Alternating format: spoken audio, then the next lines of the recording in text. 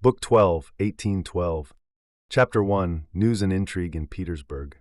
Let's begin in Petersburg, where a complicated power struggle was raging in the highest circles. The parties of Rumyantsev, the French, the Empress Maria Fedorovna, the Tsarevich, and others were all vying for influence, their conflicts almost drowned out by the constant buzz of court drones. Despite the turmoil, the calm, luxurious life of Petersburg carried on as usual. It was a life concerned only with the phantoms and reflections of reality, making it difficult to grasp the true danger facing the Russian people without a great effort. The usual receptions and balls continued. The French theater was still popular, and the court remained a whirlwind of personal interests and intrigues. Only in the very highest circles did anyone try to keep the gravity of the situation in mind. Whispers circulated about how differently the two empresses were behaving. Empress Maria, worried about the charitable and educational institutions under her care, had ordered them all to be moved to Kazan. The packing had already begun. Empress Elizabeth, on the other hand, had a different response. When asked for her instructions, she replied with her characteristic Russian patriotism. She stated that she couldn't give orders about state institutions, as that was the sovereign's affair. But as for herself, she would be the last person to leave Petersburg. On the 26th of August, the very day of the Battle of Borodino, a soirée was held at Anna Pavlovna's. The main event of the evening was to be a reading of a letter from the bishop, which he had sent to the emperor along with an icon of the venerable Sergius. The letter was considered a masterpiece of patriotic, religious eloquence. Prince Vasily, famous for his skill in elocution, was set to read it. He often read for the empress herself. His talent, it was said, lay in his ability to roll out the words in a loud, sing-song voice, alternating between a despairing wail and a tender murmur. The meaning of the words hardly mattered. The emotion was randomly applied, a wail on one word, a murmur on another. This reading, like everything at Anna Pavlovna's soirees, had a political purpose. She was expecting several important guests that evening, who needed to be shamed for their visits to the French theater and stirred into a more patriotic mood. Many people had already arrived, but Anna Pavlovna was waiting for a few key individuals. So instead of starting the reading, she kept a general conversation going. The main piece of news in Petersburg that day was the illness of Countess Helene Bezakova. A few days earlier, she had suddenly fallen ill. She had missed several gatherings, which she usually graced with her presence, and was reportedly seeing no one. Instead of her usual celebrated Petersburg doctors, she had entrusted herself to an Italian doctor who was treating her with some new, unconventional method. Everyone knew perfectly well what was wrong with the enchanting countess. Her illness was the result of the awkward situation of being married to two husbands at once. The Italian doctor's cure was designed to resolve this inconvenience. But in Anna Pavlovna's drawing room, no one dared to even think about this, let alone admit they knew. "They say the poor countess is very ill," someone remarked. "The doctor says it is angina pectoris." "Angina? Oh, that's a terrible illness," another replied. "They say that the rivals are reconciled, thanks to the angina," someone else added, and the word angina was repeated with great satisfaction. "The count is pathetic, they say," a guest commented. "He cried like a child when the doctor told him the case was dangerous." "Oh, it would be a terrible loss," said another. "She is an enchanting woman." Anna Pavlovna, overhearing this, came over to the group. "You are speaking of the poor countess?" she asked. "I sent to ask for news, and I hear that she is a little better. Oh, she is certainly the most charming woman in the world," she continued, smiling at her own enthusiasm. "We belong to different camps, but that does not prevent my esteeming her as she deserves. She is very unfortunate." An unwary young man, thinking Anna Pavlovna's last words were a hint about the true nature of the countess's illness, voiced his surprise. He wondered why well-known doctors hadn't been called, and why she was being treated by a charlatan who might use dangerous remedies. Anna Pavlovna turned on him suddenly and venomously. "Your information may be better than mine," she retorted, "but I know on good authority that this doctor is a very learned and able man. He is the private physician to the Queen of Spain." Having silenced the young man, she moved to another group where Bilibin was talking about the Austrians. His face was wrinkled in concentration, clearly preparing to deliver one of his famous witticisms. "I think it is delightful," he said, referring to a diplomatic note sent to Vienna. It accompanied some Austrian banners that Wittgenstein, known in Petersburg as the hero of Petropol, had captured from the French. What's that?" Anna Pavlovna asked, hushing the group for the witticism which she had already heard. Bilibin repeated the exact words of the diplomatic dispatch he had composed himself. "The Emperor returns these Austrian banners," said Bilibin, his brow smoothing out. "Friendly banners gone astray and found on a wrong path." "Charming, charming," observed Prince Vasily. "The path to Warsaw, perhaps," Prince Hippolyte remarked loudly and unexpectedly. Everyone looked at him, trying to understand what he meant. Prince Hippolyte himself looked around with amused surprise. He had no more idea what his words meant than anyone else. In his diplomatic career, he'd noticed that such random comments were often seen as witty, so he made a habit of saying the first thing that came to mind. "It may turn out very well," he thought, "but if not, they'll know how to arrange matters." Just then, during the awkward silence, the insufficiently patriotic person Anna Pavlovna had been waiting to convert finally arrived. Smiling, she shook a finger at Hippolyte, then invited Prince Vasily to the table. She brought him 2 candles and the manuscript and asked him to begin. Everyone fell silent. "Most gracious sovereign and emperor," Prince Vasily declared sternly, looking around at his audience as if challenging anyone to disagree. No one said a word. "Moscow, our ancient capital, the New Jerusalem, receives her Christ." He placed a sudden emphasis on the word her, "as a mother receives her zealous sons into her arms, and through the gathering mists, foreseeing the brilliant glory of thy rule, sings in exultation, Hosanna, blessed is he that cometh." Prince Vasily's voice trembled with tears on the last words. Bilibin carefully examined his nails, while many of the others looked intimidated, as if wondering what they had done wrong. Anna Pavlovna whispered the next line in advance, like an old woman at communion. "Let the bold and insolent Goliath." Prince Vasily continued. "Let the bold and insolent Goliath from the borders of France encompass the realms of Russia with death-bearing terrors. Humble faith, the sling of the Russian David, shall suddenly smite his head in his bloodthirsty pride. This icon of the venerable Sergius, the servant of God and zealous champion of old of our country's weal, is offered to your imperial majesty. I grieve that my waning strength prevents rejoicing in the sight of your most gracious presence. I raise fervent prayers to heaven, that the Almighty may exalt the race of the just and mercifully fulfill the desires of your majesty." "What force, what a style!" came the murmurs of approval for both the reader and the author. Inspired by the address, Anna Pavlovna's guests talked for a long time about the state of the country. They made various guesses about the outcome of the battle that was expected any day now. "You will see," said Anna Pavlovna. "Tomorrow, on the Emperor's birthday, we shall receive news. I have a favorable presentiment." Anna Pavlovna's premonition came true. The next day, during the service at the palace church for the Emperor's birthday, Prince Volkonsky was called out. He had received a dispatch from Prince Kutuzov. It was a report from Tatarinova, written on the day of the battle. Kutuzov wrote that the Russians had not retreated a single step, that the French losses were much heavier than theirs, and that he was writing in haste from the battlefield before he had all the information.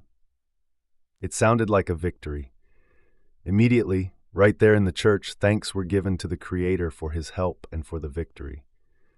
Anna Pavlovna's feeling had been right, and a festive mood filled the city all morning. Everyone believed it was a complete victory. Some even talked of Napoleon's capture, his removal from power, and the selection of a new ruler for France. In the bubble of court life, far from the action, it is very difficult for events to be understood in their true scale. General events tend to cluster around some specific personal incident. So, for the courtiers, their pleasure was not just in the victory itself, but in the fact that the news had arrived on the emperor's birthday. It was like a perfectly timed surprise. Kutuzov's report also mentioned Russian losses, including the names of Tushkov, Bagration, and Kutaisov. In Petersburg society, this sad news also centered on a single incident, the death of Kutaisov. Everyone knew him, the emperor liked him, and he was young and interesting. That day, people greeted each other with the same words, "What a wonderful coincidence," just during the service. "But what a loss Kutaisov is. How sorry I am." "What did I tell you about Kutuzov?" Prince Vasily now said with the pride of a prophet. "I always said he was the only man capable of defeating Napoleon." But the next day, no new information arrived from the army, and the public mood grew anxious. The courtiers worried about the suspense the emperor must be feeling. "Imagine the emperor's position," they said. Instead of praising Kutuzov as they had the day before, they now blamed him for the emperor's anxiety. That day, Prince Vasily no longer boasted about his protege Kutuzov. He simply stayed silent when the commander-in-chief's name was mentioned. To make matters worse, another terrible piece of news arrived that evening. Countess Helene Bezukhova had suddenly died of that terrible illness it had been so fashionable to mention. Officially, in public, everyone said she had died of a severe attack of angina pectoris. But in private circles, the details were different.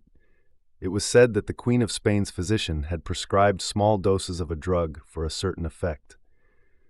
But Helene, tormented by the old count's suspicions and her husband Pierre's failure to reply to her letter, had taken a very large dose. She died in agony before anyone could help her.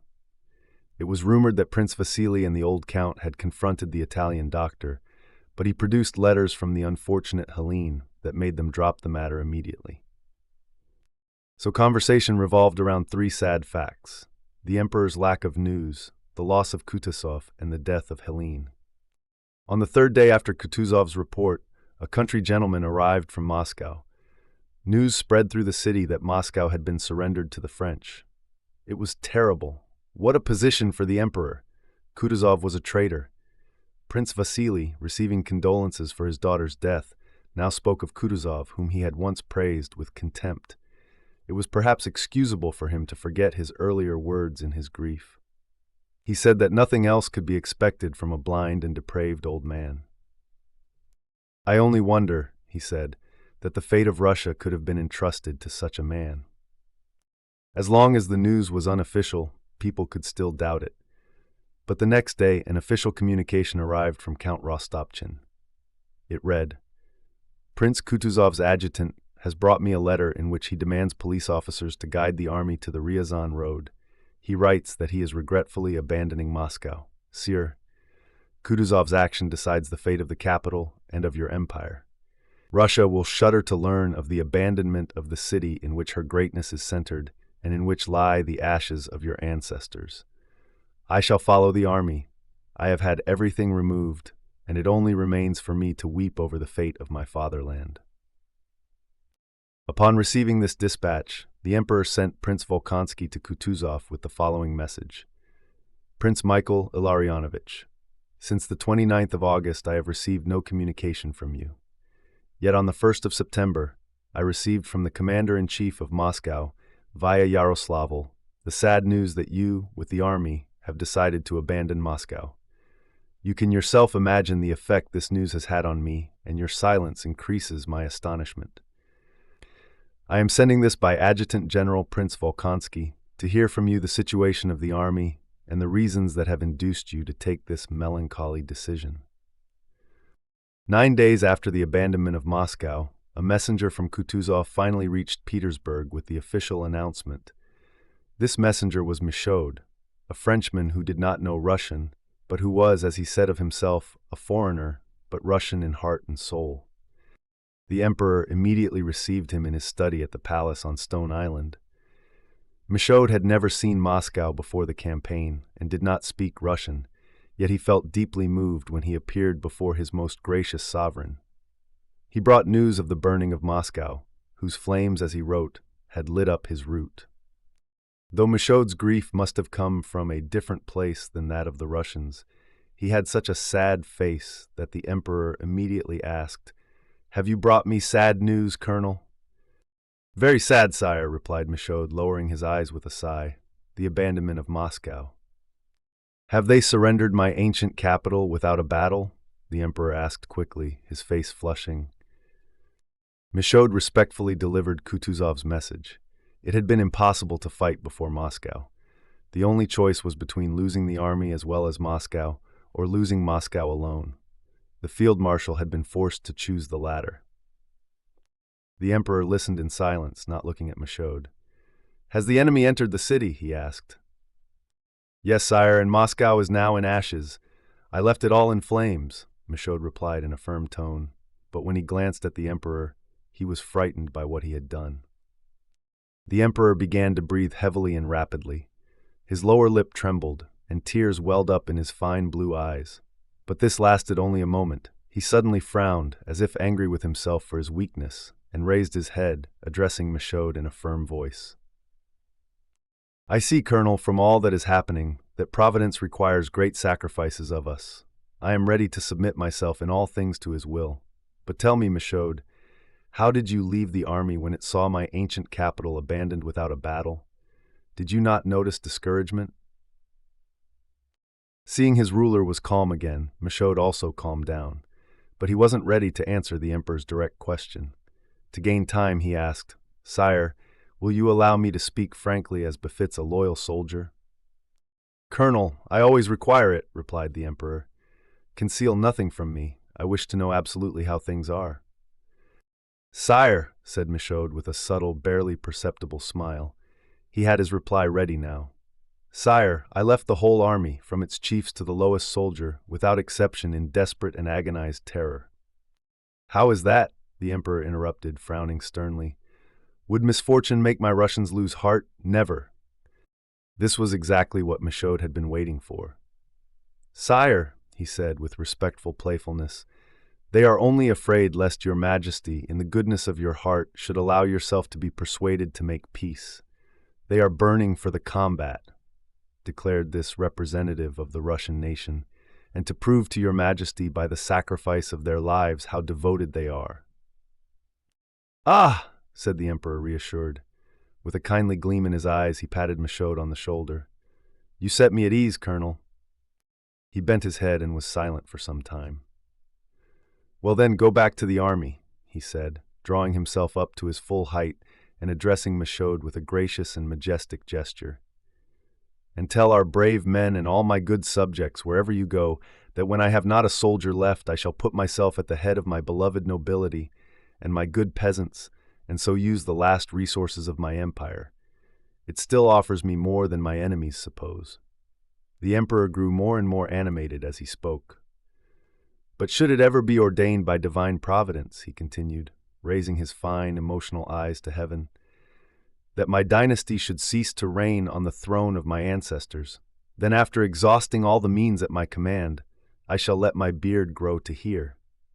He pointed halfway down his chest, and go and eat potatoes with the meanest of my peasants, rather than sign the disgrace of my country and of my beloved people, whose sacrifices I know how to appreciate.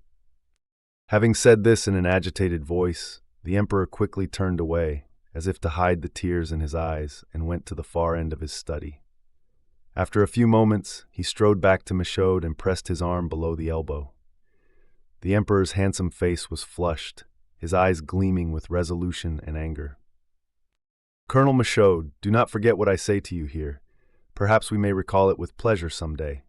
Napoleon or I, said the emperor, touching his breast. We can no longer both reign together. I have learned to know him, and he will not deceive me any more. The emperor paused, frowning. When he heard these words and saw the firm resolution in the emperor's eyes, Michaud, the foreigner who was Russian in heart and soul, felt enraptured. He later said that in that solemn moment he felt he was speaking for himself and for all the Russian people. Sire, he said, your Majesty is at this moment signing the glory of the nation and the salvation of Europe. With a nod of his head, the emperor dismissed him. Now we begin Chapter 2. Chapter 2, Nicholas in Voronezh. It's natural for us, looking back, to imagine that with half of Russia conquered and people fleeing to distant provinces, every Russian was solely focused on self-sacrifice and saving the fatherland. The stories from that time speak only of patriotism, despair, grief, and heroism. But that wasn't the whole picture. We see it that way because we focus on the grand historical events and overlook the personal human interests that people had. In reality, those immediate personal interests often overshadowed the larger public concerns, sometimes preventing them from being felt or even noticed. Most people at that time were guided by their private lives, and ironically, they were often the most useful members of society. Those who tried to understand the grand sweep of events and participate through self-sacrifice and heroism were often the most useless. They saw everything upside down, and their efforts for the common good turned out to be foolish and pointless. Think of Pierre's and Mamonov's regiments, which ended up looting Russian villages, or the lint young ladies prepared that never reached the wounded. Even those who loved to talk about Russia's position, expressing their feelings in intellectual conversations, often introduced a hint of falsehood or useless anger against people who couldn't possibly be guilty of what they were accused. In history, the rule against eating from the tree of knowledge is especially true. Only unconscious action bears fruit. The person who plays a part in a historical event rarely understands its true significance. If they try to, their efforts are fruitless. The more closely a person was involved in the events in Russia, the less they understood their meaning. In Petersburg and other distant provinces, ladies and gentlemen in militia uniforms wept for Russia and talked of self-sacrifice. But in the army retreating beyond Moscow, there was little thought or talk of the city. When they saw its burned ruins, they didn't swear vengeance on the French. They thought about their next paycheck, their next quarters, and other everyday concerns. Nicholas Rostov, caught in the war while in the service, took a close and prolonged part in defending his country. But he did so without any grand aim of self-sacrifice. He looked at what was happening in Russia without despair or deep worry. If you had asked him what he thought of the state of Russia, he would have said it wasn't his business. Kutuzov and others were there for that. He'd heard the regiments were being brought up to full strength, that the fighting would likely continue for a long time, and that he might even be in command of a regiment in a couple of years. With this mindset, he learned he was being sent to Voronezh to buy new horses for his division. He wasn't disappointed to be missing the upcoming battle. In fact, he was delighted, a feeling he didn't hide and which his comrades completely understood. A few days before the Battle of Borodino, Nicholas received the necessary money and orders. He sent some hussars ahead and set out with post horses for Voronezh.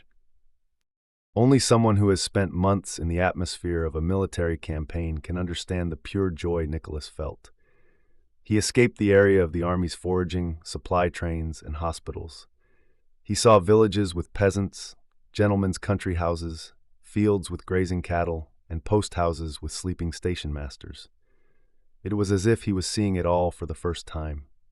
What especially surprised and delighted him were the women, young, healthy, and not surrounded by a dozen officers. They were pleased and flattered when a passing officer joked with them. In high spirits, Nicholas arrived at a hotel in Voronezh at night. He ordered all the things he had missed in camp. The next day, clean-shaven and in a full-dress uniform he hadn't worn in a long time, he went to present himself to the authorities. The commander of the militia was a civilian general, an old man who was clearly pleased with his military title. He received Nicholas brusquely, thinking it was the military way, and questioned him with an important air, as if he had the right to approve or disapprove of the entire war effort. Nicholas was in such a good mood that this only amused him. From there he went to the governor. The governor was a brisk, simple, and affable little man. He pointed out the stud farms where Nicholas could find horses, recommended a horse dealer in town, and a landowner 14 miles away who had the best stock, and promised his full assistance. "You are Count Ilya Rostov's son? My wife was a great friend of your mother's. We are at home on Thursdays. Today is Thursday, so please come and see us quite informally," the governor said as he took his leave. Immediately, Nicholas hired post horses and with his squadron quartermaster galloped to the landowner's estate. Everything seemed pleasant and easy during that first part of his stay in Voronezh. As often happens when a man is in a good mood, everything went well. The landowner was a bachelor, an old cavalryman, a horse enthusiast, and a sportsman. He had century-old brandy, old Hungarian wine, a cozy den for smoking, and some splendid horses. In just a few words, Nicholas bought 17 picked stallions for 6,000 rubles as samples for his remounts. After dinner and a bit too much Hungarian wine, Nicholas exchanged kisses with the landowner, now his good friend. He galloped back over terrible roads, in the brightest of moods, urging the driver on to be in time for the governor's party.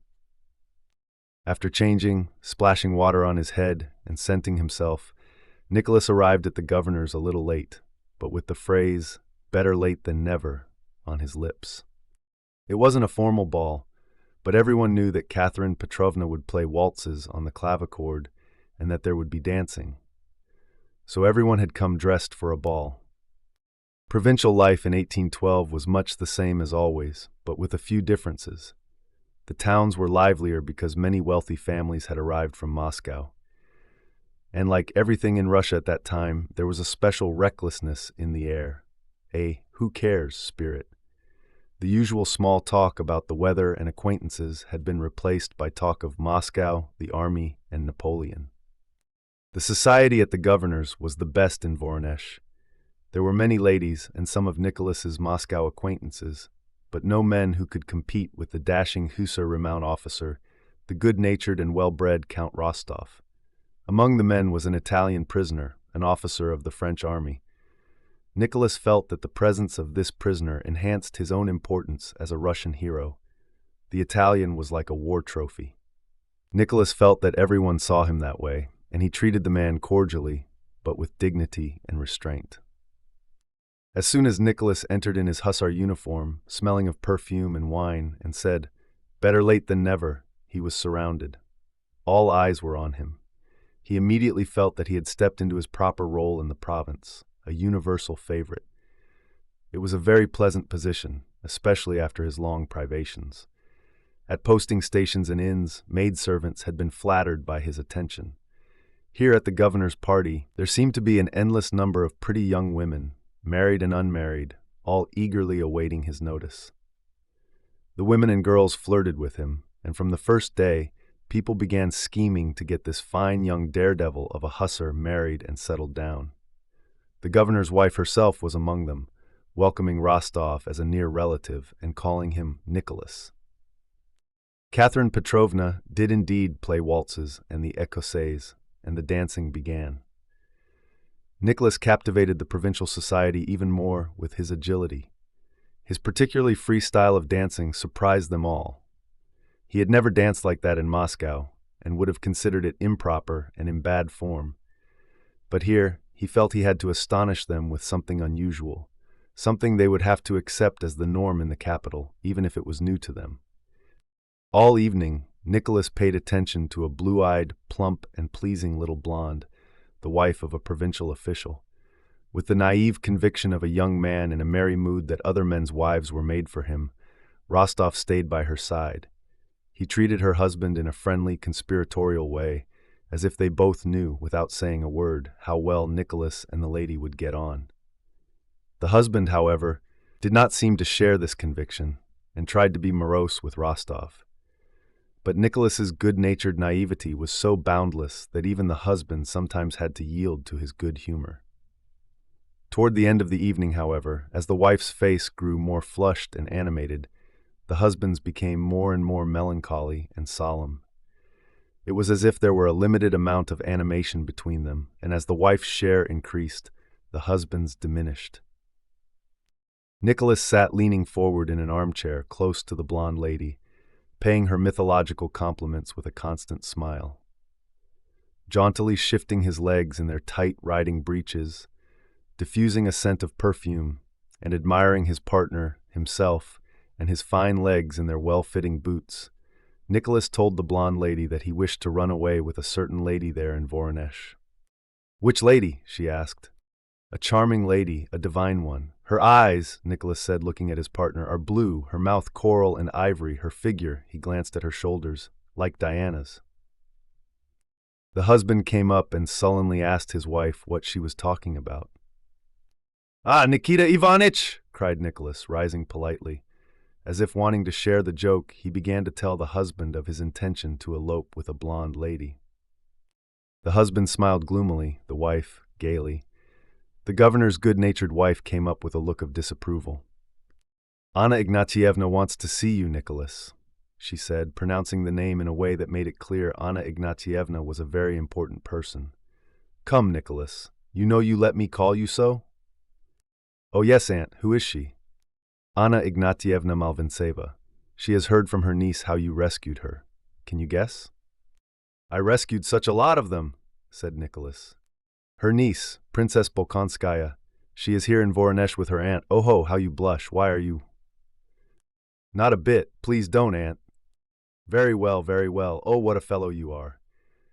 The governor's wife led him to a tall, very stout old lady with a blue headdress, who had just finished a game of cards with the most important people in town. This was Malvintseva, Princess Mary's aunt on her mother's side, a rich, childless widow who always lived in Voronezh. As Rostov approached, she was settling her winnings. She looked at him, her eyes sternly screwed up, and continued to scold the general who had lost to her. "Very pleased, mon cher," she then said, holding out her hand to Nicholas. "Pray come and see me." After a few words about Princess Mary and her late father, whom Malvintseva clearly disliked, and after asking what Nicholas knew of Prince Andrew, who also seemed to be no favorite of hers, the old lady dismissed Nicholas, repeating her invitation. Nicholas promised to come and blushed again as he bowed. At the mention of Princess Mary, he felt a strange shyness, almost fear, that he couldn't understand. After parting from Malvintseva, Nicholas wanted to return to the dancing, but the governor's little wife placed her plump hand on his sleeve. Saying she wanted a word with him, she led him to her sitting room, which everyone immediately left. "Do you know, dear boy," began the governor's wife with a serious expression, "that really would be the match for you? Would you like me to arrange it?" "Whom do you mean, aunt?" asked Nicholas. "I will make a match for you with the princess. Catherine Petrovna speaks of Lily, but I say, no, the princess. Do you want me to do it? I am sure your mother will be grateful to me. What a charming girl she is, really, and she is not at all so plain either." "Not at all," replied Nicholas, as if offended. "As befits a soldier, aunt, I don't force myself on anyone or refuse anything," he said, before he had time to think about his words. "Well then, remember, this is not a joke." "Of course not." "Yes, yes," the governor's wife said as if to herself. "But, my dear boy, among other things, you are too attentive to the other, the blonde. One is sorry for the husband, really." "Oh no, we are good friends with him," said Nicholas, in the simplicity of his heart. It never occurred to him that a pastime so pleasant for himself might not be pleasant for someone else. "But what nonsense I have been saying to the governor's wife," Nicholas thought suddenly at supper. "She will really begin to arrange a match, and Sonia?" On taking his leave, when she smilingly said to him again, "Well then, remember," he drew her aside. "But see here, to tell the truth, aunt." "What is it, my dear? Come, let's sit down here," she said. Nicholas suddenly felt a need to tell his most intimate thoughts to this woman who was almost a stranger, thoughts he would not have told his mother, sister, or friend.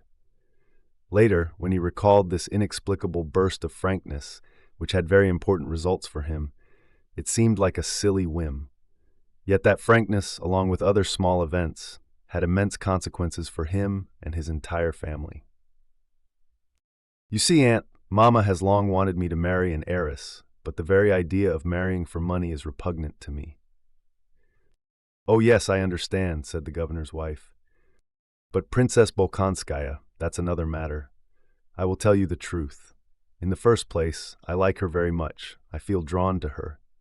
And then, after I met her under such strange circumstances, the idea often occurred to me. This is fate. Especially if you remember that Mama had long been thinking of it, but I had never happened to meet her before. And as long as my sister Natasha was engaged to her brother, it was of course out of the question for me to think of marrying her.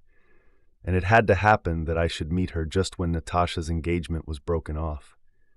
And then everything. So you see, I never told this to anyone and never will, only to you." The governor's wife pressed his elbow gratefully. "You know Sonia, my cousin? I love her and promised to marry her and will do so. So you see there can be no question about it," Nicholas said incoherently, blushing. "My dear boy, what a way to look at it. You know Sonia has nothing, and you yourself say your papa's affairs are in a very bad way. And what about your mother? It would kill her, that's one thing. And what sort of life would it be for Sonia, if she's a girl with a heart? Your mother in despair, and you all ruined. No, my dear, you and Sonia ought to understand that." Nicholas remained silent. It comforted him to hear these arguments. "All the same, aunt, it is impossible," he rejoined with a sigh. "Besides, would the princess have me? And she is now in mourning. How can one think of it?" "But you don't suppose I'm going to get you married at once?" "There is always a right way of doing things," replied the governor's wife. "What a matchmaker you are, aunt," said Nicholas, kissing her plump little hand. After her meeting with Rostov in Moscow, Princess Mary had found her nephew there with his tutor, and a letter from Prince Andrew with instructions on how to get to her Aunt Malvintseva in Voronezh. The feeling of temptation that had tormented her during her father's illness, and especially since meeting Rostov, was now smothered by travel arrangements, anxiety about her brother, settling into a new house, and attending to her nephew's education. She was sad. After a month in quiet surroundings, she felt her father's loss more deeply, a loss she associated with the ruin of Russia. She was agitated by the thought of the dangers her brother, her only remaining intimate, was facing. She was also worried about her nephew's education, a task she felt incompetent for. But deep in her soul, she felt a peace that came from having stifled those personal dreams and hopes related to her meeting with Rostov. The day after her party, the governor's wife came to see Malvintseva. After discussing her plan with the aunt, she remarked that while a formal betrothal was out of the question, the young people could be brought together to get to know one another. Malvintseva approved. The governor's wife then began to praise Rostov in Mary's presence, telling her how he had blushed when her name was mentioned. But Princess Mary felt a painful rather than joyful feeling. Her mental peace was destroyed, and desires, doubts, self-reproach, and hopes reawakened. For the 2 days before Rostov called, Princess Mary constantly thought about how she should behave. First, she decided not to come to the drawing room when he visited, as it wouldn't be proper for her, in deep mourning, to receive visitors. Then she thought that would be rude after what he had done for her. Then it occurred to her that her aunt and the governor's wife had intentions for her and Rostov. Their looks and words seemed to confirm it. Then she told herself that only she, with her sinful nature, could think such a thing. They couldn't forget that matchmaking would be an insult to her and her father's memory. Assuming she did go down to see him, she imagined the words he would say and what she would say in return. Sometimes the words seemed too cold, sometimes they meant too much. More than anything, she feared her confusion would overwhelm her and betray her as soon as she saw him. But when the footman announced on Sunday after church that Count Rostov had called, the princess showed no confusion. Only a slight blush colored her cheeks, and her eyes lit up with a new, radiant light. "You have met him, Aunt," she said in a calm voice, surprised at her own outward composure. When Rostov entered the room, the princess dropped her eyes for a moment, giving him time to greet her aunt. Then, just as Nicholas turned to her, she raised her head and met his look with shining eyes. With a movement full of dignity and grace, she half rose with a smile of pleasure, held out her slender, delicate hand, and began to speak. For the first time, her voice held new, deep, womanly notes. Mademoiselle Bourienne, who was in the room, looked at Princess Mary in bewildered surprise. A consummate coquette herself, she couldn't have maneuvered better to attract a man. Either black is particularly becoming to her, or she really has greatly improved without my noticing it. And above all, what tact and grace, thought Mademoiselle Bourienne. Had Princess Mary been able to reflect at that moment, she would have been even more surprised than Mademoiselle Bourienne at the change in herself. From the moment she recognized that dear, loved face, a new life force took possession of her, compelling her to speak and act apart from her own will. Her face was suddenly transformed. It was as if a light had been kindled in a carved and painted lantern, and the intricate, skillful work on its sides, which had previously seemed dark and coarse, was suddenly shown in unexpected and striking beauty. For the first time, all the pure, spiritual, inward struggle she had lived through appeared on the surface. Her dissatisfaction with herself, her sufferings, her strivings for goodness, her meekness, love, and self-sacrifice, all this now shone in her radiant eyes, her delicate smile, and every feature of her gentle face. Rostov saw all this as clearly as if he had known her whole life. He felt that the being before him was completely different from and better than anyone he had met before, and above all, better than himself. Their conversation was simple and unimportant. They spoke of the war, unconsciously exaggerating their sorrow about it, as everyone did. They talked of their last meeting, a subject Nicholas tried to change. They talked of the governor's kind wife, of Nicholas's family, and of Princess Mary's. She did not talk about her brother. She diverted the conversation as soon as her aunt mentioned Andrew. Evidently, she could speak of Russia's misfortunes with a certain artificiality, but her brother was too close to her heart to be spoken of lightly. Nicholas noticed this, as he noticed every shade of her character with an unusual observation. Everything confirmed his conviction that she was a quite unusual and extraordinary being. Nicholas blushed and was confused when people spoke to him about the princess, just as she did when he was mentioned. But in her presence, he felt quite at ease. He said not what he had prepared, but what occurred to him at the moment. During a pause, Nicholas turned to Prince Andrew's little son, caressing him and asking if he wanted to be a hussar. He took the boy on his knee, played with him, and looked around at Princess Mary. With a softened, happy, timid look, she watched the boy she loved in the arms of the man she loved. Nicholas noticed that look, and as if understanding it, flushed with pleasure and began to kiss the boy playfully. Because she was in mourning, Princess Mary did not go out into society, and Nicholas did not think it proper to visit her again.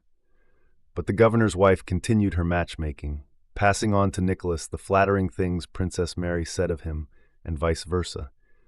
She insisted he declare himself. For this purpose, she arranged a meeting between them at the bishop's house before Mass. Though Rostov told the governor's wife he would not make any declaration, he promised to go. Just as at Tilsit, he had not allowed himself to doubt what everyone considered right, so now, after a short struggle, he yielded to the power he felt irresistibly carrying him somewhere unknown. He knew that after his promise to Sonia, declaring his feelings to Princess Mary would be base, and he knew he would never act basely. But he also felt, deep in his heart, that by resigning himself to circumstances, he was not only doing nothing wrong, but was doing something very important, more important than anything he had ever done. After meeting Princess Mary, though his life went on externally as before, his former amusements lost their charm. He often thought about her, but he never thought of her as he had of all the other young ladies he had met, nor as he had once rapturously thought of Sonia. He had pictured each of those young ladies as a possible wife, adapting her in his imagination to married life, a white dressing gown, his wife at the tea table, children, mama and papa. These pictures had given him pleasure, but with Princess Mary he could never picture any future married life. If he tried, the pictures seemed incongruous and false. It made him afraid. The dreadful news of the Battle of Borodino, of our losses, and the even more terrible news of the loss of Moscow reached Voronezh in the middle of September. Princess Mary, having learned of her brother's wound only from the Gazette and having no other news, prepared to set off in search of Prince Andrew. When he received the news, Rostov was not seized with despair or anger. Instead, everything in Voronezh suddenly seemed dull and tiresome. He felt a vague sense of shame and awkwardness. The conversations he heard seemed insincere. He didn't know how to judge these events and felt that only in the regiment would everything become clear again. He hurried to finish buying the horses and often became unreasonably angry with his servant and quartermaster. A few days before his departure, A special Thanksgiving service was held in the cathedral for the Russian victory. Nicholas was present. He stood a little behind the governor, holding himself with military decorum, his mind on a variety of subjects. When the service was over, the governor's wife beckoned to him. "Have you seen the princess?" she asked, indicating a lady standing on the opposite side, beyond the choir. Nicholas immediately recognized Princess Mary, not so much by her profile under her bonnet, as by the feeling of solicitude, timidity, and pity that immediately overcame him. Princess Mary, lost in thought, was crossing herself for the last time before leaving the church. Nicholas looked at her face with surprise. It was the same face he had seen before, with the same expression of refined inner spiritual labor, but now it was lit up differently. There was a pathetic expression of sorrow, prayer, and hope in it. As had happened before, Nicholas went up to her without waiting to be prompted, not asking himself whether it was right to address her here in church. He told her he had heard of her trouble and sympathized with his whole soul. As soon as she heard his voice, a vivid glow kindled in her face, lighting up both her sorrow and her joy. "There is one thing I wanted to tell you, Princess," said Rostov. "It is that if your brother, Prince Andrew Nikolaevich, were not living, it would have been at once announced in the Gazette, as he is a colonel." The princess looked at him, not grasping what he was saying, but cheered by the expression of regretful sympathy on his face.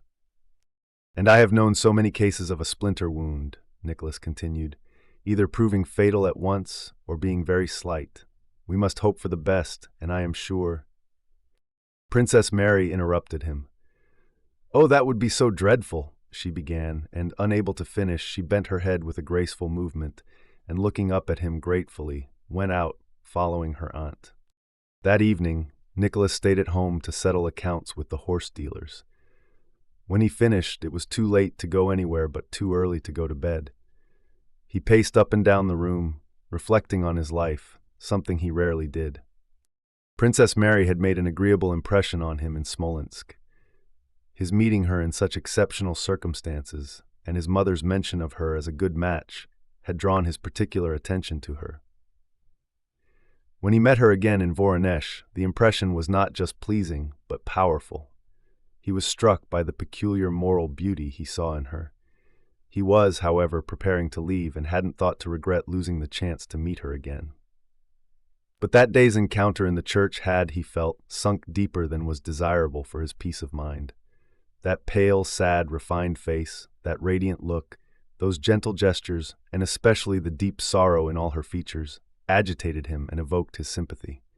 In men, Rostov could not bear to see the expression of a higher spiritual life. That was why he disliked Prince Andrew, and he called it philosophy and dreaminess. But in Princess Mary, that very sorrow, which revealed a whole spiritual world foreign to him, was an irresistible attraction. "She must be a wonderful woman, a real angel," he said to himself. "Why am I not free? Why was I in such a hurry with Sonia?" And he involuntarily compared the two.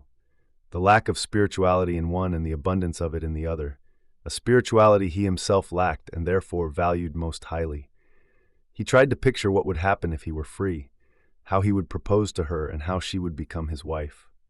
But no, he could not imagine that. He felt awed, and no clear picture formed in his mind. He had long ago pictured a future with Sonia, and that was clear and simple. But it was impossible to picture a future with Princess Mary, because he did not understand her, but simply loved her.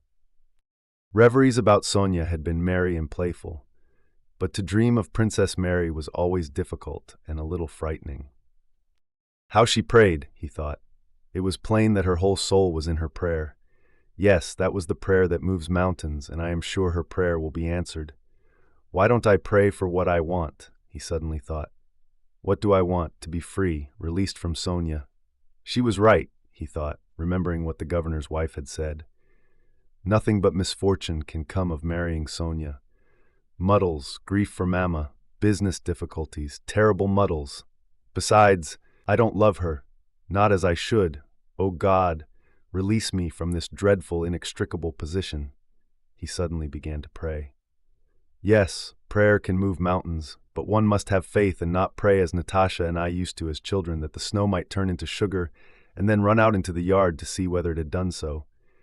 No, but I am not praying for trifles now, he thought, putting his pipe down and folding his hands before the icon. Softened by memories of Princess Mary, he began to pray as he had not done for a long time. Tears were in his eyes when the door opened and Lavrushka came in with some papers. "Blockhead, why do you come in without being called?" cried Nicholas, quickly changing his posture. "From the governor," said Lavrushka in a sleepy voice. "A courier has arrived and there's a letter for you." "Well, all right, thanks, you can go." Nicholas took the two letters. One was from his mother, the other from Sonia. He recognized them by the handwriting and opened Sonia's first. He had read only a few lines when he turned pale, his eyes wide with fear and joy. "No, it's not possible," he cried aloud. Unable to sit still, he paced the room, holding the letter and reading it. He glanced through it, then read it again and again.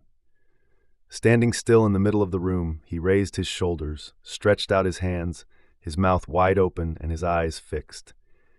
What he had just been praying for had come to pass. But Nicholas was as astonished as if it were something extraordinary and unexpected, as if the very fact that it had happened so quickly proved it had not come from God, but by some ordinary coincidence. This unexpected letter from Sonia freed him from the knot that had fettered him. She wrote that the recent unfortunate events, the loss of almost all the Rostovs' Moscow property, and the Countess's repeated wish that he marry Princess Bolkonskaya, along with his own silence and coldness, had made her decide to release him from his promise and set him completely free. She wrote, "It would be too painful to me to think that I might be a cause of sorrow or discord in the family that has been so good to me, and my love has no aim but the happiness of those I love. So, Nicholas, I beg you to consider yourself free, and to be assured that, in spite of everything, no one can love you more than does your Sonia." Both letters were written from Troitsa. The other, from the Countess, described their last days in Moscow, their departure, the fire, and the destruction of all their property. In her letter, the Countess also mentioned that Prince Andrew was among the wounded traveling with them. His state was very critical, but the doctor said there was now more hope. Sonia and Natasha were nursing him. The next day, Nicholas took his mother's letter and went to see Princess Mary. Neither he nor she said a word about what Natasha nursing him might mean, but thanks to this letter, Nicholas suddenly became almost as intimate with the princess as if they were relations. The following day, he saw Princess Mary off on her journey to Yaroslavl. A few days later, he left to rejoin his regiment. Sonia's letter from Troitsa, which had come as an answer to Nicholas's prayer, was prompted by this. The old countess was increasingly obsessed with the idea of Nicholas marrying an heiress. She knew Sonia was the main obstacle. Sonia's life in the countess's house had grown harder, especially after they received Nicholas's letter about meeting Princess Mary. The countess never missed an opportunity to make humiliating or cruel remarks to Sonia.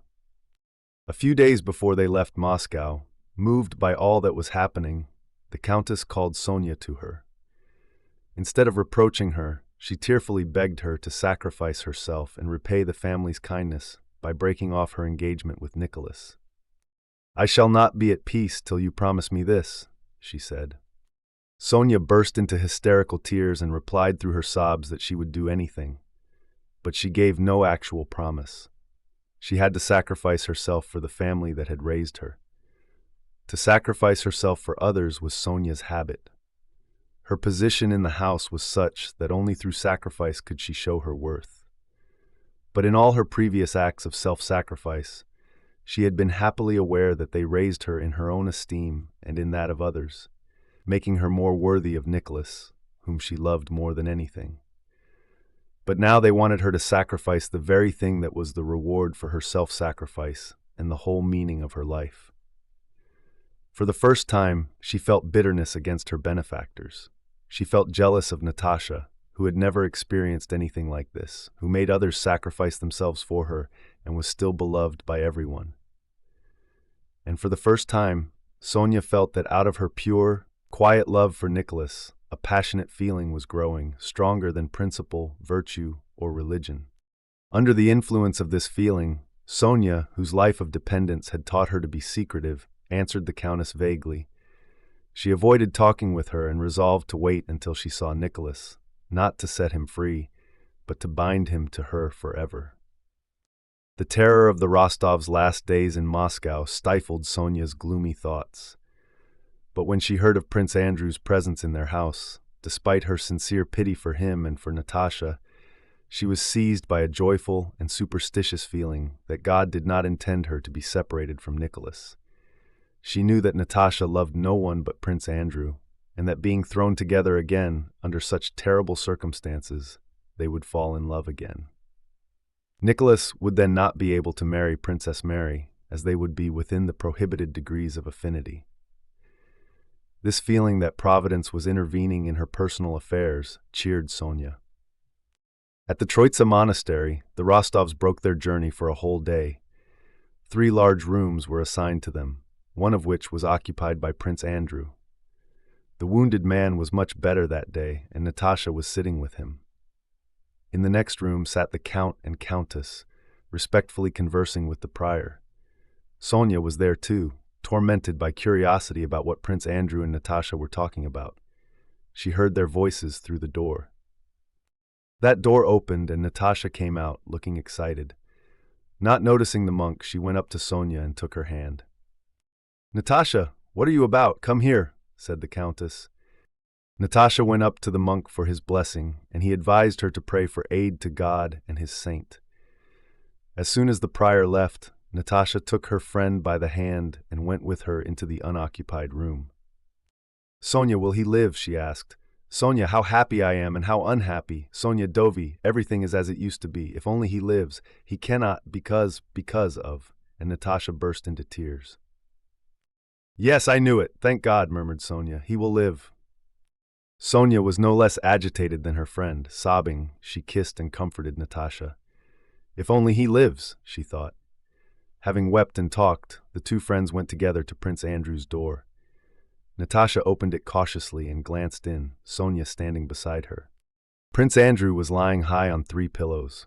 His pale face was calm, his eyes closed, and they could see his regular breathing. "Oh, Natasha!" Sonia suddenly almost screamed, catching her companion's arm and stepping back from the door. What is it?" asked Natasha. "It's that," said Sonia with a white face and trembling lips. Natasha softly closed the door and went with Sonia to the window, not yet understanding. "You remember," said Sonia with a solemn and frightened expression, "you remember when I looked in the mirror for you at Otradnoy at Christmas? Do you remember what I saw?" Yes, cried Natasha, her eyes wide, vaguely recalling Sonia had told her something about seeing Prince Andrew lying down. "You remember?" Sonia went on. "I saw it then and told everybody. I saw him lying on a bed," she said, making a gesture with her hand, "and that he had his eyes closed and was covered just with a pink quilt and that his hands were folded." She had in fact seen nothing then, but had mentioned the first thing that came into her head. But what she had invented then seemed to her now as real as any other recollection. She not only remembered what she had then said, that he turned to look at her and smiled and was covered with something red, but was firmly convinced that she had then seen and said that he was covered with a pink quilt and that his eyes were closed. Yes, it really was pink," cried Natasha, who now thought she too remembered the word pink being used, and saw in this the most extraordinary and mysterious part of the prediction. "But what does it mean?" she added meditatively. "Oh, I don't know, it is all so strange," replied Sonia, clutching at her head. A few minutes later, Prince Andrew rang, and Natasha went to him, but Sonia, feeling unusually excited, remained at the window, thinking about the strangeness of what had occurred. They had an opportunity that day to send letters to the army, and the Countess was writing to her son. "Sonia," said the Countess, raising her eyes from her letter as her niece passed. "Sonia, won't you write to Nicholas?" She spoke in a soft, tremulous voice, and in her weary eyes, Sonia read all that the Countess meant. Those eyes expressed entreaty, shame at having to ask, fear of a refusal, and readiness for relentless hatred in case of such refusal. Sonia went up to the countess and, kneeling down, kissed her hand. "Yes, Mama, I will write," she said. Sonia was softened and excited by all that had occurred that day, especially by the mysterious fulfillment of her vision. Now that she knew that the renewal of Natasha's relations with Prince Andrew would prevent Nicholas from marrying Princess Mary, she was joyfully conscious of a return of that self-sacrificing spirit in which she loved to live. So, with a joyful consciousness of performing a magnanimous deed, interrupted several times by tears that dimmed her velvety black eyes, she wrote that touching letter, the arrival of which had so amazed Nicholas. And now we turn to Chapter 3. Chapter 3, Pierre's imprisonment. The officer and soldiers who arrested Pierre treated him with a mixture of hostility and respect in the guardhouse. They were uncertain who he might be, perhaps a very important person, but they were also hostile after their recent conflict with him. The next morning, when the guard was changed, Pierre felt that the new soldiers were not as interested in him as his captors had been. The new guard did not recognize this big, stout man in a peasant coat as the same vigorous person who had fought so desperately with the marauder and uttered those solemn words about saving a child. To them, he was just prisoner number 17, arrested for some reason by order of the higher command. If they noticed anything remarkable about Pierre, it was only his unabashed thoughtfulness and the surprisingly good way he spoke French. In spite of this, he was placed with the other arrested suspects, as his separate room was needed by an officer. All the Russians confined with Pierre were of the lowest class. Recognizing him as a gentleman, they avoided him, especially since he spoke French. Pierre felt sad hearing them make fun of him. That evening, he learned that all the prisoners, likely including him, were to be tried for setting fires. On the third day, he was taken with the others to a house where a French general with a white mustache sat with 2 colonels and other Frenchmen with scarves on their arms. With the customary precision and definiteness used for prisoners, which is meant to preclude any human frailty, Pierre was questioned. Who was he? Where had he been? With what purpose? These questions, like those at most trials, avoided the essence of the matter. They were designed only to form a channel through which the judges wished the answers to flow, leading to the desired result, a conviction. As soon as Pierre began to say anything that didn't fit that aim, the channel was removed. Pierre felt what all accused people feel, perplexity as to why these questions were being put to him. He knew he was in these men's power. Force alone had brought him there. Force alone gave them the right to demand answers, and the sole object of the assembly was to find him guilty. Since they had the power and the wish to do so, this whole process seemed unnecessary. When asked what he was doing when he was arrested, Pierre replied tragically that he was returning a child he had saved from the flames to its parents. Why had he fought the marauder? Pierre answered that he was protecting a woman, and that to protect a woman who was being insulted was the duty of every man. They interrupted him. This was not to the point. Why was he in the yard of a burning house where witnesses had seen him? He replied that he had gone to see what was happening in Moscow. Again, they interrupted him. They hadn't asked where he was going, but why he was near the fire. Who was he? They asked, repeating their first question. Again, he replied that he could not answer it. "Put that down, that's bad, very bad," sternly remarked the general with the white mustache and red flushed face. On the 4th day, fires broke out on the Zubovsky rampart. Pierre and 13 others were moved to the coach house of a merchant's house near the Crimean Bridge. As he walked through the streets, Pierre felt stifled by the smoke that seemed to hang over the whole city. Fires were visible on all sides. He didn't realize the significance of the burning of Moscow then, and looked at the fires with horror. He spent 4 days in that coach house. During that time, he learned from the talk of the French soldiers that they were all awaiting a decision from the marshal. What marshal this was, Pierre couldn't learn. For the soldiers, the marshal was a very high and mysterious power. These first days, before the 8th of September, when the prisoners were brought up for a second examination, were the hardest of all for Pierre. On the 8th of September, an officer, a very important one, judging by the respect the guards showed him, entered the coach house. This officer, likely someone from the staff, held a paper and called over all the Russians, naming Pierre as the man who does not give his name. Glancing indolently at all the prisoners, he ordered the officer in charge to have them decently dressed before taking them to the marshal. An hour later, a squad of soldiers arrived, and Pierre with 13 others was led to the Virgin's field. It was a fine day, sunny after the rain, and the air was unusually pure. The smoke did not hang low as it had before, but rose in columns through the clear air. No flames were seen, but columns of smoke rose on all sides. All of Moscow, as far as Pierre could see, was one vast charred ruin. There were waste spaces with only stoves and chimney stacks still standing, and the blackened walls of some brick houses. Pierre gazed at the ruins and did not recognize districts he had known well. Here and there, he could see churches that had not been burned. The Kremlin, not destroyed, gleamed white in the distance with its towers and the belfry of Ivan the Great. The domes of the new convent of the Virgin glittered brightly, and its bells were ringing with particular clarity. These bells reminded Pierre that it was Sunday and the feast of the Nativity of the Virgin. But there seemed to be no one to celebrate. Everywhere were blackened ruins, and the few Russians to be seen were tattered and frightened people who tried to hide when they saw the French. It was plain that the Russian nest was ruined. But in its place, Pierre unconsciously felt that a different, firm French order had been established. He felt it in the looks of the soldiers who, marching in regular ranks, were escorting him. He felt it in the look of an important French official in a carriage whom they met on the way. He felt it in the merry sounds of regimental music from the left side of the field.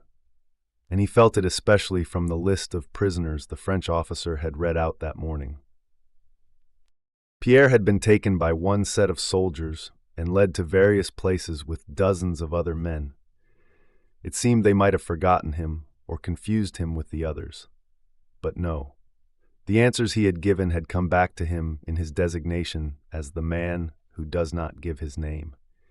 And under that terrible name, they were now leading him somewhere with unhesitating assurance that he and the other prisoners were exactly the ones they wanted. Pierre felt himself to be an insignificant chip fallen among the wheels of a machine he did not understand, but which was working well. He and the other prisoners were taken to the right side of the Virgin's field, to a large white house with an immense garden not far from the convent. This was Prince Sherbitov's house, where Pierre had often been in other days. He learned from the soldiers that it was now occupied by the Marshal, the Duke of Ekmol, also known as Davout. They were taken to the entrance and led into the house one by one. Pierre was the sixth to enter. He was conducted through a glass gallery, an anteroom, and a hall, all familiar to him, into a long, low study where an adjutant stood at the door. Davout, with spectacles on his nose, sat bent over a table at the far end of the room. Pierre went close to him, but Davout, consulting a paper, did not look up. Without raising his eyes, he said in a low voice, "Who are you?" Pierre was silent, incapable of uttering a word. To him, Davout was not just a French general, but a man notorious for his cruelty. Looking at his cold face as he sat like a stern schoolmaster prepared to wait for an answer, Pierre felt that every instant of delay might cost him his life. But he did not know what to say. He didn't dare repeat what he had said at his first examination, yet to disclose his rank was dangerous. So he was silent. Before he could decide what to do, Davout raised his head, pushed his spectacles back on his forehead, screwed up his eyes, and looked intently at him. "I know that man," he said in a cold, measured tone, calculated to frighten Pierre. The chill that had been running down Pierre's back now seized his head as in a vice. "You cannot know me, General. I have never seen you." "He is a Russian spy," Davout interrupted, addressing another general whom Pierre had not noticed. Davout turned away. With an unexpected reverberation in his voice, Pierre rapidly began, "No, Monseigneur," suddenly remembering that Davout was a duke. "No, Monseigneur, you cannot have known me. I am a militia officer and have not quitted Moscow." "Your name?" asked Davout. "Bezukov. What proof have I that you are not lying?" Monseigneur, exclaimed Pierre, not in an offended but in a pleading voice. Davout looked up and gazed intently at him. For some seconds they looked at one another, and that look saved Pierre. Apart from conditions of war and law, that look established human relations between the two men. At that moment, an immense number of things passed dimly through both their minds, and they realized that they were both children of humanity and were brothers. At the first glance, when Davout had only raised his head from his papers, Pierre was merely a circumstance, and Davout could have shot him without burdening his conscience. But now he saw in him a human being. He reflected for a moment. "How can you show me that you are telling the truth?" said Davout coldly. Pierre remembered Rambal, and named him and his regiment and the street where the house was. "You are not what you say," returned Davout. In a trembling, faltering voice, Pierre began giving proofs of the truth of his statements. But at that moment, an adjutant entered and reported something to Davout. Davout brightened up at the news and began buttoning his uniform. It seemed that he had completely forgotten Pierre. When the adjutant reminded him of the prisoner, he jerked his head in Pierre's direction with a frown and ordered him to be led away. But where they were to take him, Pierre did not know. Back to the coach house or to the place of execution his companions had pointed out to him. He turned his head and saw that the adjutant was putting another question to Davout. "Yes, of course," replied Davout, but what this yes meant, Pierre did not know. Pierre could not afterwards remember how he went, whether it was far or in which direction. His faculties were numb. He noticed nothing around him and went on moving his legs as the others did until they all stopped. The only thought in his mind was, who was it that had really sentenced him to death? Not the men on the commission that had first examined him. It was not Davout who had looked at him in so human a way. In another moment, Davout would have realized he was doing wrong, but just then the adjutant had come in. The adjutant, too, had evidently had no evil intent. Then who was executing him, killing him, depriving him of life? Him, Pierre, with all his memories, hopes, and thoughts. Who was doing this? And Pierre felt that it was no one. It was a system, a concurrence of circumstances. A system of some sort was killing him, depriving him of life, annihilating him. From Prince Sherbatov's house, the prisoners were led straight down the Virgin's Field to a kitchen garden where a post had been set up. Beyond that post, a fresh pit had been dug. Near the post and the pit, a large crowd stood in a semicircle. The crowd consisted of a few Russians and many of Napoleon's soldiers who were not on duty, Germans, Italians, and Frenchmen in various uniforms. To the right and left of the post stood rows of French troops in blue uniforms with red epaulets and high boots. The prisoners were placed in order according to the list, with Pierre as the sixth, and were led to the post. Several drums suddenly began to beat, and at that sound Pierre felt as if part of his soul had been torn away. He lost the power of thinking. He could only hear and see, and he had only one wish, that the frightful thing that had to happen should happen quickly. Pierre looked around at his fellow prisoners. The first two were convicts with shaven heads. One was tall and thin, the other dark, shaggy, and sinewy, with a flat nose. The third was a domestic serf, about 45, with grizzled hair and a plump body. The fourth was a peasant, a very handsome man with a broad, light brown beard and black eyes. The fifth was a factory hand, a thin, sallow-faced lad of 18 in a loose coat. Pierre heard the French consulting whether to shoot them separately or two at a time. "In couples," replied the officer in command calmly. There was a stir in the ranks of the soldiers, and it was evident they were all hurrying, not as men hurry to do something they understand, but as people hurry to finish a necessary but unpleasant and incomprehensible task. A French official wearing a scarf came up and read out the sentence in Russian and in French. Then two pairs of Frenchmen approached the two convicts who stood first. The convicts stopped when they reached the post, and while sacks were being brought, looked dumbly around as a wounded beast looks at an approaching huntsman. One crossed himself continually.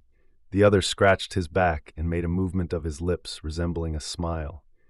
With hurried hands, the soldiers blindfolded them, drawing sacks over their heads, and bound them to the post. 12 sharpshooters with muskets stepped out of the ranks with a firm, regular tread and halted 8 paces from the post. Pierre turned away to avoid seeing what was going to happen. Suddenly a crackling, rolling noise was heard, which seemed to him louder than the most terrific thunder, and he looked round. There was some smoke, and the Frenchmen were doing something near the pit with pale faces and trembling hands. 2 more prisoners were led up. In the same way, these 2 glanced vainly at the onlookers, their eyes silently appealing for protection, evidently unable to understand what was going to happen. They could not believe it because they alone knew what their life meant to them. Again, Pierre did not wish to look and again turned away. But again the sound of a frightful explosion struck his ear. At the same moment, he saw smoke, blood, and the pale, scared faces of the Frenchmen who were again doing something by the post, their trembling hands impeding one another.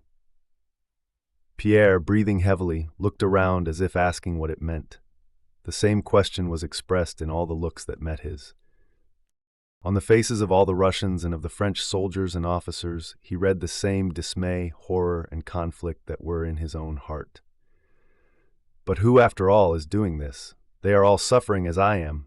Who then is it? Who? Flashed for an instant through his mind. Sharpshooters of the 86th, forward, shouted someone. The 5th prisoner, the one next to Pierre, was led away, alone. Pierre did not understand that he was saved, that he and the rest had been brought there only to witness the execution. With ever-growing horror, he gazed at what was taking place. The 5th man was the factory lad in the loose cloak. The moment they laid hands on him, he sprang aside in terror and clutched at Pierre. Pierre shuddered and shook himself free. The lad was unable to walk. They dragged him along, holding him up under the arms, and he screamed. When they got him to the post, he grew quiet, as if he suddenly understood something. Whether he understood that screaming was useless, or whether he thought it incredible that men should kill him, he took his stand at the post, waiting to be blindfolded, and like a wounded animal looked around him with glittering eyes. Pierre was no longer able to turn away. His curiosity and agitation, like that of the whole crowd, reached the highest pitch at this 5th murder. Like the others, this 5th man seemed calm. He wrapped his loose cloak closer and rubbed one bare foot with the other. When they began to blindfold him, he himself adjusted the knot, which hurt the back of his head. Then when they propped him against the blood-stained post, he leaned back, and not being comfortable, straightened himself and leaned back again more comfortably. Pierre did not take his eyes from him.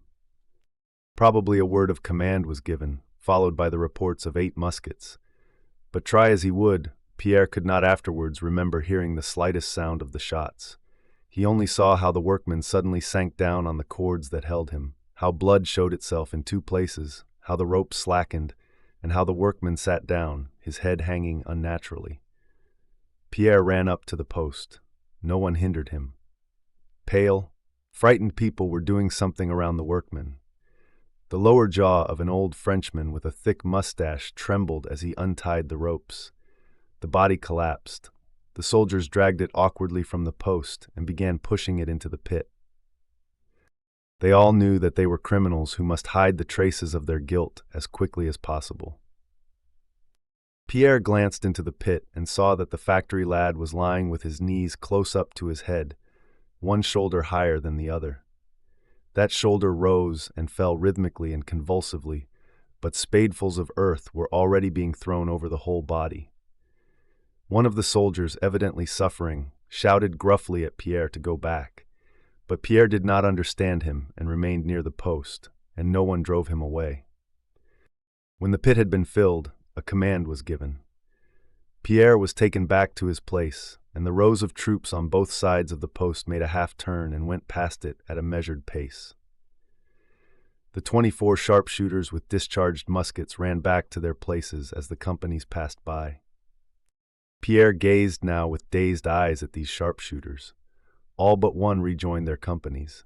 This one, a young soldier, his face deadly pale, his shako pushed back, still stood near the pit where he had fired. He swayed like a drunken man, taking steps forward and back to save himself from falling. An old non-commissioned officer ran out, and taking him by the elbow, dragged him to his company. The crowd of Russians and Frenchmen began to disperse. They all went away silently, with drooping heads. "That will teach them to start fires," said one of the Frenchmen. Pierre glanced at the speaker and saw that it was a soldier who was trying to find some relief after what had been done, but was not able to. Without finishing his sentence, he made a hopeless movement with his arm and went away. After the execution, Pierre was separated from the rest of the prisoners and placed alone in a small, ruined, and befouled church. Toward evening, a non-commissioned officer and 2 soldiers entered and told him that he had been pardoned and would now go to the barracks for prisoners of war. Without understanding, Pierre got up and went with the soldiers. They took him to the upper end of the field, where there were some sheds built of charred planks, and led him into one of them. In the darkness, some 20 different men surrounded Pierre. He looked at them without understanding who they were, why they were there, or what they wanted of him. He heard what they said, but the words had no meaning. He replied to their questions, but didn't consider who was listening or how they would understand him. He looked at their faces and figures, but they all seemed equally meaningless. From the moment Pierre had witnessed those terrible murders committed by men who did not wish to commit them, it was as if the mainspring of his life had suddenly been wrenched out, and everything had collapsed into a heap of meaningless rubbish. Though he did not admit it to himself, his faith in the right ordering of the universe, in humanity, in his own soul, and in God, had been destroyed. He had experienced this before, but never so strongly. When similar doubts had assailed him before, they had been the result of his own wrongdoing, and deep down he had felt that relief was to be found within himself. But now he felt that the universe had crumbled before his eyes, and only meaningless ruins remained, and this was not by any fault of his own. He felt that it was not in his power to regain faith in the meaning of life. Around him in the darkness, men were standing, evidently interested in him. They were telling him something, asking him something. Then they led him away, and at last he found himself in a corner of the shed among men who were laughing and talking on all sides. "Well then, mates, that very prince who," some voice at the other end of the shed was saying, with a strong emphasis on the word who. Sitting silent and motionless on a heap of straw against the wall, Pierre sometimes opened and sometimes closed his eyes. But as soon as he closed them, he saw before him the dreadful face of the factory lad, especially dreadful because of its simplicity, and the faces of the murderers, even more dreadful because of their disquiet. And he opened his eyes again and stared vacantly into the darkness around him. Beside him in a stooping position sat a small man. Pierre first became aware of him by a strong smell of perspiration that came from him every time he moved. This man was doing something to his legs in the darkness. Though Pierre could not see his face, he felt that the man continually glanced at him. On growing used to the darkness, Pierre saw that the man was taking off his leg bands, and the way he did it aroused his interest. Having unwound the string that tied the band on one leg, he carefully coiled it up and immediately set to work on the other, glancing up at Pierre. While one hand hung up the first string, the other was already unwinding the band on the second leg. In this way, with deft, uninterrupted motions, the man removed the leg bands and hung them up on some pegs above his head. Then he took out a knife, cut something, closed the knife, placed it under the head of his bed, and, seating himself comfortably, clasped his arms around his lifted knees and fixed his eyes on Pierre. Pierre was conscious of something pleasant, comforting, and well-rounded in these deft movements, in the man's well-ordered corner, and even in his very smell. He looked at the man without taking his eyes from him. "You've seen a lot of trouble, sir, eh?" the little man suddenly said. There was so much kindliness and simplicity in his sing-song voice that Pierre tried to reply, but his jaw trembled and he felt tears rising to his eyes. The little fellow, giving Pierre no time to betray his confusion, instantly continued in the same pleasant tones. "Hey, lad, don't fret," he said, in the tender, caressing voice old Russian peasant women use. "Don't fret, friend. Suffer an hour, live for an age. That's how it is, my dear fellow. and here we live, thank heaven, without offense. Among these folk, too, there are good men as well as bad, said he, and still speaking, he turned on his knees with a supple movement, got up, coughed, and went off to another part of the shed. "Eh, you rascal," Pierre heard the same kind voice saying at the other end of the shed. "So you've come, you rascal? She remembers. Now, that'll do." And the soldier, pushing away a little dog that was jumping up at him, returned to his place and sat down. In his hands he had something wrapped in a rag. "Here, eat a bit, sir," he said, resuming his former respectful tone as he unwrapped and offered Pierre some baked potatoes. "We had soup for dinner, and the potatoes are grand."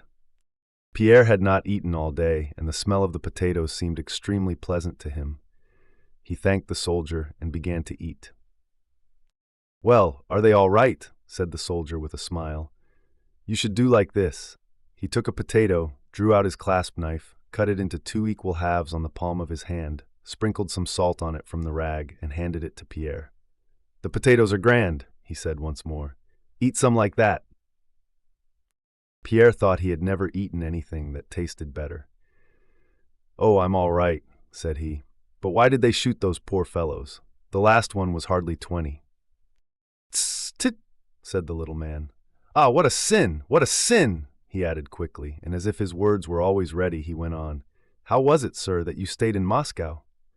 "I didn't think they would come so soon. I stayed accidentally," replied Pierre. "And how did they arrest you, dear lad? At your house?" "No, I went to look at the fire, and they arrested me there, and tried me as an incendiary."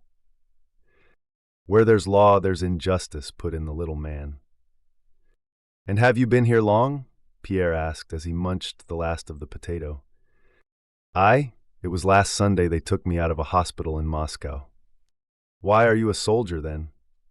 "Yes, we are soldiers of the Apsheron regiment. I was dying of fever. We weren't told anything. There were some 20 of us lying there. We had no idea, never guessed at all." "And do you feel sad here?" Pierre inquired. "How can one help it, lad? My name is Platon, and the surname is Karatayev," he added, wishing to make it easier for Pierre to address him. "They call me Little Falcon in the regiment. How is one to help feeling sad? Moscow, she's the mother of cities. How can one see all this and not feel sad? But the maggot gnaws the cabbage, yet dies first. That's what the old folks used to tell us," he added rapidly. What did you say?" asked Pierre. "Who? I?" said Karatayev. "I say things happen not as we plan, but as God judges," he replied, thinking he was repeating what he had said before. "Well, and you, have you a family estate, sir? And a house? So you have abundance then? And a housewife? And your old parents, are they still living?" he asked. And though it was too dark for Pierre to see, he felt that a suppressed smile of kindliness puckered the soldier's lips. He seemed grieved that Pierre had no parents, especially no mother. "A wife for counsel, a mother-in-law for welcome, but there's none as dear as one's own mother," said he. "Well, and have you little ones?" he went on asking. Again, Pierre's negative answer seemed to distress him, and he hastened to add, "Never mind, you're young folks yet, and please God may still have some. The great thing is to live in harmony." "But it's all the same now," Pierre could not help saying. "Ah, my dear fellow," rejoined Karatayev, "never decline a prison or a beggar's sack." He seated himself more comfortably, evidently preparing to tell a long story. "Well, my dear fellow, I was still living at home," he began. "We had a well-to-do homestead, plenty of land. We peasants lived well. When father and we went out mowing, there were 7 of us. We were real peasants, it so happened." And Platon Karatayev told a long story of how he had gone into someone's woods to take wood, how he had been caught, flogged, and sent to serve as a soldier. "Well, lad," and a smile changed the tone of his voice, "we thought it was a misfortune, but it turned out a blessing. If it had not been for my sin, my brother would have had to go as a soldier. But he, my younger brother, had 5 little ones, while I, you see, only left a wife behind. We had a little girl, but God took her before I went as a soldier. I come home on leave, and I'll tell you how it was. I look and see that they are living better than before. The yard full of cattle, the women at home, 2 brothers away earning wages, and only Michael the youngest at home. 'Father,' he says, 'all my children are the same to me. It hurts the same whichever finger gets bitten. But if Platon hadn't been shaved for a soldier, Michael would have had to go. He called us all to him and, will you believe it, placed us in front of the icons. Michael, he says, come here and bow down to his feet. And you, young woman, you bow down too. And you, grandchildren, also bow down before him. Do you understand, he says? That's how it is, dear fellow. Fate looks for a head. But we are always judging. That's not well. That's not right. Our luck is like water in a dragnet. You pull at it and it bulges, but when you've drawn it out, it's empty.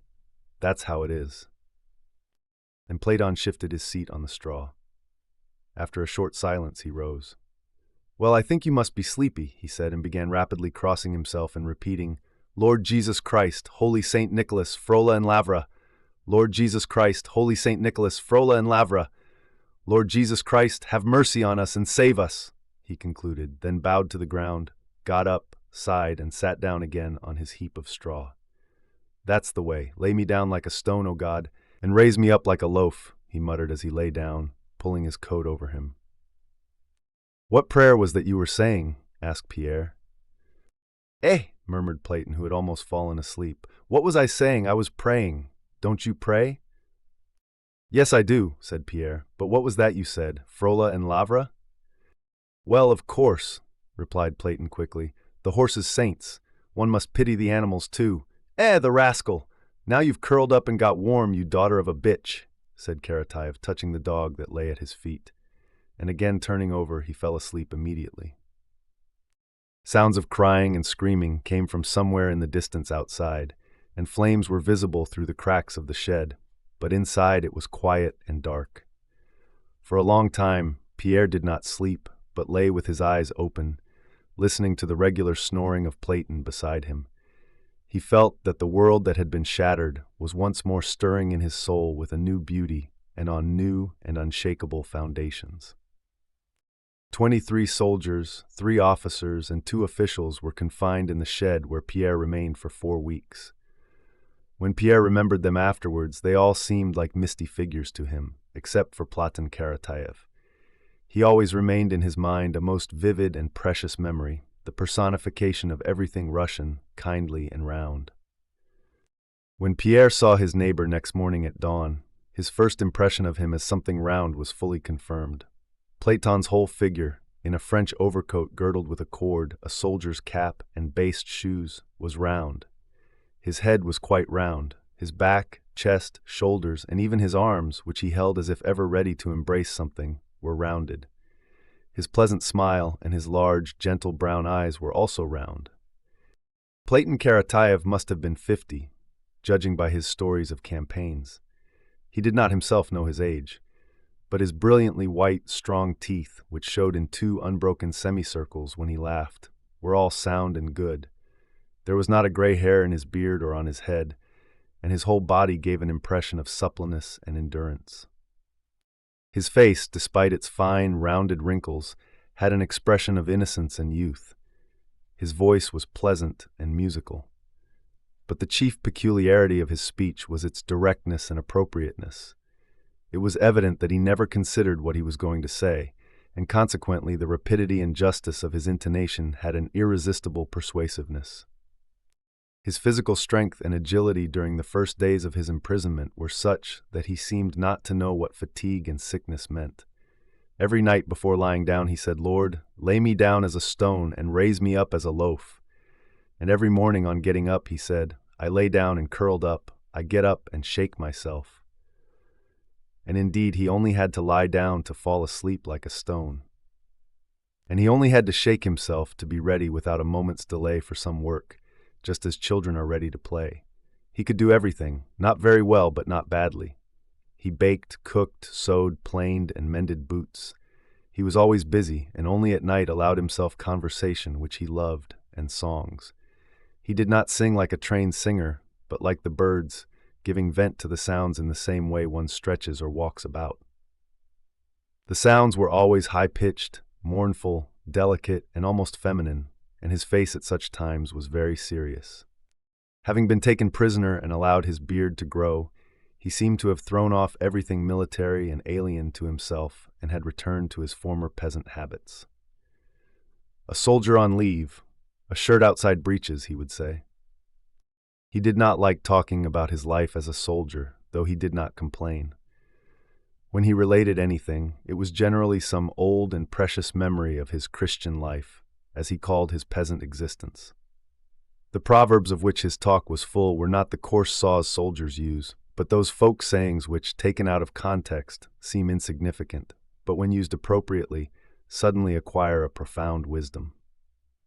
He would often say the exact opposite of what he had said before, yet both would be right.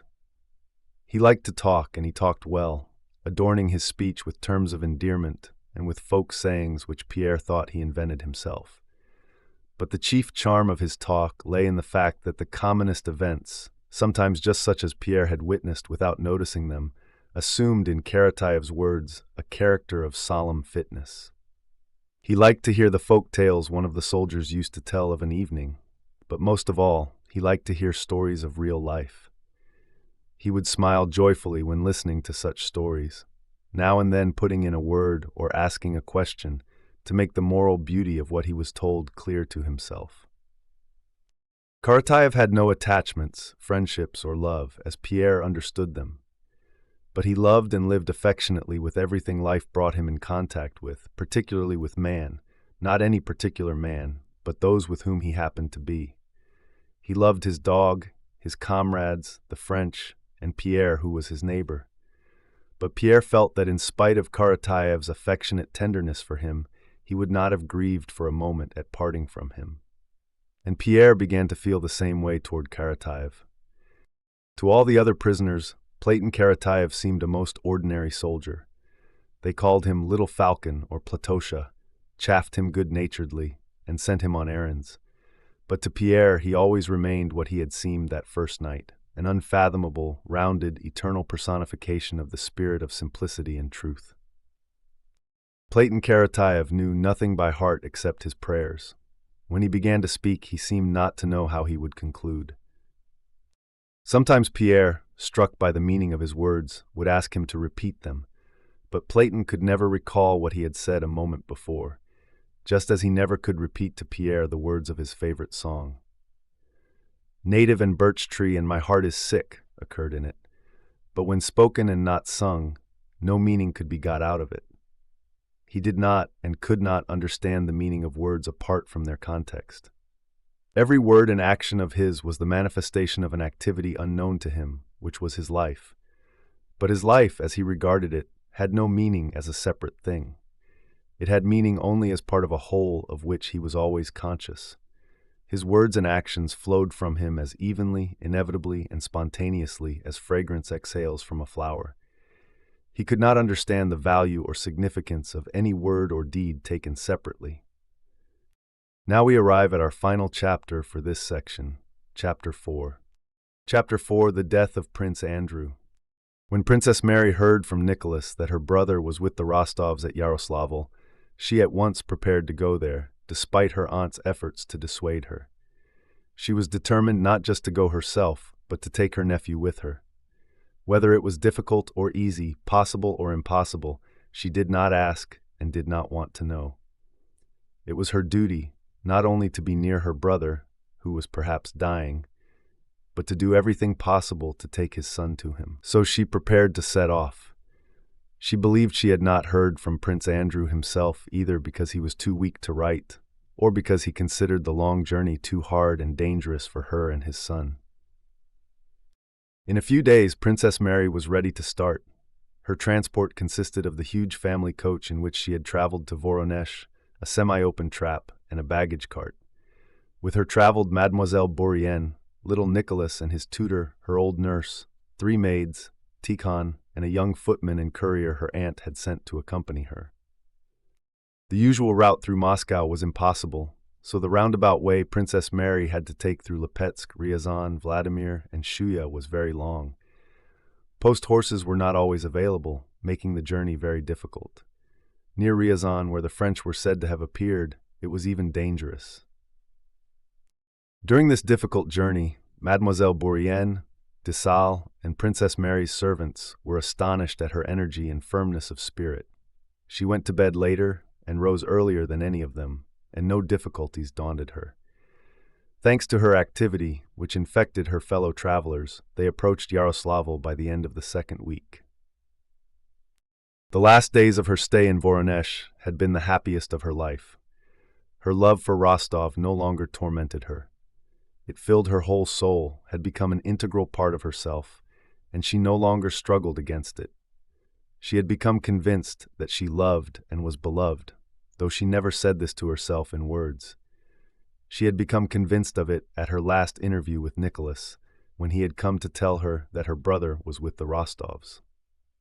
Not by a single word had Nicholas alluded to the fact that Prince Andrew's relations with Natasha might be renewed if he recovered, but Princess Mary saw by his face that he knew and thought of this. Yet, his relation to her, considerate, delicate, and loving, not only remained unchanged, but it sometimes seemed to her that he was even glad that the family connection between them allowed him to express his friendship more freely. She knew that she loved for the first and only time in her life and felt that she was beloved and was happy. But this happiness on one side of her spiritual nature did not prevent her feeling grief for her brother with full force. On the contrary, that spiritual tranquility made it more possible for her to give full play to her feeling for him. That feeling was so strong at the moment of leaving Voronezh that those who saw her off, looking at her careworn, despairing face, felt sure she would fall ill on the journey. But the very difficulties of the journey, which she took on so actively, saved her for a while from her grief and gave her strength. As always happens when traveling, Princess Mary thought only of the journey itself, forgetting its object. But as she approached Yaroslavl, the thought of what might await her there that very evening again presented itself, and her agitation increased to its utmost limit. The courier who had been sent ahead to find out where the Rostovs were staying and what condition Prince Andrew was in, met the coach just as it was entering the town gates. He was appalled by the terrible pallor of the princess's face that looked out at him from the window. "I have found out everything, Your Excellency. The Rostovs are staying at the merchant Bronikov's house in the square not far from here, right above the Volga," said the courier. Princess Mary looked at him with frightened inquiry, not understanding why he did not reply to what she most wanted to know. How was her brother? Mademoiselle Bourienne put the question for her. "How is the prince?" she asked. "His Excellency is staying in the same house with them." "Then he is alive," thought Princess Mary, and asked in a low voice, "How is he?" "The servants say he is still the same." What "still the same" might mean, Princess Mary did not ask. With an unnoticed glance at little 7-year-old Nicholas, who was looking with pleasure at the town, she bowed her head and did not raise it again until the heavy coach came to a stop. The carriage steps clattered as they were let down. The carriage door was opened. On the left was a great river, and on the right, a porch. There were people at the entrance, servants, and a rosy girl with a large plait of black hair, smiling in what seemed to Princess Mary an unpleasantly affected way. This was Sonia. Princess Mary ran up the steps. This way," said the girl, with the same artificial smile. The princess found herself in the hall facing an elderly woman of Oriental type, who came rapidly to meet her with a look of emotion. This was the Countess. She embraced Princess Mary and kissed her. "My child," she muttered, "I love you and have known you a long time." Despite her excitement, Princess Mary realized that this was the Countess and that it was necessary to say something. Hardly knowing how she did it, she managed to utter a few polite phrases in French and asked, "How is he?" "The doctor says that he is not in danger," said the Countess. But as she spoke, she raised her eyes with a sigh, and her gesture contradicted her words. "Where is he? Can I see him, can I?" asked the princess. "One moment, princess, one moment, my dear. Is this his son?" said the Countess, turning to little Nicholas, who was coming in with Dessalles. "There will be room for everybody. This is a big house. Oh, what a lovely boy." The Countess took Princess Mary into the drawing room, where Sonia was talking to Mademoiselle Bourienne. The Countess caressed the boy, and the old Count came in and welcomed the princess. He had changed very much since she had last seen him. Then he had been a brisk, cheerful, self-assured old man. Now he seemed a pitiful, bewildered person. While talking to Princess Mary, he continually looked around as if asking everyone whether he was doing the right thing. After the destruction of Moscow and his property, he seemed to have lost his sense of significance and to feel there was no longer a place for him in life. In spite of her one desire to see her brother as soon as possible, and her vexation that they should be trying to entertain her and admire her nephew, the princess noticed all that was going on and felt the necessity of submitting, for a time, to this new order of things. She knew it was necessary, and though it was hard for her, she was not vexed with these people. "This is my niece," said the count, introducing Sonia. "You don't know her, princess?" Princess Mary turned to Sonia, and trying to stifle the hostile feeling that arose in her toward the girl, she kissed her. But she felt oppressed by the fact that the mood of everyone around her was so far from what was in her own heart. "Where is he?" she asked again, addressing them all. "He is downstairs. Natasha is with him," answered Sonia, flushing. "We have sent to ask. I think you must be tired, princess." Tears of vexation showed themselves in Princess Mary's eyes. She turned away and was about to ask the countess again how to go to him, when light, impetuous steps were heard at the door. The princess looked round and saw Natasha coming in, almost running, that Natasha whom she had liked so little at their meeting in Moscow long ago. But hardly had the princess looked at Natasha's face before she realized that here was a real comrade in her grief, and consequently a friend. She ran to meet her, embraced her, and began to cry on her shoulder. As soon as Natasha, sitting at the head of Prince Andrew's bed, heard of Princess Mary's arrival, she softly left his room and hastened to her. There was only one expression on her agitated face when she ran into the drawing room, that of love, boundless love for him, for her, and for all that was near to the man she loved, and of pity, suffering for others, and a passionate desire to give herself entirely to helping them. It was plain that at that moment there was in Natasha's heart no thought of herself or of her own relations with Prince Andrew. Princess Mary, with her acute sensibility, understood all this at the first glance at Natasha's face, and wept on her shoulder with sorrowful pleasure. Come to him, Mary," said Natasha, leading her into the other room. Princess Mary raised her head, dried her eyes, and turned to Natasha. She felt that from her she would be able to understand and learn everything. "How?" She began her question, but stopped short. She felt that it was impossible to ask or to answer in words. Natasha's face and eyes would have to tell her all more clearly. Natasha was gazing at her, but seemed afraid and in doubt whether to say all she knew. She seemed to feel that before those luminous eyes which penetrated into the very depths of her heart, it was impossible not to tell the whole truth which she saw. And suddenly, Natasha's lips twitched, ugly wrinkles gathered round her mouth, and covering her face with her hands, she burst into sobs. Princess Mary understood, but she still hoped and asked, in words she herself did not trust, "But how is his wound? What is his general condition?" You will see," was all Natasha could say. They sat a little while downstairs near his room until they had left off crying and were able to go to him with calm faces. "How has his whole illness gone? Is it long since he grew worse?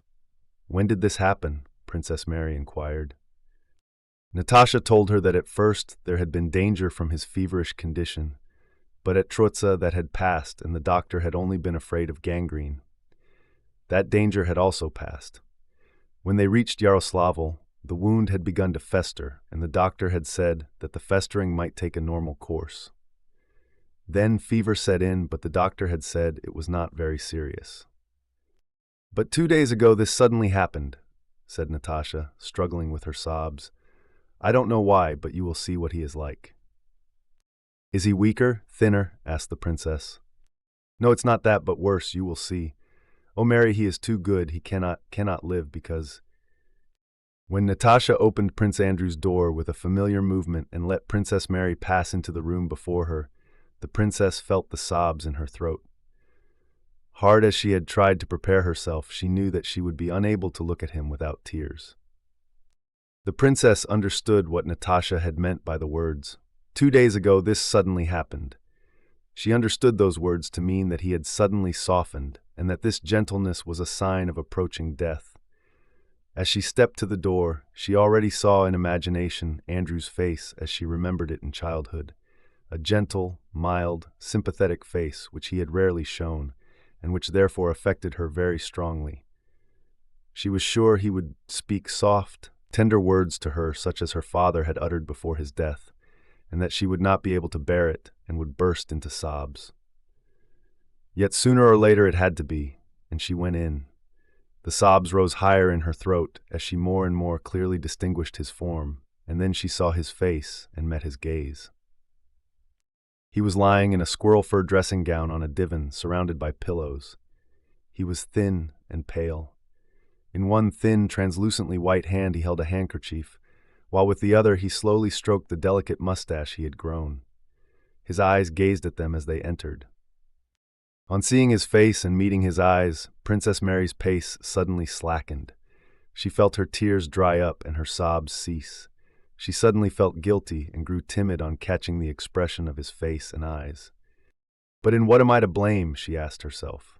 And his cold, stern look replied, "Because you are alive and thinking of the living, while I—" In the deep gaze that seemed to look not outwards but inwards, there was an almost hostile expression as he slowly regarded his sister and Natasha. He kissed his sister, holding her hand in his, as was their custom. "How are you, Mary? How did you manage to get here?" he said in a voice as calm and aloof as his look. Had he screamed in agony, that scream would not have struck such horror into Princess Mary's heart as the tone of his voice. "And have you brought little Nicholas?" he asked in the same slow, quiet manner, and with an obvious effort to remember. "How are you now?" said Princess Mary, herself surprised at what she was saying. "That, my dear, you must ask the doctor," he replied, and again making an evident effort to be affectionate, he said with his lips only, "Thank you for coming, my dear." Princess Mary pressed his hand. The pressure made him wince just perceptibly. He was silent, and she did not know what to say. She now understood what had happened to him 2 days before.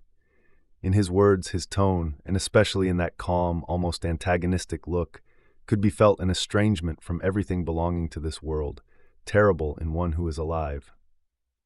Evidently, only with an effort did he understand anything living. But it was obvious that he failed to understand, not because he lacked the power to do so, but because he understood something else, something the living did not and could not understand, and which wholly occupied his mind. "There, you see how strangely fate has brought us together," he said, breaking the silence and pointing to Natasha. "She looks after me all the time." Princess Mary heard him and did not understand how he could say such a thing. He, the sensitive, tender Prince Andrew, how could he say that, before her whom he loved and who loved him? Had he expected to live, he could not have said those words in that offensively cold tone. If he had not known that he was dying, how could he have failed to pity her? The only explanation was that he was indifferent, because something else, much more important, had been revealed to him. The conversation was cold and disconnected. "Mary came by way of Ryazan," said Natasha. Prince Andrew did not notice that she called his sister Mary. "Really?" he asked. "They told her that all Moscow has been burned down and that—" Natasha stopped. It was impossible to talk. It was plain that he was making an effort to listen, but could not. "Yes, they say it's burned," he said. "It's a great pity." And he gazed straight before him, absently stroking his mustache.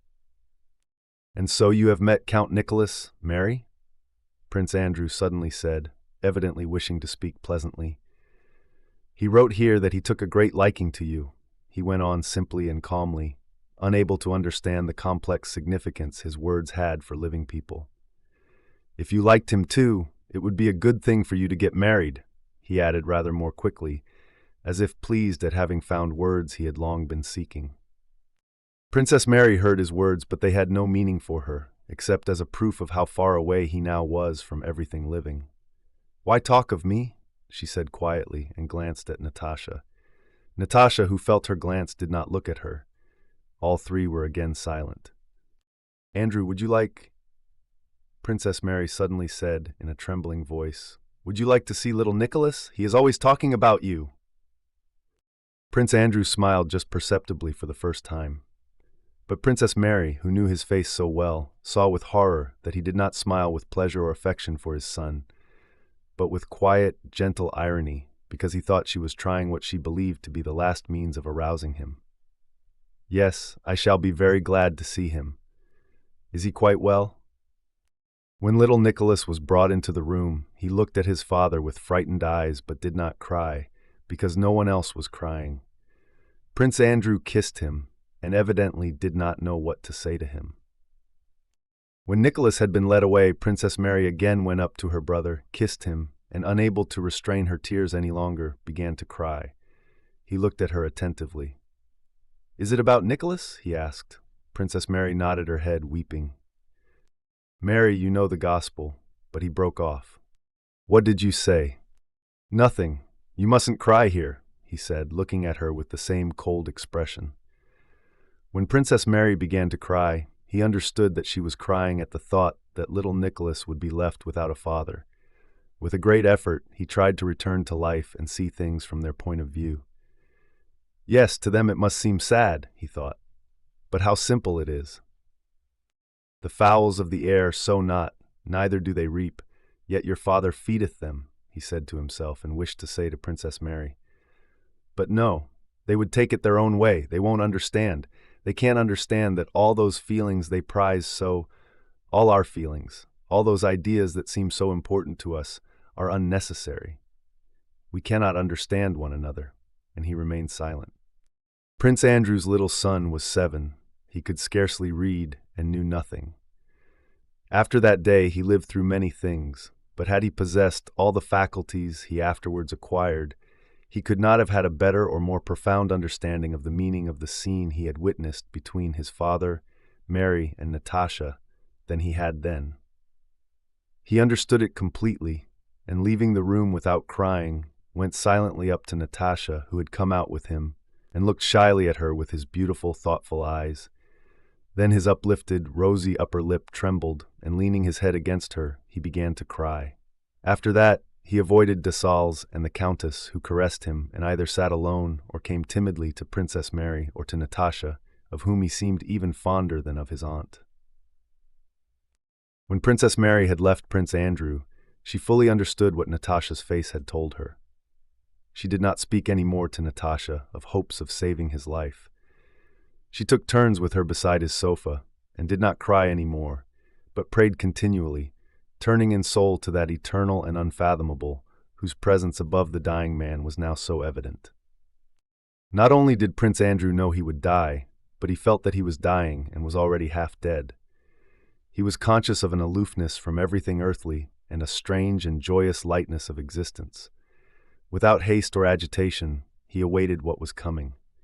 That inexorable, eternal, distant, and unknown, the presence of which he had felt continually all his life, was now near to him, and by the strange lightness he experienced, almost comprehensible. Formerly, he had feared the end. He had twice experienced that terribly tormenting fear of death, but now he no longer understood that fear. He had felt it for the first time when the shell spun like a top before him, and he looked at the fallow field, the bushes, and the sky, and knew that he was face to face with death. When he came to himself after being wounded and the flower of eternal, unfettered love had instantly unfolded itself in his soul, he no longer feared death and ceased to think about it. During the hours of solitude, suffering, and partial delirium he spent after he was wounded, the more deeply he penetrated into the new principle of eternal love, the more he unconsciously detached himself from earthly life. To love everything and everybody and always to sacrifice oneself for love meant not to love anyone, not to live this earthly life. And the more imbued he became with that principle of love, the more he renounced life, and the more completely he destroyed that dreadful barrier which stands between life and death. When during those first days he remembered that he would have to die, he said to himself, "Well, what of it? So much the better." But after the night in Mitishchi, when, half delirious, he had seen her for whom he longed appear before him and had pressed her hand to his lips, Love for a particular woman again crept unobserved into his heart and once more bound him to life. And joyful and agitating thoughts began to occupy his mind. Recalling the moment at the ambulance station when he had seen Kuragin, he could not now regain the feeling he then had, but was tormented by the question of whether Kuragin was alive, and he dared not inquire. His illness pursued its normal physical course, but what Natasha referred to when she said, "This suddenly happened," had occurred 2 days before Princess Mary arrived. It was the last spiritual struggle between life and death, in which death gained the victory. It was the unexpected realization that he still valued life in the form of his love for Natasha, and a last, though ultimately vanquished, attack of terror before the unknown. It was evening. As usual after dinner he was slightly feverish, and his thoughts were preternaturally clear. Sonia was sitting by the table. He began to doze. Suddenly a feeling of happiness seized him. "Ah, she has come," he thought. And so it was. In Sonia's place sat Natasha, who had just come in noiselessly. Since she had begun looking after him, he had always experienced this physical consciousness of her nearness. She was sitting in an armchair, screening the light of the candle from him, and was knitting a stocking. She had learned to knit since Prince Andrew had casually mentioned that no one nursed the sick so well as old nurses who knit stockings, and that there is something soothing in knitting. The needles clicked lightly in her slender, rapidly moving hands, and he could clearly see the thoughtful profile of her drooping face. She moved, and the ball rolled off her knees. She started, glanced around at him, and screening the candle with her hand stooped carefully, picked up the ball, and regained her former position. He looked at her without moving, and saw that she wanted to draw a deep breath after stooping, but refrained from doing so and breathed cautiously. At the Troitsa monastery, they had spoken of the past, and he had told her that if he lived, he would always thank God for his wound which had brought them together again. But after that, they never spoke of the future. Can it or can it not be? He now thought, as he looked at her and listened to the light click of the steel needles. Can fate have brought me to her so strangely only for me to die? Is it possible that the truth of life has been revealed to me only to show me that I have spent my life in falsity? I love her more than anything in the world, but what am I to do if I love her? He thought, and he involuntarily groaned. On hearing that sound, Natasha put down the stocking, leaned nearer to him, and suddenly, noticing his shining eyes, stepped lightly up to him and bent over him. "You are not asleep?" "No, I have been looking at you a long time. I felt you come in. No one else gives me that sense of soft tranquility that you do, that light. I want to weep for joy." Natasha drew closer to him. Her face shone with rapturous joy. "Natasha, I love you too much, more than anything in the world." "And I," she turned away for an instant. "Why too much?" she asked. "Why too much? Well, what do you feel in your soul? Shall I live? What do you think?" "I am sure of it, sure," Natasha almost shouted, taking hold of both his hands with a passionate movement. He remained silent a while. How good it would be! And taking her hand, he kissed it. Natasha felt happy and agitated, but at once remembered that this would not do and that he had to be quiet. "But you have not slept," she said, repressing her joy. "Try to sleep, please." He pressed her hand and released it, and she went back to the candle and sat down again. Twice she turned and looked at him, and her eyes met his beaming at her. She set herself a task on her stocking and resolved not to turn round until it was finished.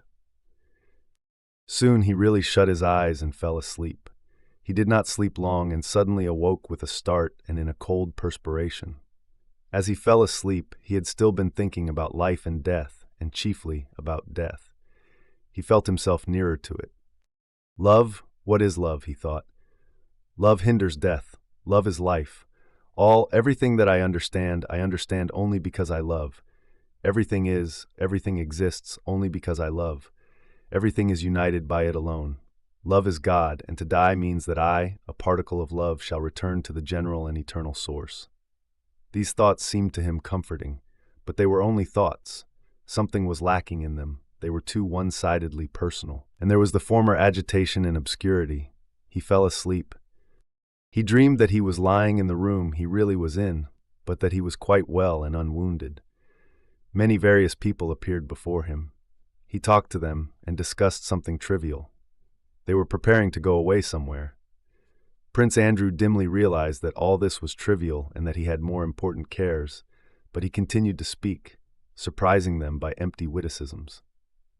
Gradually, all these persons began to disappear, and a single question, that of the closed door, superseded all else. He rose and went to the door to bolt and lock it. Everything depended on whether he was in time to lock it. He went and tried to hurry, but his legs refused to move, and he knew he would not be in time. He was seized by an agonizing fear, and that fear was the fear of death. It stood behind the door. But just when he was clumsily creeping toward the door, that dreadful something on the other side was already pressing against it and forcing its way in. Something not human, death, was breaking in through that door and had to be kept out. He seized the door, making a final effort to hold it back. To lock it was no longer possible, but his efforts were weak and clumsy, and the door, pushed from behind by that terror, opened and closed again. Once again, it pushed from outside. His last superhuman efforts were vain, and both halves of the door noiselessly opened. It entered, and it was death, and Prince Andrew died. But at the instant he died, Prince Andrew remembered that he was asleep, and at the very instant he died, having made an effort, he awoke. Yes, it was death. I died, and woke up. Yes, death is an awakening. And all at once it grew light in his soul, and the veil that had till then concealed the unknown was lifted from his spiritual vision. He felt as if powers till then confined within him had been liberated, and that strange lightness did not again leave him. When waking in a cold perspiration, he moved on the divan. Natasha went up and asked him what was the matter. He did not answer and looked at her strangely, not understanding. That was what had happened to him 2 days before Princess Mary's arrival. From that day, as the doctor expressed it, the wasting fever assumed a malignant character. But what the doctor said did not interest Natasha. She saw the terrible moral symptoms which to her were more convincing.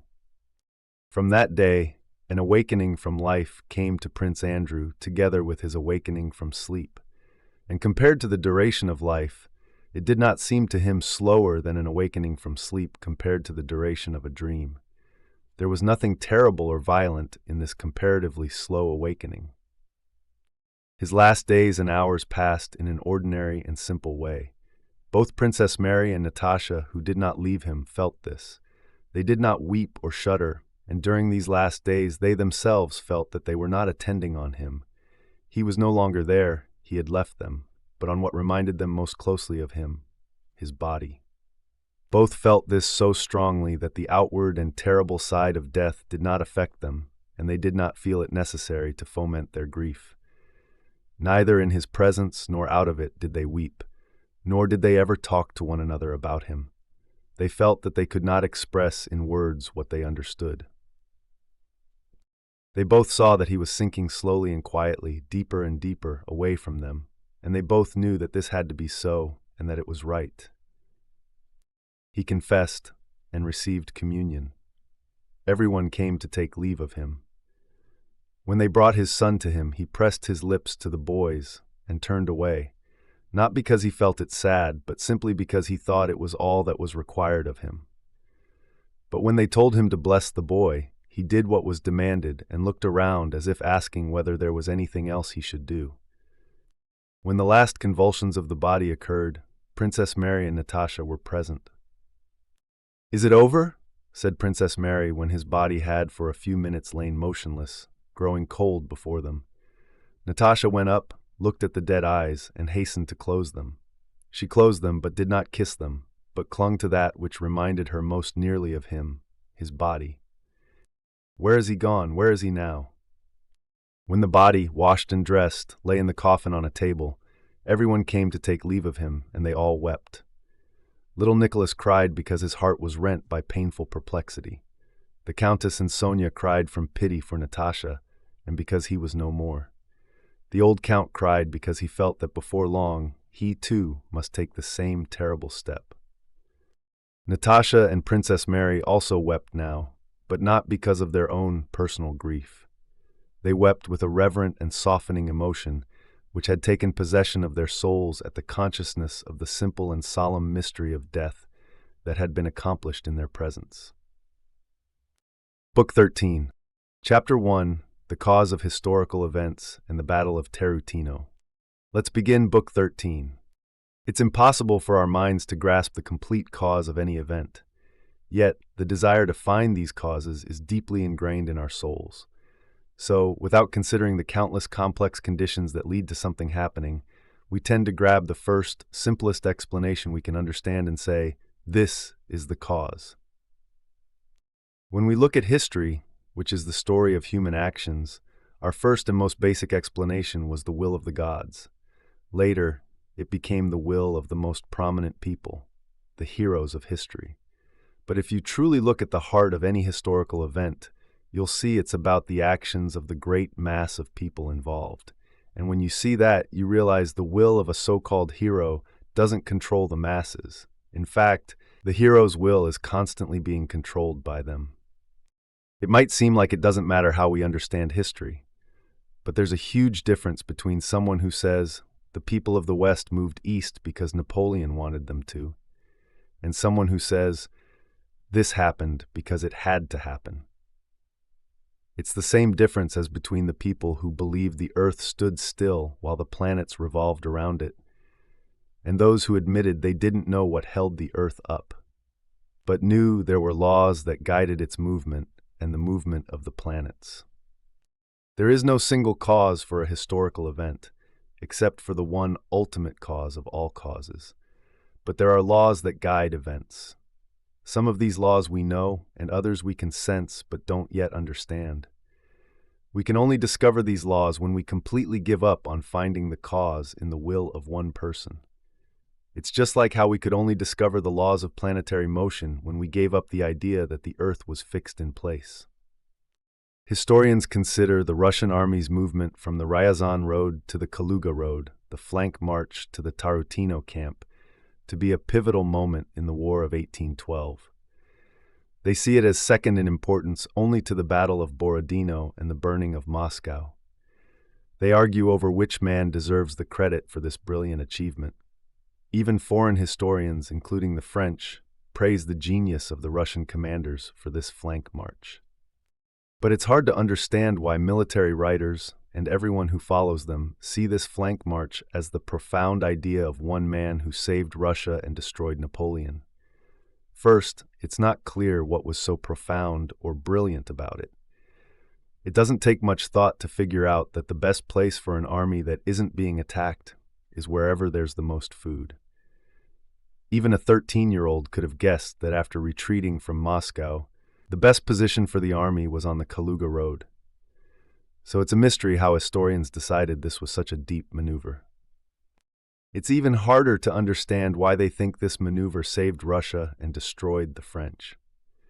If other things had been different, this flank march could have been disastrous for the Russians and a great help to the French. The position of the Russian army did start to improve after that march, but that doesn't mean the march itself was the cause. The flank march could have easily led to the army's destruction. What if Moscow hadn't burned down? What if Murat hadn't lost track of the Russians? What if Napoleon hadn't sat inactive in Moscow? What if the Russian army had fought a battle at Krasnaya Pakra, as some of the generals advised? What if the French had attacked the Russians while they were on the move? What if Napoleon had attacked them near Tarutino with even a fraction of the energy he'd shown at Smolensk? What if the French had marched on Petersburg? In any of those scenarios, the flank march that is now hailed as their salvation could have been their ruin.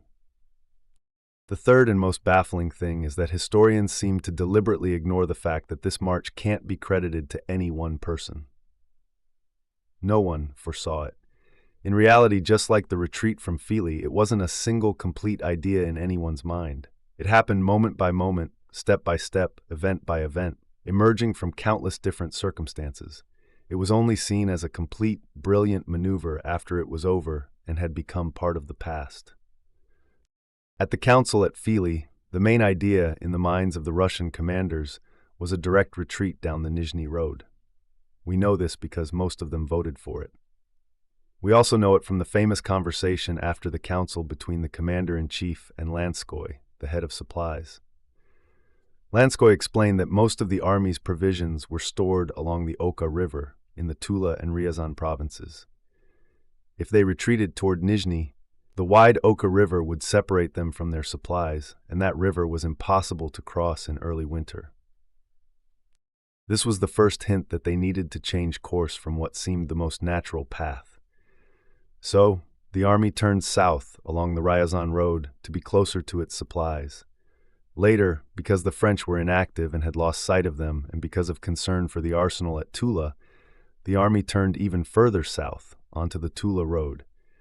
After a forced march, they intended to stay at Podolsk and weren't thinking about the Tarutino position at all.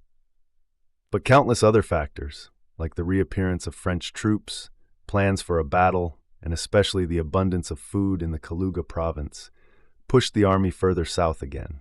They moved from the Tula road to the Kaluga road and ended up at Tarutino, a place conveniently located between their supply routes. Just as it's impossible to say exactly when the decision was made to abandon Moscow, it's impossible to say when, or by whom, the decision was made to move to Tarutino.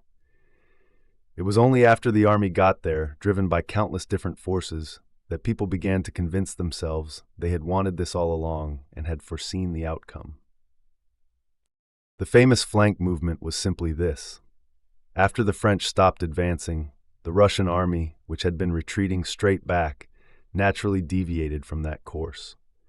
Since they weren't being pursued, they were drawn toward the area where supplies were plentiful. If you imagine that army without any brilliant leaders, it would have done the exact same thing. It would have made a looping movement back toward Moscow, following the curve of the land where the country was richest and provisions were most abundant. This movement from the Nizhny road to the Ryazan, Tula, and Kaluga roads was so natural that even the army's deserters and scavengers moved in that direction. In fact, demands were sent from Petersburg for Kutuzov to take his army that way. When he got to Tarutino, Kutuzov received a letter from the emperor that was almost a reprimand for moving along the Ryazan road. The emperor's letter pointed him toward the very position he had already taken near Kaluga. The Russian army was like a ball that had been set in motion by the entire campaign and the Battle of Borodino. When the force of that push was spent and no new push came, the ball simply settled into the most natural position for it. Kutuzov's real merit was not in some brilliant strategic maneuver. It was in the fact that he alone understood the significance of what was happening. He alone understood the meaning of the French army's inactivity. He alone kept insisting that the Battle of Borodino had been a victory.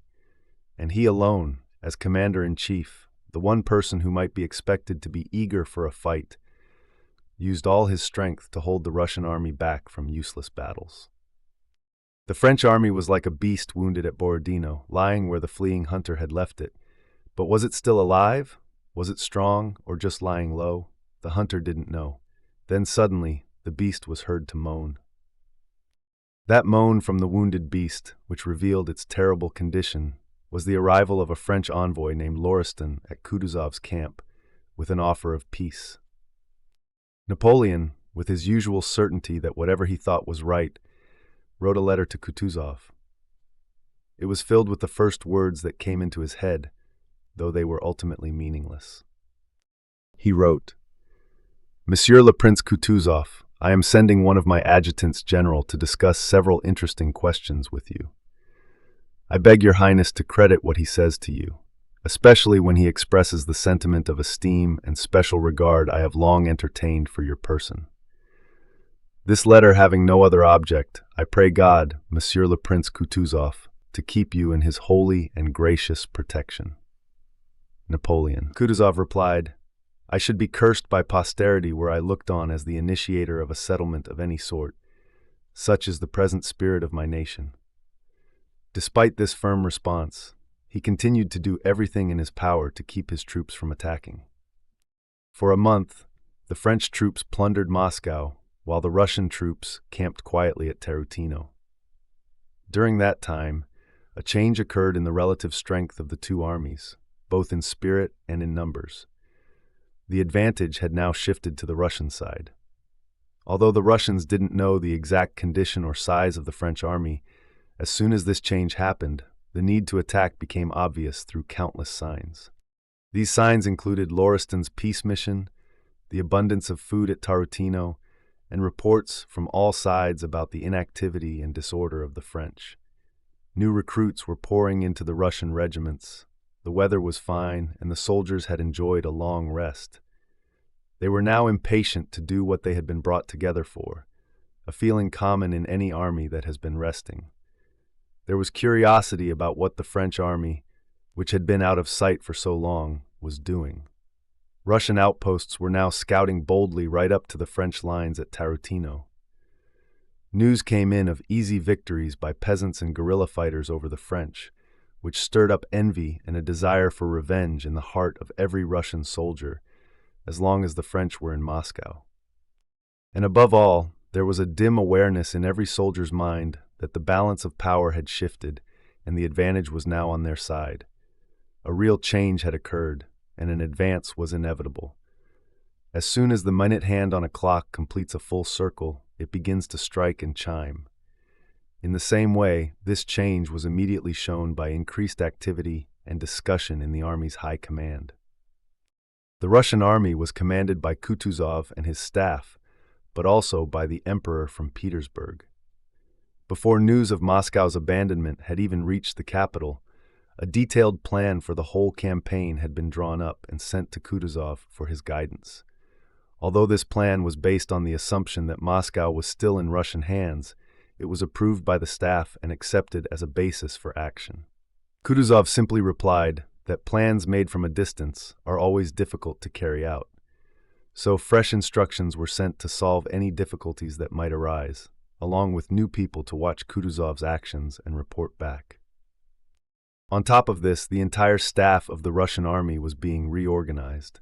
The positions left empty by Bagration, who had been killed, and Barclay, who had left in a huff, had to be filled. Serious thought was given to whether it was better to put General A in General B's place and B in D's place, or the other way around, as if anything more than the general's personal satisfaction depended on it. Because of the hostility between Kutuzov and his chief of staff, Bennigsen, along with the presence of the emperor's personal representatives and all these transfers, the political maneuvering among the staff was more complicated than ever. General A was undermining General B, D was undermining C, and so on in every possible combination. The subject of all this scheming was usually the conduct of the war, which all these men believed they were directing. But the war itself went on independently of them, as it had to. It never went the way people planned, but always flowed from the real mood and condition of the masses of soldiers. Only in the highest circles did all these schemes and conflicts seem like a true reflection of what was actually happening. On the 2nd of October, the emperor wrote a letter that reached Kutuzov after the battle at Tarutino. It said, "Prince Michael Illarionovich, since September 2nd, Moscow has been in the hands of the enemy. Your last reports were written on the 20th, and during all this time not only has no action been taken against the enemy or for the relief of the ancient capital, but according to your last report, you have even retreated farther. Serpukhov is already occupied by an enemy detachment, and Tula, with its famous arsenal so indispensable to the army, is in danger. From General Wintzingerode's reports, I see that an enemy corps of 10,000 men is moving on the Petersburg road. Another corps of several thousand men is moving on Dmitrov.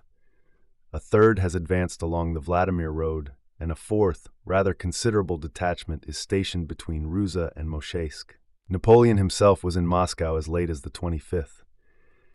In view of all this information, when the enemy has scattered his forces in large detachments, and with Napoleon and his guards in Moscow, is it possible that the enemy's forces confronting you are so considerable as not to allow of your taking the offensive?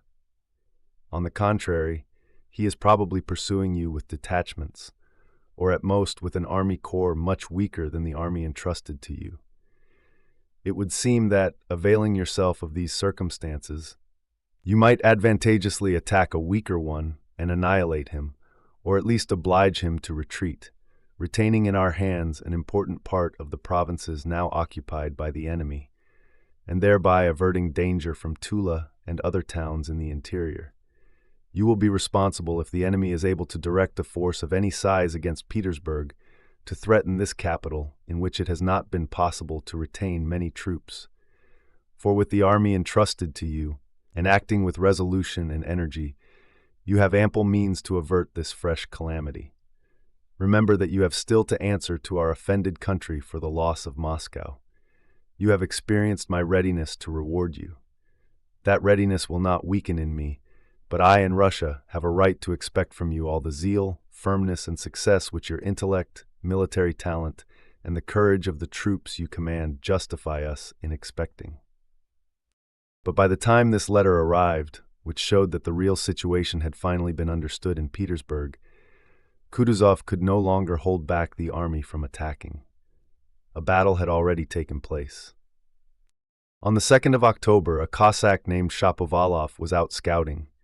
He killed one hare and wounded another. While chasing the wounded hare, he went deep into the forest and stumbled upon the left flank of Murat's army, which was camped there with no precautions at all. The Cossack laughingly told his friends how he had almost been captured by the French.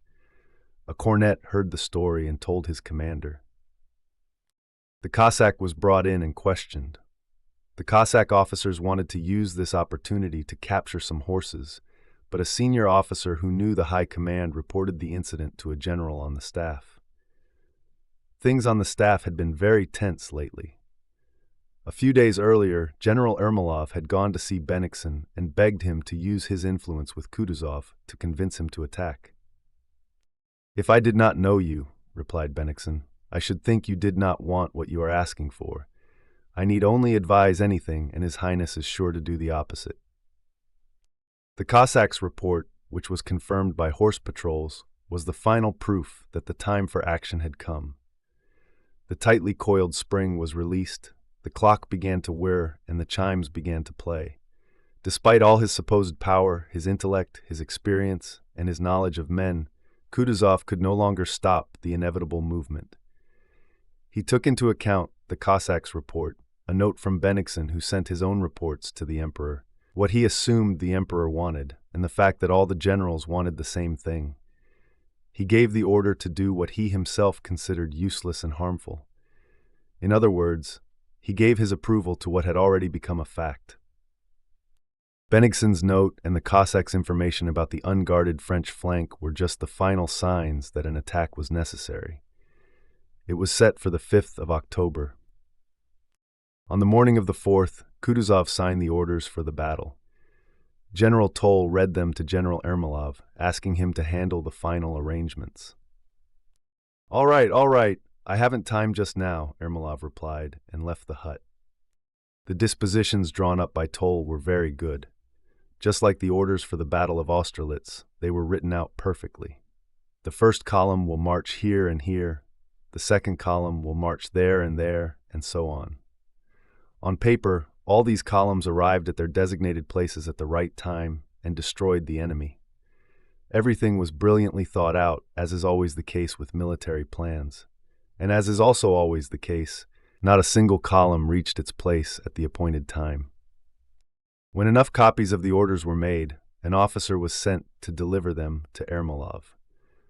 A young officer of the Horse Guards, one of Kutuzov's orderlies, was pleased with the important mission and went to Ermolov's quarters. "Gone away," said Ermolov's orderly. The officer of the Horse Guards went to another general, with whom Ermolov was often seen.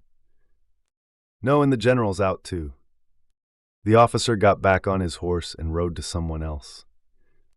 "No, he's gone out. If only they don't make me responsible for this delay. What a nuisance it is," the officer thought, and he rode around the entire camp. One person said he had seen Ermolov ride past with some other generals. Others said he must have gone home. The officer searched until 6 o'clock in the evening without even stopping to eat. Ermolov was nowhere to be found, and no one knew where he was. The officer grabbed a quick bite to eat at a friend's and rode again to the vanguard to find General Miloradovich. Miloradovich was also away, but he was told that he had gone to a ball at General Kikin's, and that Ermolov was probably there too. "But where is it?" "Why, there, over at Echkino," a Cossack officer said, pointing to a country house in the distance.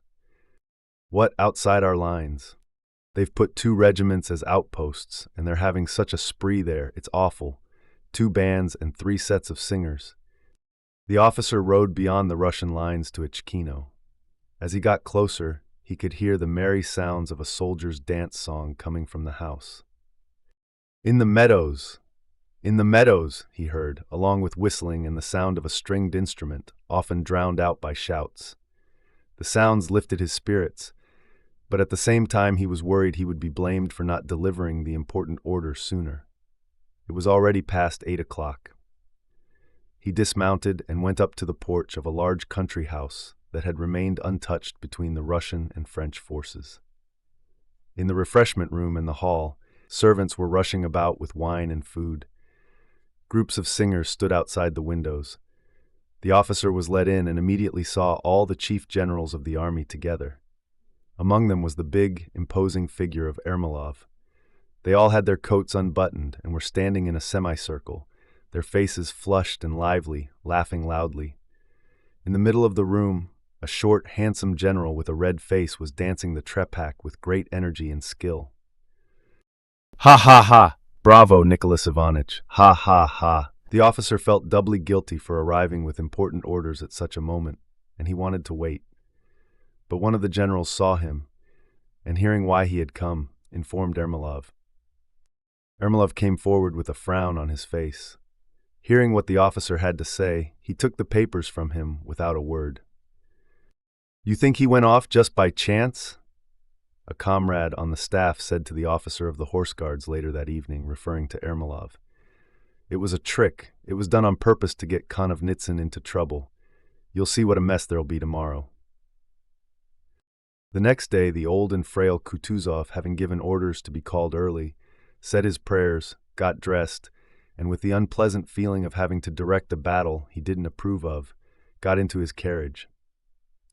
He drove from Letashovka, a village about 3.5 miles from Tarutino, to the place where the attacking columns were supposed to meet. He sat in his carriage, dozing and waking up, listening for any sound of firing on the right that would signal the start of the action. But everything was still quiet. A damp, dull autumn morning was just breaking. As he approached Tarutino, Kutuzov saw cavalrymen leading their horses to water across the very road he was driving on. He looked at them closely, stopped his carriage, and asked which regiment they belonged to. They were part of a column that should have been far ahead in ambush long before then. It may be a mistake, the old commander-in-chief thought, but a little further on, he saw infantry regiments with their guns piled up, the soldiers only half-dressed, eating their porridge and carrying firewood. He sent for an officer. The officer reported that no order to advance had been received. "How? Not wreck?" Kutuzov began, but he stopped himself and sent for a senior officer. Getting out of his carriage, he waited with his head bowed and breathing heavily, pacing silently up and down. When Aikin, the staff officer he had summoned, appeared, Kutuzov's face turned purple. It wasn't because the officer was to blame, but because he was a convenient target for his anger. Trembling and panting, the old man fell into a rage, the kind where he would sometimes roll on the ground. He lunged at Aikin, threatening him with his hands, shouting and cursing him with foul language. Another man, Captain Brozin, who just happened to be there and was not at all at fault, suffered the same fate. "What sort of another blackguard are you? I'll have you shot, scoundrels!" yelled Kutuzov in a hoarse voice, waving his arms and staggering. He was in physical pain. He, the commander-in-chief, a serene highness who everyone said had more power than any man in Russia, was being made a laughingstock in front of the whole army. "I needn't have been in such a hurry to pray about today, or have kept awake thinking everything over all night," he thought to himself. "When I was a young officer, no one would have dared to mock me so. And now—" He was suffering as if from a physical punishment, and he couldn't help but express it with cries of anger and distress. But his strength soon failed him. Looking around, aware that he had said too much, he got back into his carriage and drove back in silence. His anger, once spent, did not return. Blinking feebly, he listened to excuses and justifications. Ermolov didn't come to see him until the next day. He also listened to the insistence of Bennigsen, Konovnitsin, and Toll that the failed movement should be carried out the next day. And once again, Kutuzov had to agree. The next day, the troops gathered in their assigned places in the evening and marched through the night. It was an autumn night with dark purple clouds, but no rain. The ground was damp but not muddy, and the troops moved silently, with only the occasional faint jingle of artillery. The men were forbidden to talk loudly, smoke their pipes, or strike a light, and they tried to keep their horses from neighing. The secrecy of the mission added to its appeal, and they marched in good spirits. Some columns, thinking they had reached their destination, halted, piled their weapons, and settled down on the cold ground. But most of them marched all night and ended up in places where they clearly shouldn't have been. Only Count Orlov Denisov and his Cossacks, the least important detachment of all, reached their appointed place at the right time. This detachment stopped at the edge of a forest, on a path leading from the village of Stromilova to Dmitrovsk. Toward dawn, Count Orlov Denisov, who had been dozing, was woken up. A deserter from the French army had been brought to him. He was a Polish sergeant from Poniatowski's corps. He explained in Polish that he had deserted because he felt slighted in the service. He said he should have been made an officer long ago, that he was braver than any of them, and so he had left to get his revenge. He told them that Murat, the French cavalry commander, was spending the night less than a mile away. He said that if they gave him 100 men, he would capture him alive. Count Orlov Denisov consulted his fellow officers. The offer was too tempting to refuse. Everyone volunteered to go and advised making the attempt. After much debate, Major General Grekov and 2 Cossack regiments decided to go with the Polish sergeant. "Now, remember," said Count Orlov Denisov to the sergeant as they parted, "if you have been lying, I'll have you hanged like a dog, but if it's true, you shall have 100 gold pieces." Without replying, the sergeant, looking resolute, mounted his horse and rode off with Grekov's men, who had assembled quickly. They vanished into the forest. Count Orlov Denisov, having seen them off, returned, shivering in the early dawn air and excited by the risk he had taken. He began to watch the enemy camp, which was just becoming visible in the dim light of dawn and the dying campfires. The Russian columns should have been appearing on an open slope to his right. He looked in that direction, but although the columns would have been visible from far away, they were nowhere to be seen. It seemed to the Count that things were starting to stir in the French camp, and his sharp-eyed adjutant confirmed it. "Oh, it is really too late," said Count Orlov, looking at the camp. As often happens when someone we trusted is no longer there, it suddenly seemed perfectly clear to him that the sergeant was a liar. He was sure he had made it all up, and that the whole Russian attack would be ruined by the absence of those 2 regiments, which the sergeant was leading off to who knows where. How could anyone capture a commander-in-chief from among such a large force of troops? "I am sure that rascal was lying," said the Count. "They can still be called back," said one of his staff, who, like the Count, felt uneasy about the venture as he looked at the enemy camp.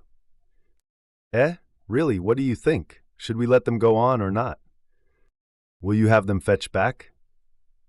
Fetch them back," said Count Orlov with sudden decision, looking at his watch. "It will be too late. It is quite light." And the adjutant galloped through the forest after Grekov. When Grekov returned, Count Orlov Denisov was excited by the abandoned attempt, by the long wait for the infantry columns that still hadn't appeared, and by the closeness of the enemy. He resolved to advance. All his men felt the same excitement. "Mount!" he commanded in a whisper. The men got into their saddles and crossed themselves. "Forward with God's aid!" "Hurrah!" echoed through the forest. The Cossack companies, trailing their lances, dashed forward one after another as if poured from a sack, crossing the brook and charging gaily toward the camp. A single, desperate, frightened yell from the first French soldier who saw the Cossacks was all it took.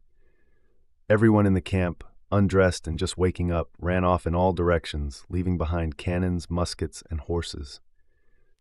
If the Cossacks had pursued the French without paying attention to what was behind and around them, they would have captured Murat and everything else. That's what the officers wanted. But it was impossible to get the Cossacks to move once they had found booty and prisoners. None of them listened to orders. They took 1,500 prisoners and 38 guns on the spot, along with standards, and most importantly to the Cossacks, horses, saddles, horse cloths, and other similar items. All this had to be dealt with. The prisoners and guns had to be secured, and the booty had to be divided, which involved some shouting and even a bit of fighting among themselves. This is what the Cossacks busied themselves with. The French, no longer pursued, began to recover. They formed into groups and started firing. Orlov Denisov, still waiting for the other columns to arrive, did not advance any further.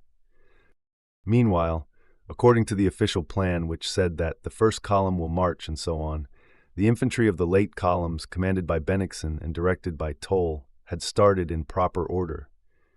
And as always happens, they had ended up somewhere, but not where they were supposed to be. As always happens, the men who started cheerfully began to halt. Murmurs were heard, a sense of confusion spread, and finally they started moving backward.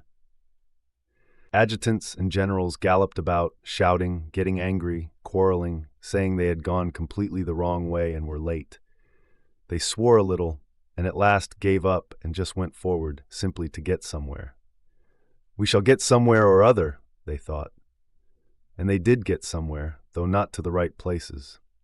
A few even made it to their correct destination, but they were too late to be useful and only arrived in time to be shot at. Toll, who in this battle played the same role as Weyerother at Austerlitz, galloped tirelessly from place to place, finding everything in disarray everywhere. He stumbled upon Bagovut's corps in a wood when it was already broad daylight, even though the corps should have joined Orlov Denisov long before. Excited and annoyed by the failure, and assuming someone must be to blame, Toll galloped up to the corps commander and began to scold him severely, saying he ought to be shot. General Bagovut, a calm and experienced old soldier, was also upset by all the delay and confusion. To everyone's surprise, he completely lost his temper and said some disagreeable things to Toll. "I prefer not to take lessons from anyone, but I can die with my men as well as anybody," he said, and advanced with a single division. Coming out into a field under enemy fire, this brave general went straight ahead, leading his men into the line of fire. In his agitated state, he didn't consider whether going into action now, with only one division, would be of any use. Danger, cannonballs, and bullets were exactly what he needed in his angry mood.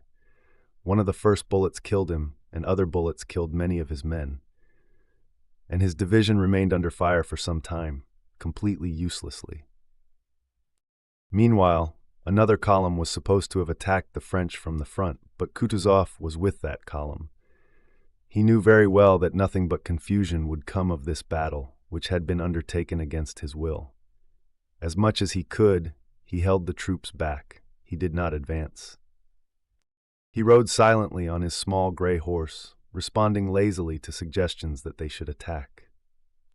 The word attack is always on your tongue, but you don't see that we are unable to execute complicated maneuvers, he said to Miloradovich, who had asked for permission to advance. We couldn't take Murat prisoner this morning or get to the place in time, and nothing can be done now, he replied to someone else. When Kutuzov was told that 2 battalions of Poles were now at the French rear, where Cossack reports had previously said there was nobody, he gave a sidelong glance at Ermolov. Ermolov was behind him, and Kutuzov had not spoken to him since the previous day.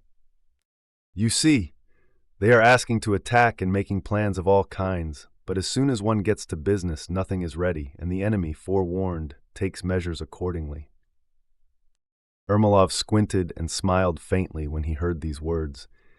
He understood that the storm had passed for him, and that Kutuzov would be satisfied with that small jab.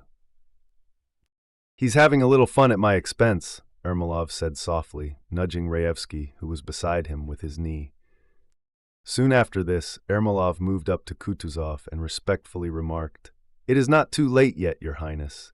The enemy has not gone away. If you were to order an attack, If not, the guards will not so much as see a little smoke." Kutuzov did not reply. But when it was reported to him that Murat's troops were retreating, he ordered an advance, though he halted every 100 paces for 3/4 of an hour. The entire battle consisted of what Orlov Denisov's Cossacks had done. The rest of the army merely lost several hundred men for no reason. As a result of this battle, Kutuzov received a diamond decoration, and Bennigsen received some diamonds and 100,000 rubles. Others also received pleasant rewards according to their rank. And after the battle, fresh changes were made in the staff. "That's how everything is done with us, all topsy-turvy," said the Russian officers and generals after the Battle of Tarutino. They were implying that some fool was doing things all wrong, but that they themselves would have done better. This is just how people talk today. But people who talk like that either don't know what they are talking about or are deliberately deceiving themselves. No battle, not Tarutino, not Borodino, not Austerlitz, ever happens the way its planners expected. That is an essential condition of war. A countless number of free forces influence the course of a battle, because nowhere is a person freer than in a fight, where life and death are at stake. The course of that fight can never be known in advance and never follows the direction of any single force.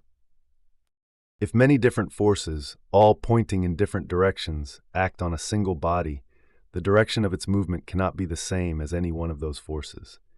It will always be an average of them all.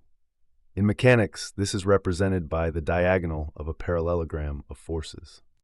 If we find in the descriptions of historians, especially French ones, that their wars and battles were carried out according to pre-made plans, the only conclusion we can draw is that those descriptions are false. The Battle of Tarutino clearly did not achieve the goal Toll had in mind, which was to lead the troops into action in the prescribed order.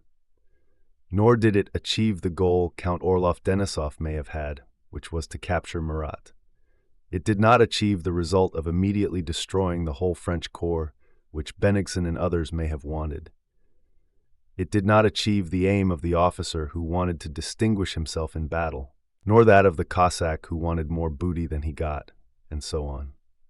But if the aim of the battle was what actually happened, and what all Russians at that time desired, to drive the French out of Russia and destroy their army, then it is perfectly clear that the Battle of Tarutino, precisely because of its chaos and confusion, was exactly what was needed at that stage of the campaign.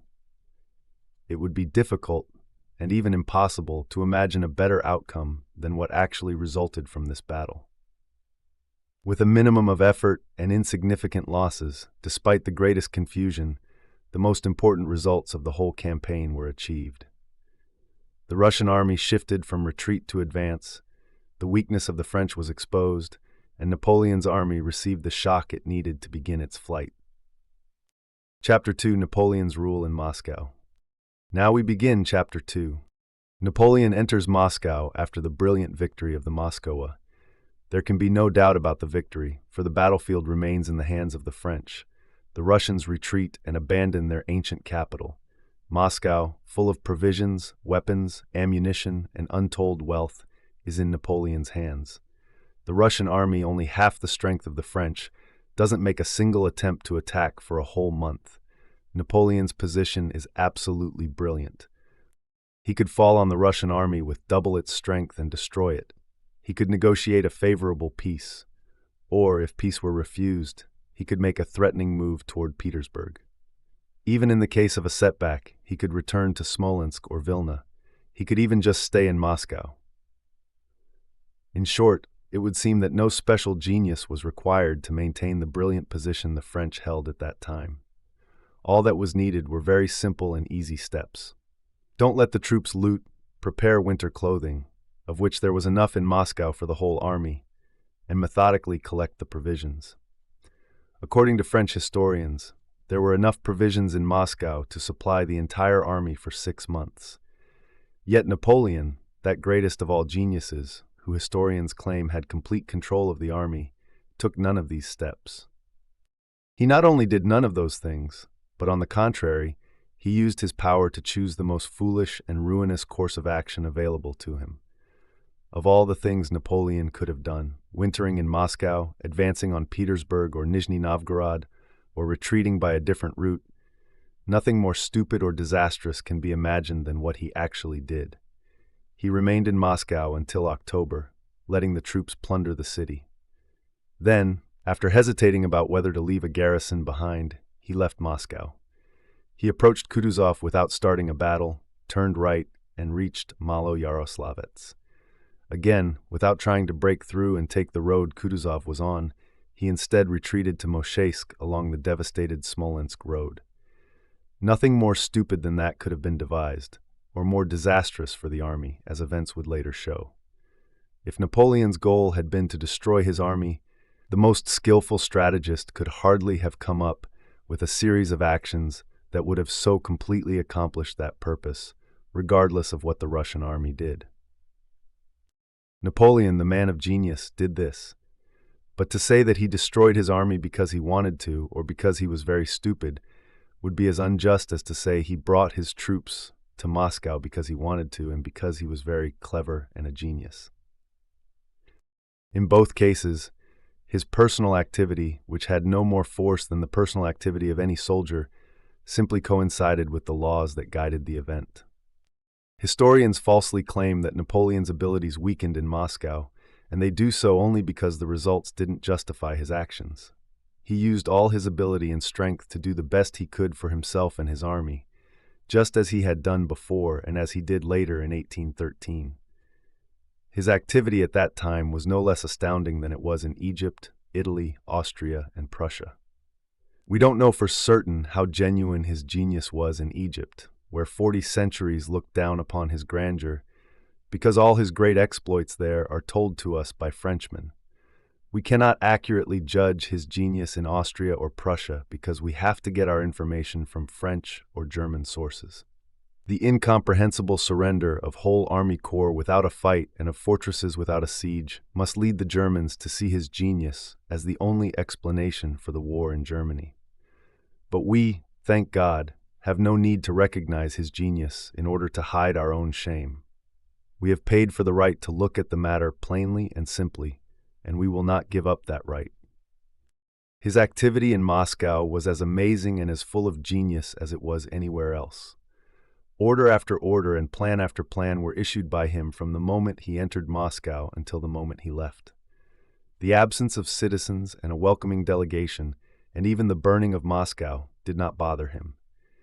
He did not lose sight of the welfare of his army, the actions of the enemy, the welfare of the people of Russia, the direction of affairs in Paris, or the diplomatic considerations for the terms of an anticipated peace.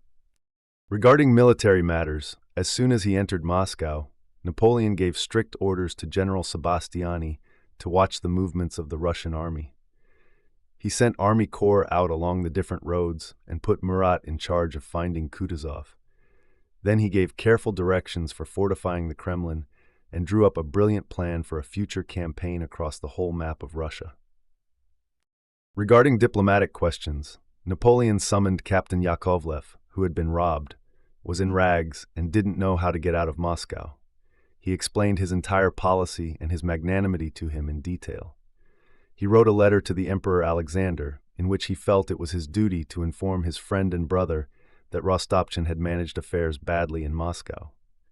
Then he sent Yakovlev to Petersburg. He similarly explained his views and magnanimity to an old man named Tutolmin, and sent him to Petersburg as well, to negotiate. Regarding legal matters, immediately after the fires, he ordered the arsonists to be found and executed, and the scoundrel Rostopchin was punished with an order to burn down his houses. Regarding administrative matters, Moscow was granted a constitution. A municipality was established, and the following announcement was issued. Inhabitants of Moscow, your misfortunes are cruel, but His Majesty the Emperor and King desires to arrest their course. Terrible examples have taught you how he punishes disobedience and crime. Strict measures have been taken to put an end to disorder and to re-establish public security. A paternal administration, chosen from among yourselves, will form your municipality or city government. It will take care of you, of your needs, and of your welfare. Its members will be distinguished by a red ribbon worn across the shoulder, and the mayor of the city will wear a white belt as well. But when not on duty, they will only wear a red ribbon round the left arm. The city police is established on its former footing, and better order already prevails in consequence of its activity. The government has appointed 2 commissaries general, or chiefs of police, and 20 commissaries or captains of wards have been appointed to the different wards of the city. You will recognize them by the white ribbon they will wear on the left arm. Several churches of different denominations are open, and divine service is performed in them unhindered. Your fellow citizens are returning every day to their homes, and orders have been given that they should find in them the help and protection due to their misfortunes. These are the measures the government has adopted to re-establish order and relieve your condition.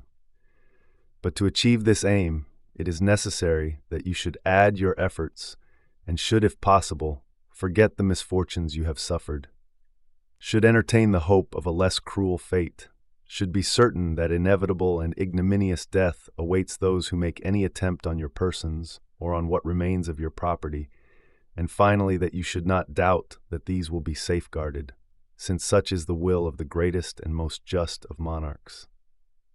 Soldiers and citizens of whatever nation you may be, re-establish public confidence, the source of the welfare of a state. Live like brothers, render mutual aid and protection one to another, unite to defeat the intentions of the evil-minded, obey the military and civil authorities, and your tears will soon cease to flow. Regarding supplies for the army, Napoleon decreed that all troops should enter Moscow in rotation to loot, or à la maraude, to obtain provisions for themselves, so that the army's future would be provided for. Regarding religion, Napoleon ordered the priests to be brought back and services to be performed again in the churches. Regarding commerce and provisioning the army, the following was posted everywhere.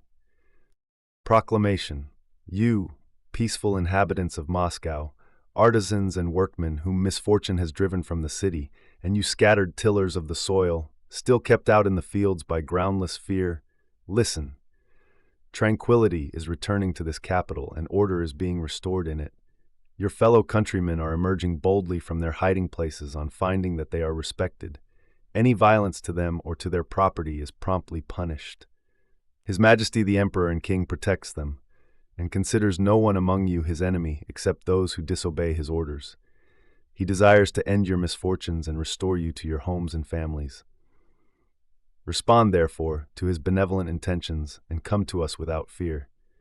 Inhabitants, return with confidence to your abodes. You will soon find means of satisfying your needs. Craftsmen and industrious artisans, return to your work, your houses, your shops, where the protection of guards awaits you. You shall receive proper pay for your work. And lastly, you too, peasants, come from the forests where you are hiding in terror. Return to your huts without fear, in full assurance that you will find protection. Markets are established in the city where peasants can bring their surplus supplies and the products of the soil. The government has taken the following steps to ensure freedom of sale for them. First, from today, peasants and those living in the neighborhood of Moscow may without any danger bring their supplies of all kinds to 2 appointed markets. Second, such supplies will be bought from them at such prices as seller and buyer may agree on, and if a seller is unable to obtain a fair price, he will be free to take his goods back to his village, and no one may hinder him. Third, Sunday and Wednesday of each week are appointed as the chief market days, and to that end a sufficient number of troops will be stationed along the high roads on Tuesdays and Saturdays to protect the carts. Fourth, similar measures will be taken that peasants with their carts and horses may meet with no hindrance on their return journey. Fifth, steps will immediately be taken to re-establish ordinary trading. Inhabitants of the city and villages, and you, working men and artisans, to whatever nation you belong, you are called on to carry out the paternal intentions of His Majesty the Emperor and King, and to cooperate with him for the public welfare. Lay your respect and confidence at his feet, and do not delay to unite with us. With the object of raising the spirits of the troops and of the people, reviews were constantly held and rewards distributed. The emperor rode through the streets to comfort the inhabitants, and despite his preoccupation with state affairs, himself visited the theaters that were established by his order. In regard to philanthropy, the greatest virtue of crowned heads, Napoleon also did all in his power. He caused the words Maison de ma mère, my mother's house, to be inscribed on the charitable institutions, thereby combining tender filial affection with the majestic benevolence of a monarch. He visited the foundling hospital, and allowing the orphans saved by him to kiss his white hands, graciously conversed with Tutolmin. Then, as the historian Thiers eloquently recounts, he ordered his soldiers to be paid in forged Russian money which he had prepared. Raising the use of these means by an act worthy of himself and of the French army, he let relief be distributed to those who had been burned out.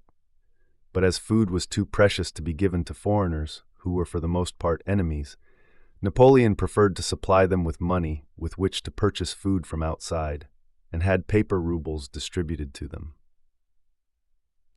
With reference to army discipline, orders were continually being issued to inflict severe punishment for not performing military duties and to suppress robbery. But strangely, all these measures, efforts, and plans, which were not at all worse than others issued in similar circumstances, did not affect the core of the matter. Like the hands of a clock detached from its mechanism, they swung about in an arbitrary and aimless way, without engaging the gears. On the military side, the brilliant plan of campaign, of which Thiers remarks that his genius never devised anything more profound, more skillful, or more admirable, that plan was never and could never be executed, because it was completely out of touch with the facts. The fortification of the Kremlin proved quite useless. The mining of the Kremlin only helped to fulfill Napoleon's wish that it should be blown up when he left Moscow, like a child who wants the floor on which he has hurt himself to be beaten. The pursuit of the Russian army, which so concerned Napoleon, produced an unheard-of result. The French generals lost touch with the 60,000-man Russian army, and it was only eventually found, like a lost pin, by the skill, and apparently the genius, of Murat. In diplomacy, all Napoleon's arguments about his magnanimity and justice, both to Tutolmin and to Yakovlev, proved useless. Alexander did not receive these envoys and did not reply to their messages. In legal matters, after the execution of the supposed arsonists, the rest of Moscow burned down. In administrative matters, the establishment of a municipality did not stop the robberies and was only useful to a few people who were part of it and who, under the pretext of preserving order, looted Moscow or saved their own property from being looted. In religious matters, where Napoleon had easily settled things in Egypt with a visit to a mosque, no results were achieved. 2 or 3 priests found in Moscow did try to carry out Napoleon's wish, but one of them was slapped in the face by a French soldier while conducting a service. A French official reported of another that the priest whom I found and invited to say Mass cleaned and locked up the church. That night, the doors were again broken open, the padlocks smashed, the books mutilated, and other disorders perpetrated. In commerce, the proclamation to industrious workmen and peasants received no response. There were no industrious workmen, and the peasants caught the officials who ventured too far out of town with the proclamation and killed them. As for the theaters for the entertainment of the people and the troops, these were not successful either. The theaters set up in the Kremlin and in Posnyakov's house were closed again at once because the actors and actresses were robbed. Even philanthropy did not have the desired effect. The genuine as well as the false paper money that flooded Moscow lost its value. The French, collecting booty, cared only for gold. Not only was the paper money that Napoleon so graciously distributed to the unfortunate worthless, but even silver lost its value in relation to gold. But the most amazing example of the ineffectiveness of the orders given by the authorities at that time was Napoleon's attempt to stop the looting and re-establish discipline. This is what the army authorities were reporting. Looting continues in the city despite the decrees against it. Order is not yet restored, and not a single merchant is carrying on trade in a lawful manner. The sutlers alone venture to trade, and they sell stolen goods. Another report said, The neighborhood of my ward continues to be pillaged by soldiers of the Third Corps, who, not satisfied with taking from the unfortunate inhabitants hiding in the cellars the little they have left, even have the ferocity to wound them with their sabers, as I have repeatedly witnessed. On October 9th, nothing new except that the soldiers are robbing and pillaging. On October 11th, robbery and pillaging continue. There is a band of thieves in our district who ought to be arrested by a strong force. A further report stated, "The Emperor is extremely displeased that despite the strict orders to stop pillage, parties of marauding guards are continually seen returning to the Kremlin. Among the old guard, disorder and pillage were renewed more violently than ever yesterday evening, last night, and today. The Emperor sees with regret that the picked soldiers appointed to guard his person, who should set an example of discipline, carry disobedience to such a point that they break into the cellars and stores containing army supplies. Others have disgraced themselves to the extent of disobeying sentinels and officers, and have abused and beaten them." The governor wrote, "The Grand Marshal of the palace complains bitterly that in spite of repeated orders, the soldiers continue to commit nuisances in all the courtyards and even under the very windows of the Emperor. That army, like a herd of wild cattle trampling the very food that could have saved it from starvation, disintegrated and perished with each additional day it remained in Moscow. But it did not go away. It only began to run away when it was suddenly seized by a panic, caused by the capture of its transport trains on the Smolensk road and by the Battle of Tarutino. The news of that battle, which Napoleon received unexpectedly at a review, supposedly awoke in him a desire to punish the Russians. He issued the order for departure, which the whole army was demanding. Fleeing from Moscow, the soldiers took with them everything they had stolen. Napoleon, too, carried away his own personal treasure. But on seeing the baggage trains that were slowing down the army, he was, according to Thiers, horror-struck. And yet, with all his experience of war, he did not order all the extra vehicles to be burned, as he had done with those of a certain marshal when approaching Moscow. He gazed at the carriages in which soldiers were riding and remarked that it was a very good thing, as those vehicles could be used to carry provisions, the sick, and the wounded. The plight of the whole army was like that of a wounded animal which feels it is dying and doesn't know what it is doing. To study the skillful tactics and aims of Napoleon and his army from the time it entered Moscow until it was destroyed is like studying the dying leaps and shudders of a mortally wounded animal. Very often, a wounded animal, hearing a rustle, rushes straight at the hunter's gun, runs forward and back again, and hastens its own end. Napoleon, under pressure from his whole army, did the same thing. The rustle of the Battle of Tarutino frightened the beast, and it rushed forward onto the hunter's gun, reached him, turned back, and finally, like any wild beast, ran back along the most disadvantageous and dangerous path, where the old scent was familiar. During this whole period, Napoleon, who seems to us to have been the leader of all these movements, just as the figurehead of a ship might seem to a savage to guide the vessel, acted like a child who, holding a couple of strings inside a carriage, thinks he is driving it. Chapter 3. Pierre's Captivity and the French Retreat. We now begin Chapter 3. Early in the morning of the 6th of October, Pierre went out of the shed. On his way back, he stopped by the door to play with a little blue-gray dog. It had a long body and short, bandy legs, and it jumped about him excitedly. This little dog lived in their shed, sleeping beside Karatayev at night. It sometimes went on excursions into the town, but always came back. It probably had never had an owner, still belonged to nobody, and had no name. The French called it Azor. The soldier who told stories called it Femgalka. Karatayev and others called it Gray, or sometimes Flabby. Its lack of a master, a name, or even a specific breed or color didn't seem to bother the blue-gray dog in the least. Its furry tail stood up firm and round like a plume. Its bandy legs served it so well that it would often gracefully lift a hind leg and run very easily and quickly on 3 legs, as if it disdained to use all 4. Everything pleased it. One moment it would roll on its back, yelping with delight. The next it would bask in the sun with a thoughtful, important air, and then it would frolic about, playing with a chip of wood or a straw. By now, Pierre's attire consisted of a dirty, torn shirt, the only remnant of his former clothing, a pair of soldier's trousers which, on Karative's advice, he tied with string around the ankles for warmth, and a peasant coat and cap. He had changed a great deal physically during this time. He no longer seemed stout, though he still had the solid, strong appearance hereditary in his family. A beard and mustache covered the lower part of his face, and a tangle of hair, infested with lice, curled around his head like a cap. The look in his eyes was resolute, calm, and alert in a way it had never been before. The old slackness, which had even shone in his eyes, was now replaced by an energetic readiness for action and resistance. His feet were bare.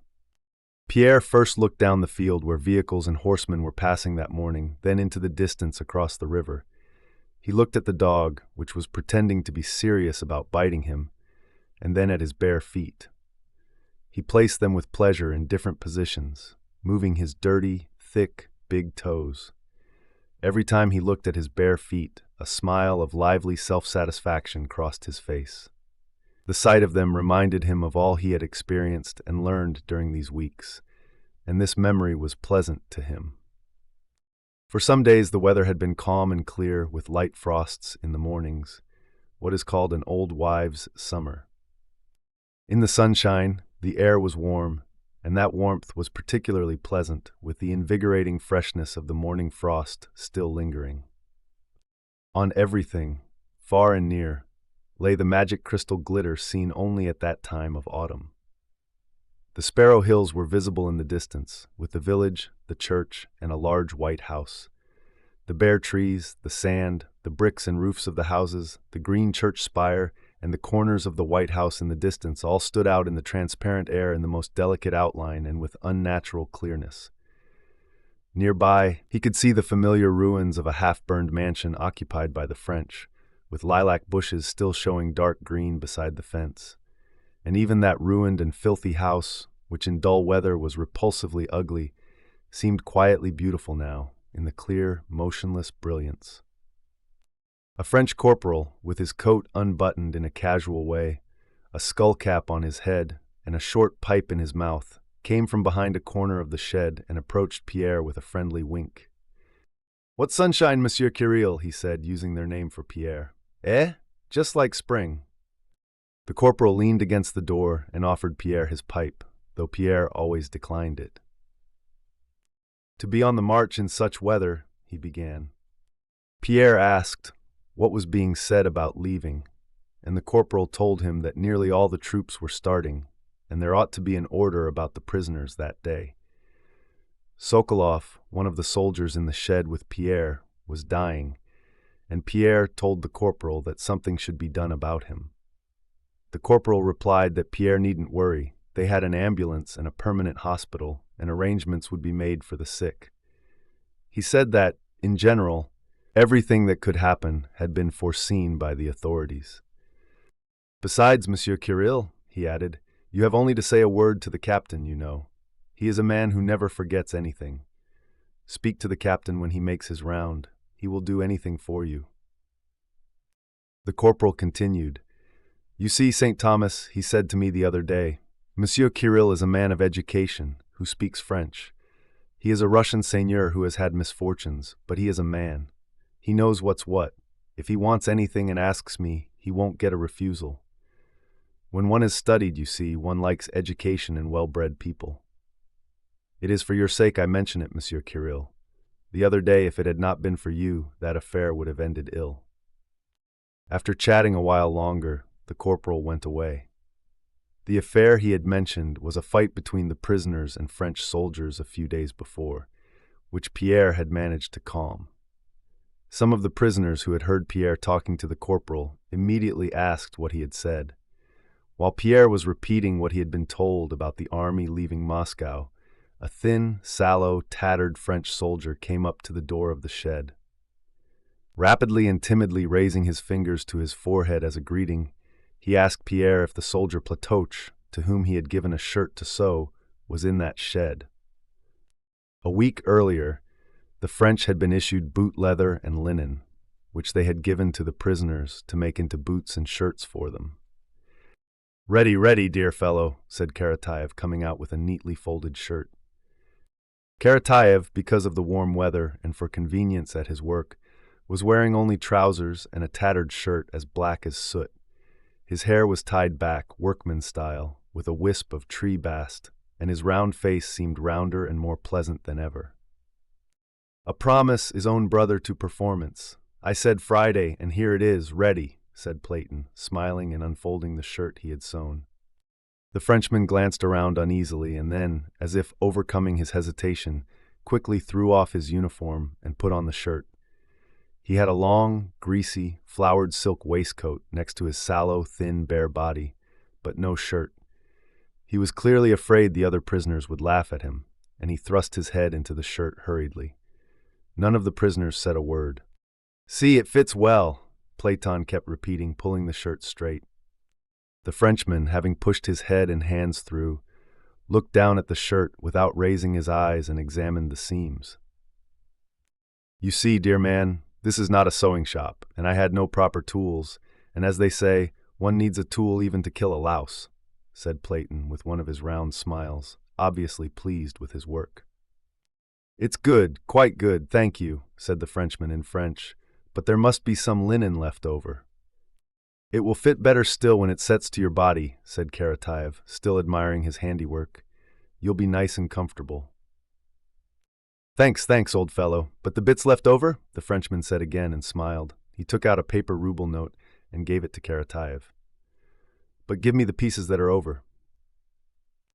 Pierre saw that Platon didn't want to understand what the Frenchman was saying, and he watched without interfering. Karatayev thanked the Frenchman for the money and went on admiring his work. The Frenchman insisted on having the leftover pieces returned and asked Pierre to translate what he said. What does he want the bits for? Said Karatayev. They'd make fine leg bands for us. Well, never mind. And Karatayev, with a suddenly changed and saddened expression, took a small bundle of scraps from inside his shirt and gave it to the Frenchman without looking at him. Oh dear, muttered Karatayev and went away. The Frenchman looked at the linen, thought for a moment, then looked questioningly at Pierre. As if Pierre's look had told him something, he suddenly blushed and shouted in a squeaky voice, Platoche! Hey, Platoche! Keep them yourself! And handing back the scraps, he turned and went out. There, look at that, said Karatayev, shaking his head. People said they were not Christians, but they too have souls. It's what the old folk used to say, a sweating hand's an open hand, a dry hand's close. He's naked, but yet he's given it back. Karatayev smiled thoughtfully and was silent for a while, looking at the pieces. But they'll make grand leg bands, dear friend, he said, and went back into the shed. 4 weeks had passed since Pierre had been taken prisoner. Although the French had offered to move him from the men's shed to the officers' shed, he had stayed where he was first put. In burned and devastated Moscow, Pierre experienced almost the extreme limits of privation a man can endure. But thanks to his physical strength and health, which he had been unconscious of until then, and especially because the hardships came so gradually that it was impossible to say when they began, he endured his situation not only lightly, but joyfully. And it was precisely at this time that he found the tranquility and peace of mind he had formerly striven for in vain. He had long sought in different ways that inner harmony which had so impressed him in the soldiers at the Battle of Borodino. He had sought it in philanthropy, in Freemasonry, in the dissipations of city life, in wine, in heroic feats of self-sacrifice, and in romantic love for Natasha. He had sought it through reason, and all these quests and experiments had failed him. And now, without thinking about it, he had found that peace and inner harmony only through the horror of death, through privation, and through what he recognized in Karatayev. Those dreadful moments he had lived through at the executions had, in a way, forever washed from his imagination and memory the agitating thoughts and feelings that had formerly seemed so important. It no longer occurred to him to think of Russia, or the war, or politics, or Napoleon. It was plain to him that all these things were not his business, and that he was not called upon to judge them, and therefore could not. Russia and summer weather are not bound together.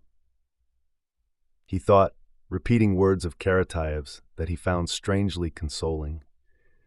His intention of killing Napoleon and his calculations of the cabalistic number of the beast of the apocalypse now seemed to him meaningless and even ridiculous.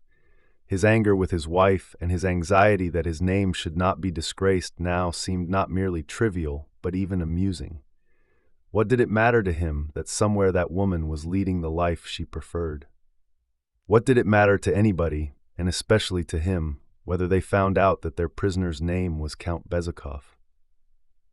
He now often remembered his conversation with Prince Andrew and completely agreed with him, though he understood Prince Andrew's thoughts somewhat differently. Prince Andrew had thought and said that happiness could only be negative, but he had said it with a shade of bitterness and irony, as though he was really saying that all our desire for positive happiness is implanted in us merely to torment us and never be satisfied. But Pierre believed it without any mental reservation. The absence of suffering, the satisfaction of one's needs, and the consequent freedom in the choice of one's occupation, that is, one's way of life, now seemed to Pierre to be man's highest happiness. Here and now, for the first time, he fully appreciated the enjoyment of eating when he was hungry, drinking when he was thirsty, sleeping when he was sleepy, warmth when he was cold, and talking to another person when he wanted to talk. The satisfaction of one's needs, good food, cleanliness, and freedom, now that he was deprived of all this, seemed to Pierre to be perfect happiness. And the choice of occupation, now that it was so restricted, seemed to him such an easy matter that he forgot that a surplus of life's comforts destroys all joy in satisfying one's needs, while great freedom in choosing an occupation, the kind of freedom his wealth, education, and social position had given him, is precisely what makes the choice so difficult and destroys the desire and possibility of having an occupation at all. All of Pierre's daydreams now turned on the time when he would be free.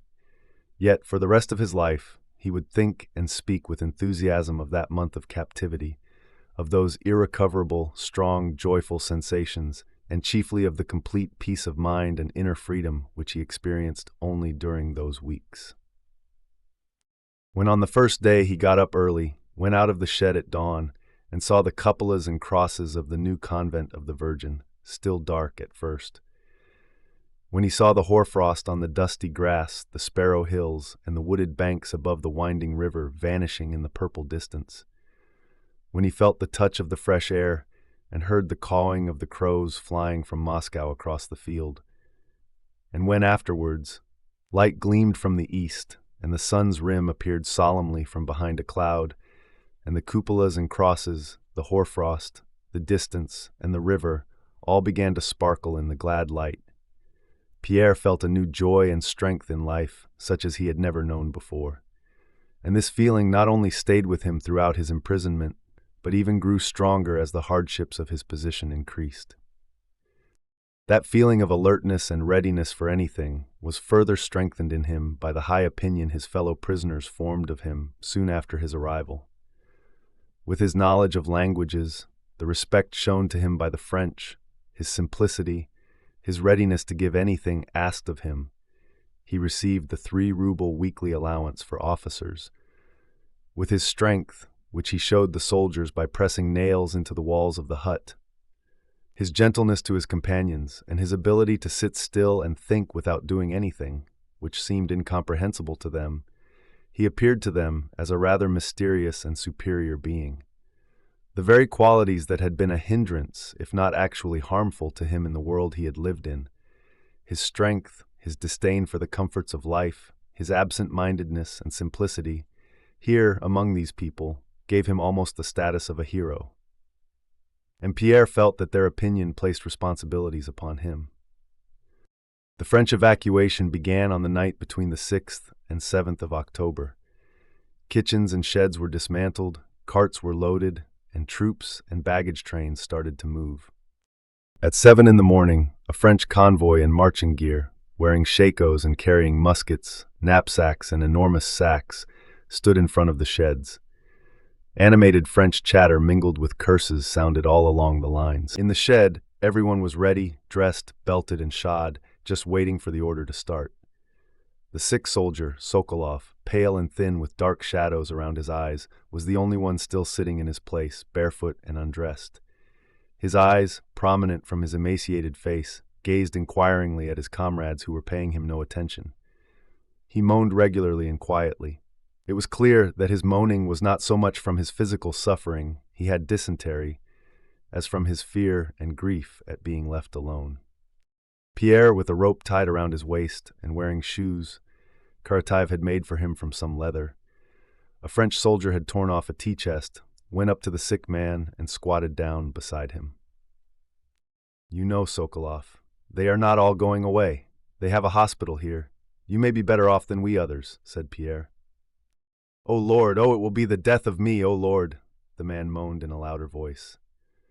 "I'll go and ask them again directly," said Pierre, rising and going to the door of the shed. Just as Pierre reached the door, the corporal who had offered him a pipe the day before came up to it with two soldiers. The corporal and soldiers were in marching kit with knapsacks and shakos that had metal straps, and these changed their familiar faces. The corporal came, according to orders, to shut the door. The prisoners had to be counted before being let out. "Corporal, what will they do with the sick man?" Pierre began. But even as he spoke, he began to doubt whether this was the corporal he knew or a stranger, so unlike himself did the corporal seem at that moment. Moreover, just as Pierre was speaking, a sharp rattle of drums was suddenly heard from both sides. The corporal frowned at Pierre's words, and uttering some meaningless oaths, slammed the door. The shed became semi-dark, and the sharp rattle of the drums on two sides drowned out the sick man's groans. "There it is! It again!"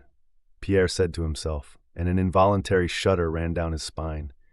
In the corporal's changed face, in the sound of his voice, in the stirring and deafening noise of the drums, he recognized that mysterious, callous force which compelled people against their will to kill their fellow men, that force he had witnessed during the executions. To fear or try to escape that force, to plead with those who served as its tools, was useless. Pierre knew this now.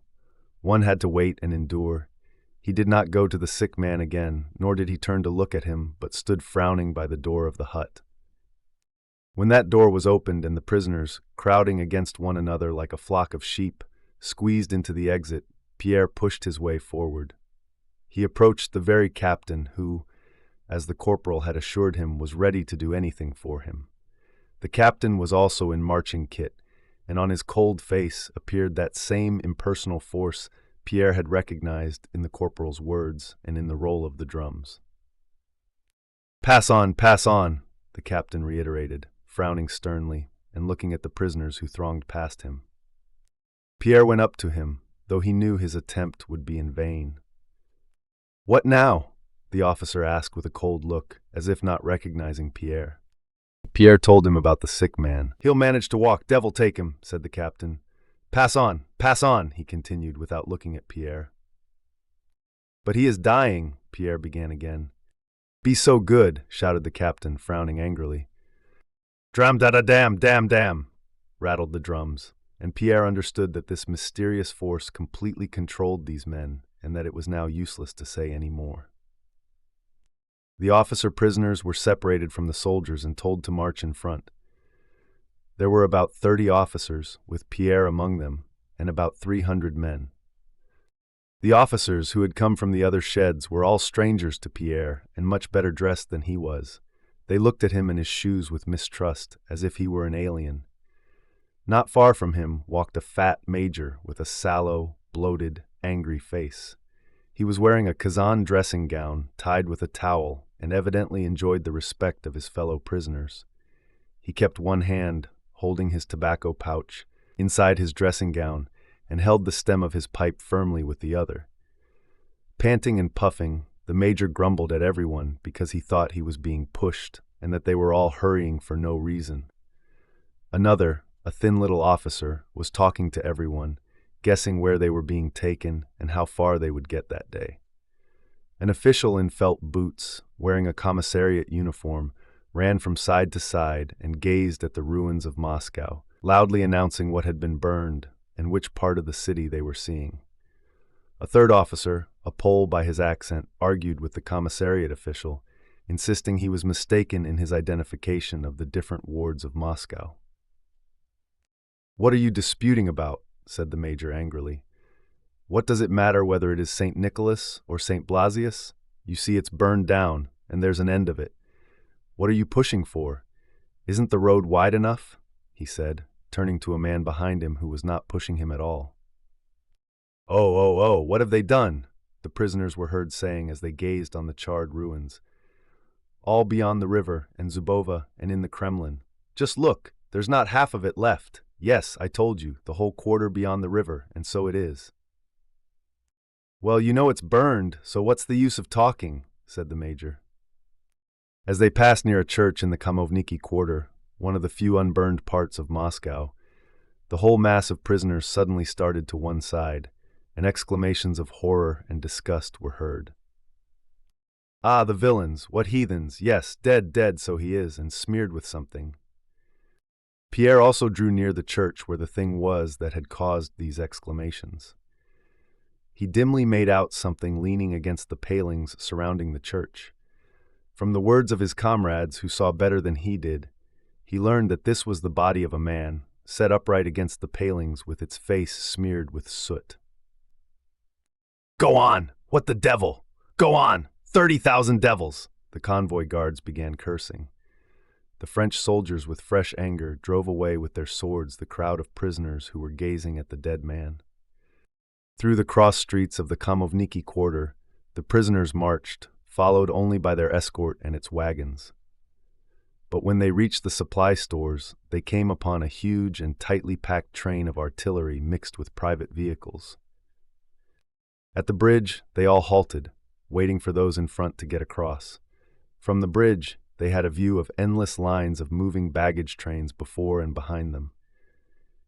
To the right, where the Kaluga road turns near Neskushny, endless rows of troops and carts stretched away into the distance. These were troops of Beauharnais' corps, which had started before any of the others.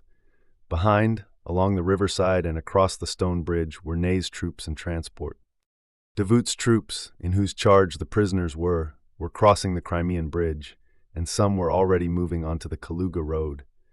But the baggage trains stretched out so far that the last of Beauharnais' train had not yet left Moscow when the vanguard of Ney's army was already emerging from the great Ordinka street. After crossing the Crimean bridge, the prisoners moved a few steps forward, halted, and moved on again. From all sides, vehicles and men crowded closer and closer. It took them more than an hour to advance the few hundred paces that separated the bridge from the Kaluga road. They came out onto a square where several streets converged, and the prisoners, jammed together, had to stand for hours at that intersection. From all sides, like the roar of the sea, came the rattle of wheels, the tramp of feet, and incessant shouts of anger and abuse. Pierre stood pressed against the wall of a charred house, listening to the noise which mingled in his imagination with the roll of the drums. To get a better view, several officer prisoners climbed onto the wall of the half-burned house where Pierre was leaning. "What crowds! Just look at the crowds! They've loaded goods even on the cannon. Look there, those are furs," they exclaimed. "Just see what the blackguards have looted. There, see what that one has behind in the cart. Why, those are settings taken from some icons, by heaven.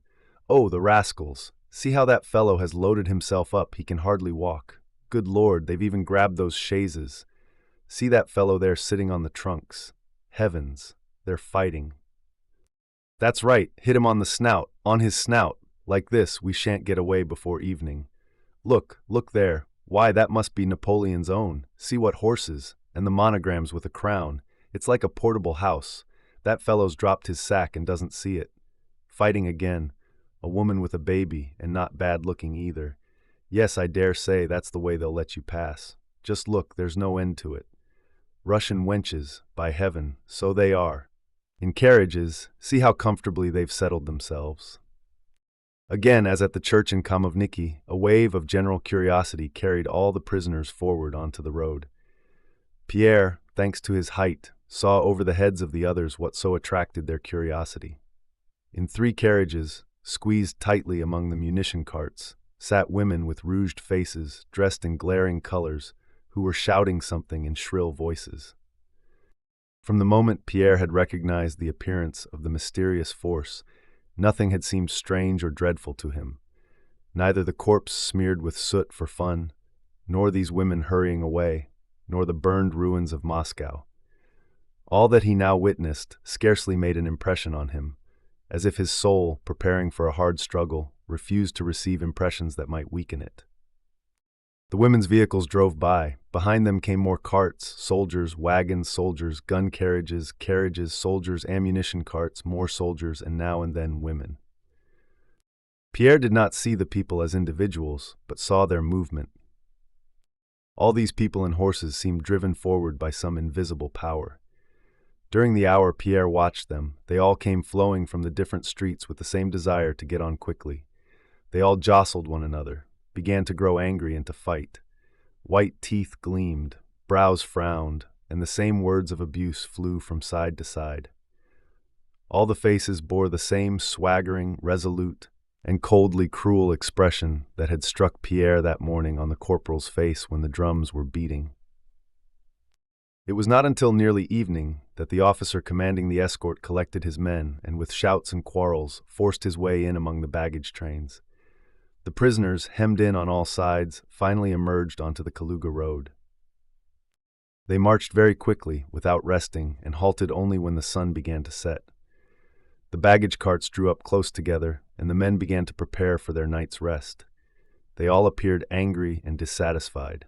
For a long time, oaths, angry shouts, and fighting could be heard from all sides. A carriage that followed the escort ran into one of the carts and knocked a hole in it with its pole. Several soldiers ran toward the cart from different sides. Some beat the carriage horses on their heads, turning them aside, others fought among themselves, and Pierre saw that one German was badly wounded on the head by a sword. It seemed that all these men, now that they had stopped amid fields in the chill dusk of the autumn evening, experienced the same feeling of unpleasant awakening from the hurry and eagerness that had seized them at the start. Once at a standstill, they all seemed to understand that they did not yet know where they were going, and that much that was painful and difficult awaited them on this journey. During this halt, the escort treated the prisoners even worse than they had at the start. It was here that the prisoners for the first time received horseflesh for their meat ration. From the officer down to the lowest soldier, they showed what seemed like personal spite against each of the prisoners, in unexpected contrast to their former friendly relations. This spite increased still more when, on calling the roll of prisoners, it was found that in the bustle of leaving Moscow, one Russian soldier, who had pretended to suffer from colic, had escaped. Pierre saw a Frenchman beat a Russian soldier cruelly for straying too far from the road, and heard his friend the captain reprimand a non-commissioned officer on account of the escape. When the non-commissioned officer excused himself by saying the prisoner was ill and could not walk, the officer replied that the order was to shoot those who lagged behind. Pierre felt that the fatal force which had crushed him during the executions, but which he had not felt during his imprisonment, now again controlled his existence. It was terrible, but he felt that as that fatal force tried to crush him, a power of life independent of it grew and strengthened in his soul. He ate his supper of buckwheat soup with horseflesh and chatted with his comrades. Neither Pierre nor any of the others spoke of what they had seen in Moscow, or of the roughness of their treatment by the French, or of the order to shoot them that had been announced. As if in reaction to their worsening situation, they were all particularly animated and gay. They spoke of personal memories, of amusing scenes they had witnessed during the campaign, and avoided all talk of their present situation. The sun had set long ago. Bright stars shone out here and there in the sky. A red glow, like a great fire, spread above the horizon from the rising full moon, and that vast red ball swayed strangely in the gray haze. It grew light. The evening was ending, but the night had not yet come. Pierre got up and left his new companions, crossing between the campfires to the other side of the road where he had been told the common soldier prisoners were stationed. He wanted to talk to them. On the road, he was stopped by a French sentinel who ordered him back. Pierre turned back, not to his companions by the campfire, but to an unharnessed cart where there was nobody. Tucking his legs under him and dropping his head, he sat down on the cold ground by the wheel of the cart and remained motionless for a long while, sunk in thought. Suddenly, he burst out into a fit of his broad, good-natured laughter, so loud that men from various sides turned with surprise to see what this strange and solitary laughter could mean. "Ha!" laughed Pierre, and he said aloud to himself, "The soldier did not let me pass. They took me and shut me up. They hold me captive. What, me? Me, my immortal soul? Ha!" And he laughed until tears started to his eyes. A man got up and came to see what this queer big fellow was laughing at all by himself. Pierre stopped laughing, got up, went farther away from the inquisitive man, and looked around him. The huge, endless bivouac that had previously resounded with the crackling of campfires and the voices of many men had grown quiet. The red campfires were growing paler and dying down. High up in the light sky hung the full moon. Forests and fields beyond the camp, unseen before, were now visible in the distance. And farther still, beyond those forests and fields, the bright, oscillating, limitless distance lured one to itself. Pierre glanced up at the sky and the twinkling stars in its faraway depths. "And all that is me, all that is within me, and it is all I," thought Pierre. "And they caught all that and put it into a shed boarded up with planks." He smiled and went and lay down to sleep beside his companions. Chapter 4, Kutuzov's Wisdom and the French Flight. We will now begin Chapter 4. In the early days of October, another envoy came to Kutuzov with a letter from Napoleon proposing peace. It was falsely dated from Moscow, even though Napoleon was already not far from Kutuzov on the old Kaluga road. Kutuzov replied to this letter as he had to the one brought by Lauriston, saying that there could be no question of peace. Soon after that, a report came from Dorokov's guerrilla detachment, which was operating to the left of Tarutino. It said that troops of Brussier's division had been seen at Forminsk, and that since they were separated from the rest of the French army, they could easily be destroyed. The soldiers and officers again demanded action. The generals on the staff, excited by the memory of the easy victory at Tarutino, urged Kutuzov to carry out Dorokov's suggestion. Kutuzov did not think any offensive was necessary. The result was an inevitable compromise. A small detachment was sent to Forminsk to attack Broussier. By a strange coincidence, this task, which turned out to be a most difficult and important one, was given to Dokturov. This was the same modest little Dokturov who was never described as drawing up battle plans, dashing in front of regiments, or showering crosses on batteries. He was thought to be and spoken of as undecided and not very sharp. But he was the one we find commanding wherever the situation was most difficult. All through the Russo-French wars, from Austerlitz to 1813. At Austerlitz, he was the last to leave the Ogez Dam, rallying the regiments and saving what was possible when all were fleeing and perishing. Ill with fever, he went to Smolensk with 20,000 men to defend the town against Napoleon's entire army.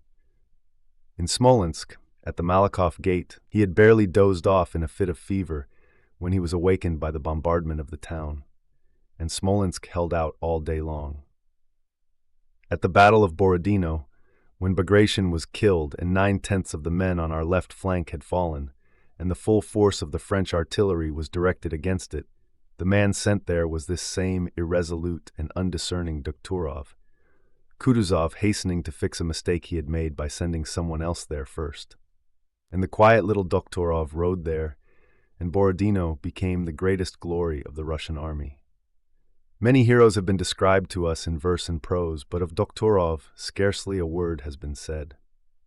It was Dokturov again who was sent to Forminsk, and from there to Maloyaroslavets, the place where the last battle with the French was fought, and where the obvious disintegration of the French army began. We are told of many geniuses and heroes of that period of the campaign, but of Dokturov nothing or very little is said, and that doubtfully. And this silence about Dokturov is the clearest testimony to his merit. It is natural for a man who does not understand how a machine works to imagine that a shaving that has fallen into it by chance and is tossing about is its most important part. The man who doesn't understand the machine cannot conceive that the small, quietly revolving connecting cogwheel is one of its most essential parts, and not the shaving which merely harms and hinders it. On the 10th of October, Doktorov had gone halfway to Forminsk and stopped at the village of Aristovo, preparing to faithfully carry out his orders. At that moment, the entire French army, in a convulsive movement, reached Murat's position, apparently to give battle. Then, suddenly, for no reason, it turned left onto the new Kaluga road and began to enter Forminsk, where only Brusia's division had been until then. At that time, Doktorov had under his command not only Dorokov's detachment, but also the two small guerrilla detachments of Figner and Seslavin. On the evening of October 11th, Seslavin came to the Aristovo headquarters with a French guardsman he had captured. The prisoner said that the troops that had entered Forminsk that day were the vanguard of the whole army, that Napoleon was there, and that the whole army had left Moscow 4 days earlier. That same evening, a house serf who had come from Borovsk said he had seen an immense army entering the town. Some Cossacks from Doktorov's detachment reported seeing the French guards marching along the road to Borovsk.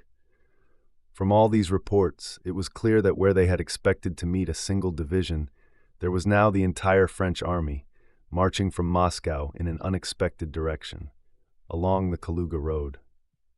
Doktorov was unwilling to take any action, as it was now unclear to him what he ought to do. He had been ordered to attack Forminsk, but at that time only Brusier was there, and now the whole French army was there. Ermolov wanted to act on his own judgment, but Doktorov insisted that he must have Kutuzov's instructions.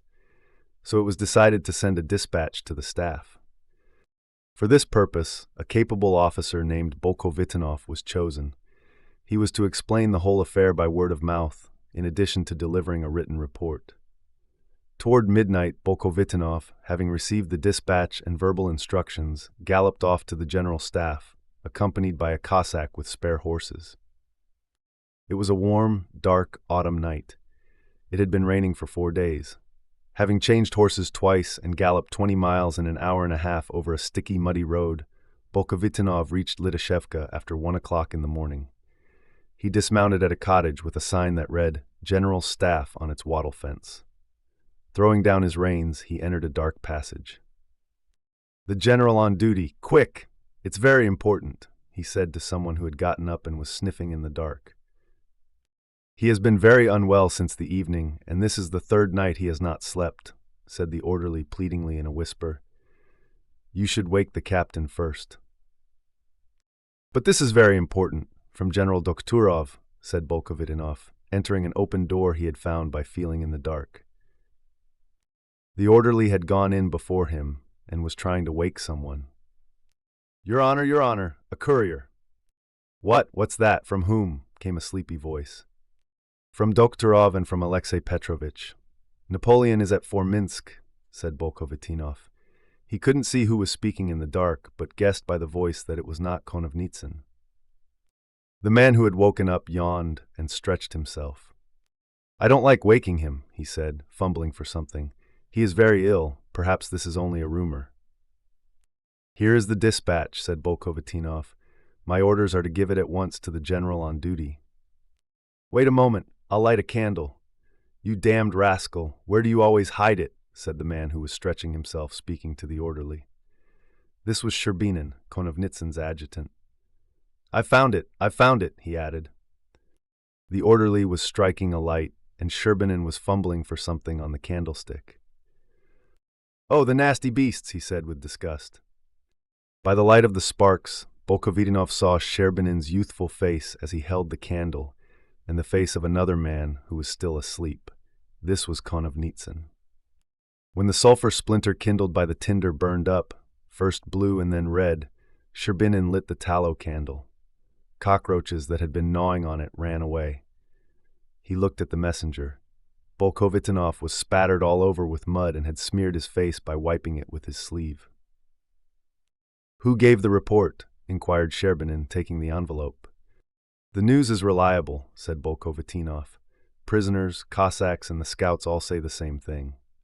"There's nothing to be done. We'll have to wake him," said Sherbinin, rising and going up to the man in the nightcap who lay covered by a greatcoat. "Peter Petrovitch," he said.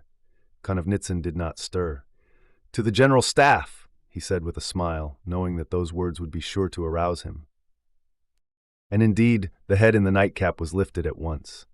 On Konovnitsyn's handsome, resolute face, flushed with fever, there still remained for an instant a faraway, dreamy expression, but then he suddenly started, and his face assumed its habitual calm and firm appearance.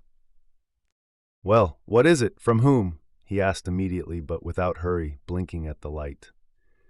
While listening to the officer's report, Konovnitsyn broke the seal and read the dispatch. Hardly had he done so before he lowered his legs in their woolen stockings to the earthen floor and began putting on his boots. Then he took off his nightcap, combed his hair over his temples, and put on his cap. "Did you get here quickly? Let us go to His Highness." Konovnitsyn had understood at once that the news was of great importance and that no time must be lost. He did not consider or ask himself whether the news was good or bad. That did not interest him. He regarded the whole business of the war not with his intelligence or his reason, but with something else. There was within him a deep, unexpressed conviction that all would be well, but that one must not trust to this and still less speak about it, but must only attend to one's own work. And he did his work, giving his whole strength to the task. Peter Petrovitch Konovnitsyn, like Dokhturov, seems to have been included in the list of the so-called heroes of 1812 merely for propriety's sake. Like Dokhturov, he had the reputation of being a man of very limited capacity and information.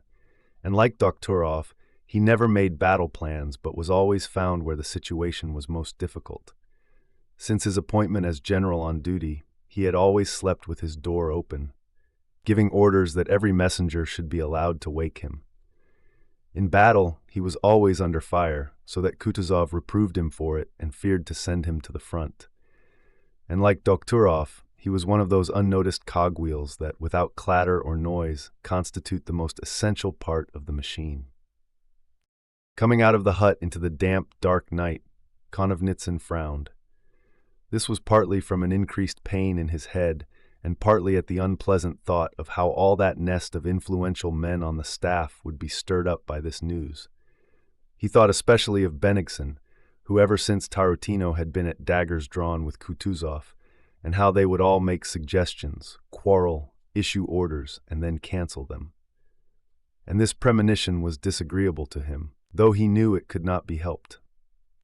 And in fact, Toll, to whom he went to communicate the news, immediately began to explain his own plans to a general who was sharing his quarters. Konovnitsyn, who listened in weary silence, had to remind him that they must go to see His Highness. Kutuzov, like all old people, did not sleep much at night. He often fell asleep unexpectedly in the daytime, but at night, lying on his bed without undressing, he generally remained awake, thinking. So he lay now on his bed, supporting his large, heavy, scarred head on his plump hand, with his one eye open, meditating and peering into the darkness.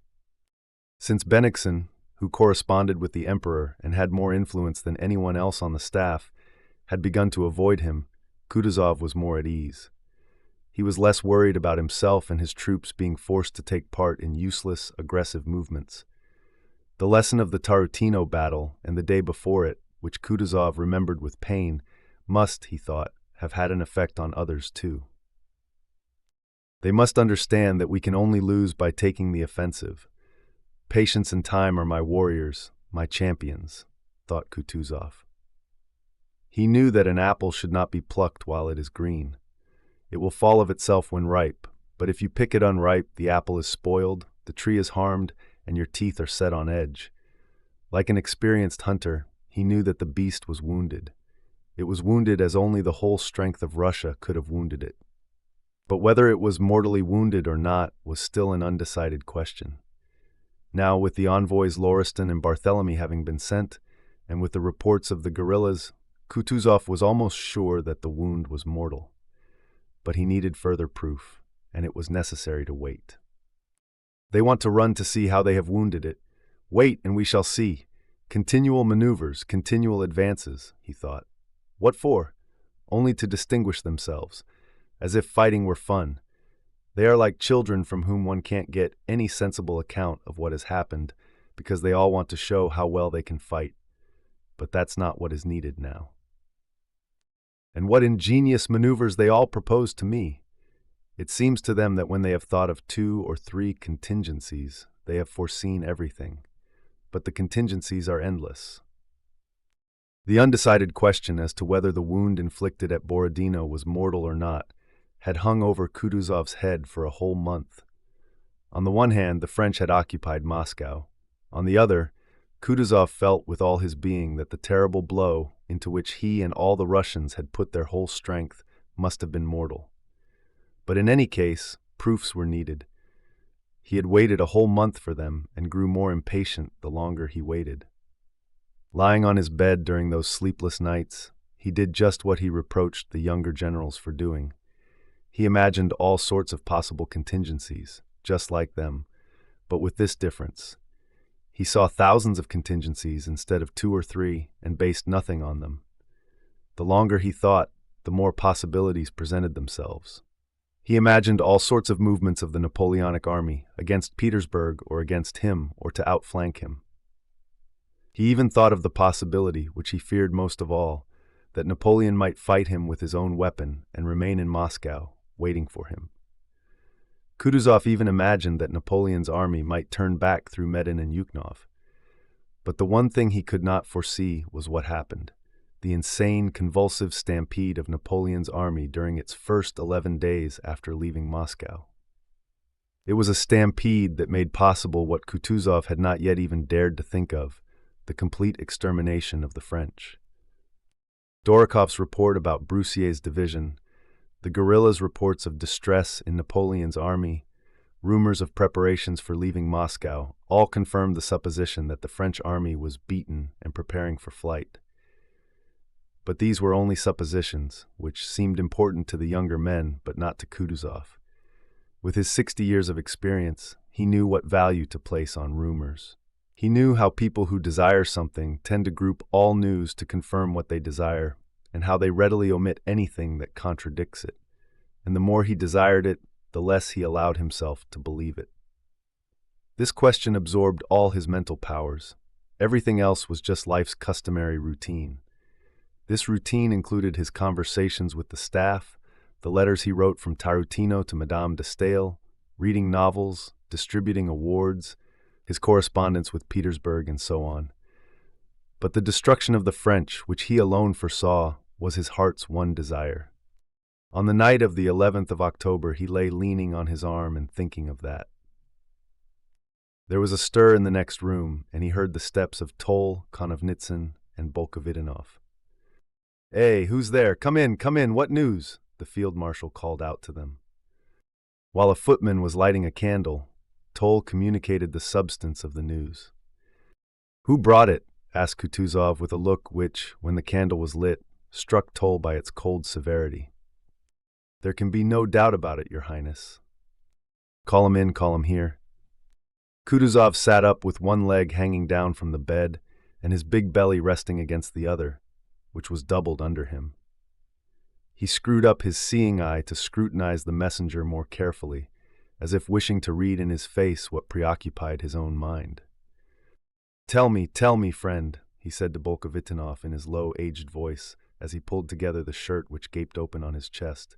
"Come nearer. What news have you brought me? That Napoleon has left Moscow? Are you sure? Bolkovitinov gave a detailed account from the beginning of all he had been told to report. "Speak quicker, don't torture me," Kutuzov interrupted him. Bolkovitinov told him everything and was then silent, awaiting instructions. Toll was beginning to say something, but Kutuzov checked him. He tried to say something, but his face suddenly puckered and wrinkled. He waved his arm at Toll and turned to the opposite side of the room, to the corner darkened by the icons that hung there. "O Lord, my Creator, Thou hast heard our prayer," he said in a tremulous voice with folded hands. "Russia is saved, I thank Thee, O Lord." And he wept. From the time he received this news to the end of the campaign, all of Kutuzov's activity was directed toward one thing: restraining his troops, by authority, by guile, and by entreaty, from useless attacks, maneuvers, or encounters with the perishing enemy. Doktorov went to Maloyaroslavets, but Kutuzov lingered with the main army and gave orders for the evacuation of Kaluga, a retreat beyond which seemed quite possible to him. Everywhere Kutuzov retreated, but the enemy, without waiting for his retreat, fled in the opposite direction. Napoleon's historians describe his skilled maneuvers at Tarutino and Maloyaroslavets and speculate about what would have happened if Napoleon had managed to penetrate into the rich southern provinces. But besides the fact that nothing prevented him from advancing into those southern provinces, as the Russian army did not block his way, the historians forget that nothing could have saved his army. By then, it already carried within itself the germs of inevitable ruin. How could that army, which had found abundant supplies in Moscow and trampled them underfoot instead of keeping them, and on arriving at Smolensk had looted provisions instead of storing them, how could that army recuperate in Kaluga province, which was inhabited by Russians just like those in Moscow, and where fire had the same property of consuming what was set ablaze? That army could not recover anywhere. Since the Battle of Borodino and the pillage of Moscow, it had borne within itself, as it were, the chemical elements of dissolution. The members of what had once been an army, Napoleon himself and all his soldiers, fled without knowing where they were going.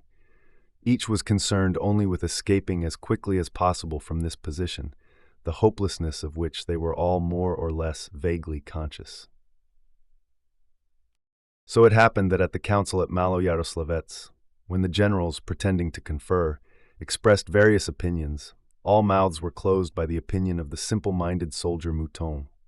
Speaking last, he said what they all felt, that the one thing needful was to get away as quickly as possible, and no one, not even Napoleon, could say anything against that truth which they all recognized. But though they all realized it was necessary to get away, there still remained a feeling of shame at admitting that they must flee. An external shock was needed to overcome that shame, and this shock came in due time. It was what the French called le hurrah de l'empereur, the emperor's hurrah. The day after the council at Maloyaroslavets, Napoleon rode out early in the morning amid the lines of his army with his suite of marshals and an escort. The pretext was inspecting the army and the scene of the previous and impending battles. Some Cossacks, on the prowl for booty, fell in with the emperor and very nearly captured him. If the Cossacks did not capture Napoleon, then what saved him was the very thing that was destroying the French army, the booty. Here, as at Tarutino, they went after plunder, leaving the men. Disregarding Napoleon, they rushed after the plunder, and Napoleon managed to escape. When the children of the Don might so easily have taken the emperor himself in the midst of his army, it was clear that there was nothing for it but to fly as fast as possible along the nearest familiar road. Napoleon, with his 40-year-old stomach, understood that hint.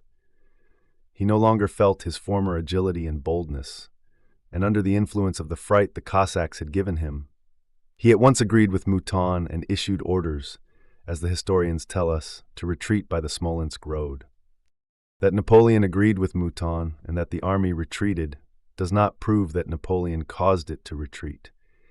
It proves that the forces which influenced the whole army and directed it along the Mozhaysk road, that is the Smolensk road, acted simultaneously on him also.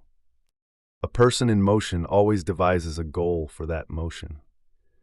To be able to go 1,000 miles, one must imagine that something good awaits at the end of those 1,000 miles. One must have the prospect of a promised land to have the strength to move. The promised land for the French during their advance had been Moscow. During their retreat, it was their native land, but that native land was too far off. For a person going 1,000 miles, it is absolutely necessary to set aside the final goal and to say to oneself, "Today I shall get to a place 25 miles off, where I shall rest and spend the night." And during the first day's journey, that resting place eclipses the ultimate goal and attracts all hopes and desires, and the impulses felt by a single person are always magnified in a crowd. For the French retreating along the old Smolensk road, the final goal, their native land, was too remote. Their immediate goal was Smolensk, toward which all their desires and hopes, enormously intensified in the mass, urged them on. It was not that they knew that much food and fresh troops awaited them in Smolensk, nor that they were told so. On the contrary, their superior officers, and Napoleon himself, knew that provisions were scarce there. It was because this alone could give them strength to move on and endure their present privations. So both those who knew and those who did not know deceived themselves and pushed on to Smolensk as to a promised land. Coming out onto the high road, the French fled with surprising energy and unheard of rapidity toward the goal they had fixed on. Besides the common impulse which bound the whole crowd of French into one mass and supplied them with a certain energy, there was another cause binding them together: their great numbers. As with the physical law of gravity, their enormous mass drew the individual human atoms to itself. In their hundreds of thousands, they moved like a whole nation. Each of them desired nothing more than to give himself up as a prisoner to escape from all this horror and misery. But on the one hand, the force of this common attraction to Smolensk, their goal, drew each of them in the same direction. On the other hand, an army corps could not surrender to a company. And though the French availed themselves of every convenient opportunity to detach themselves and to surrender on the slightest decent pretext, such pretexts did not always occur. Their very numbers and their crowded and swift movement deprived them of that possibility and made it not only difficult but impossible for the Russians to stop this movement, to which the French were directing all their energies. Beyond a certain limit, no mechanical disruption of the body could hasten the process of decomposition. A lump of snow cannot be melted instantaneously. There is a certain limit of time in less than which no amount of heat can melt the snow. On the contrary, the greater the heat, the more solidified the remaining snow becomes. Of the Russian commanders, Kutuzov alone understood this. When the flight of the French army along the Smolensk road became well defined, what Konovnitsyn had foreseen on the night of the 11th of October began to occur. The superior officers all wanted to distinguish themselves, to cut off, to seize, to capture, and to overthrow the French, and all clamored for action. Kutuzov alone used all his power, and such power is very limited for any commander-in-chief, to prevent an attack. He could not tell them what we say now: why fight, why block the road, losing our own men and inhumanly slaughtering unfortunate wretches? What is the use of that, when a third of their army has melted away on the road from Moscow to Vyazma without any battle? But drawing from his aged wisdom what they could understand, he told them of the Golden Bridge, and they laughed at him and slandered him, flinging themselves on, rending, and exulting over the dying beast. Ermolov, Miloradovich, Platov, and others in proximity to the French near Vyazma could not resist their desire to cut off and break up two French corps. By way of reporting their intention to Kutuzov, they sent him a blank sheet of paper in an envelope. And try as Kutuzov might to restrain the troops, our men attacked, trying to bar the road. Infantry regiments, we are told, advanced to the attack with music and with drums beating, and killed and lost thousands of men. But they did not cut off or overthrow anybody. The French army, closing up more firmly at the danger, continued, while steadily melting away, to pursue its fatal path to Smolensk. Let's begin Book 14. Chapter 1, National Character of the War. A duelist who drops his rapier and seizes a cudgel, guerrilla warfare, the spirit of the army. The Battle of Borodino, the occupation of Moscow that followed it, and the flight of the French without any more major battles is one of the most instructive events in all of history. All historians agree on one thing: that the actions of states and nations in their conflicts are expressed through wars. They also agree that the political strength of these states and nations increases or decreases as a direct result of their success or failure in war. It might seem strange how a king or emperor, after quarreling with another, can collect an army, fight a battle, win by killing a few thousand men, and then conquer an entire kingdom of several million people. But as far as we know, all of history confirms this basic idea. The success of one army against another is the cause, or at least a major sign, of a nation's rising or falling strength. It is hard to understand why the defeat of an army, which is only 100th part of a nation, should force that entire nation to submit. Yet, this is how it has worked. An army wins a victory, and suddenly the rights of the winning nation increase, while the rights of the defeated nation decrease. If an army suffers a defeat, its people lose rights in proportion to that defeat. And if its army is completely destroyed, the nation is completely conquered. This pattern has held true from ancient times right up to our own day. All of Napoleon's wars seem to confirm this rule. For example, when the Austrian army was defeated, Austria lost its rights, while the rights and strength of France increased. The French victories at Jena and Auerstadt destroyed the independence of Prussia. But then, in 1812, something different happened. The French won a victory near Moscow. They took the city. And after that, with no more major battles, it was not Russia that ceased to exist, but the French army of 600,000 men, and then Napoleonic France itself. It is impossible to twist the facts to fit the old rules of history. You cannot say that the Russians held the field at Borodino, or that other battles after Moscow destroyed Napoleon's army. The truth is much simpler. After the French victory at Borodino, there were no more major battles, and yet the French army ceased to exist. What does this mean? If this were a story from the history of China, we might dismiss it as a non-historic event, which is what historians often do when something doesn't fit their theories. If it were a small conflict with only a few troops, we could call it an exception. But this event happened right before our fathers' eyes. For them, it was a matter of life or death for their country, and it happened in the greatest of all known wars. The period of the 1812 campaign, from the Battle of Borodino to the expulsion of the French, proved something new. It proved that winning a battle does not automatically lead to a conquest. In fact, it's not even a reliable sign of conquest.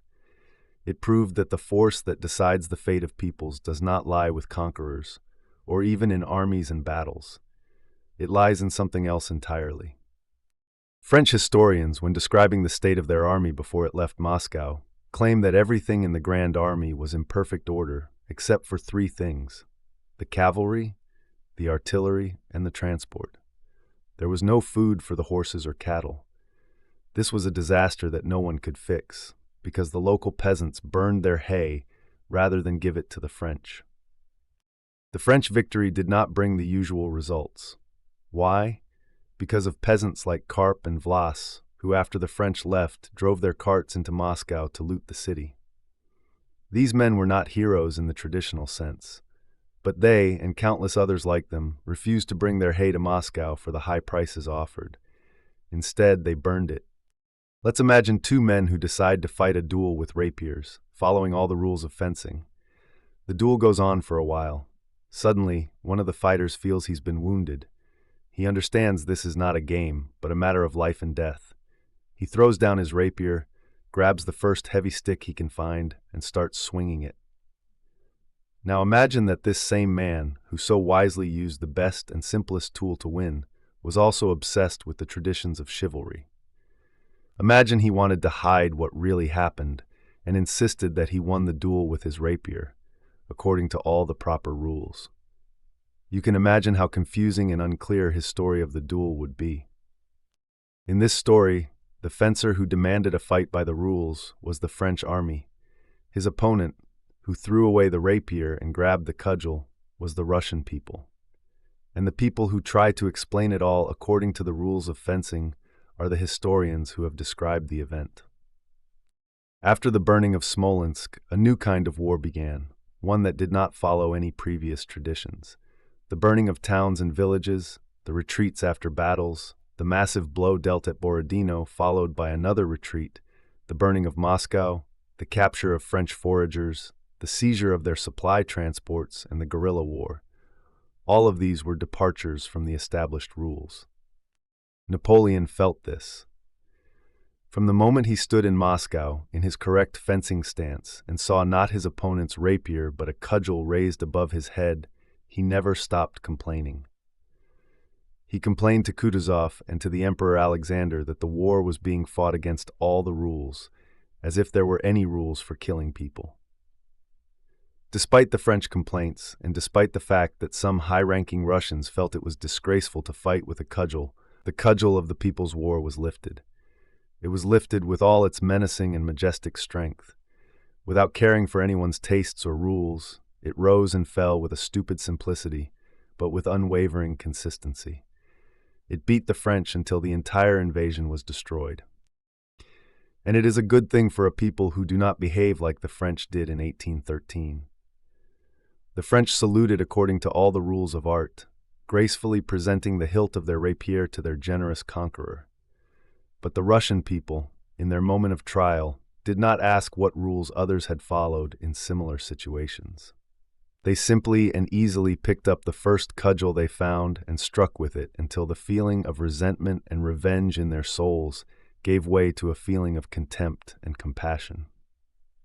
One of the most obvious and effective departures from the so-called laws of war is the use of scattered groups against a large, concentrated mass of men.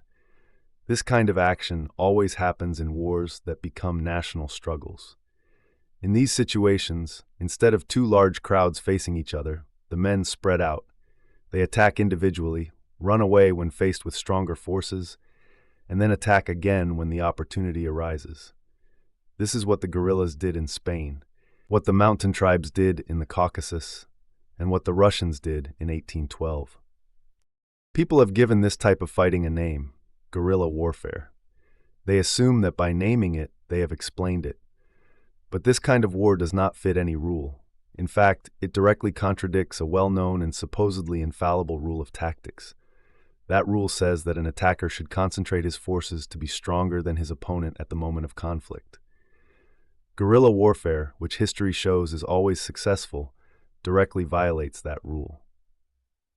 This contradiction exists because military science assumes that an army's strength is the same as its numbers. Military science says that more troops mean more strength. As the saying goes, large battalions are always victorious. For military science to say this is like trying to define momentum in mechanics by only considering mass. It would be like saying that two objects have the same momentum just because they have the same mass. But we know that's not true. Momentum is the product of mass and velocity.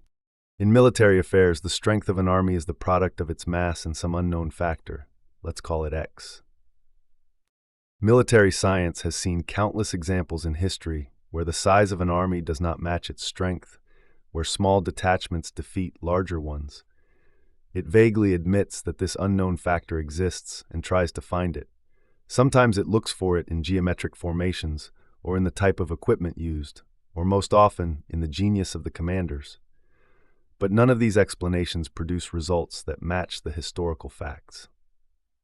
However, if we just abandon the false idea that a commander's orders are what determines the outcome of a war, an idea adopted to praise our heroes, we can find this unknown quantity. That unknown quantity is the spirit of the army. It is the greater or lesser readiness to fight and face danger felt by every single soldier. This feeling is completely independent of whether they are fighting under a genius commander, in a 2-line or 3-line formation, or with cudgels or with rifles that can fire 30 times a minute. Men who truly want to fight will always find the best conditions for fighting. The spirit of an army is the factor that, when multiplied by its mass, gives the resulting force. The job of science is to define and express the significance of this unknown factor, the spirit of an army. This problem can only be solved if we stop substituting other things for this unknown X. We can't pretend that the general's commands or the soldier's equipment are the real factor. We must recognize this unknown quantity for what it is, the greater or lesser desire to fight and face danger. Only then can we express historical facts as equations. By comparing the relative significance of this factor in different situations, we might hope to finally define the unknown. For example, imagine 10 men or 10 battalions fighting 15 men. The 10 men win, meaning they kill or capture all 15, while losing only 4 of their own. In this case, 4 of their men were lost, and 15 of the enemy were lost. This means that the force of the 4 was equal to the force of the 15. So we can write an equation, 4x equals 15y. This means that the ratio of x to y is 15 to 4. This equation doesn't give us the exact value of the unknown factor, but it gives us a ratio between two unknown factors. By applying this method to different historical events like battles, campaigns, or entire periods of war, we could obtain a series of numbers and perhaps discover the laws that govern them. There is a tactical rule that says an army should attack in large masses but retreat in smaller groups. This rule unconsciously confirms the truth that an army's strength depends on its spirit. It takes more discipline, which is easier to maintain in a mass formation, to lead men forward under fire than it does to resist attacks. But this rule, which ignores the army's spirit, is constantly proven wrong. It is especially wrong when there is a strong rise or fall in the troops' morale, as happens in all national wars. The French, retreating in 1812, should have separated into smaller detachments to defend themselves according to tactical rules. Instead, they crowded together into a mass. This was because the spirit of their army had fallen so low that only the mass held them together. The Russians, on the other hand, should have attacked in a mass according to tactics.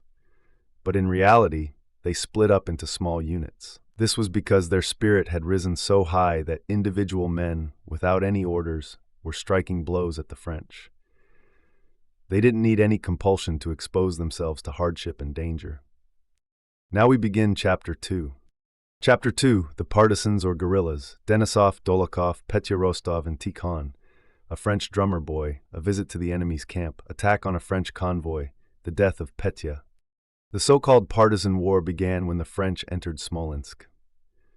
Even before the government officially recognized partisan warfare, thousands of enemy stragglers, marauders, and foragers had been killed by the Cossacks and peasants. They killed them as instinctively as a pack of dogs would worry a stray mad dog to death. Denis Davidov, with his true Russian instinct, was the first to see the value of this terrible cudgel that was destroying the French, regardless of military science. To him belongs the credit for taking the first step to organize this method of warfare. On August 24th, Davidov's first partisan detachment was formed, and soon others were recognized. The further the campaign went on, the more of these detachments there were. These irregular forces destroyed the great French army piece by piece. They were like people gathering the fallen leaves that dropped from a withered tree, and sometimes they even shook the tree itself. By October, when the French were fleeing towards Smolensk, there were hundreds of these partisan companies, of all different sizes and types. Some of them adopted all the methods of a regular army, with infantry, artillery, and staffs. Others were made up only of Cossack cavalry. There were also small, informal groups of men on foot and on horseback, and groups of peasants and landowners who remained unknown to the wider world. One party, commanded by a church sacristan, captured several hundred prisoners in a month. And there was Vasilisa, the wife of a village elder, who was said to have killed hundreds of the French. The partisan warfare became most intense in the last days of October. Its early period was over. In the beginning, the partisans had been amazed at their own boldness, fearing every moment that they would be surrounded and captured by the French. They hid in the forests, hardly daring to even unsaddle their horses, always expecting to be chased. By the end of October, this kind of warfare had taken on a definite shape. Everyone knew what they could risk against the French and what they could not. Now, it was only the commanders of large detachments, with their staffs and their rule books, who still thought many things were impossible. The small bands, which had been active for a long time and had observed the French up close, considered things possible that the commanders of the big detachements wouldn't even dare to think about. The Cossacks and peasants who crept in among the French now believed that everything was possible. On October 22nd, Denisov, who was one of these irregulars, was with his group at the very height of this guerrilla enthusiasm. Since early morning, he and his party had been on the move. All day, from the cover of a forest that ran alongside the main road, he had been watching a large French convoy. It consisted of cavalry baggage and Russian prisoners, and it was separated from the main army. Spies and prisoners had told him that it was moving towards Smolensk under a strong escort. Besides Denisov and Dolokhov, who also led a small party nearby, the commanders of some large divisions also knew about this convoy. As Denisov put it, they were sharpening their teeth for it. Two of these commanders, one a Pole and the other a German, sent invitations to Denisov almost at the same time, asking him to join their divisions to attack the convoy. "No, brother, I have grown mustaches myself," Denisov said after reading these messages. He wrote back to the German general, saying that despite his heartfelt desire to serve under such a brave and famous commander, he had to decline the pleasure because he was already under the command of the Polish general. Then he wrote to the Polish general with a similar message, informing him that he was already under the command of the German. Having dealt with that, Denisov and Dolokhov planned to attack and capture the convoy themselves, with their own small forces, without reporting it to the higher command. On October 22nd, the convoy was moving from the village of Mykolino to Shamshevo. To the left of the road between these two villages, there were large forests. These forests sometimes came right up to the road, and sometimes were a mile or more away. Denisov and his party rode through these forests all day, sometimes deep inside them, sometimes at the very edge, but they never lost sight of the moving French column. That morning, some of Denisov's Cossacks had captured 2 wagons loaded with cavalry saddles that had gotten stuck in the mud near Mykolino. Since then, they had just watched the French without attacking. Their plan was to let the French reach Shamshevo without being alarmed. Then, they would join up with Dolokhov, who was supposed to arrive that evening for a meeting at a watchman's hut in the forest, less than a mile from Shamshevo. At dawn, they would surprise the French, falling on them like an avalanche from 2 sides, and capture them all at once. To watch their rear, 6 Cossacks were posted more than a mile from Mykolino, where the forest came right up to the road. They were to report if any new French columns appeared. Beyond Shamshevo, Dolokhov was supposed to watch the road in the same way, to find out if there were other French troops nearby. They estimated that the convoy had about 1,500 men. Denisov had 200, and Dolokhov might have as many. The difference in numbers did not worry Denisov. What he needed to know was what kind of troops these were. To find that out, he had to capture a tongue, which meant a man from the enemy column. The attack on the wagons that morning had been so quick that all the Frenchmen with them had been killed. Only a little drummer boy had been taken alive, and since he was a straggler, he couldn't tell them anything specific about the troops in the column. Denisov thought it was too dangerous to make another attack, for fear of alerting the whole column. So he sent a peasant from his party, a man named Tikhon Sherbati, to Shamshevo to try to capture at least one of the French quartermasters who had been sent ahead. It was a warm, rainy autumn day. The sky and the horizon were both the color of muddy water. At times a sort of mist would fall, and then suddenly heavy slanting rain would pour down. Denisov, wearing a felt cloak and a sheepskin cap dripping with rain, was riding a thin, thoroughbred horse with sunken sides. Both he and his horse, which had its head turned and its ears laid back, seemed to shrink from the driving rain. Denisov gazed anxiously ahead, his thin face and short, thick black beard looking angry. Beside Denisov rode an esaul, his right-hand man, also in a felt cloak and sheepskin cap, mounted on a large, sleek Don horse. The esaul, Levesky III, was a tall man, as straight as an arrow. He had a pale face, fair hair, and narrow, light eyes. His expression and posture showed a calm self-satisfaction. It was hard to say exactly what made them different, but at first glance you could see that Denisov was wet and uncomfortable, a man simply mounted on a horse. But when you looked at the esaul, you saw a man who was as comfortable and at ease as always. He was not just a man on a horse, but a man who was one with his horse, a being with double strength. A little ahead of them, a peasant guide walked, soaked to the skin, in a gray coat and a white knitted cap. A little behind them, a young officer in a blue French overcoat rode a poor, small, lean Kyrgyz horse with an enormous tail and mane. Beside him rode a hussar. Behind the hussar, on the back of his horse, sat a boy in a tattered French uniform and a blue cap. The boy held on to the hussar with cold, red hands, his eyebrows raised in surprise as he looked around. This was the French drummer boy they had captured that morning. Behind them along the narrow, sodden forest road came hussars in small groups, and then Cossacks. Some wore felt cloaks, some wore French greatcoats, and some had horsecloths over their heads. The horses, drenched by the rain, all looked black, no matter their real color. Their necks, with their wet, clinging manes, looked strangely thin. Steam rose from their bodies. Clothes, saddles, and reins were all wet, slippery, and soaked, just like the ground and the fallen leaves. The men sat huddled, trying not to move, to warm the water that had seeped into their clothes and to keep more cold water from getting in. In the middle of the line of Cossacks, 2 wagons, pulled by French horses and Cossack horses hitched in front, rumbled over tree stumps and splashed through the puddles. Denisov's horse shied away from a pool of water and bumped his rider's knee against a tree. "Oh, the devil!" Denisov exclaimed angrily. Showing his teeth, he struck his horse 3 times with his whip, splashing mud on himself and his comrades. Denisov was in a bad mood because of the rain and hunger. None of them had eaten since morning. But he was even more out of sorts because he still had no news from Dolokhov, and the man he had sent to capture a tongue had not returned. "There'll hardly be another chance like today to fall on a transport," Denisov thought, constantly looking ahead for a messenger from Dolokhov. "It's too risky to attack them by myself, and if we wait till tomorrow, one of the big guerrilla detachments will snatch the prize from under our noses." When he came to a path where he could see far to the right, Denisov stopped. "There's someone coming," he said.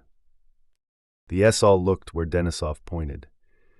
"There are 2, an officer and a Cossack, but it is not presupposable that it is the lieutenant colonel himself," said the Esal, who liked to use words the Cossacks didn't understand.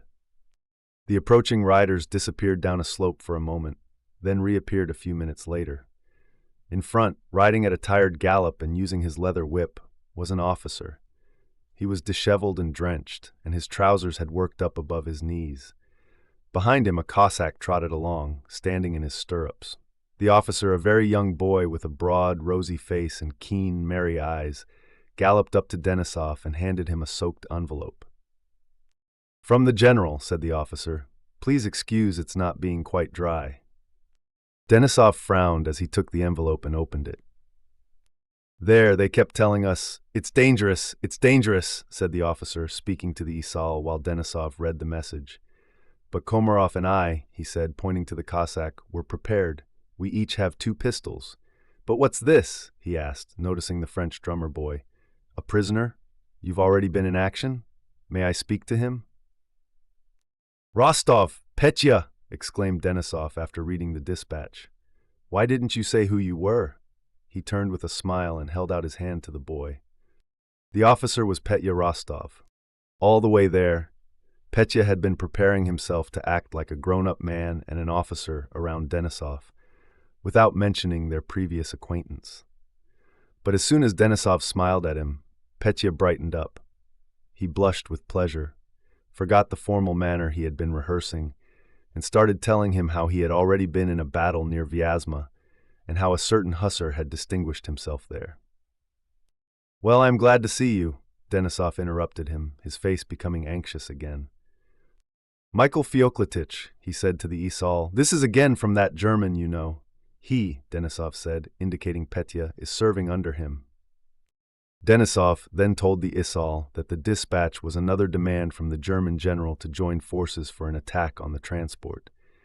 "If we don't take it tomorrow, he'll snatch it from under our noses," he added.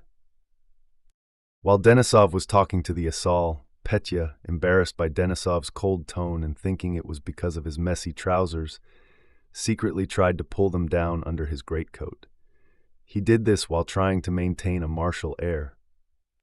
"Will there be any orders, Your Honor?" he asked Denisov, holding his hand at the salute and resuming the game of adjutant and general he had prepared for.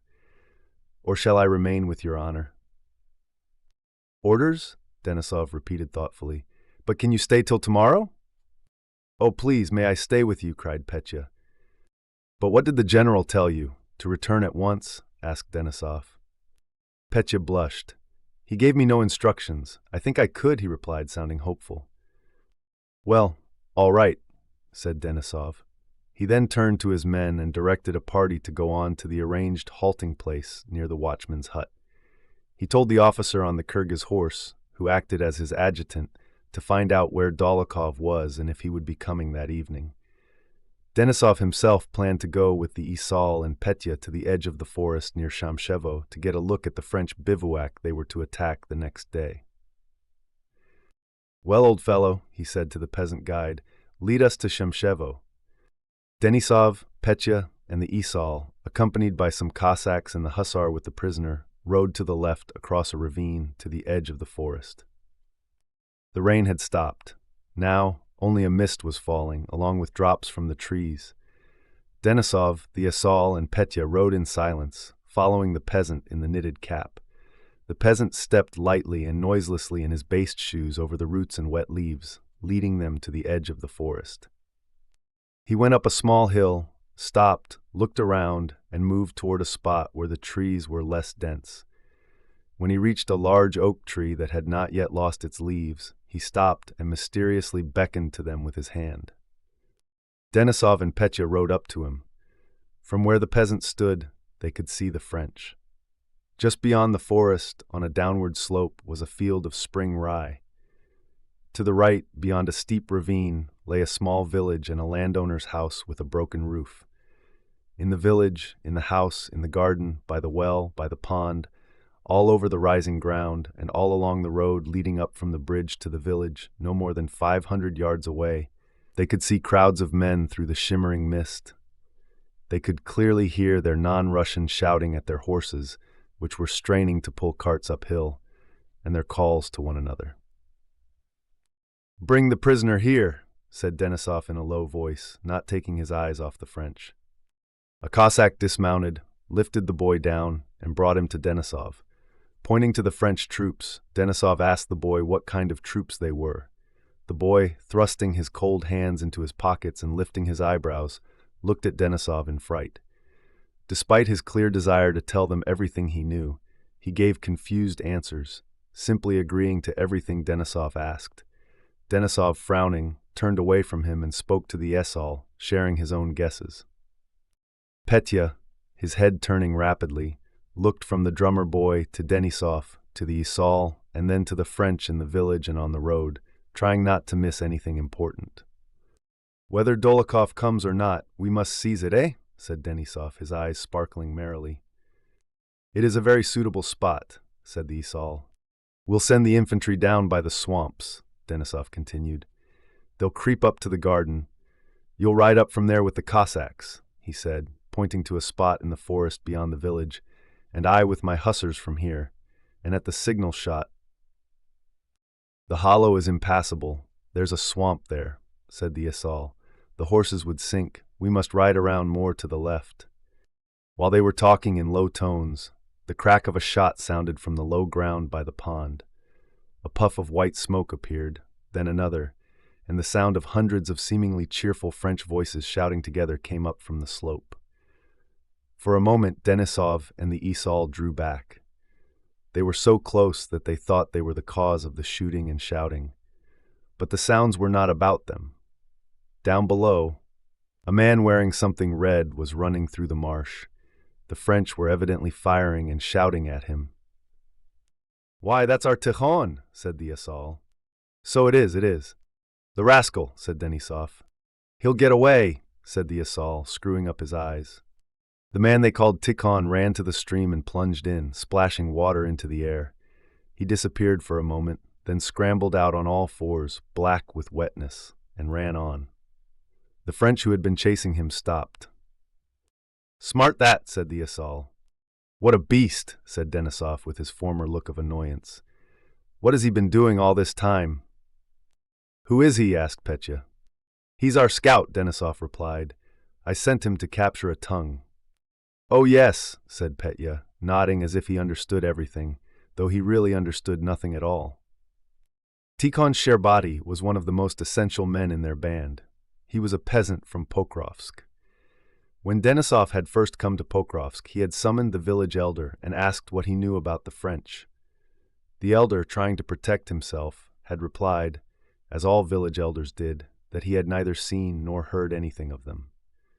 But when Denisov explained that his goal was to kill the French, the elder replied that some marauders had indeed been in their village, but that Tikhon Sherbati was the only man who dealt with such matters. Denisov had Tikhon called, praised him for his actions, and spoke a few words about loyalty to the Tsar and the fatherland. "We don't do the French any harm," said Tikhon, clearly frightened by Denisov's words. "We only fooled about with the lads for fun, you know. We killed a score or so of marauders, but we did no harm else." The next day, after Denisov had left Pokrovsk and forgotten about the peasant, he was told that Tikhon had attached himself to their party and asked to stay. Denisov gave orders to let him. Tikhon, who at first did rough work like laying campfires and fetching water, soon showed a great talent for partisan warfare. At night, he would go out for loot and always brought back French clothing and weapons. When told to, he would bring in French captives as well. Denisov then relieved him from chores and began taking him on expeditions, enrolling him among the Cossacks. Tikhon didn't like riding and always went on foot, never falling behind the cavalry. He was armed with a musketoon, which he carried mostly as a joke, a pike, and an axe. He used the axe as a wolf uses its teeth, with equal ease picking fleas out of its fur or crunching thick bones. Tikhon could split logs with a single blow, or, holding the head of the axe, carve thin little pegs or spoons. In Denisov's party, he held a special position. Whenever there was something particularly difficult or nasty to be done, pushing a cart out of the mud, pulling a horse out of a swamp by its tail, or walking more than 30 miles in a day, everyone would point laughingly at Tikhon. "It won't hurt that devil. He's as strong as a horse," they said of him. Once, a Frenchman Tikhon was trying to capture shot him in the fleshy part of the back. That wound, which Tikhon treated only with vodka, both inside and out, became the subject of lively jokes throughout the detachment, jokes which Tikhon himself happily joined in. "Hello, mate, never again? Gave you a twist?" The Cossacks would tease him, and Tikhon, purposely twisting and making faces, would pretend to be angry and swear at the French with the funniest curses. The only effect of this incident on Tikhon was that after being wounded, he seldom brought in prisoners. He was the bravest and most useful man in the party. No one found more opportunities to attack, and no one captured or killed more Frenchmen. As a result, he became the buffoon for all the Cossacks and hussars, a role he willingly accepted. Now, he had been sent by Denisov to Shamshivo to capture a tongue. But whether because he wasn't content with just one Frenchman, or because he had slept through the night, he had crept into some bushes right among the French by daylight, and as Denisov had just seen, had been discovered. After talking with the Asal for some time about the next day's attack, which he now seemed to have decided on, Denisov turned his horse and rode back. "Now, my lad, we'll go and get dry," he said to Petya. As they approached the watch-house, Denisov stopped, peering into the forest. Among the trees, a man with long legs and long swinging arms was approaching with light steps. He was wearing a short jacket, base shoes, and a Kazan hat. He had a musketoon over his shoulder and an axe stuck in his belt. When he saw Denisov, he quickly threw something into the bushes, took off his soaked hat, and approached his commander. It was Tikhon. His wrinkled, pockmarked face and narrow little eyes beamed with self-satisfied cheerfulness. He held his head high and looked at Denisov as if trying to hold back a laugh. "Well, where did you disappear to?" Denisov asked. "Where did I disappear to? I went to get Frenchmen," answered Tikhon boldly and quickly, in a husky but musical bass voice. "Why did you go in there by daylight, you ass? Well, why haven't you taken one?" "Oh, I took one all right," said Tikhon. "Where is he?" "You see, I took him first thing at dawn," Tikhon continued, planting his flat feet in their bast shoes. "I took him into the forest. Then I see he's no good and think I'll go and fetch a better one." "You see, what a rogue. It's just as I thought," said Denisov to the Isal. "Why didn't you bring that one?" "What was the good of bringing him?" Tikhon interrupted hastily and angrily. "That one wouldn't have done for you. As if I don't know what sort you want." "What a brute you are! Well, I went for another one," Tikhon continued, and I crept like this through the wood and lay down. He suddenly dropped to his stomach with a supple movement to show how he had done it. One turned up and I grabbed him like this. He jumped up quickly. "Come along to the colonel," I said. He starts yelling, and suddenly there were 4 of them. They rushed at me with their little swords. So I went for them with my axe, this way. "What are you up to?" says I. "Christ be with you," shouted Tikhon, waving his arms with an angry scowl. "Yes, we saw from the hill how you took to your heels through the puddles," said the Asal, his glittering eyes screwing up. Petya desperately wanted to laugh, but he noticed that everyone else was refraining. He quickly looked from Tikhon's face to the Asal's and Denisov's, unable to understand what it all meant. "Don't play the fool," said Denisov, coughing angrily. "Why didn't you bring the first one?" Tikhon scratched his back with one hand and his head with the other. Then suddenly, his whole face broke into a beaming, foolish grin, revealing a gap where he had lost a tooth. That was why he was called Sherbati, the gap-toothed. Denisov smiled, and Petya burst into a peal of merry laughter, which Tikhon himself joined. "Oh, but he was a regular good-for-nothing," said Tikhon. "The clothes on him, poor stuff, how could I bring him? And so rude, Your Honor. Why, he says, I'm a general's son myself, I won't go, he says." "You are a brute," said Denisov. "I wanted to question him." "But I questioned him," said Tikhon. "He said he didn't know much. There are a lot of us, he says, but all poor stuff, only soldiers in name.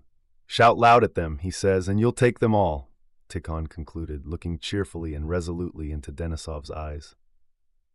"I'll give you 100 sharp lashes. That'll teach you to play the fool," said Denisov severely. "But why are you angry?" Tikhon protested. "As if I'd never seen your Frenchmen. Just wait till it gets dark, and I'll fetch you any of them you want, 3 if you like." "Well, let's go," said Denisov, and he rode the rest of the way to the watch-house in silent, angry thought. Tikhon followed behind, and Petya could hear the Cossacks laughing with him and at him about some pair of boots he had thrown into the bushes. When the fit of laughter from Tikhon's words had passed, Petya realized for a moment that this man, Tikhon, had killed someone. He felt uneasy. He looked over at the captive drummer boy and felt a pang in his heart. But this feeling lasted only a moment. He felt he needed to hold his head higher, brace himself, and ask the Esal with an air of importance about the next day's mission, so that he would not be unworthy of the company he was in. The officer who had been sent to make inquiries met Denisov on the way with the news that Dolokhov was coming soon, and that all was well with him. Denisov immediately cheered up. He called Petya to him and said, "Well, tell me about yourself." After leaving his family in Moscow, Petya had joined his regiment and was soon taken as an orderly by a general commanding a large guerrilla detachment. From the time he received his commission, and especially since joining the active army and fighting in the Battle of Vyazma, Petya had been in a constant state of blissful excitement. He felt grown up and was in a perpetual hurry not to miss any chance to do something truly heroic. He was delighted with everything he saw and experienced in the army, but at the same time, it always seemed to him that the real heroic deeds were happening somewhere else, just where he wasn't. He was always in a rush to get where he was not. On the 21st of October, when his general wanted to send someone to Denisov's detachment, Petya begged so pitifully to be sent that the general couldn't refuse. But as he was sending him off, the general remembered Petya's mad behavior at the Battle of Vyazma. Instead of riding by the road to his destination, Petya had galloped to the front line under French fire and had fired his pistol twice. So now, the general explicitly forbade him from taking part in any of Denisov's actions. That was why Petya had blushed and become confused when Denisov asked if he could stay. Before they had ridden to the edge of the forest, Petya had planned to follow his instructions strictly and return at once. But when he saw the French and saw Tikhon and learned that there would definitely be an attack that night, he changed his mind with the swiftness of youth. He decided that the general, whom he had respected so much, was a rubbishy German, that Denisov was a hero, the Isal was a hero, and Tikhon was a hero too, and it would be shameful for him to leave them at such a critical moment. It was already getting dark when Denisov, Petya, and the Esau rode up to the watch house. In the twilight, they could see saddled horses and Cossacks and hussars who had built rough shelters in the clearing. They were kindling fires in a hollow where the French couldn't see the smoke. In the small watch house, a Cossack with rolled-up sleeves was chopping mutton. In the main room, 3 officers from Denisov's band were turning a door into a tabletop. Petya took off his wet clothes to be dried and immediately started helping the officers set up the dinner table. In 10 minutes, the table was ready with a napkin spread on it. On the table were vodka, a flask of rum, white bread, roast mutton, and salt. Sitting at the table with the officers, tearing at the fat, savory mutton with his hands, grease trickling down his fingers, Petya was in an ecstatic, childish state. He felt a love for all men and was confident that they all loved him in the same way. "So then, what do you think, Vasily Dmitrich?" he said to Denisov. "It's all right for me to stay a day with you." And without waiting for an answer, he answered his own question. "You see, I was told to find out. Well, I am finding out. Only do let me into the chief. I don't want a reward, but I want—" Petya clenched his teeth and looked around, throwing back his head and waving his arms. "Into the very chief," Denisov repeated with a smile. "Only, please let me command something, so that I may really command," Petya went on. "What would it be to you?" "Oh, you want a knife?" he said, turning to an officer who wanted to cut some mutton, and he handed him his clasp knife. The officer admired it. "Please keep it. I have several like it," said Petya, blushing. "Heavens, I was quite forgetting," he suddenly cried. "I have some raisins, fine ones, seedless ones. We have a new sutler, and he has such wonderful things. I bought 10 pounds. I am used to something sweet. Would you like some?" And Petya ran out to his Cossack and brought back bags containing about 5 pounds of raisins. "Have some, gentlemen, have some." "You want a coffee pot, don't you?" he asked the Asal. "I bought a capital one from our sutler. He has splendid things. And he's very honest, that's the main thing. I'll be sure to send it to you. Or perhaps your flints are giving out. That happens sometimes, I have brought some with me, here they are." And he showed a bag. 100 flints. I bought them very cheap. Please take as many as you want, or all if you like. Then suddenly, worried that he had said too much, Petya stopped and blushed. He tried to remember if he had done anything else foolish. Running over the day's events, he remembered the French drummer boy. "It's wonderful for us here. But what about him? Where have they put him? Have they fed him? Haven't they hurt his feelings?" he thought. But having already caught himself saying too much about the flints, he was now afraid to speak out. "I might ask," he thought, "but they'll say, he's a boy himself, so he pities the boy. I'll show them tomorrow whether I'm a boy. Will it seem odd if I ask?" Petya wondered. "Well, never mind." And immediately, blushing and looking anxiously at the officers to see if they looked amused, he said, "May I call in that boy who was taken prisoner and give him something to eat, perhaps?" "Yes, he's a poor little fellow," said Denisov, who evidently saw nothing shameful in this suggestion. "Call him in. His name is Vincent Boss. Have him fetched." "I'll call him," said Petya. Yes, call him, a poor little fellow," Denisov repeated. Petya was standing at the door when Denisov said this. He slipped in between the officers, came close to Denisov and said, "Let me kiss you, dear old fellow. Oh, how fine, how splendid." And after kissing Denisov, he ran out of the hut. "Bossa, Vincent!" Petya cried, stopping outside the door. "Who do you want, sir?" asked a voice in the darkness. Petya replied that he wanted the French boy who had been captured that day. "Ah, Vaseny?" said a Cossack. The boy's name, Vincent, had already been changed by the Cossacks to Vaseny, which means spring-like. In this new name, the reference to spring matched the impression the young boy made. "He is warming himself there by the bonfire." "Ho, Vasenya, Vasenya, Vaseny!" laughing voices called to one another in the darkness. "He's a smart lad," said a hussar standing near Petya. "We gave him something to eat a while ago. He was awfully hungry." The sound of bare feet splashing through the mud was heard, and the drummer boy came to the door. "Ah, it's you," said Petya. "Do you want something to eat? Don't be afraid, they won't hurt you," he added shyly and affectionately, touching the boy's hand. Come in, come in." Thank you, sir, said the drummer boy in a trembling, almost childish voice, and he began to scrape his dirty feet on the threshold. There were many things Petya wanted to say to the drummer boy, but he didn't dare. He stood beside him in the passage, feeling hesitant. Then in the darkness, he took the boy's hand and pressed it. Come in, he repeated in a gentle whisper. Oh, what can I do for him, he thought, and opening the door, he let the boy pass in first.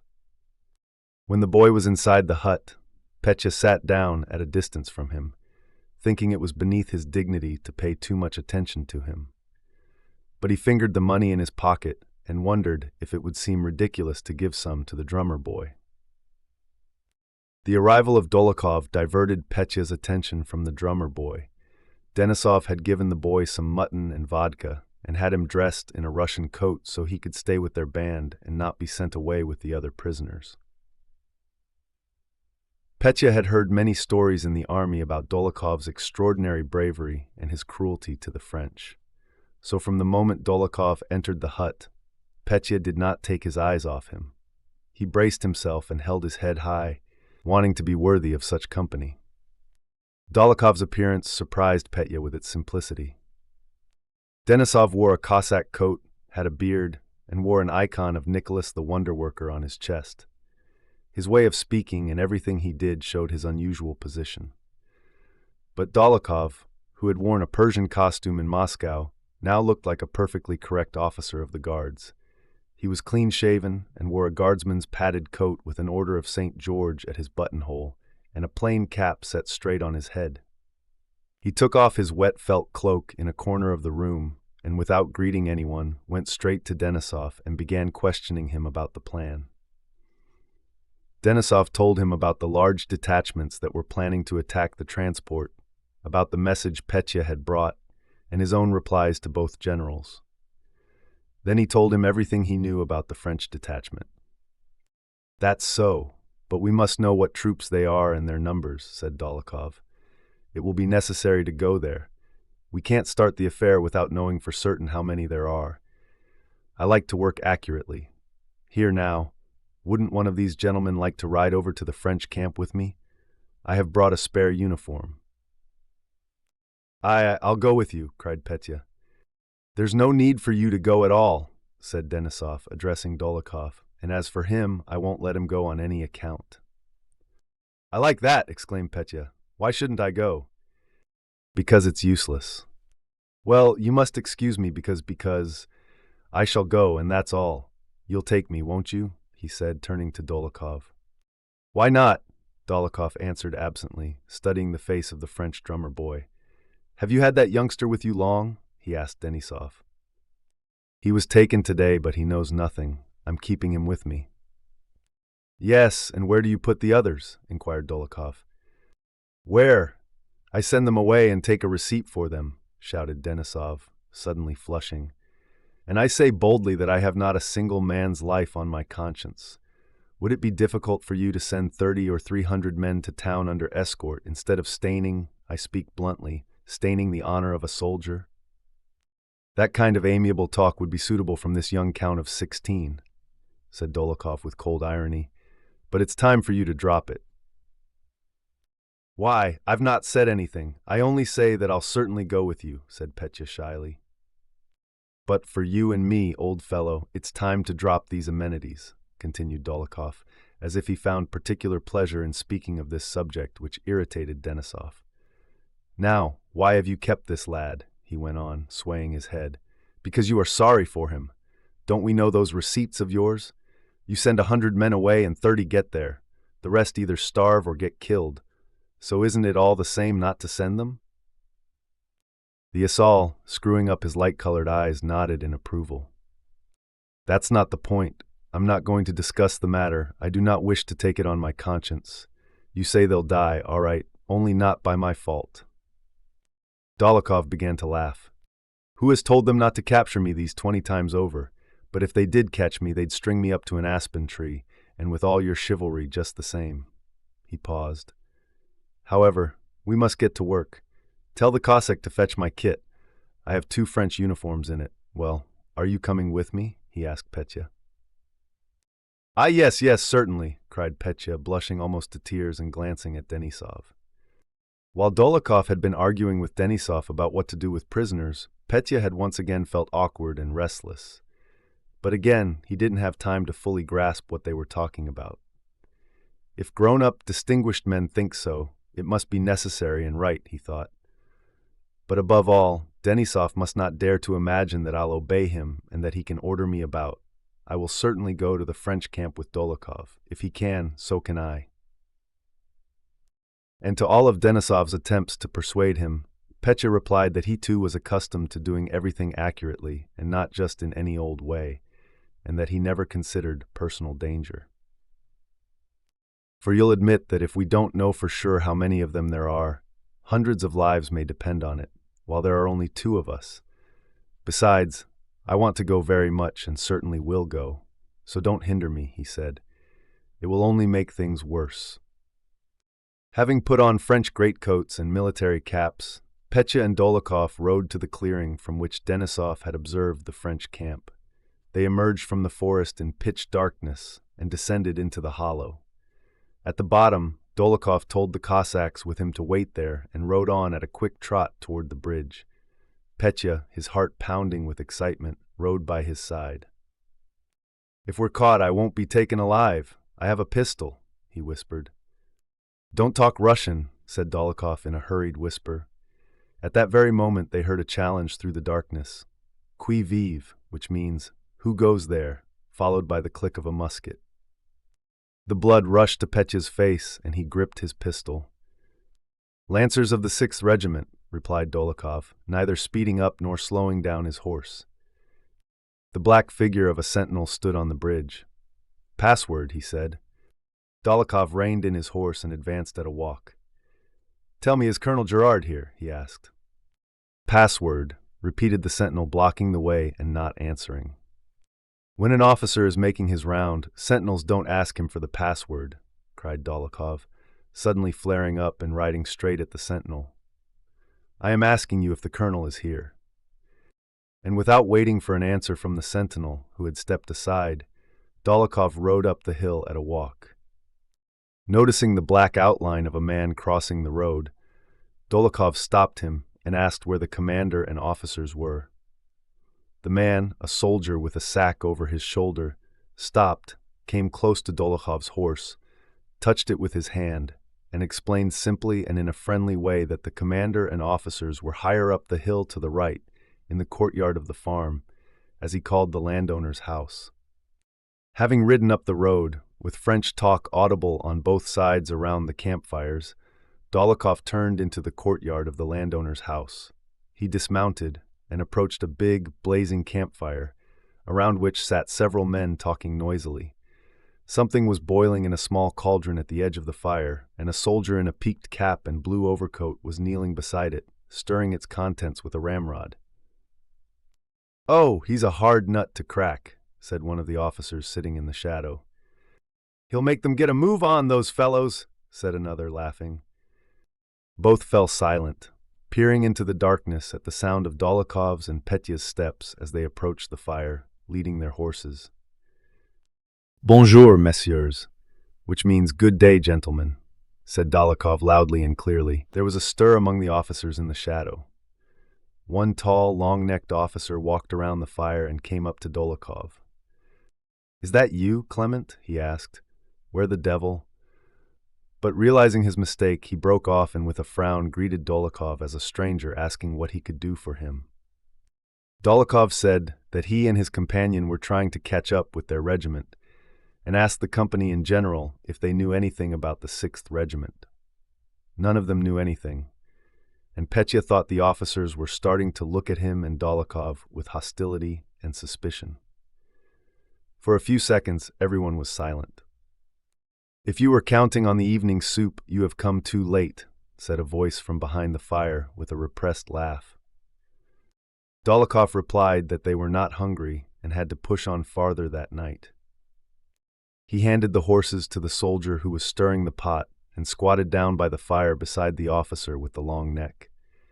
That officer did not take his eyes off Dolokhov and again asked what regiment he belonged to. Dolokhov, as if he hadn't heard the question, did not reply. Instead, he lit a short French pipe from his pocket and began asking the officer how safe the road ahead was from Cossacks. "Those brigands are everywhere," replied an officer from behind the fire. Dolokhov remarked that the Cossacks were a danger only to stragglers like himself and his companion, but probably they would not dare to attack large detachments, he added, as if asking a question. No one replied. "Well, now he'll come away," Petya thought every moment as he stood by the campfire, listening. But Dolokhov restarted the conversation and began asking direct questions about how many men were in the battalion, how many battalions, and how many prisoners they had. Asking about the Russian prisoners with that detachment, Dolokhov said, "A horrid business dragging these corpses about with one. It would be better to shoot such rabble." He then burst into a loud, strange laugh, so strange that Petya thought the French would immediately realize their disguise, and he involuntarily took a step back from the campfire. No one said a word in reply to Dolokhov's laughter. A French officer whom they couldn't see, who was wrapped in a greatcoat, rose and whispered something to a companion. Dolokhov got up and called to the soldier who was holding their horses. "Will they bring our horses or not?" Petya thought, instinctively moving closer to Dolokhov. The horses were brought. "Good evening, gentlemen," said Dolokhov. Petya wanted to say, "Good night," but couldn't speak.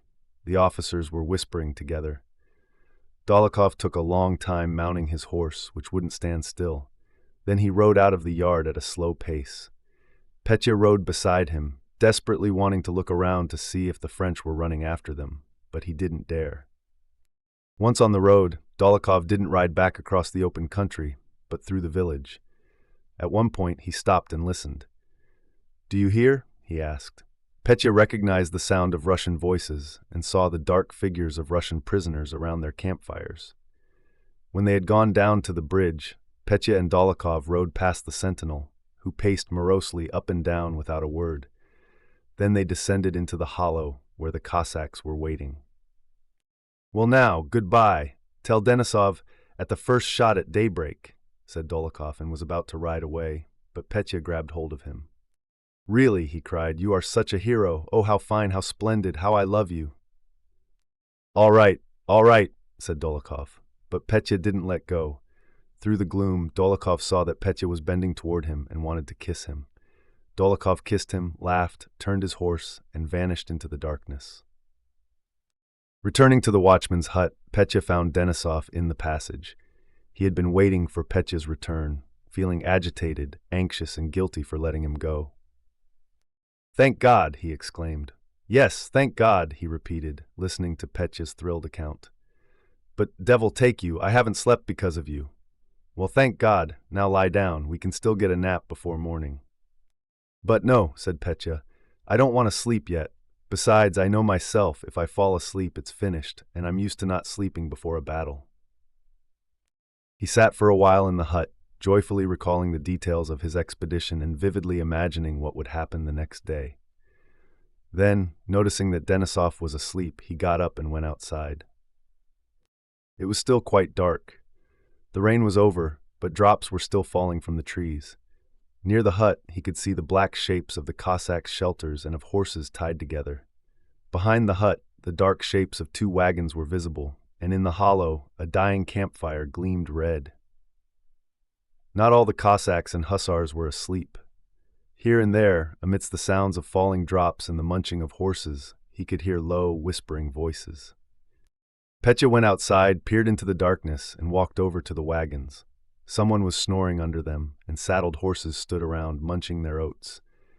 In the dark, Petya recognized his own horse, which he called Karabakh, and went up to it. "Well, Karabakh, we'll do some service tomorrow," he said, sniffing its nostrils and kissing it. "Why aren't you asleep, sir?" said a Cossack who was sitting under a wagon. "No, Lihashev, isn't that your name? Do you know I have only just come back? We've been into the French camp." And Petya gave the Cossack a detailed account not only of his ride, but also of his purpose, and why he thought it was better to risk his life than to act just anyhow. "Well, you should get some sleep now. said the Cossack. No, I am used to this, said Petya. I say, aren't the flints in your pistols worn out? I brought some with me. Don't you want any? You can have some. The Cossack bent forward from under the wagon to get a closer look at Petya. Because I am accustomed to doing everything accurately, said Petya. Some fellows do things just anyhow without preparation, and then they're sorry for it afterwards. I don't like that. Just so, said the Cossack. Oh yes, another thing. Please, my dear fellow, will you sharpen my saber for me? It's got blunt. Petya was afraid to tell a lie, as the saber had never been sharpened. Can you do it? Of course I can. Lihachev got up, rummaged in his pack, and soon Petya heard the warlike sound of steel on a whetstone. He climbed onto the wagon and sat on its edge. The Cossack was sharpening the saber under the wagon. I say, are the lads asleep? Asked Petya. Some are and some aren't, like us. Well, and that boy? Viseny, oh, he's thrown himself down there in the passage, fast asleep after his fright. He was that glad. After that, Petya remained silent for a long time, listening to the sounds. He heard footsteps in the darkness, and a black figure appeared. What are you sharpening? Asked a man coming up to the wagon. Why, this gentleman's saber. That's right, said the man, whom Petya took to be a hussar. Was the cup left here? There, by the wheel. The hussar took the cup. It must be daylight soon, he said, yawning, and went away. Petya should have known that he was in a forest with Denisov's guerrilla band, less than a mile from the road. He should have known he was sitting on a wagon captured from the French, beside which horses were tied, and that under it Lihachev was sharpening a saber for him. He should have known that the big dark shape to the right was the watchman's hut, and the red spot below was a dying campfire, and that the man who came for the cup was a hussar who wanted a drink. But he neither knew nor cared to know any of this. He was in a fairy kingdom where nothing resembled reality. The big dark shape might be the watchman's hut, or it might be a cavern leading to the very depths of the earth. The red spot might be a fire, or it might be the eye of an enormous monster. Perhaps he was really sitting on a wagon, but it was just as likely he was on a terribly high tower, from which, if he fell, he would fall for a whole day or a whole month, and never reach the bottom. Perhaps it was just the Cossack Lihachev under the wagon, but it might be the kindest, bravest, most wonderful man in the world whom no one knew of. Perhaps the hussar really had come for water, but perhaps he had simply vanished into nothingness. Nothing Petya could have seen now would have surprised him. He was in a fairy kingdom where everything was possible. He looked up at the sky. The sky, like the earth, was a fairy realm. It was clearing, and clouds were swiftly sailing over the treetops as if unveiling the stars. Sometimes it looked as if the clouds were passing, revealing a clear black sky. Other times it seemed as if the black spaces were clouds. Sometimes the sky seemed to rise high above him, and then it seemed to sink so low he could touch it with his hand. Petya's eyes began to close, and he swayed a little. The trees were dripping. Quiet talking could be heard. The horses neighed and jostled one another. Someone snored. Ozheg zeg, hissed the saber against the whetstone. Suddenly Petya heard a harmonious orchestra playing some unknown, sweetly solemn hymn. Petya was as musical as Natasha, perhaps even more so than Nicholas, but he had never studied music or thought much about it. So the melody that came to his mind seemed particularly fresh and attractive. The music grew louder and louder. The melody grew and passed from one instrument to another. It was a fugue, though Petya had no idea what a fugue was. Each instrument, now like a violin, now a horn, but better and clearer than any real violin or horn, played its own part. Before it had finished, the melody merged with another instrument that began almost the same tune, and then with a third and a fourth. They all blended into one, then became separate again, then blended again, now into solemn church music, now into something dazzlingly brilliant and triumphant. Oh, why, that was in a dream, Petya said to himself as he lurched forward. It's in my ears, but perhaps it's my own music. Well, go on, my music, now. He closed his eyes, and from all sides, as if from a distance, sounds fluttered, grew into harmonies, separated, blended, and again all mingled into the same sweet and solemn hymn. "Oh, this is delightful, as much as I like and as I like," Petya said to himself. He tried to conduct this enormous orchestra. Now softly, softly die away, and the sounds obeyed him. Now fuller, more joyful, still more and more joyful. And from an unknown depth, increasingly triumphant sounds rose. "Now voices join in," ordered Petya, and at first from afar he heard men's voices and then women's. The voices grew in harmonious, triumphant strength, and Petya listened to their surpassing beauty in awe and joy. With a solemn triumphal march, a song mingled with the drip from the trees and the hissing of the saber, Ozheg zeg zeg. And again the horses jostled one another and neighed, not disturbing the choir but joining in it. Petya did not know how long this lasted. He enjoyed himself the whole time, amazed at his own enjoyment and sad that there was no one to share it with. He was awakened by Likhachev's kindly voice. "It's ready, Your Honor. You can split a Frenchman in half with it." Petya woke up. "It's getting light. It's really getting light," he exclaimed.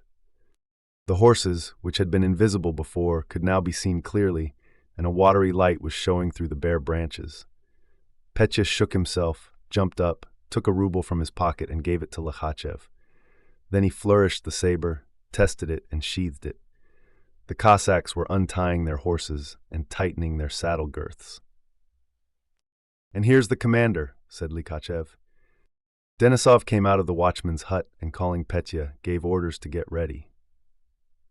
The men quickly found their horses in the semi-darkness, tightened their saddle girths, and formed into companies. Denisov stood by the hut, giving final orders.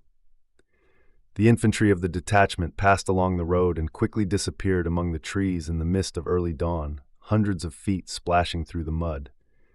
The Isal gave some orders to his men. Petya held his horse by the bridle, impatiently waiting for the order to mount. His face, which had been bathed in cold water, was all aglow, and his eyes were particularly brilliant. Cold shivers ran down his spine and his whole body pulsed rhythmically. "Well, is everything ready?" asked Denisov. "Bring the horses." The horses were brought. Denisov was angry with the Cossack because the saddle girths were too slack, and he scolded him before mounting. Petya put his foot in the stirrup. His horse, out of habit, made as if to nip his leg, but Petya leaped quickly into the saddle, unconscious of his own weight. He turned to look at the hussars starting in the darkness behind him, and then rode up to Denisov. "Vasily Dmitrich, entrust me with some commission. Please, for God's sake," he said. Denisov seemed to have forgotten Petya's very existence. He turned to glance at him. "I ask one thing of you," he said sternly, "to obey me and not shove yourself forward anywhere." He did not say another word to Petya, but rode in silence all the way. When they reached the edge of the forest, it was noticeably getting light over the field. Denisov talked in whispers with the Esal, and the Cossacks rode past Petya and Denisov. When they had all passed, Denisov touched his horse and rode down the hill. The horses descended with their riders into the ravine, sliding on their haunches. Petya rode beside Denisov, the pulsing in his body constantly increasing. It was getting lighter and lighter, but the mist still hid distant objects. When they reached the valley, Denisov looked back and nodded to a Cossack beside him. "The signal," he said. The Cossack raised his arm, and a shot rang out. Instantly the tramp of galloping horses was heard, shouts came from all sides, and then more shots. At the first sound of hoofs and shouting, Petya lashed his horse and, loosening his rein, galloped forward, ignoring Denisov, who was shouting at him. It seemed to Petya that the moment the shot was fired, it suddenly became as bright as noon. He galloped to the bridge. Cossacks were galloping along the road in front of him. On the bridge, he collided with a Cossack who had fallen behind, but he galloped on. In front of him, soldiers, probably Frenchmen, were running from right to left across the road. One of them fell in the mud under his horse's feet. Cossacks were crowding around a hut, busy with something. From the middle of that crowd, terrible screams arose. Petya galloped up, and the first thing he saw was the pale face and trembling jaw of a Frenchman, clutching the handle of a lance that was aimed at him. "Hurrah, lads, ours!" shouted Petya, and giving rein to his excited horse, he galloped forward along the village street. He could hear shooting ahead. Cossacks, hussars, and ragged Russian prisoners who had come running from both sides of the road were shouting loudly and incoherently. A gallant-looking Frenchman, in a blue overcoat, without a cap and with a frowning red face, had been defending himself against the hussars. By the time Petya galloped up, the Frenchman had already fallen. "Too late again," flashed through Petya's mind, and he galloped on to the place where the rapid firing was coming from. The shots were coming from the yard of the landowner's house he had visited the night before with Dolokhov. The French were making a stand there behind a fence in a garden thick with bushes, firing at the Cossacks who crowded at the gateway. Through the smoke, as he approached the gate, Petya saw Dolokhov, his face a pale greenish color, shouting to his men. "Go round! Wait for the infantry!" he exclaimed as Petya rode up to him. "Wait! Hurrah!" shouted Petya, and without pausing he galloped to the place where the firing was loudest and the smoke was thickest. A volley was heard, and some bullets whistled past, while others hit something with a splash. The Cossacks and Dolokhov galloped after Petya into the courtyard. In the dense, wavering smoke, some of the French threw down their arms and ran out of the bushes to meet the Cossacks, while others ran down the hill toward the pond.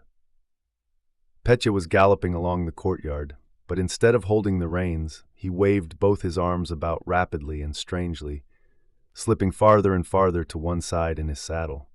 His horse, having galloped up to a smoldering campfire, stopped suddenly, and Petya fell heavily onto the wet ground. The Cossack saw his arms and legs jerk rapidly, though his head was completely still. A bullet had pierced his skull. After speaking to the senior French officer, who came out of the house with a white handkerchief tied to his sword and announced that they surrendered, Dolokhov dismounted. He went up to Petya, who lay motionless with outstretched arms. "Done for," he said with a frown, and went to the gate to meet Denisov, who was riding toward him. "Killed!" cried Denisov, recognizing from a distance the unmistakably lifeless position of Petya's body, a sight very familiar to him. "Done for," repeated Dolokhov, as if saying the words gave him pleasure. He then went quickly up to the prisoners, who were surrounded by Cossacks. "We won't take them," he called out to Denisov. Denisov did not reply. He rode up to Petya, dismounted, and with trembling hands turned the blood-stained, mud-splattered face toward himself. It had already gone white.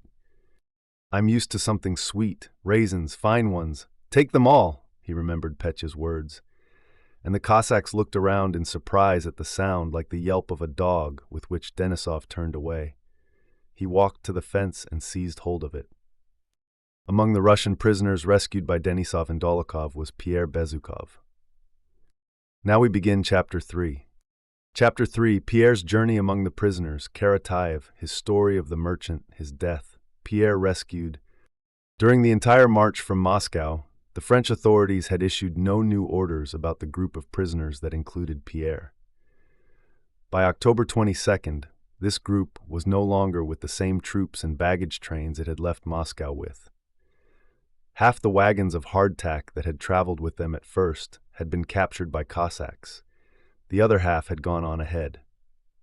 All of the dismounted cavalrymen who had marched in front of the prisoners were gone. They had all disappeared.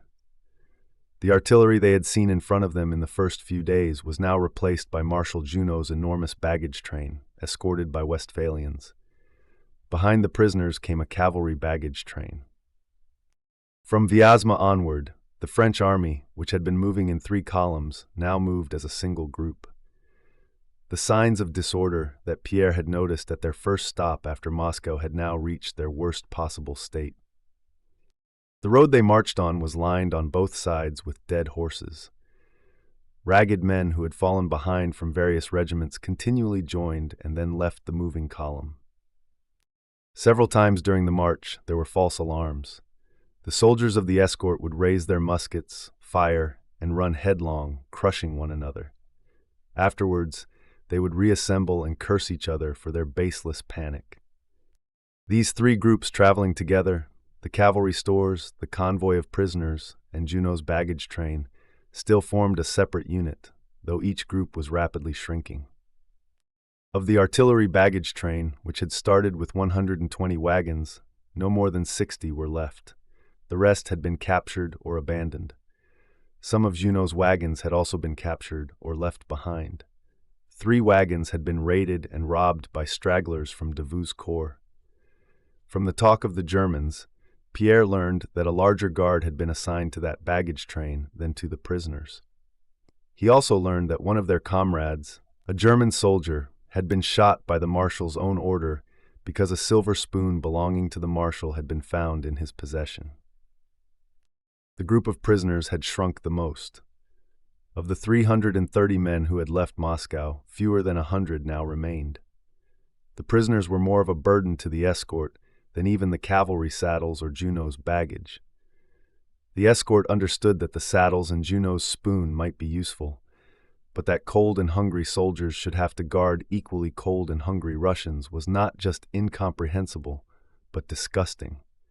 The escort, as if afraid of giving in to the pity they felt for the prisoners and making their own situation even worse, treated them with particular harshness and severity. At Dorogobush, while the soldiers of the convoy had locked the prisoners in a stable and gone off to loot their own stores, several of the soldier prisoners dug a tunnel under the wall and escaped. They were recaptured by the French and shot.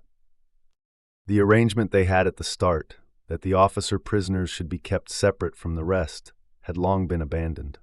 All who could walk went together. After the 3rd stage of the march, Pierre had rejoined Karatayev and the gray-blue, bandy-legged dog that had chosen Karatayev as its master. On the 3rd day after leaving Moscow, Karatayev again fell ill with the fever he had suffered from in the hospital in Moscow. As he grew weaker, Pierre began to keep his distance from him. Pierre didn't know why, but since Karatayev had started to weaken, it had become an effort to go near him. When he did, and heard the quiet moans with which Karatayev usually lay down at the halting places, and when he smelled the odor from him, which was now stronger than before, Pierre moved farther away and tried not to think about him. While imprisoned in the shed, Pierre had learned not with his mind but with his whole being, through life itself, that man is created for happiness. He learned that happiness is within him, in the satisfaction of simple human needs, and that all unhappiness comes not from lack, but from excess. Now during these last 3 weeks of the march, he had learned another new, comforting truth, that nothing in this world is truly terrible. He had learned that just as there is no condition in which a man can be happy and completely free, there is also no condition in which he needs to be unhappy and without freedom. He learned that suffering and freedom have their limits, and that those limits are very close together. He realized that a person in a bed of roses with one crumpled petal suffered just as much as he now did, sleeping on the bare, damp earth with one side freezing while the other was warming. He remembered that when he had put on tight dancing shoes, he had suffered just as he did now, walking with bare, sore-covered feet, his shoes having long since fallen apart. He discovered that when he had married his wife, which had seemed to be of his own free will, he had been no more free than he was now, locked in a stable at night. Of all the things he would later call his sufferings, but which at the time he barely felt, the worst was the state of his bare, raw, and scab-covered feet. The horseflesh was tasty and nourishing. The saltpeter flavor of the gunpowder they used instead of salt was even pleasant. It wasn't very cold, as it was always warm while walking during the day, and at night there were campfires. The lice that infested him even warmed his body. The one thing that was at first hard to bear was his feet. After the 2nd day's march, Pierre examined his feet by the campfire and thought it would be impossible to walk on them. But when everyone got up, he went along, limping.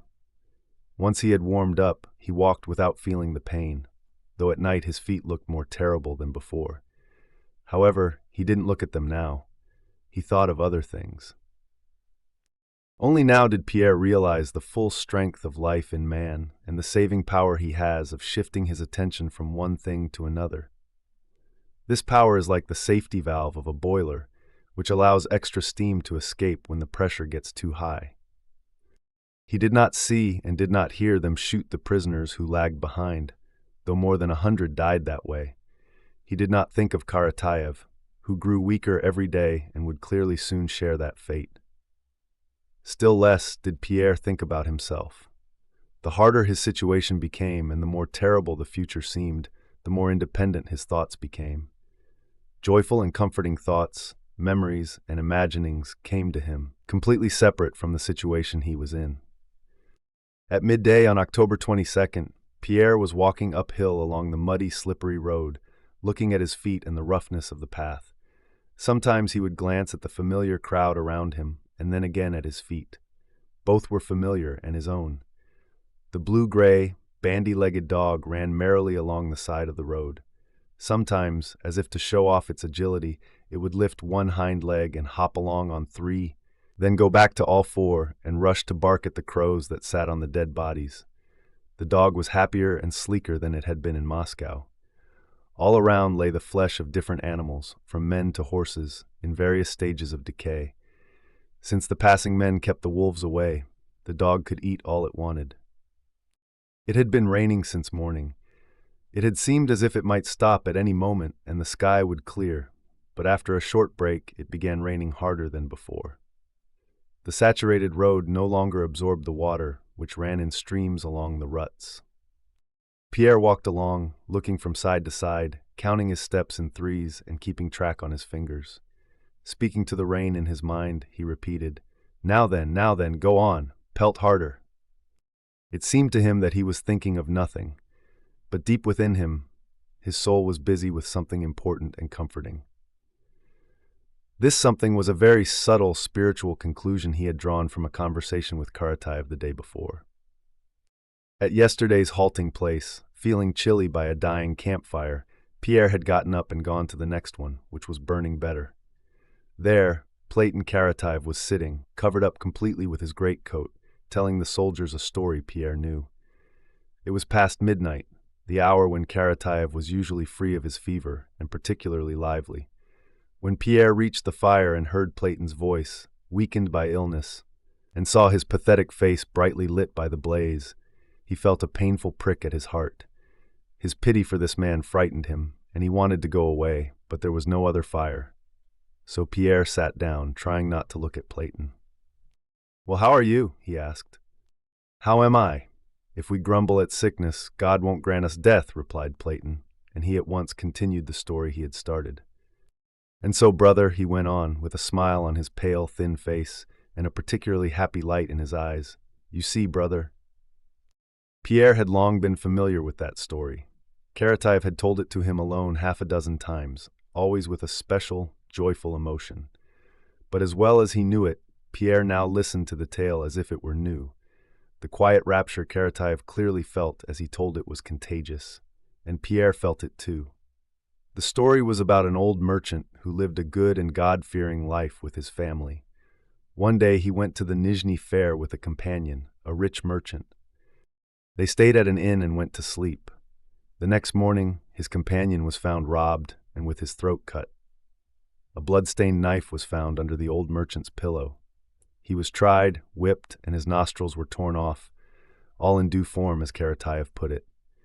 Then he was sent to hard labor in Siberia. And so, brother, it was at this point that Pierre arrived. 10 years or more passed by. The old man was living as a convict, submitting as he should and doing no wrong. Only he prayed to God for death. Well, one night the convicts were gathered just as we are, with the old man among them, and they began telling what each was suffering for, and how they had sinned against God. One told how he had taken a life, another had taken 2, a third had set a house on fire, while another had simply been a vagrant and had done nothing. So they asked the old man, "What are you being punished for, Daddy?" "I, my dear brothers," he said, "am being punished for my own and other men's sins.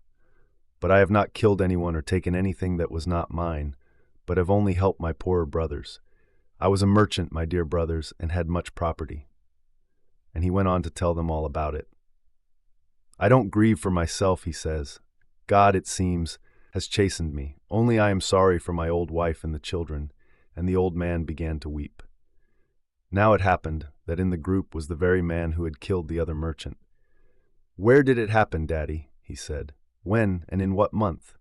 He asked all about it, and his heart began to ache. So he comes up to the old man like this and falls down at his feet. "You are perishing because of me, Daddy," he says. "It's quite true, lads, that this man," he says, "is being tortured innocently and for nothing. I," he says, "did that deed, and I put the knife under your head while you were asleep. Forgive me, Daddy," he says, "for Christ's sake." Karatayev paused, smiling joyously as he gazed into the fire, and he pushed the logs together. And the old man said, "God will forgive you. We are all sinners in his sight. I suffer for my own sins," and he wept bitter tears. "Well, and what do you think, dear friends?" Karatayev continued, his face brightening more and more with a rapturous smile, as if what he was about to tell contained the main charm and the whole meaning of his story. "What do you think, dear fellows? That murderer confessed to the authorities. 'I have taken 6 lives,' he says, 'for he was a great sinner. But what I am most sorry for is this old man. Don't let him suffer because of me.' So he confessed, and it was all written down and the papers sent off in due form. The place was a long way off, and while they were judging, what with one thing and another, filling in the papers all in due form, the authorities, I mean, time passed. The affair reached the Tsar. After a while, the Tsar's decree came, to set the merchant free and give him some compensation. The paper arrived, and they began to look for the old man. Where is the old man who has been suffering innocently and in vain? A paper has come from the Tsar. So they began looking for him. Here Karatayev's lower jaw trembled. But God had already forgiven him. He was dead. That's how it was, dear fellows. Karatayev concluded and sat for a long time in silence, gazing before him with a smile. And Pierre's soul was dimly but joyfully filled, not by the story itself, but by its mysterious meaning, by the rapturous joy that lit up Karatayev's face as he told it, and the mystic significance of that joy. "To your places," a voice suddenly cried. Pleasant feeling of excitement and an expectation of something joyful and solemn arose among the soldiers of the convoy and the prisoners. Shouts of command came from all sides, and from the left, smartly dressed cavalrymen on good horses rode past the prisoners at a trot. The expression on all faces showed the tension people feel at the approach of those in authority. The prisoners crowded together and were pushed off the road. The convoy formed up. "The Emperor! The Emperor! The Marshal! The Duke!" they shouted, and hardly had the sleek cavalry passed before a carriage drawn by 6 gray horses rattled by. Pierre caught a glimpse of a man in a 3-cornered hat with a calm look on his handsome, plump, white face. It was one of the marshals. His eye fell on Pierre's large and striking figure.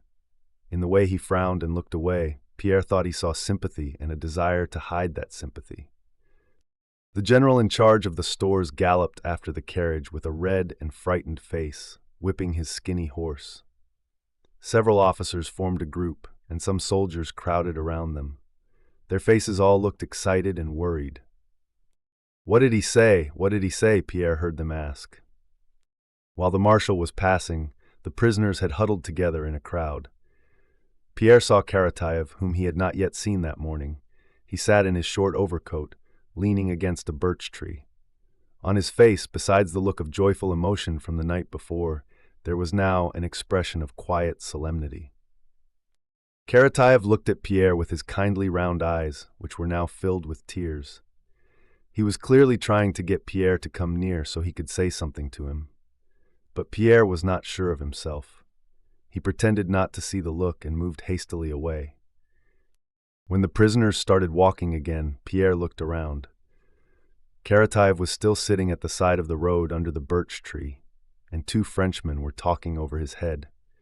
Pierre did not look around again, but went limping up the hill. From behind where Karatayev had been sitting came the sound of a shot. Pierre heard it plainly, but at that moment he remembered that he had not yet finished his calculation of how many stages still remained to Smolensk, a calculation he had begun before the marshal went by, and he started counting again. 2 French soldiers ran past Pierre, one of whom carried a lowered and smoking gun. They both looked pale. In the expression on their faces, and one of them glanced timidly at Pierre, there was something like what he had seen on the face of the young soldier at the execution. Pierre looked at the soldier and remembered that, 2 days before, that man had burned his shirt while drying it at the fire, and how they had all laughed at him. Behind him, where Karatev had been sitting, the dog began to howl. "What a stupid beast! Why is it howling?" thought Pierre. His comrades, the prisoner soldiers walking beside him, avoided looking back at the place where the shot had been fired, and the dog was howling, just as Pierre did. But there was a set, determined look on all their faces. The stores, the prisoners, and the marshal's baggage train stopped at the village of Shamshivo. The men crowded together around the campfires. Pierre went up to a fire, ate some roast horseflesh, lay down with his back to the flames, and immediately fell asleep. He slept as he had done at Moshesk after the Battle of Borodino. Again, real events mingled with dreams, and again, someone, either he or another, gave voice to his thoughts, the very same thoughts that had been expressed in his dream at Moshesk. Life is everything. Life is God. Everything changes and moves, and that movement is God. And while there is life, there is joy in the consciousness of the divine. To love life is to love God. Harder and more blessed than anything else is to love this life in one's sufferings, in innocent sufferings. Karatayev came to Pierre's mind, and suddenly he vividly saw before him a long-forgotten, kindly old man who had given him geography lessons in Switzerland. "Wait a bit," said the old man, and he showed Pierre a globe. This globe was alive, a vibrating ball with no fixed dimensions. Its whole surface was made of drops pressed closely together. All these drops moved and changed places. Sometimes several of them merged into one, and sometimes one divided into many. Each drop tried to spread out and occupy as much space as possible, but others, trying to do the same, compressed it, sometimes destroyed it, and sometimes merged with it. "That is life," said the old teacher. "How simple and clear it is," thought Pierre. "How is it I did not know it before?" God is in the midst, and each drop tries to expand so as to reflect him to the greatest extent. And it grows, merges, disappears from the surface, sinks to the depths, and then emerges again. There now, Karatayev has spread out and disappeared. "Do you understand, my child?" said the teacher. "Do you understand, damn you?" shouted a voice, and Pierre woke up. He lifted himself and sat up. A Frenchman, who had just pushed a Russian soldier away, was squatting by the fire, roasting a piece of meat on a ramrod. His sleeves were rolled up, and his sinewy, hairy, red hands with their short fingers deftly turned the meat. His brown, gloomy face with frowning brows was clearly visible in the glow of the charcoal. "It's all the same to him," he muttered, turning quickly to a soldier who stood behind him. "Brigand, get away!" And twisting the ramrod, he looked gloomily at Pierre, who turned away and gazed into the darkness. A prisoner, the Russian soldier the Frenchman had pushed away, was sitting near the fire, patting something with his hand. Looking more closely, Pierre recognized the blue-gray dog, sitting beside the soldier, wagging its tail. "Ah, he's come," said Pierre, and Platt he began, but did not finish. Suddenly, a flood of memories awoke in his mind. He remembered the look Platon had given him as he sat under the tree, the shot he had heard from that spot, the dog's howl, the guilty faces of the two Frenchmen as they ran past him, the lowered and smoking gun, and Karatayev's absence at this halt. He was on the verge of realizing that Karatayev had been killed.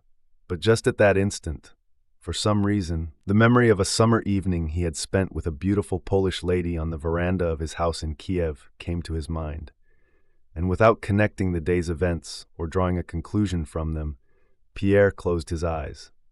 He saw a vision of the country in summertime mixed with memories of bathing and of the liquid, vibrating globe, and he sank into water so that it closed over his head. Before sunrise, he was awakened by shouts and loud, rapid firing. French soldiers were running past him. "The Cossacks!" one of them shouted. A moment later, a crowd of Russians surrounded Pierre. For a long time, he could not understand what was happening to him. All around, he heard his comrades sobbing with joy. "Brothers, dear fellows, darlings," old soldiers exclaimed, weeping as they embraced Cossacks and hussars. The hussars and Cossacks crowded around the prisoners.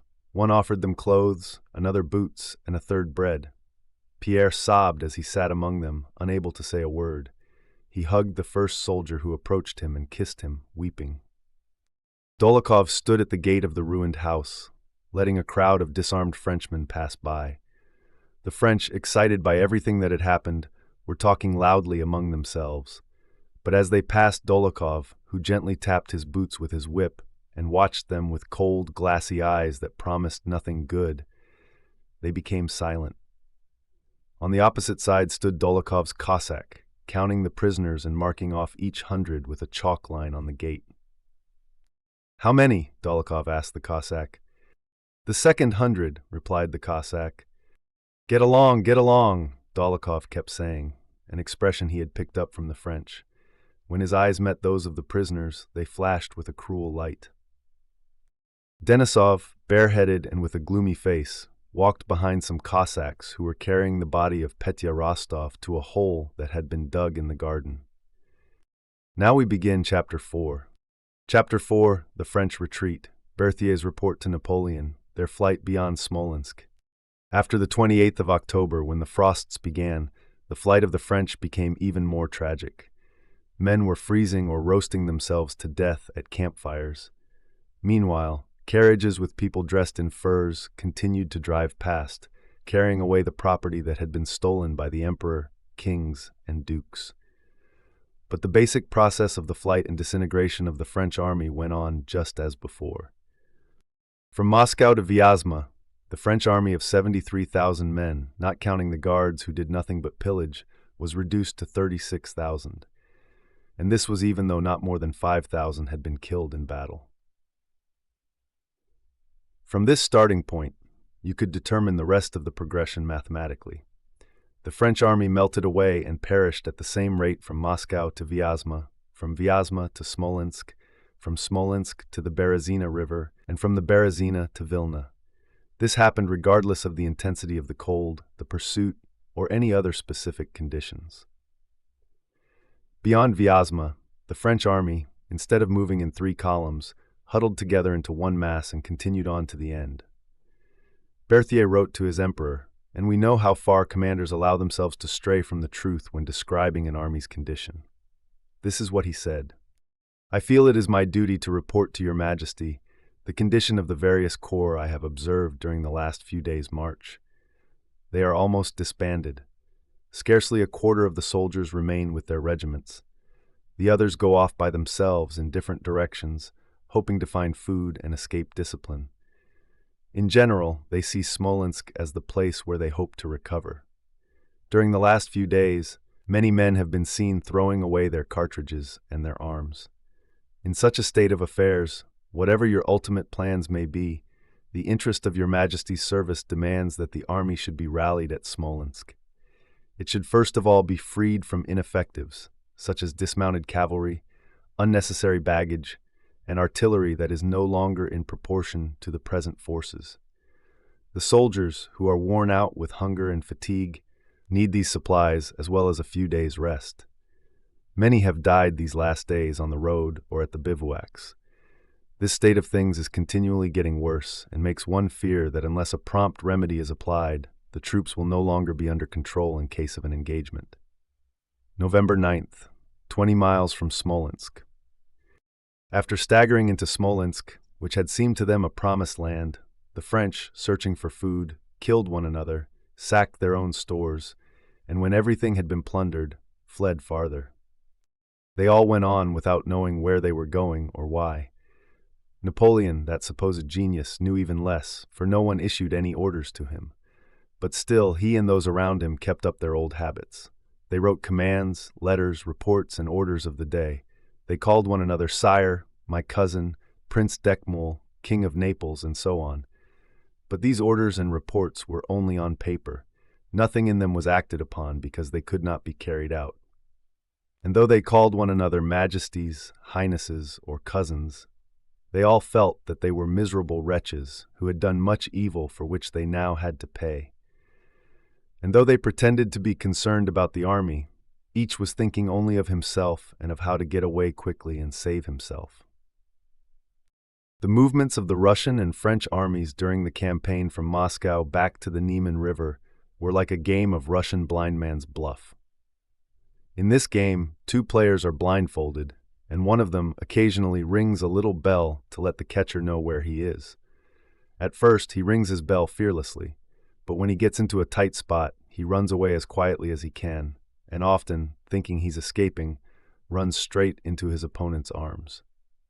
At first, while they were still moving along the Kaluga road, Napoleon's armies made their presence known. But later, when they reached the Smolensk road, they ran holding the clapper of their bell tight, and often, thinking they were escaping, they ran right into the Russians. Because the French were fleeing so quickly and the Russians were pursuing them so relentlessly, the horses on both sides were exhausted. This meant that the chief way of finding out the enemy's position, through cavalry scouting, was not available. Besides, because both armies were changing their positions so often and so rapidly, even the information that was obtained could not be delivered in time. If news arrived one day that the enemy had been in a certain place the day before, by the third day, when something could have been done, that army was already 2 days' march farther on and in a completely different position. One army fled and the other pursued. Beyond Smolensk, there were several different roads available for the French. One would have thought that during their 4-day stay there, they might have learned where the enemy was, arranged a better plan, and tried something new. But after a 4-day halt, the mob, with no new maneuvers or plans, again began running along the beaten track. They went neither to the right nor to the left, but along the old, worst road, through Krasno and Orsha. Expecting the enemy from behind and not in front, the French separated in their flight and spread out over a distance of 24 hours. In front of them all fled the emperor, then the kings, then the dukes. The Russian army, expecting Napoleon to take the road to the right, beyond the Dnieper River, which was the only reasonable thing for him to do, themselves turned to the right and came out onto the main road at Krasno. And here, as in a game of blind man's bluff, the French ran into our vanguard. Seeing their enemy unexpectedly, the French fell into confusion and stopped short from the sudden fright. But then they resumed their flight, abandoning their comrades who were farther behind. For 3 days, separate parts of the French army, first Marats, then Davout's, and then Ney's, ran, as it were, the gauntlet of the Russian army. They abandoned one another, abandoned all their heavy baggage, their artillery, and half their men, and fled, getting past the Russians by night by making semicircles to the right. Ney, who came last, had been busy blowing up the walls of Smolensk, which were in nobody's way. It seems that despite their unfortunate situation, or perhaps because of it, the French wished to punish the floor against which they had hurt themselves. Ney, who had started with a corps of 10,000 men, reached Napoleon at Orsha with only 1,000 men left. He had abandoned all the rest and all his cannon and had crossed the Dnieper at night by stealth at a wooded spot. From Orsha, they fled farther along the road to Vilna, still playing blind man's bluff with the pursuing army. At the Berezina River, they again became disorganized. Many were drowned and many surrendered, but those who got across the river fled farther. Their supreme chief put on a fur coat, seated himself in a sleigh, and galloped on alone, abandoning his companions. The others who could do so drove away too, leaving those who could not to surrender or die. This campaign consisted of a flight of the French, during which they did everything they could to destroy themselves. From the time they turned onto the Kaluga road to the day their leader fled from the army, none of the movements of the crowd had any sense. So one might have thought that historians, who attribute the actions of the masses to the will of one man, would have found it impossible to make the story of the retreat fit their theory. But no. Mountains of books have been written by historians about this campaign, and everywhere they describe Napoleon's brilliant arrangements, his maneuvers, and his profound plans which guided the army, as well as the military genius shown by his marshals. The retreat from Malo-Yaroslavets, when he had a free road into a well-supplied district and a parallel road was open to him, is explained as being due to profound considerations. Similarly profound reasons are given for his retreat from Smolensk to Orsha. Then his heroism at Krasnoe is described, where he is said to have been prepared to fight and take personal command. He is reported to have walked about with a birch stick and said, "I have acted the emperor long enough. It is time to act the general." But despite this, he immediately ran away again, abandoning the scattered fragments of his army. Then we are told of the greatness of soul of the marshals, especially of Ney. This greatness of soul consisted in making his way by night through the forest and across the Dnieper to escape to Orsha, abandoning his standards, artillery, and 9/10 of his men.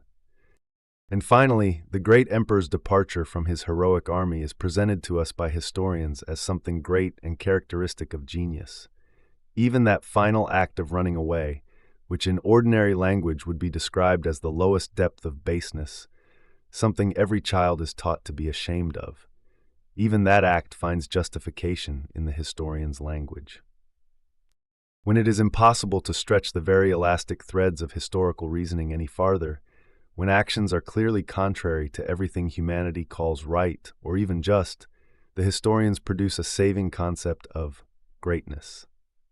Greatness, it seems, excludes the standards of right and wrong. For the great man, nothing is wrong. There is no atrocity for which a great man can be blamed.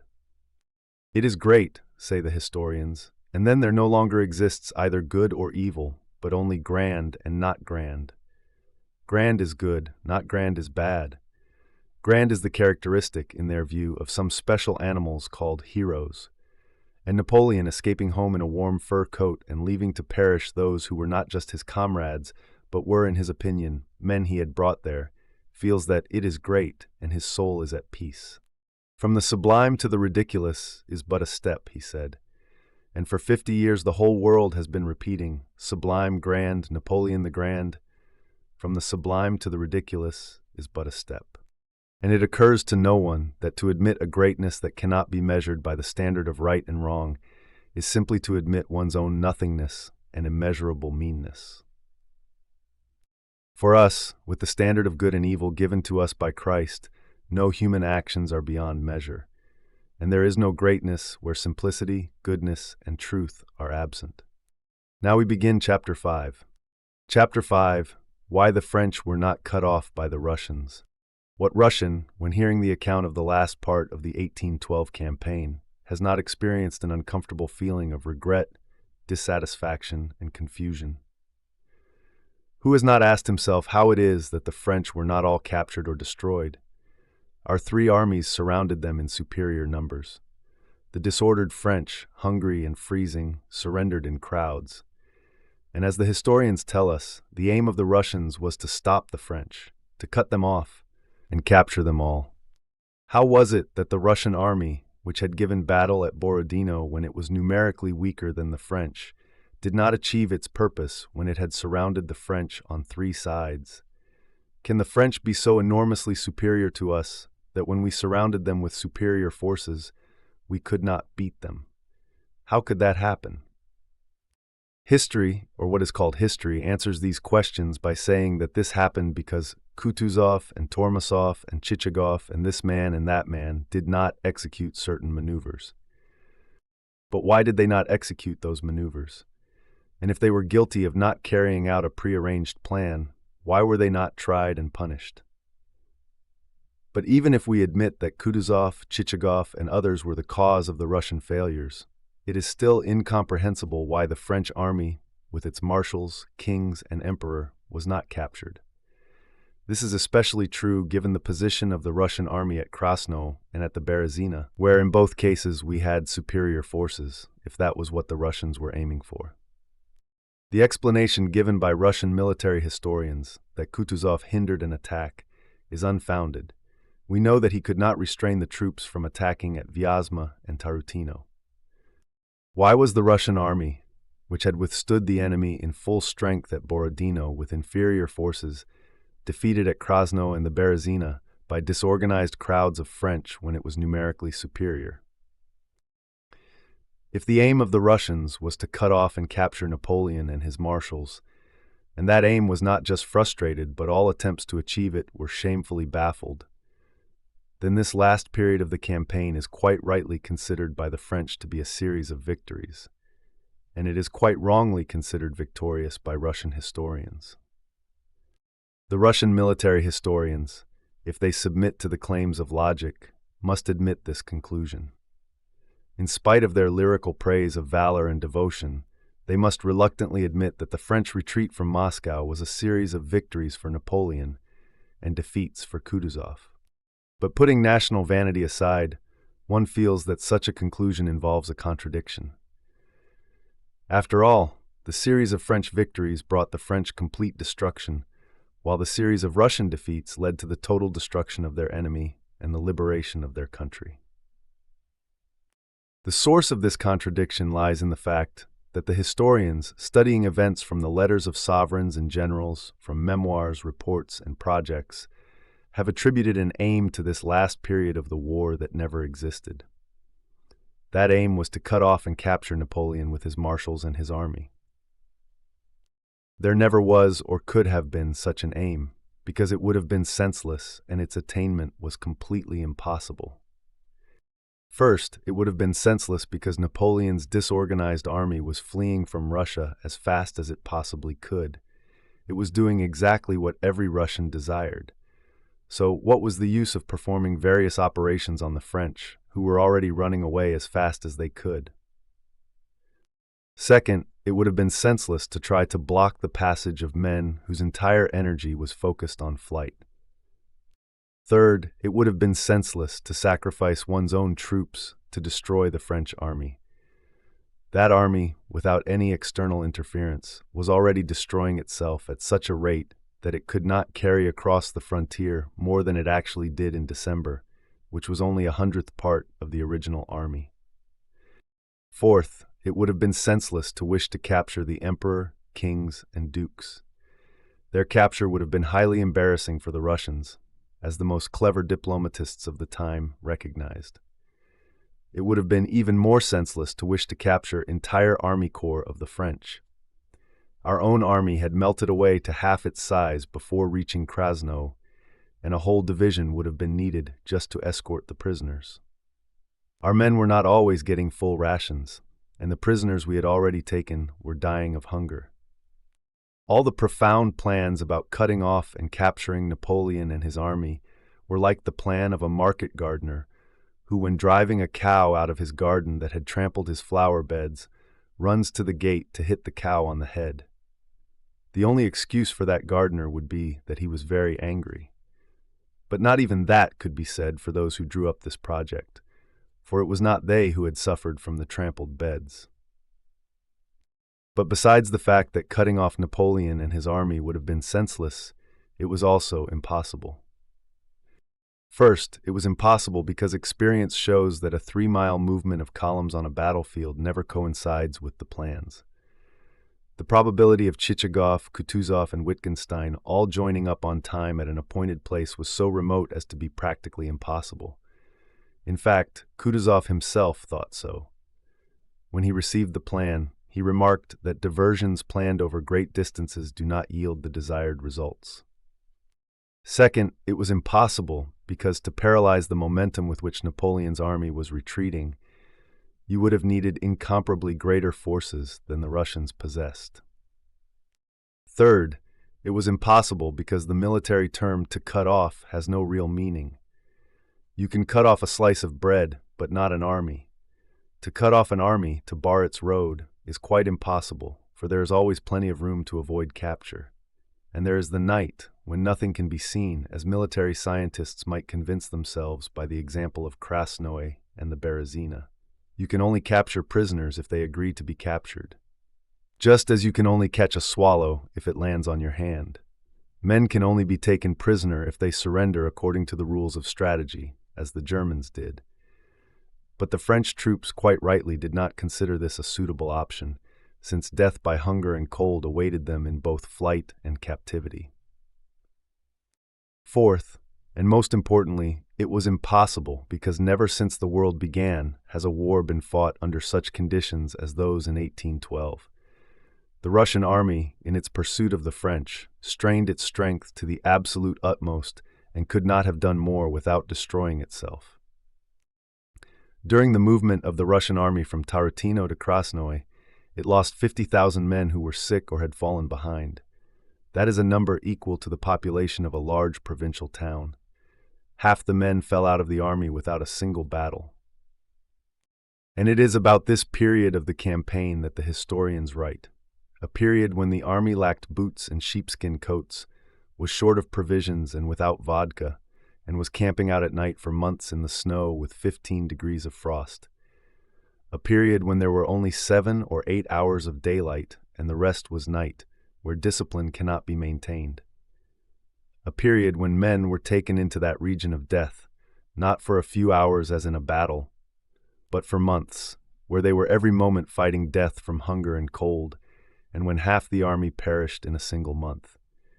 It is of this period that the historians tell us how Miloradovich should have made a flank march to such and such a place, Tormasov to another place, and Chichagov should have crossed somewhere else, through snow that was more than knee-deep, and how so-and-so routed and cut off the French, and so on and so on.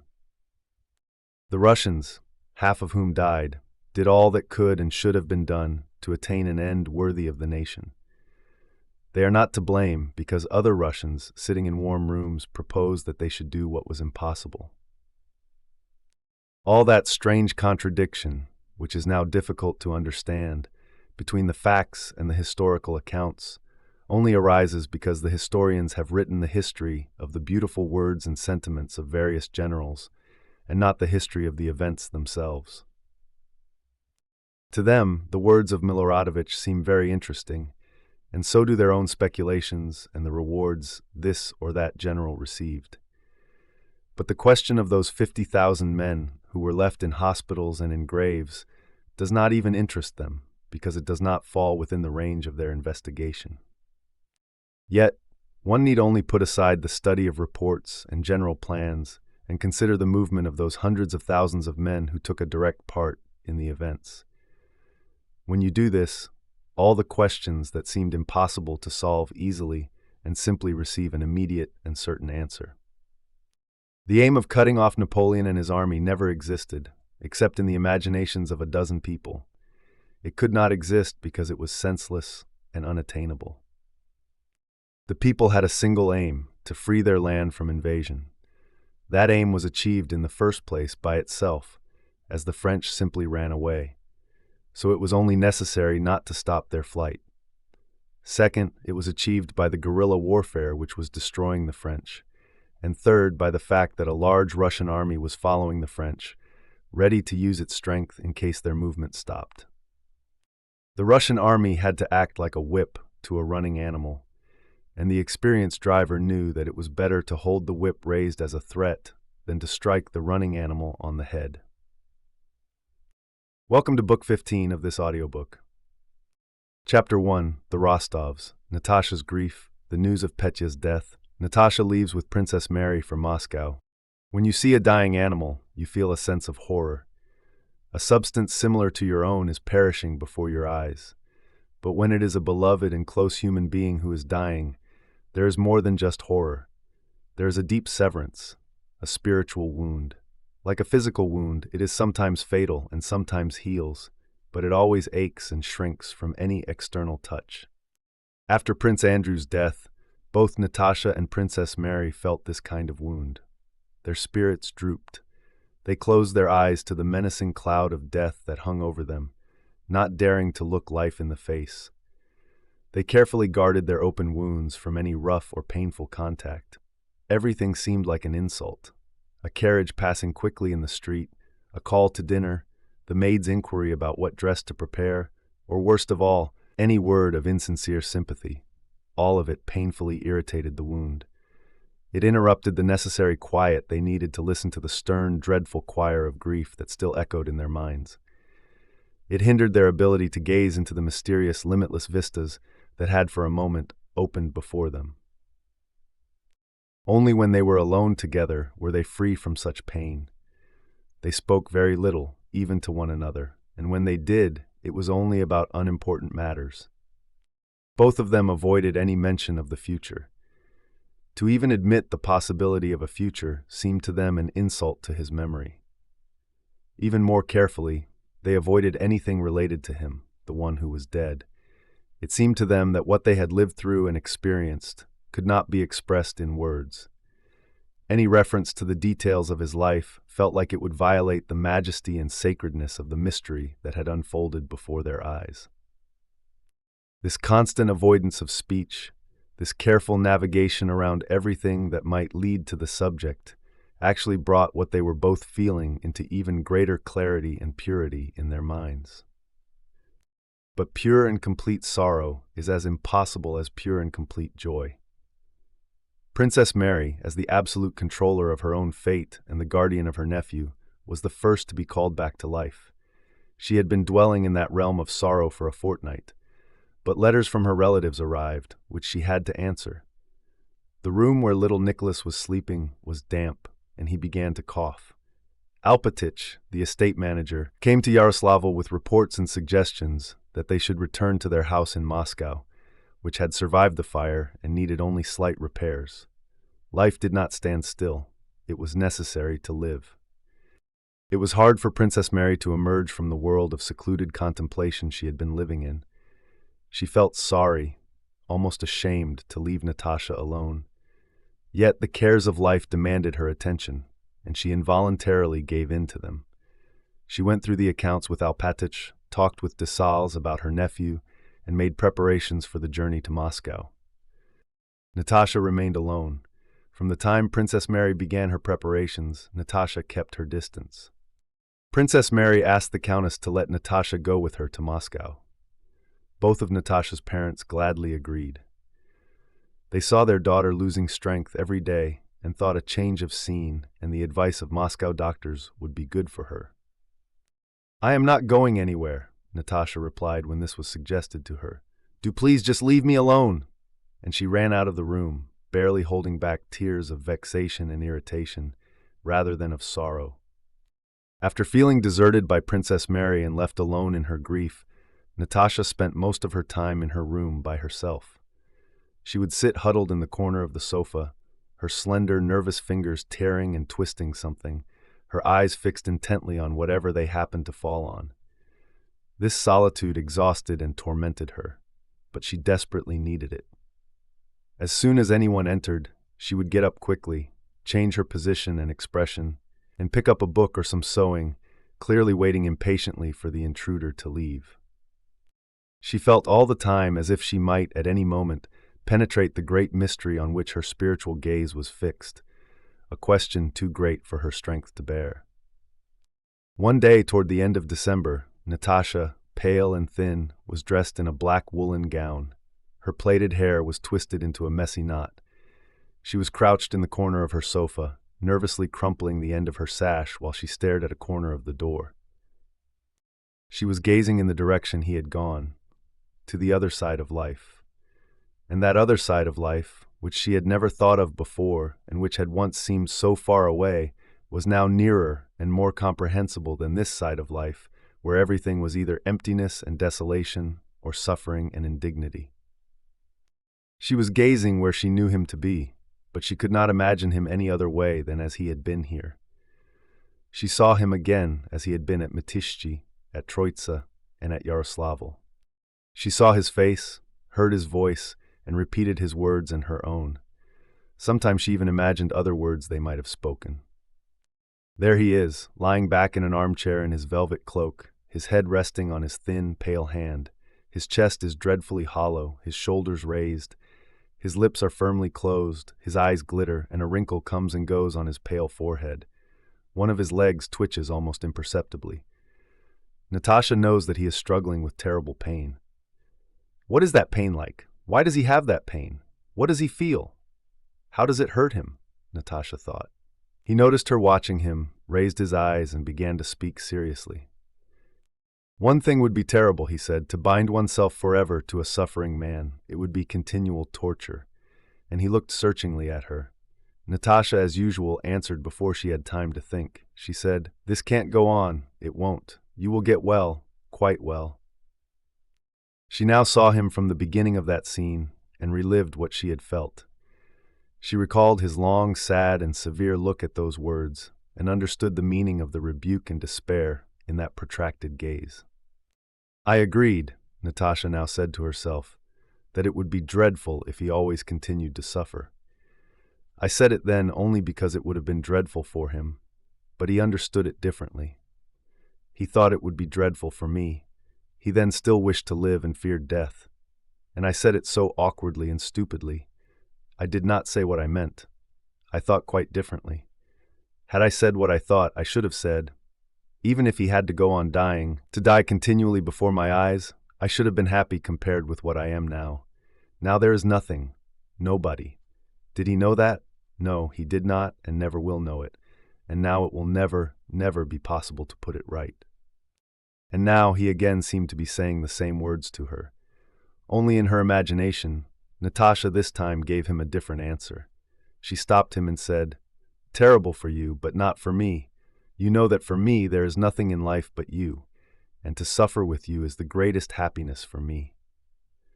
And he took her hand and pressed it as he had pressed it that terrible evening 4 days before his death. And in her imagination, she said other tender and loving words that she might have said then, but only spoke now. "I love you, I love," she said, convulsively pressing her hands and clenching her teeth with a desperate effort. She was overcome by a sweet sorrow, and tears were already rising in her eyes. Then she suddenly asked herself to whom she was saying this. Again, everything was shrouded in hard, dry perplexity, and again, with a strained frown, she peered toward the world where he was, and now it seemed to her she was penetrating the mystery. But just as the incomprehensible seemed to reveal itself, the loud rattle of the door handle struck painfully on her ears. Dunyasha, her maid, entered the room quickly and abruptly, a frightened look on her face, showing no concern for her mistress. "Come to your papa at once, please," said Dunyasha with a strange, excited look. "A misfortune about Peter Ilinitch, a letter," she finished with a sob. Besides a feeling of distance from everyone, Natasha was feeling a special estrangement from her own family. All of them, her father, mother, and Sonia, were so near to her, so familiar, so commonplace, that all their words and feelings seemed an insult to the world in which she had been living. She felt not just indifferent to them, but regarded them with hostility. She heard Dunyasha's words about Peter Ilinitch and a misfortune, but did not understand them. What misfortune? What misfortune can happen to them? They just live their own old, quiet, and commonplace life, Natasha thought. As she entered the ballroom, her father was hurriedly coming out of her mother's room. His face was puckered up and wet with tears. He had clearly run out of that room to give vent to the sobs that were choking him. When he saw Natasha, he waved his arms despairingly and burst into convulsive, painful sobs that distorted his soft, round face. Petya, go, she is calling," he said, and weeping like a child, he quickly shuffled on his feeble legs to a chair. He almost fell into it, covering his face with his hands. Suddenly, an electric shock seemed to run through Natasha's whole being. Terrible anguish struck her heart. She felt a dreadful ache, as if something was being torn inside her, and she were dying. But the pain was immediately followed by a feeling of release from the oppressive constraint that had prevented her from taking part in life. The sight of her father, and the terribly wild cries of her mother that she heard through the door, made her immediately forget herself and her own grief. She ran to her father, but he feebly waved his arm, pointing to her mother's door. Princess Mary, pale and with a quivering chin, came out from that room, and taking Natasha by the arm, said something to her. Natasha neither saw nor heard her. She went in with rapid steps, pausing at the door for an instant as if struggling with herself, and then ran to her mother. The Countess was lying in an armchair in a strange and awkward position, stretching out and beating her head against the wall. Sonia and the maids were holding her arms. "Natasha, Natasha," cried the Countess. It's not true, he's lying, Natasha," she shrieked, pushing those around her away. "Go away, all of you, it's not true, killed, ha ha ha, it's not true."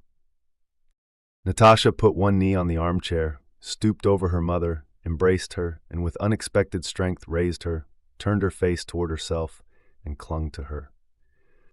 "Mummy, darling, I am here, my dearest mummy," she kept on whispering, not pausing for an instant.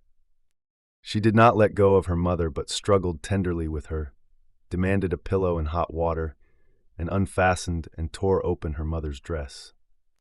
My dearest darling, Mummy, my precious, she whispered incessantly, kissing her head, her hands, her face, and feeling her own irrepressible tears tickling her nose and cheeks. The Countess pressed her daughter's hand, closed her eyes, and became quiet for a moment. Suddenly she sat up with unaccustomed swiftness, glanced vacantly around her, and seeing Natasha began to press her daughter's head with all her strength. Then she turned toward her daughter's face, which was wincing with pain, and gazed long at it. "Natasha, you love me?" she said in a soft, trustful whisper. "Natasha, you would not deceive me? You'll tell me the whole truth?" Natasha looked at her with eyes full of tears, and in her look there was nothing but love and a plea for forgiveness. "My darling Mummy," she repeated, straining all the power of her love to find some way of taking on herself the excess of grief that crushed her mother. And again, in a futile struggle with reality, her mother, refusing to believe that she could live when her beloved boy was killed in the bloom of life, escaped from reality into a world of delirium.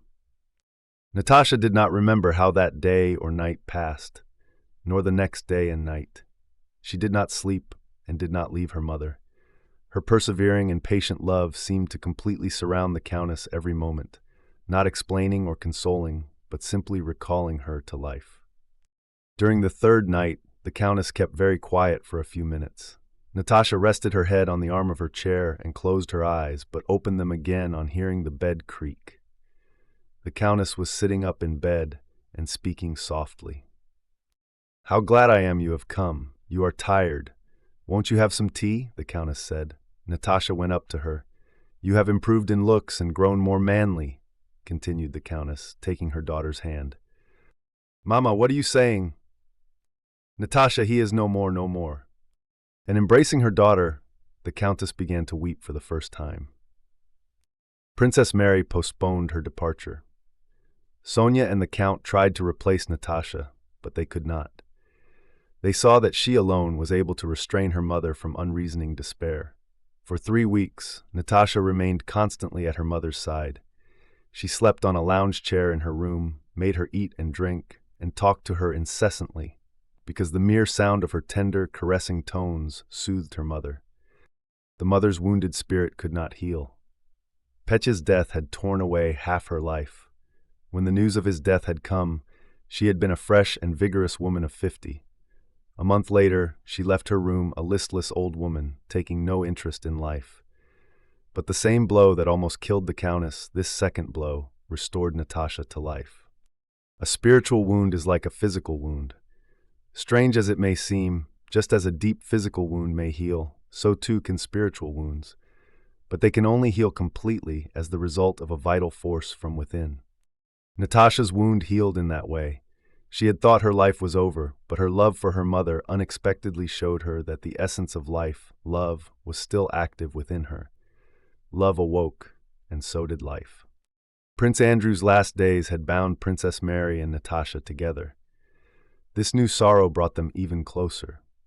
Princess Mary put off her departure, and for 3 weeks looked after Natasha as if she were a sick child. The last weeks in her mother's bedroom had strained Natasha's physical strength. One afternoon, noticing Natasha shivering with fever, Princess Mary took her to her own room and made her lie down on the bed. Natasha lay down, but when Princess Mary had drawn the blinds and was about to leave, Natasha called her back. "I don't want to sleep, Mary. Sit by me a little." "You are tired. Try to sleep," replied Princess Mary. No, why did you bring me away?" "She will be asking for me," said Natasha. "She is much better. She spoke so well today," said Princess Mary. Natasha lay on the bed and in the semi-darkness of the room studied Princess Mary's face. Is she like him? Natasha thought. Yes, like and yet not like. But she is quite original, strange, new and unknown, and she loves me. What is in her heart? All that is good. But how? What is her mind like? What does she think about me? Yes, she is splendid. "Mary," she said timidly, drawing Princess Mary's hand to her. "Mary, you mustn't think me wicked. No, Mary darling, how I love you. Let us be quite friends." And Natasha, embracing her, began kissing her face and hands. Princess Mary felt shy but happy at this demonstration of her feelings. From that day, a tender and passionate friendship, the kind that exists only between women, was established between Princess Mary and Natasha. They were continually kissing and saying tender things to one another and spent most of their time together. If one went out, the other became restless and hurried to rejoin her. Together, they felt more in harmony with one another than either of them felt with herself when alone. A feeling stronger than friendship grew between them, an exclusive feeling that life was possible only in each other's presence. Sometimes they were silent for hours. Sometimes, after they were already in bed, they would begin talking and go on till morning. They mostly spoke of the long past. Princess Mary talked of her childhood, her mother, her father, and her daydreams. Natasha, who had once turned away from that life of devotion and Christian self-sacrifice, now felt bound to Princess Mary by affection. She learned to love her past too, and to understand a side of life that had previously been incomprehensible to her. She did not think of applying submission and self-denial to her own life, but she understood and loved those virtues in another. For Princess Mary, listening to Natasha's stories of childhood and early youth, a new and previously uncomprehended side of life also opened up, a belief in life and its enjoyment. Just as before, they never mentioned Prince Andrew, so as not to lower their exalted feelings with words. But this silence about him had the effect of making them gradually begin to forget him, without being conscious of it. Natasha had grown thin and pale and so physically weak that everyone talked about her health, and this pleased her. But sometimes she was suddenly overcome by a fear not only of death but of sickness, weakness, and loss of her looks. She would involuntarily examine her bare arm, surprised at its thinness, and in the morning she would notice her drawn and, as it seemed to her, pitiful face in the mirror. It seemed to her that things must be so, and yet it was dreadfully sad. One day she went quickly upstairs and found herself out of breath. Unconsciously, she immediately invented a reason for going down, and then, testing her strength, ran upstairs again, observing the result. Another time when she called Dunyasha, her voice trembled, so she called again, though she could hear Dunyasha coming, called her in the deep chest tones she used to sing in, and listened attentively to herself. She did not know it, and would not have believed it, but beneath the layer of slime that seemed to cover her soul, delicate young shoots of grass were already sprouting. These shoots would take root and so cover the grief that weighed her down, that it would soon no longer be seen or noticed. The wound had begun to heal from within. At the end of January, Princess Mary left for Moscow, and the Count insisted on Natasha going with her to consult the doctors. Now we begin Chapter 2. Chapter 2, Analysis of Kutuzov's Movements.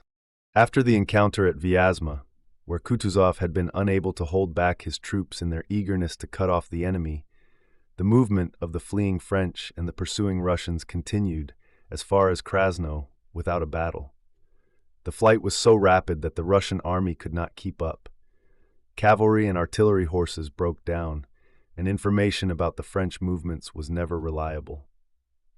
The men in the Russian army were so worn out by this continuous marching of 27 miles a day that they could not go any faster. To understand the exhaustion of the Russian army, you only need to grasp one clear fact. After the Battle of Tarutino, the Russian army did not lose more than 5,000 killed and wounded and less than 100 prisoners. Yet the army that left Tarutino 100,000 strong reached Krasno with only 50,000 men. The speed of the Russian pursuit was just as destructive to our army as the flight of the French was to theirs. The only difference was that the Russian army moved voluntarily, without the threat of destruction that hung over the French. Also, the sick Frenchmen were left behind in enemy hands, while the sick Russians were left behind among their own people. The chief cause of the wastage of Napoleon's army was the speed of its movement, and a convincing proof of this is the corresponding decrease in the Russian army. Kutuzov, as much as he could, did not try to check the movement of the French, as was desired in Petersburg and by the other Russian generals. Instead, just as he had done at Tarutino and Vyazma, he directed all his activity to hastening it, while easing the movement of our own army. But besides this, As the exhaustion and enormous reduction of the army due to the rapid advance became clear, another reason for slowing down presented itself to Kutuzov. The aim of the Russian army was to pursue the French. The road the French would take was unknown, so the closer our troops followed them, the greater the distance they had to cover. Only by following at some distance could one cut across the zigzag path of the French. All the clever maneuvers suggested by our generals meant fresh movements of the army and longer marches, whereas the only reasonable goal was to shorten those marches. To that end, all of Kutuzov's activity was directed during the whole campaign from Moscow to Vilna. He was so consistent that he never once deviated from it. Kutuzov felt and knew, not by reasoning or science, but with his whole Russian being, what every Russian soldier felt, that the French were beaten, that the enemy was flying and must be driven out. But at the same time, he, like the soldiers, realized all the hardship of this march, the speed of which was unparalleled for that time of year. But to the generals, especially the foreign ones in the Russian army, who wished to distinguish themselves, to astonish somebody, and to capture a king or a duke, it seemed that now, when any battle must be horrible and senseless, was the very time to fight and conquer somebody. Kutuzov merely shrugged his shoulders when one after another they presented projects of maneuvers to be made with those soldiers. These men were ill-shod, insufficiently clad, and half-starved. Within a month, without a single battle, they had dwindled to half their number. And at best, if the flight continued, they would have to go a greater distance than they had already traveled before they even reached the frontier. This longing to distinguish themselves, to maneuver, to overthrow, and to cut off showed itself particularly whenever the Russians stumbled upon the French army. So it was at Krasno, where they expected to find one of the 3 French columns and stumbled instead on Napoleon himself with 16,000 men. Despite all of Kutuzov's efforts to avoid that ruinous encounter and to preserve his troops, the massacre of the broken mob of French soldiers by worn-out Russians continued at Krasno for 3 days. Toll wrote a disposition. The first column will march to so-and-so, and so on. As usual, nothing happened according to the plan. Prince Eugene of Württemberg fired from a hill over the French crowds that were running past and demanded reinforcements which did not arrive. The French, avoiding the Russians, dispersed and hid in the forest by night, making their way around as best they could, and continued their flight. Miloradovich, who said he did not want to know anything about the supply affairs of his detachment and could never be found when he was wanted, sent envoys demanding their surrender, wasted time, and did not do what he was ordered to do. "I give you that column, lads," he said, riding up to the troops and pointing out the French to the cavalry. And the cavalry, with spurs and sabers urging on horses that could barely move, trotted with much effort to the column presented to them.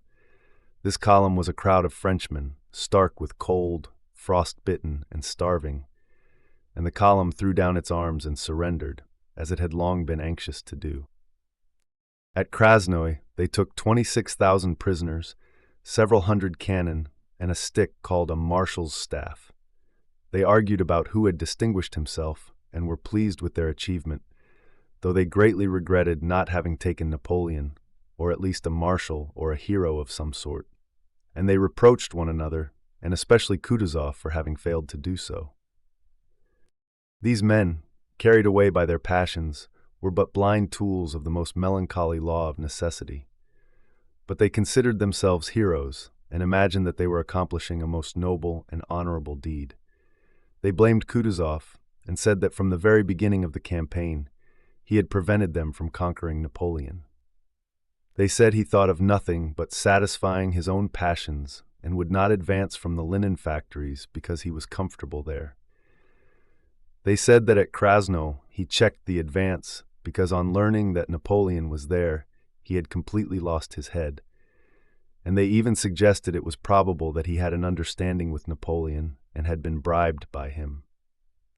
Not only did his contemporaries, carried away by their passions, talk in this way, but posterity and history have acclaimed Napoleon as grand. Kutuzov, on the other hand, is described by foreigners as a crafty, dissolute, weak old courtier, and by Russians as something indefinite, a sort of puppet useful only because he had a Russian name. In 1812 and 1813, Kutuzov was openly accused of making blunders. The emperor was dissatisfied with him, and in a history recently written by order of the highest authorities, it is said that Kutuzov was a cunning court liar, frightened of the name of Napoleon, and that by his blunders at Krasnoye and the Berezina, he deprived the Russian army of the glory of a complete victory over the French. Such is the fate, not of great men, whom the Russian mind does not acknowledge, but of those rare and always solitary individuals who, discerning the will of Providence, submit their personal will to it. The hatred and contempt of the crowd punish such men for discerning the higher laws. For Russian historians, strange and terrible to say, Napoleon, that most insignificant tool of history who never, even in exile, showed human dignity, is the object of adulation and enthusiasm. He is grand, but Kutuzov, the man who from the beginning to the end of his activity in 1812, never once swerving by word or deed from Borodino to Vilna, presented an exceptional example of self-sacrifice and a present consciousness of the future importance of what was happening. Kutuzov seems to them something indefinite and pitiful. And when speaking of him and of the year 1812, they always seem a little ashamed. And yet it is difficult to imagine a historical character whose activity was so unswervingly directed to a single aim. And it would be difficult to imagine any aim more worthy or more in tune with the will of the whole people. It would be even more difficult to find an instance in history where the aim of a historical person was so completely accomplished as that to which all of Kutuzov's efforts were directed in 1812. Kutuzov never talked of 40 centuries looking down from the pyramids, or of the sacrifices he offered for the fatherland. In general, he said nothing about himself, adopted no pose, and always appeared to be the simplest and most ordinary of men, saying the simplest and most ordinary things. He wrote letters to his daughters and to Madame de Staël, read novels, liked the society of pretty women, and jested with generals, officers, and soldiers. He never contradicted those who tried to prove anything to him. When Count Rostopchin galloped up to him at the Yauza Bridge with personal reproaches for having caused the destruction of Moscow and said, "How was it you promised not to abandon Moscow without a battle?" Kutuzov replied, "And I shall not abandon Moscow without a battle, even though Moscow was already abandoned." When Arakcheev, coming from the emperor, said that Ermolov should be appointed chief of the artillery, Kutuzov replied, "Yes, I was just saying so myself," though a moment before he had said the exact opposite. What did it matter to him, who then alone amidst a senseless crowd understood the whole tremendous significance of what was happening? What did it matter to him whether Rostopchin attributed the calamities of Moscow to him or to himself?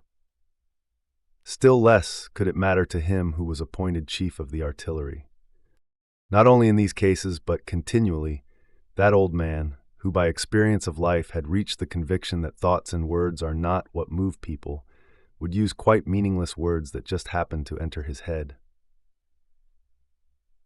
But that man, so heedless of his words, did not once during his entire activity utter a single word inconsistent with the one aim toward which he moved throughout the whole war. Repeatedly, in very diverse circumstances, he expressed his real thoughts with the bitter conviction that he would not be understood. Beginning with the Battle of Borodino, from which time his disagreement with those around him began, he alone said that the Battle of Borodino was a victory, and he repeated this both verbally and in his dispatches up to the time of his death. He alone said that the loss of Moscow is not the loss of Russia. In reply to Lauriston's proposal of peace, he said that there can be no peace, for such is the people's will.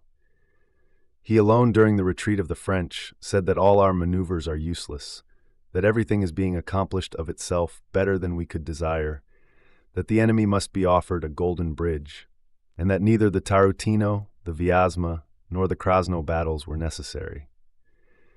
He insisted that we must keep some force to reach the frontier with, and that he would not sacrifice a single Russian for 10 Frenchmen. And this courtier, as he is described to us, who lies to Arakcheev to please the emperor, he alone, risking the emperor's displeasure, said in Vilna, that to carry the war beyond the frontier is useless and harmful. Nor do words alone prove that only he understood the meaning of the events. His actions, without the smallest deviation, were all directed to one and the same threefold end. First, to brace all his strength for conflict with the French. Second, to defeat them. And third, to drive them out of Russia, minimizing as far as possible the sufferings of our people and our army. This procrastinator Kutuzov, whose motto was patience and time, this enemy of decisive action, gave battle at Borodino, investing the preparations for it with unparalleled solemnity. This same Kutuzov who, before the Battle of Austerlitz, had said that it would be lost, he alone, in contradiction to everyone else, declared till his death that Borodino was a victory. This was despite the assurance of generals that the battle was lost, and the unprecedented fact that an army had to retire after winning a battle. He alone, during the whole retreat, insisted that battles, which were useless then, should not be fought, and that a new war should not be begun or the frontiers of Russia crossed. It is easy now to understand the significance of these events, if only we stop attributing aims to the masses that existed only in the heads of a dozen individuals. The events and their results now lie before us. But how did that old man, alone, in opposition to the general opinion, so truly discern the importance of the people's view of events that in all his activity he was never once untrue to it? The source of that extraordinary power of penetrating the meaning of the events lay in the national feeling which he possessed in full purity and strength. Only the recognition of the fact that he possessed this feeling caused the people, in so strange a manner and contrary to the Tsar's wish, to select him, an old man in disfavor, to be their representative in the national war. And only that feeling placed him on that highest human pedestal, from which he, the commander-in-chief, devoted all his powers not to slaying and destroying men, but to saving and showing pity on them. That simple, modest, and therefore truly great figure could not be cast in the false mold of a European hero, the supposed ruler of men that history has invented. To a lackey, no man can be great, for a lackey has his own conception of greatness. Now we begin Chapter 3. Chapter 3, Kutuzov at Krasno, his speech to the army, encampment for the night, soldier scenes, Rembal's appearance with his orderly, the song of Henri Quat. The 5th of November was the first day of what is called the Battle of Krasno. Toward evening, after much arguing and many mistakes by generals who did not go to their proper places, and after adjutants had been sent about with counter-orders, it became plain that the enemy was everywhere in flight and that there would be no battle. Kutuzov then left Krasno and went to Dobro, where his headquarters had been transferred that day. The day was clear and frosty. Kutuzov rode to Dobro on his plump little white horse, followed by an enormous suite of discontented generals who whispered among themselves behind his back.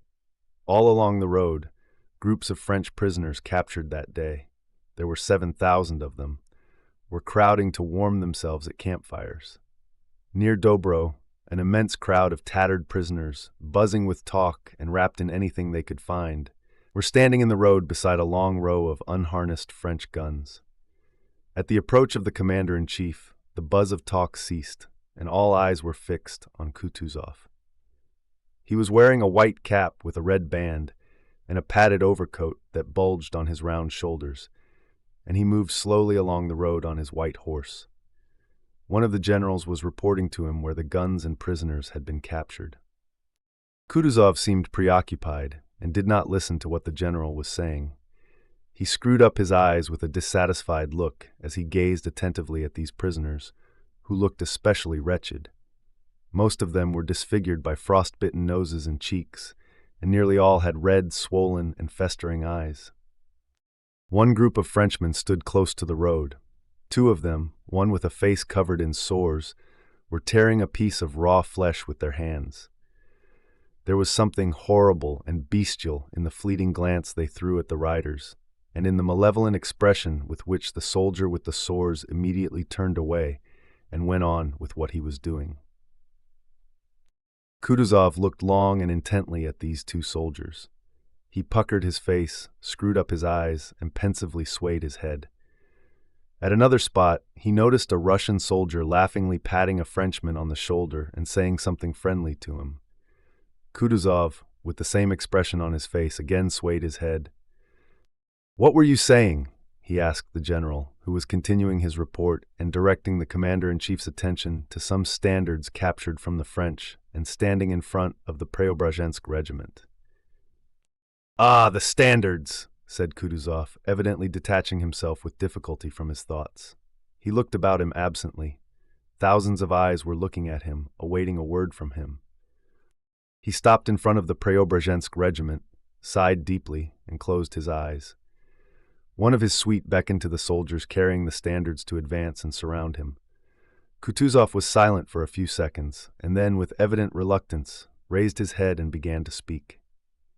A throng of officers surrounded him. He looked attentively around the circle of officers, recognizing several of them. "I thank you all," he said, addressing the soldiers and then again the officers. In the stillness, his slowly uttered words were distinctly heard. "I thank you all for your hard and faithful service. The victory is complete, and Russia will not forget you. Honor to you forever." He paused and looked around. "Lower its head, lower it," he said to a soldier who had accidentally lowered the French eagle he was holding. "Lower, lower, that's it! Hurrah, lads!" he added, addressing the men with a rapid movement of his chin. "Hurrah!" roared thousands of voices.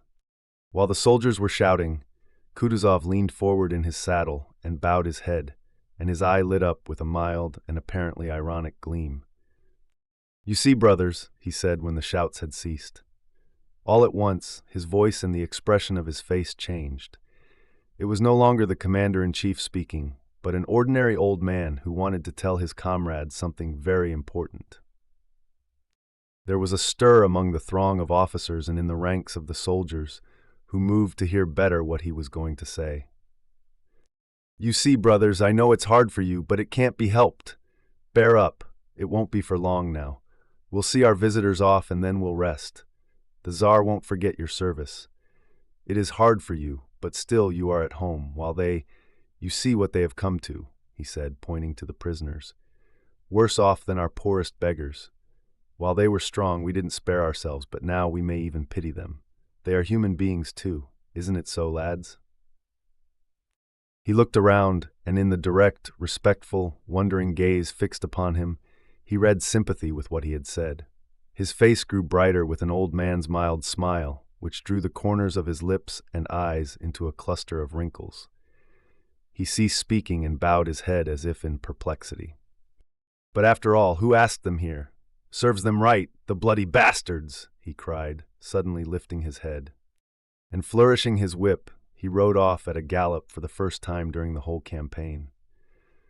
He left the broken ranks of the soldiers laughing joyfully and shouting, "Hurrah!" Kutuzov's words were hardly understood by the troops. No one could have repeated the field marshal's address, which began solemnly and then changed into an old man's simple-hearted talk. But the hearty sincerity of that speech, the feeling of majestic triumph combined with pity for the foe and a consciousness of the justice of our cause, was not merely understood but lay in the soul of every soldier. It found expression in their joyous and long-sustained shouts. Afterwards, when one of the generals asked Kutuzov if he wanted his carriage sent for, Kutuzov unexpectedly gave a sob, evidently greatly moved. When the troops reached their halting place on the 8th of November, the last day of the Krasno battles, it was already growing dark. All day it had been calm and frosty with occasional light snow, and toward evening it began to clear. Through the falling snow, a purple-black and starry sky showed itself, and the frost grew sharper. An infantry regiment, which had left Tarutino 3,000 strong, but now numbered only 900, was one of the first to arrive at its halting place, a village on the main road. The quartermasters announced that all the huts were full of sick and dead Frenchmen. There was only one hut available for the regimental commander. The commander rode up to his hut. The regiment passed through the village and stacked its arms in front of the last huts. Like some huge, many-limbed animal, the regiment began to prepare its lair and its food. One part of it dispersed and waded knee-deep through the snow into a birch forest to the right of the village. Immediately, the sound of axes, the crashing of branches, and merry voices could be heard.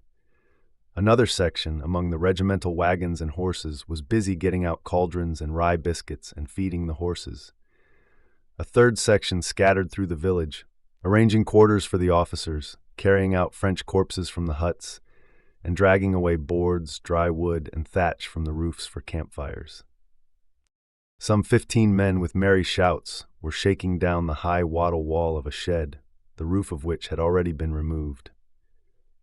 "Now then, all together, shove!" cried the voices, and the huge wall, sprinkled with snow and creaking with frost, swayed in the gloom of the night. The lower stakes cracked, and at last the wall fell, along with the men who had been pushing it.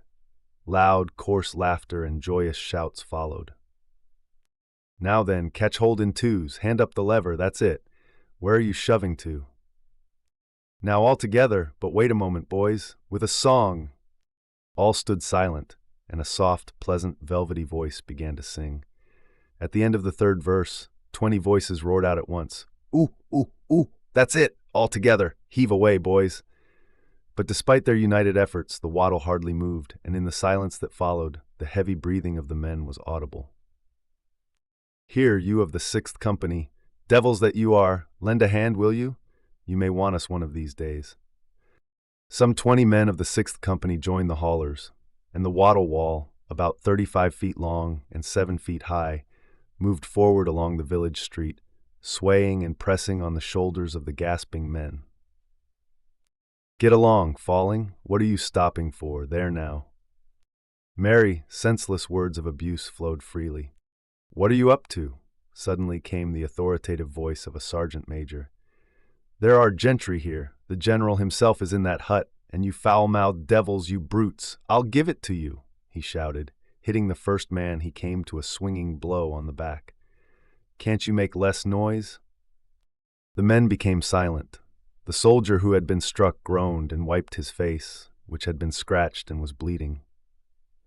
"There, how that devil hits out! He's made my face all bloody," he said in a frightened whisper when the sergeant major had passed on. "Don't you like it?" said a laughing voice, and moderating their tones, the men moved forward. When they were out of the village, they began talking again as loud as before. In the hut which the men had passed, the chief officers had gathered. They were in animated talk over their tea about the events of the day and the maneuvers suggested for tomorrow. It was proposed to make a flank march to the left, to cut off and capture the vice-king, Murat. By the time the soldiers had dragged the wattle fence to its place, campfires were blazing on all sides, the wood crackled, and the snow was melting. Black shadows of soldiers flitted to and fro all over the occupied space. Axes and choppers were busy all around. Everything was done without any orders being given. Stores of wood were brought for the night, shelters were rigged up for the officers, cauldrons were being boiled, and muskets and equipment were being put in order. The wattle wall was set up in a semicircle by the 8th Company as a shelter from the north, and a campfire was built before it. They beat the tattoo, called the roll, had supper, and settled down around the fires for the night. Some were repairing their shoes, some smoking pipes, and some stripping themselves naked to steam the lice out of their shirts. One would have thought that under the almost incredibly wretched conditions the Russian soldiers were in at that time, lacking warm boots and sheepskin coats, without a roof over their heads, in the snow with 18 degrees of frost, and without even full rations, they would have presented a very sad and depressing spectacle. On the contrary, the army had never presented a more cheerful and animated aspect. This was because all who began to grow depressed or who lost strength were sifted out of the army day by day. All the physically or morally weak had long since been left behind, and only the flower of the army, physically and mentally, remained. More men collected behind the wattle fence of the 8th Company than anywhere else. 2 sergeants major were sitting with them, and their campfire blazed brighter than others. For permission to sit by their fence, they demanded contributions of fuel. "Hey, Makiv, what has become of you, you son of a bitch?" Are you lost, or have the wolves eaten you? Fetch some more wood, shouted a red-haired and red-faced man, blinking because of the smoke but not moving back from the fire. And you, jackdaw, go and fetch some wood, he said to another soldier. This red-haired man was not a sergeant, but being strong, he ordered about those weaker than himself. The soldier they called Jackdaw, a thin little fellow with a sharp nose, rose obediently. But at that instant, a slender, handsome young soldier carrying a load of wood came into the light of the fire. Bring it here, that's fine. They split up the wood, pressed it down on the fire, and fanned it with the skirts of their greatcoats, making the flames hiss and crackle. The men drew nearer and lit their pipes. The handsome young soldier who had brought the wood began stamping his cold feet rapidly and deftly. Mother, the dew is cold but clear. It's well that I'm a musketeer, he sang. Look out, your soles will fly off, shouted the red-haired man, noticing that the sole of the dancer's boot was hanging loose. What a fellow you are for dancing.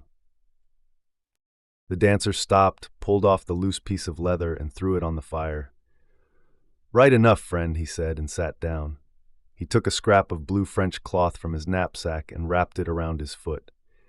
It's the steam that spoils them, he added, stretching his feet toward the fire. They'll soon be issuing us new ones. They say that when we've finished hammering them, we're to receive double kits. And that son of a bitch Petrov has lagged behind after all, it seems, said one sergeant major. I've had an eye on him this long while, said the other. Well, he's a poor sort of soldier. But in the 3rd Company they say 9 men were missing yesterday. Yes, it's all very well, but when a man's feet are frozen, how can he walk? Eh? Don't talk nonsense, said a sergeant major. Do you want to be doing the same? Said an old soldier, turning reproachfully to the man who had spoken of frozen feet. Well, you know, said the sharp-nosed man called Jackdaw in a squeaky voice. A plump man gets thin, but for a thin one it's death. Take me now. I've got no strength left. Tell them to send me to hospital. I'm aching all over. Anyway, I shan't be able to keep up. That'll do, replied the sergeant major quietly. The soldier said no more. What a lot of those Frenchies were taken today, and not one of them had what you might call real boots on, said a soldier, starting a new topic. They were no more than make-believes. The Cossacks have taken their boots. It was pitiful to see them, boys, put in the dancer. As they turned them over, one seemed still alive, and, would you believe it, he jabbered something in their lingo. But they're a clean folk, lads, the first man went on. He was white as birch bark, and some of them are such fine fellows you might think they were nobles. Well, what do you think? They make soldiers of all classes there. But they don't understand our talk at all, said the dancer with a puzzled smile. I asked him whose subject he was, and he jabbered in his own way, a queer lot. But it's strange, friends, continued the man who had wondered at their whiteness. The peasants at Moshaïsk were saying that when they began burying the dead, where the battle was, well, those dead had been lying there for nearly a month, and the peasant says, they lie as white as paper, clean, and not as much smell as a puff of powder smoke. Was it from the cold? Asked someone. You're a clever fellow. From the cold indeed. Why, it was hot. If it had been from the cold, ours would not have rotted either. But, he says, go up to ours and they are all rotten and maggoty. So, he says, we tie our faces up with kerchiefs and turn our heads away as we drag them off. But theirs, he says, are white as paper, and not so much smell as a whiff of gunpowder. All were silent. It must be from their food, said the sergeant major. They used to gobble the same food as the gentry. No one contradicted him. That peasant near Moshaïsk said they carted for 20 days and still didn't finish carting the dead away. And as for the wolves, he says, that was a real battle, said an old soldier. It's the only one worth remembering, but since that, it's only been tormenting folk. And do you know, Daddy, the day before yesterday we ran at them, and my word, they didn't let us get near before they just threw down their muskets and went on their knees. Pardon, they say. They say Platov took Napoleon himself twice, but he didn't know the right charm. He catches him, but he turns into a bird in his hands and flies away. and there's no way of killing him either. You're a first-class liar, Kislev, when I come to look at you. Liar indeed, it's the real truth. If he fell into my hands, I'd bury him in the ground with an aspen stake to fix him down. What a lot of men he's ruined. Well, anyhow, we're going to end it. He won't come here again, remarked the old soldier, yawning. The conversation flagged, and the soldiers began settling down to sleep. Look at the stars. It's wonderful how they shine. You would think the women had spread out their linen, said one of the men, gazing at the Milky Way. That's a sign of a good harvest next year. We shall want some more wood. You warm your back and your belly gets frozen, that's queer. What are you pushing for? Is the fire only for you? Look how he's sprawling. In the silence that followed, the snoring of those who had fallen asleep could be heard. Others turned over and warmed themselves, now and again exchanging a few words. From a campfire 100 paces off came a sound of general, merry laughter. Hark at them roaring there in the 5th Company, said one of the soldiers. And what a lot of them there are. One of the men got up and went over to the 5th Company. They're having such fun, he said, coming back. 2 Frenchies have turned up. One's quite frozen, and the other's an awful swaggerer. He's singing songs. Oh, I'll go across and have a look, said another, and several of the men went over to the 5th Company. The 5th Company was bivouacking at the very edge of the forest. A huge campfire was blazing brightly in the midst of the snow, lighting up the branches of trees heavy with frost. About midnight, they heard the sound of steps in the snow of the forest and the crackling of dry branches. A bear, lads, said one of the men. They all raised their heads to listen. Out of the forest and into the bright firelight stepped 2 strangely dressed human figures, clinging to one another. These were 2 Frenchmen who had been hiding in the forest. They came up to the fire, hoarsely saying something in a language our soldiers did not understand. One was taller than the other. He wore an officer's hat and seemed completely exhausted. As he approached the fire, he was about to sit down, but fell. The other, a short, sturdy soldier with a shawl tied around his head, was stronger. He raised his companion and said something, pointing to his mouth. The soldiers surrounded the Frenchman, spread a greatcoat on the ground for the sick man, and brought some buckwheat porridge and vodka for both of them.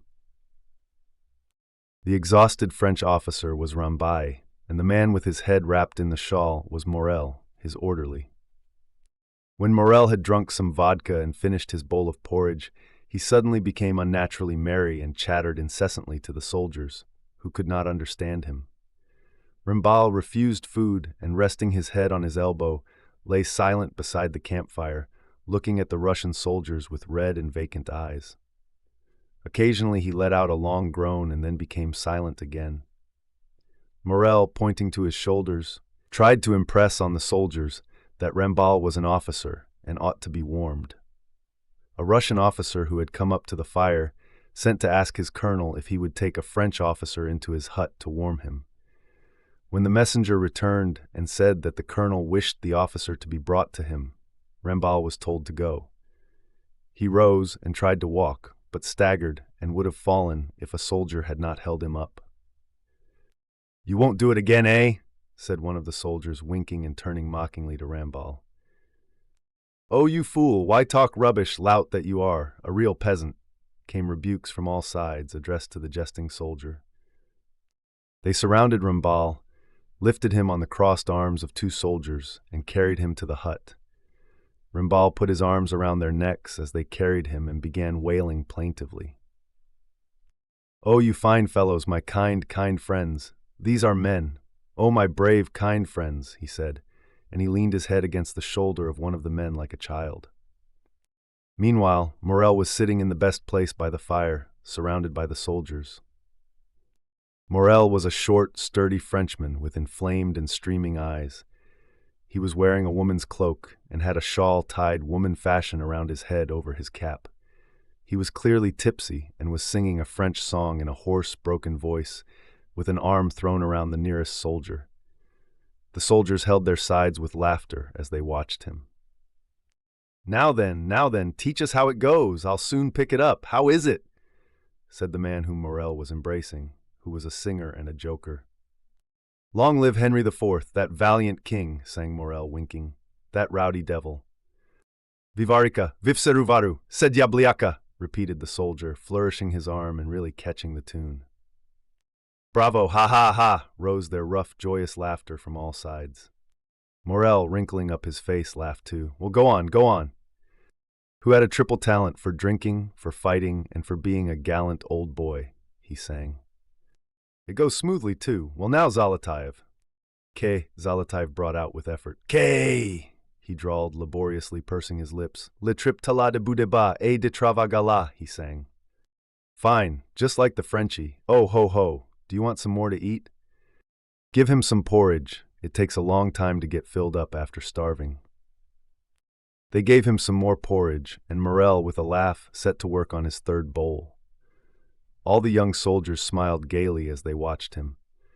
The older men, who thought it undignified to amuse themselves with such nonsense, continued to lie at the opposite side of the fire, but one would occasionally raise himself on an elbow and glance at Morel with a smile. "They are men too," said one of them as he wrapped himself up in his coat. "Even wormwood grows on its own root." O Lord, how starry it is, tremendous, that means a hard frost." They all grew silent. The stars, as if knowing that no one was looking at them, began to dance in the dark sky. Now flaring up, now vanishing, now trembling, they were busy whispering something joyful and mysterious to one another. Now we begin Chapter 4. Chapter 4, the crossing of the Berezina, Vilna, the Emperor Alexander Kutuzov, his failing health. The French army melted away at a uniform mathematical rate. The crossing of the Berezina River, about which so much has been written, was only one intermediate stage in its destruction, not the decisive episode of the campaign. If so much has been written about the Berezina, on the French side, it is only because at the broken bridge across that river, the calamities their army had been enduring were suddenly concentrated into a single tragic spectacle. On the Russian side, it is merely because in Petersburg, far from the war, a plan had been devised to catch Napoleon in a strategic trap at the Berezina. Everyone was sure that all would happen according to plan, and therefore insisted that it was the crossing of the Berezina that destroyed the French army. In reality, the results of the crossing were much less disastrous to the French in terms of guns and men lost than Krasno had been. The sole importance of the crossing of the Berezina lies in the fact that it plainly and undeniably proved how wrong all the plans for cutting off the enemy's retreat were. It also proved the soundness of the only possible course of action, the one Kutuzov and the mass of the army demanded, simply to follow the enemy. The French crowd fled at a continually increasing speed, and all its energy was directed to reaching its goal. It fled like a wounded animal, and it was impossible to block its path. This was shown not so much by the arrangements for the crossing as by what happened at the bridges. When the bridges broke down, unarmed soldiers, people from Moscow, and women with children who were with the French transport all pressed forward into boats and into the ice-covered water. They did not surrender. That impulse was reasonable. The condition of the fugitives and of the pursuers was equally bad.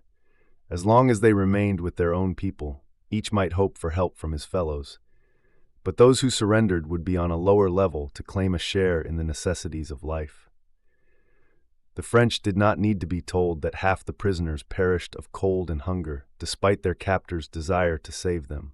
They felt that it could not be otherwise.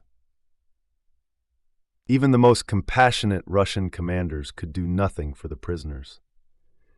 The French perished from the same conditions that the Russian army itself was exposed to. It was impossible to take bread and clothes from our hungry and essential soldiers to give to the French, who were simply unnecessary.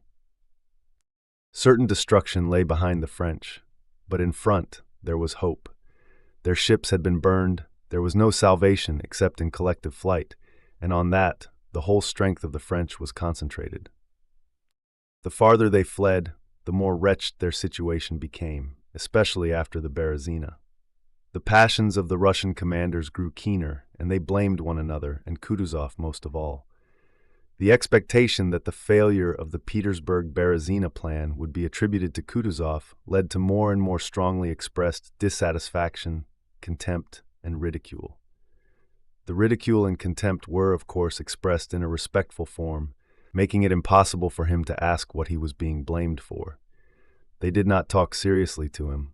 They just appeared to be fulfilling a regrettable formality, but they winked behind his back and tried to mislead him at every turn. Because they could not understand him, all these people assumed it was useless to talk to the old man.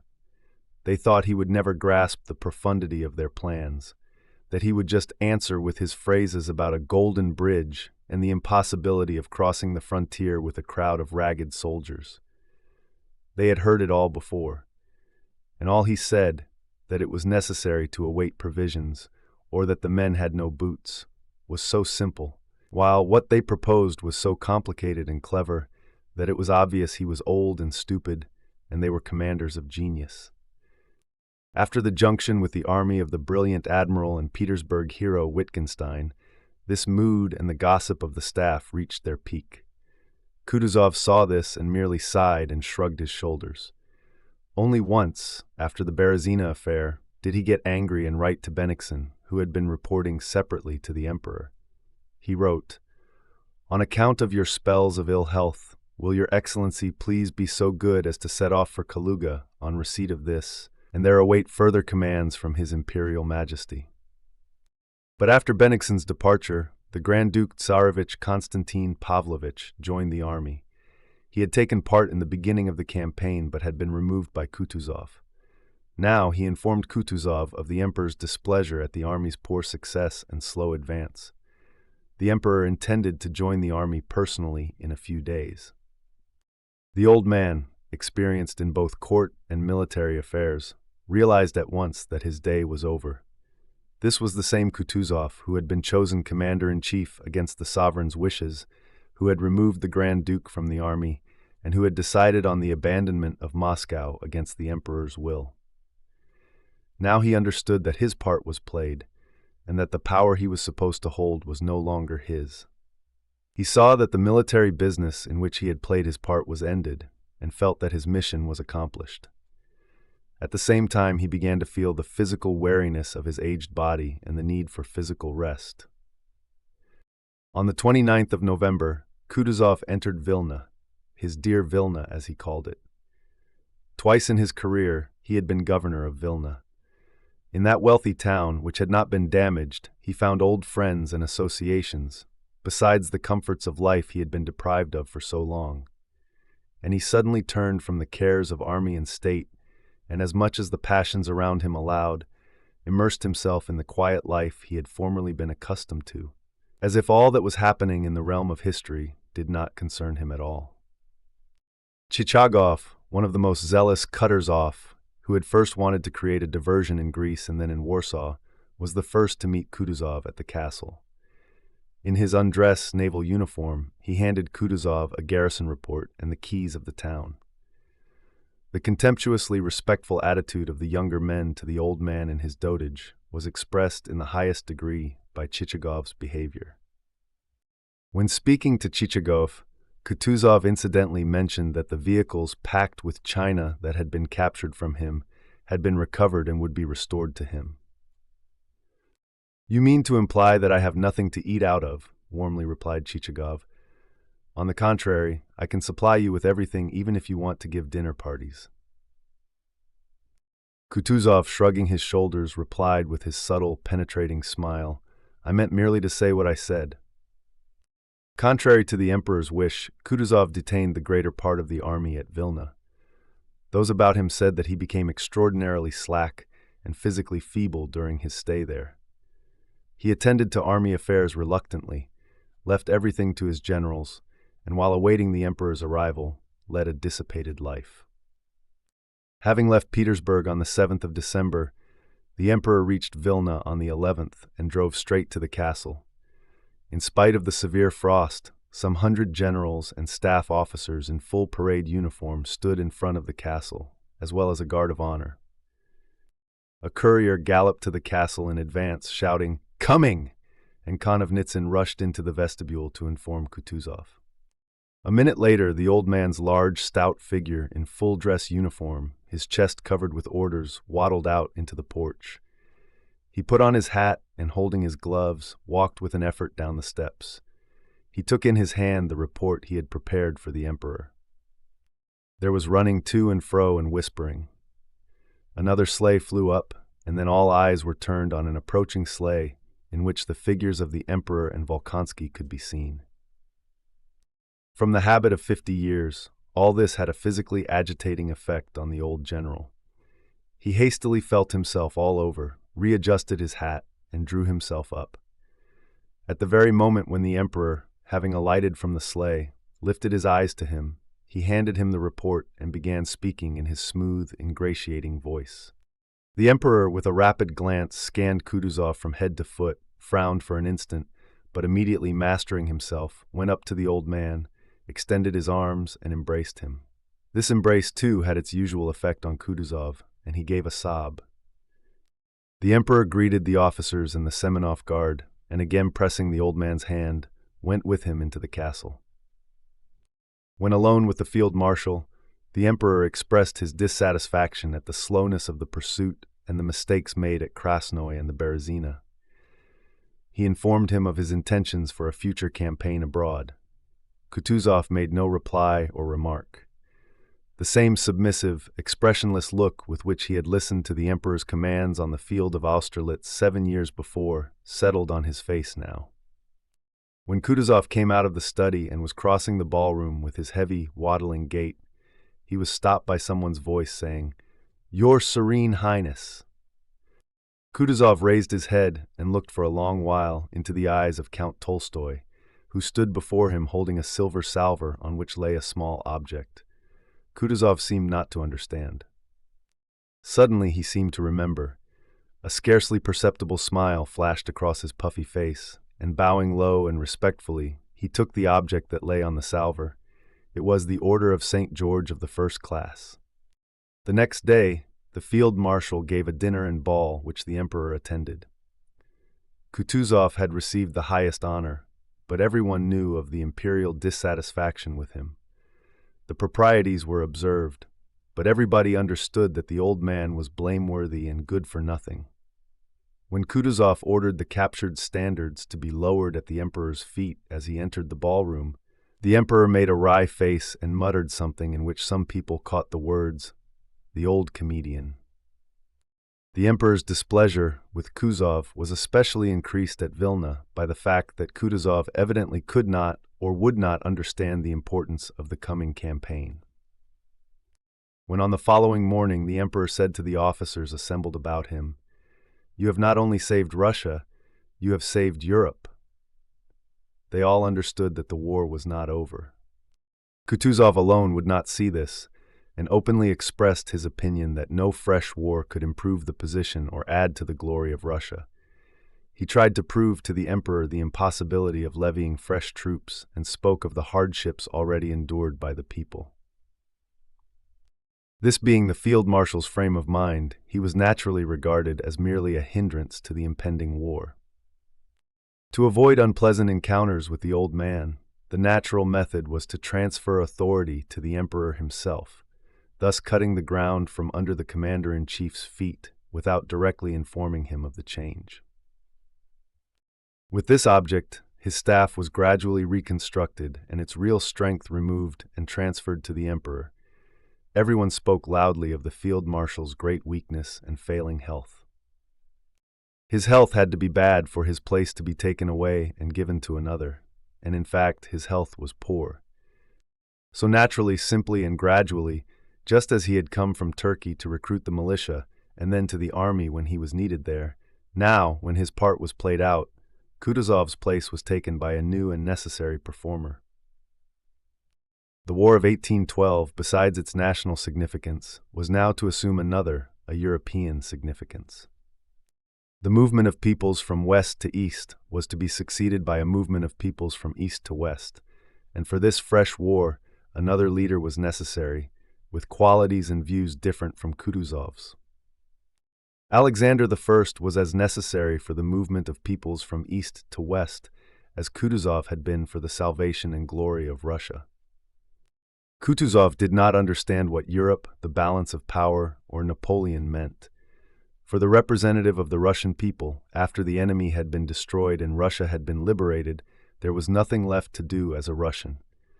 Nothing remained for the representative of the national war but to die, and Kutuzov died. Now we begin Chapter 5. Chapter 5, Pierre, illness and recovery at Orel, his new attitude to life and his fellow men, his affairs. He goes to Moscow, the town's animation and rapid recovery. Pierre meets Natasha at Princess Mary's. Love. As often happens, Pierre did not feel the full effects of the physical privation and strain he had suffered as a prisoner until after they were over. After his liberation, he reached Orel, and on the third day there, when preparing to go to Kiev, he fell ill and was laid up for 3 months. He had what the doctors called bilious fever. But despite the fact that the doctors treated him, bled him, and gave him medicines, he recovered. Scarcely any impression was left on Pierre's mind by all that happened to him from the time of his rescue until his illness. He remembered only the dull gray weather, sometimes rainy, sometimes snowy, internal physical distress, and pains in his feet and side. He remembered a general impression of the misfortunes and sufferings of people, and of being worried by the curiosity of officers who questioned him. He also remembered his difficulty in getting a carriage and horses, and above all, his inability to think and feel during that time. On the day of his rescue, he had seen the body of Petya Rostov. That same day, he learned that Prince Andrew had died in the Rostovs' house at Yaroslavl, more than a month after the Battle of Borodino. Denisov, who told him this news, also mentioned Helene's death, assuming Pierre had heard of it long before. All this seemed merely strange to Pierre at the time. He felt he could not grasp its significance. He was only anxious to get away as quickly as possible from places where people were killing one another, to some peaceful refuge where he could rest and think. But on reaching Orel, he immediately fell ill. When he came to himself after his illness, he saw 2 of his servants, Terenti and Vaska, who had come from Moscow. His cousin, the eldest princess, was also there. She had been living on his estate, and hearing of his rescue and illness, had come to look after him. It was only gradually during his convalescence that Pierre lost the impressions he had become used to, and got accustomed to the idea that no one would force him to go anywhere tomorrow, that no one would take away his warm bed, and that he would be sure to get his dinner, tea, and supper. But for a long time in his dreams, he still saw himself in captivity. Little by little, he also came to understand the news he had been told after his rescue: the death of Prince Andrew, the death of his wife, and the destruction of the French. A joyous feeling of freedom, the complete freedom natural to man which he had first experienced outside Moscow, filled Pierre's soul during his convalescence. He was surprised to find that this inner freedom now had an additional setting of external liberty. He was alone in a strange town, without acquaintances. No one demanded anything of him. He had all he wanted. The thought of his wife, which had been a continual torment, was no longer there, since she was no more. "Oh, how good, how splendid," he said to himself when a cleanly laid table was brought to him with savory beef tea, or when he lay down for the night on a soft, clean bed. "Oh, how good, how splendid." And by old habit he asked himself the question, well, and what then? What am I going to do? And he immediately gave himself the answer, well, I shall live. Ah, how splendid. The very question that had formerly tormented him, the thing he had continually sought, the aim of life, no longer existed for him now. He felt that it could not present itself again. And this very absence of an aim gave him the complete, joyous sense of freedom which was his happiness at this time. He could not see an aim because he now had faith, not faith in any kind of rule or words, but faith in an ever-living, ever-present God. Formerly he had sought God in the aims he set for himself. That search for an aim had simply been a search for God. Suddenly, in his captivity, he had learned not by words or reasoning, but by direct feeling, what his nurse had told him long ago, that God is here and everywhere.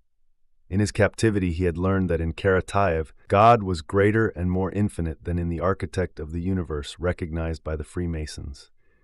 He felt like a man who, after straining his eyes to see into the far distance, finds what he sought at his very feet. All his life, he had looked over the heads of the men around him when he should have just looked in front of him. In the past, he had only found what was limited, petty, and senseless in everything near and comprehensible. He had equipped himself with a mental telescope and looked into remote space, where petty worldliness seemed great and infinite merely because it was not clearly seen. European life, politics, Freemasonry, philosophy, all had seemed like that to him. But now he had learned to see the great, eternal, and infinite in everything. Therefore, to see it and enjoy it, he naturally threw away the telescope and gladly regarded the ever-changing, eternally great and infinite life around him. And the closer he looked, the more tranquil and happy he became. That dreadful question, "What for?" which had formerly destroyed all his mental constructions, no longer existed for him. To that question, a simple answer was now always ready in his soul. Because there is a God, that God without whose will not one hair falls from a man's head. In external ways, Pierre had hardly changed at all. As before, he was absent-minded and seemed occupied with his own thoughts. The difference was that formerly, when he didn't grasp what was before him, he had puckered his forehead painfully. Now he still forgot what was said and didn't see what was before him, but he looked with a scarcely perceptible and seemingly ironic smile at what was before him. Formerly, he had appeared to be a kind-hearted but unhappy man, and people had tended to avoid him. Now, a smile of the joy of life always played around his lips, and sympathy for others shone in his eyes. People felt pleased by his presence. Previously, he had talked a great deal and seldom listened. Now he was seldom carried away in conversation and knew how to listen so that people readily told him their most intimate secrets. The princess, his cousin who had never liked him, now felt to her surprise and vexation that she had become fond of him. Pierre did not seek her approval. He merely studied her with interest. He seemed to be trying to understand the most intimate places of her heart, and she let him see the hidden, kindly sides of her character. The most cunning man could not have crept into her confidence more successfully. Yet Pierre's cunning consisted simply in finding pleasure in drawing out the human qualities of the embittered, hard, and proud princess. Yes, he is a very, very kind man when he is not under the influence of bad people, but of people such as myself, she thought. His servants, Terenti and Vasca, also noticed the change in Pierre. They considered that he had become much simpler. Terenti, when he had helped him undress, often lingered to see whether he would start a talk, and Pierre, noticing this, generally kept him there. "Well, tell me now, how did you get food?" he would ask. And Terenti would begin talking of the destruction of Moscow and of the old count, and would stand for a long time talking or listening to Pierre's stories. The doctor who attended Pierre would sit for hours with him, telling him his favorite anecdotes and his observations on the characters of his patients. "It's a pleasure to talk to a man like that. He is not like our provincials," he would say. There were several French prisoners in Orel, and the doctor brought one of them, a young Italian officer, to see Pierre. The Italian seemed happy only when he could come to see Pierre, talk with him, and pour out his indignation against the French and especially against Napoleon. "If all Russians are in the least like you, it is sacrilege to fight such a nation," he said to Pierre. "You, who have suffered so from the French, do not even feel animosity toward them." Pierre had evoked the passionate affection of the Italian merely by evoking the best side of his nature and taking pleasure in doing so. During the last days of Pierre's stay in Orel, his old Masonic acquaintance Count Wilarski came to see him. Wilarski was married to a Russian heiress and occupied a temporary post in the town. He felt dull in Orel and was pleased to meet a man of his own circle. But to his surprise, Wilarski soon noticed that Pierre had lagged much behind the times and had sunk into apathy and egotism. "You are letting yourself go, my dear fellow," he said. But for all that, Wilarski found it pleasanter now than before to be with Pierre, and he came to see him every day. To Pierre, as he looked at and listened to Wolarski, it seemed strange to think that he had been like that himself just a short time before.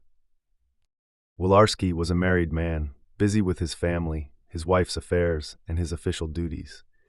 He regarded all these occupations as hindrances to life. Military, administrative, political, and Masonic interests continually absorbed his attention. And Pierre, without trying to change the other's views, but with the quiet, joyful smile now habitual to him, was interested in this strange, though very familiar phenomenon. There was a new feature in Pierre's relations with everyone he now met, which gained him general goodwill. This was his acknowledgement of the impossibility of changing a man's convictions by words, and his recognition of the possibility of everyone seeing things from his own point of view. This legitimate peculiarity of each individual, which used to irritate Pierre, now became a basis of the sympathy he felt for other people. The difference between men's opinions and their lives pleased him and drew from him an amused and gentle smile. In practical matters, Pierre unexpectedly felt within himself a center of gravity he had previously lacked. Formerly, all money questions, especially requests for money, had produced in him a state of hopeless agitation. To give or not to give, he had asked himself. I have it, and he needs it, but someone else needs it still more. Who needs it most? In the old days, he had given to all who asked as long as he had anything to give. Now, to his surprise, he found that he no longer felt either doubt or perplexity about these questions. There was now within him a judge who decided what should or should not be done. He was as indifferent as before to money matters, but now he felt certain of what ought and what ought not to be done. The first time he used this new judge was when a French prisoner, a colonel, made what amounted to a demand that Pierre should give him 4,000 francs. Pierre refused without the least difficulty and was afterwards surprised how simple and easy it had been. At the same time, he made up his mind that he must use some trick to induce the Italian officer to accept some money, which he was evidently in need of. A further proof of his more settled outlook was his decision regarding his wife's debts and the rebuilding of his houses in and near Moscow. His head steward came to him at Orel and reckoned up his diminished income. The burning of Moscow had cost him, according to the steward, about 2 million rubles. To console Pierre, the steward gave him an estimate showing that despite these losses, his income would not be diminished, but would even be increased if he refused to pay his wife's debts and did not rebuild his Moscow house. Yes, of course that's true, said Pierre with a cheerful smile. I don't need all that at all. By being ruined, I have become much richer. But in January, Savelich came from Moscow and gave him an account of the state of things there. He spoke of the estimate an architect had made for rebuilding the houses as a settled matter. About the same time, Pierre received letters from Prince Vasily and others speaking of his wife's debts, and Pierre decided that the steward's proposals were wrong and that he must go to Petersburg to settle his wife's affairs and must rebuild in Moscow. Why this was necessary he did not know, but he knew for certain that it was necessary. His income would be reduced by 3/4, but he felt it must be done. Wolarski was going to Moscow, and they agreed to travel together. During his convalescence in Orel, Pierre had experienced a feeling of joy, freedom, and life. But when he found himself in the open world during his journey and saw hundreds of new faces, that feeling was intensified. Throughout his journey, he felt like a schoolboy on holiday. Everyone, the stagecoach driver, the peasants on the roads, had a new significance for him. The remarks of Wolarski, who continually deplored the ignorance and poverty of Russia, only heightened Pierre's pleasure. Where Wolarski saw deadness, Pierre saw an extraordinary strength and vitality. He did not contradict Wolarski and even seemed to agree with him, smiling joyfully as he listened. It would be difficult to explain why and where ants are hurrying when their heap has been destroyed. It would be equally difficult to explain what caused the Russians, after the departure of the French, to throng to the place that had formerly been Moscow. But when we watch the ants around their ruined heap, the tenacity, energy, and immense number of the insects prove that despite the destruction, something indestructible, the real strength of the colony, still exists. Similarly, though in Moscow in October there was no government, no churches, no riches or houses, it was still the Moscow it had been in August. All was destroyed except something intangible yet powerful and indestructible.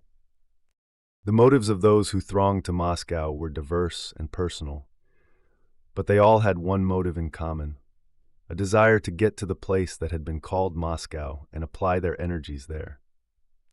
Within a week, Moscow already had 15,000 inhabitants, in a fortnight 25,000. By the autumn of 1813, the number exceeded what it had been in 1812. The first Russians to enter Moscow were Cossacks, peasants from nearby villages, and residents who had been hiding in the vicinity. Finding the city plundered, they plundered it in their turn. Peasant carts came to Moscow to carry off what had been abandoned.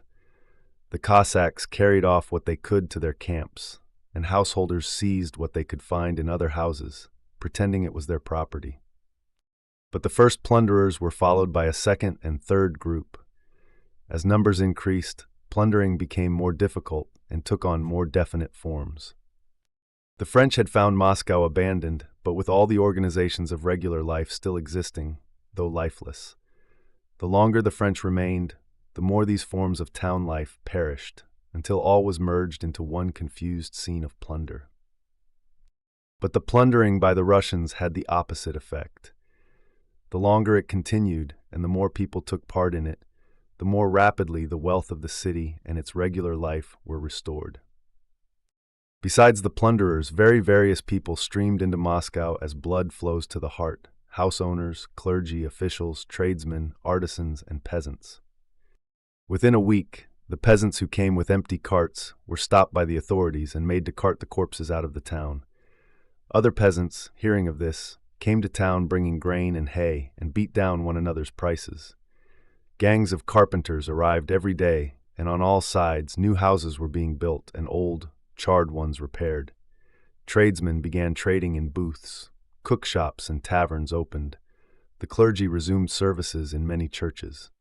Government clerks set up their tables and documents in small rooms. The higher authorities and the police organized the distribution of goods left behind by the French. Owners of houses complained of injustice, abused the police, and demanded relief. And Count Rostopchin wrote proclamations. At the end of January, Pierre went to Moscow and stayed in an annex of his house that had not been burned. He called on Count Rostopchin and some acquaintances and intended to leave for Petersburg 2 days later. Everybody was celebrating the victory, and everything was bubbling with life in the ruined but reviving city. Everyone was pleased to see Pierre and questioned him about what he had seen. Pierre felt well disposed toward them all, but was instinctively on his guard for fear of binding himself in any way. To all questions put to him, he replied, "Yes, perhaps," or "I think so." He had heard that the Rostovs were at Kostroma, but the thought of Natasha seldom occurred to him.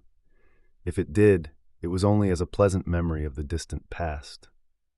On the third day after his arrival, he heard from the Drubetskoys that Princess Mary was in Moscow. The death and last days of Prince Andrew had often occupied Pierre's thoughts, and now they recurred to him with fresh vividness. Having heard at dinner that Princess Mary was living in her house on Vozdvizhenka Street, he drove that same evening to see her. On his way, Pierre kept thinking of Prince Andrew, of their friendship, and especially of their last meeting at Borodino. Is it possible that he died in the bitter frame of mind he was then in? Is it possible that the meaning of life was not disclosed to him before he died? Pierre thought. He recalled Karatayev and his death and involuntarily began to compare these two men, so different and yet so similar in the love he felt for both of them. Pierre drove up to the house of the old prince in a most serious mood. The house had escaped the fire. The old footman, who met him with a stern face, informed him that the princess had gone to her own apartments and that she received on Sundays. "Announce me. Perhaps she will see me," said Pierre. "Yes, sir," said the man. "Please step into the portrait gallery." A few minutes later, the footman returned with Dessalles, who brought word from the princess that she would be very glad to see Pierre if he would excuse her and come upstairs to her apartment. In a rather low room lit by one candle, sat the princess, and with her, another person dressed in black. Pierre remembered that the princess always had lady companions, but he never remembered who they were. This must be one of her companions, he thought, glancing at the lady in the black dress. The princess rose quickly to meet him and held out her hand. "Yes," she said, looking at his altered face. "So this is how we meet again. He spoke of you even at the very last." She went on, turning her eyes from Pierre to her companion with a shyness that surprised him. "I was so glad to hear of your safety. It was the first piece of good news we had received for a long time," she said. Again, the princess glanced at her companion and was about to add something, but Pierre interrupted her. "Just imagine, I knew nothing about him," said he. "I thought he had been killed. I only know that he fell in with the Rostovs. What a strange coincidence." Pierre spoke rapidly. He glanced once at the companion's face, saw her attentive and kindly gaze fixed on him, and felt somehow that this companion in the black dress was a good, kind creature who would not hinder his conversation with Princess Mary. But when he mentioned the Rostovs, Princess Mary's face expressed still greater embarrassment. She again glanced rapidly from Pierre's face to that of the lady in the black dress and said, "Do you really not recognize her?" Pierre looked again at the companion's pale, delicate face with its black eyes and peculiar mouth. Something near to him, long forgotten and more than sweet, looked at him from those attentive eyes. "But no, it can't be," he thought. "This stern, thin, pale face that looks so much older, it cannot be she. It merely reminds me of her." But at that moment, Princess Mary said, "Natasha," and with difficulty, like the opening of a rusty door, a smile appeared on the face with the attentive eyes. From that opening door came a breath of fragrance that filled Pierre with a happiness he had long forgotten. It seized him and enveloped him completely. When she smiled, doubt was no longer possible. It was Natasha, and he loved her. At that moment, Pierre involuntarily betrayed to her, to Princess Mary, and above all to himself, a secret of which he himself had been unaware. He flushed joyfully, yet with painful distress. He tried to hide his agitation, but the more he tried to hide it, the more clearly he betrayed to himself, to her, and to Princess Mary that he loved her. "No, it's only the unexpectedness of it," Pierre thought. But as soon as he tried to continue the conversation, he again glanced at Natasha, and a still deeper flush suffused his face, and a still stronger agitation of joy and fear seized his soul. He became confused in his speech and stopped in the middle of what he was saying. Pierre had failed to notice Natasha because he did not expect to see her there. But he had failed to recognize her because the change in her was immense. She had grown thin and pale, but that was not what made her unrecognizable. She was unrecognizable because on that face, whose eyes had always shone with a suppressed smile of the joy of life, there was now not the least shadow of a smile. Only her eyes were kindly attentive and sadly questioning. Pierre's confusion was not reflected by any confusion on Natasha's part, but only by the pleasure that just perceptibly lit up her whole face. "She has come to stay with me," said Princess Mary. "The Count and Countess will be here in a few days.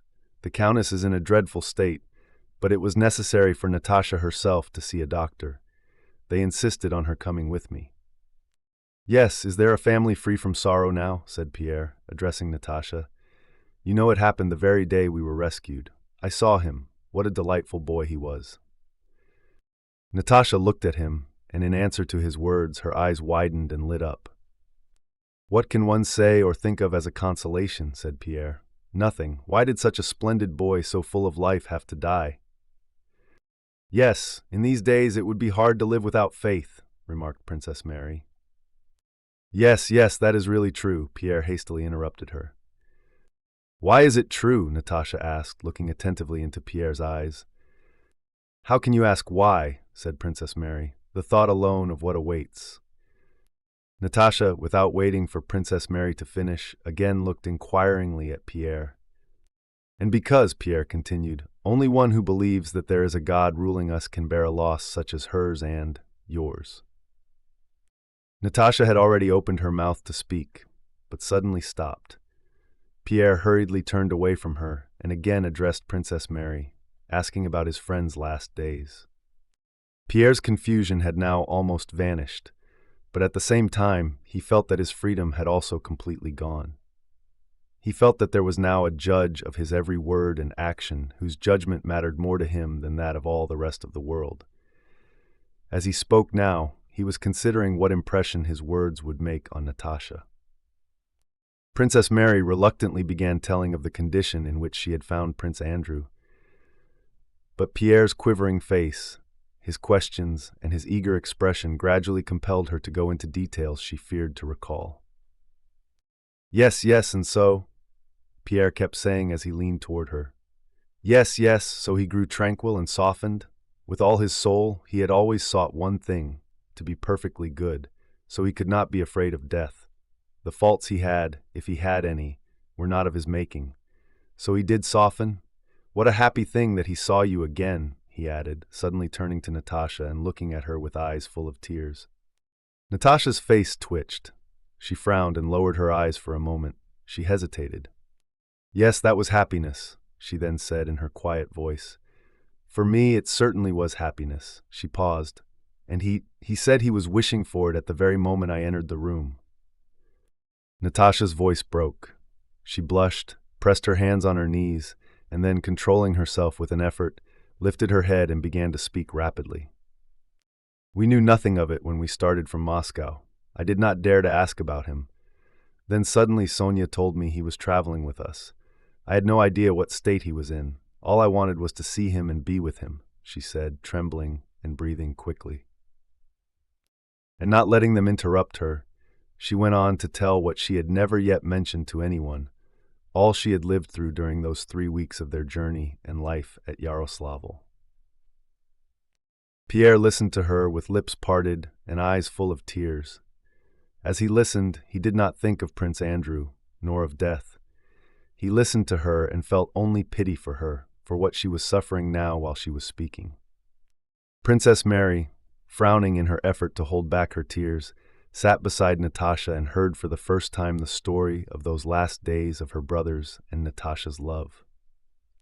Evidently, Natasha needed to tell that painful yet joyful tale. She spoke, mingling the most trifling details with the intimate secrets of her soul, and it seemed as if she could never finish. Desaulles' voice was heard outside the door, asking if little Nicholas might come in to say good night.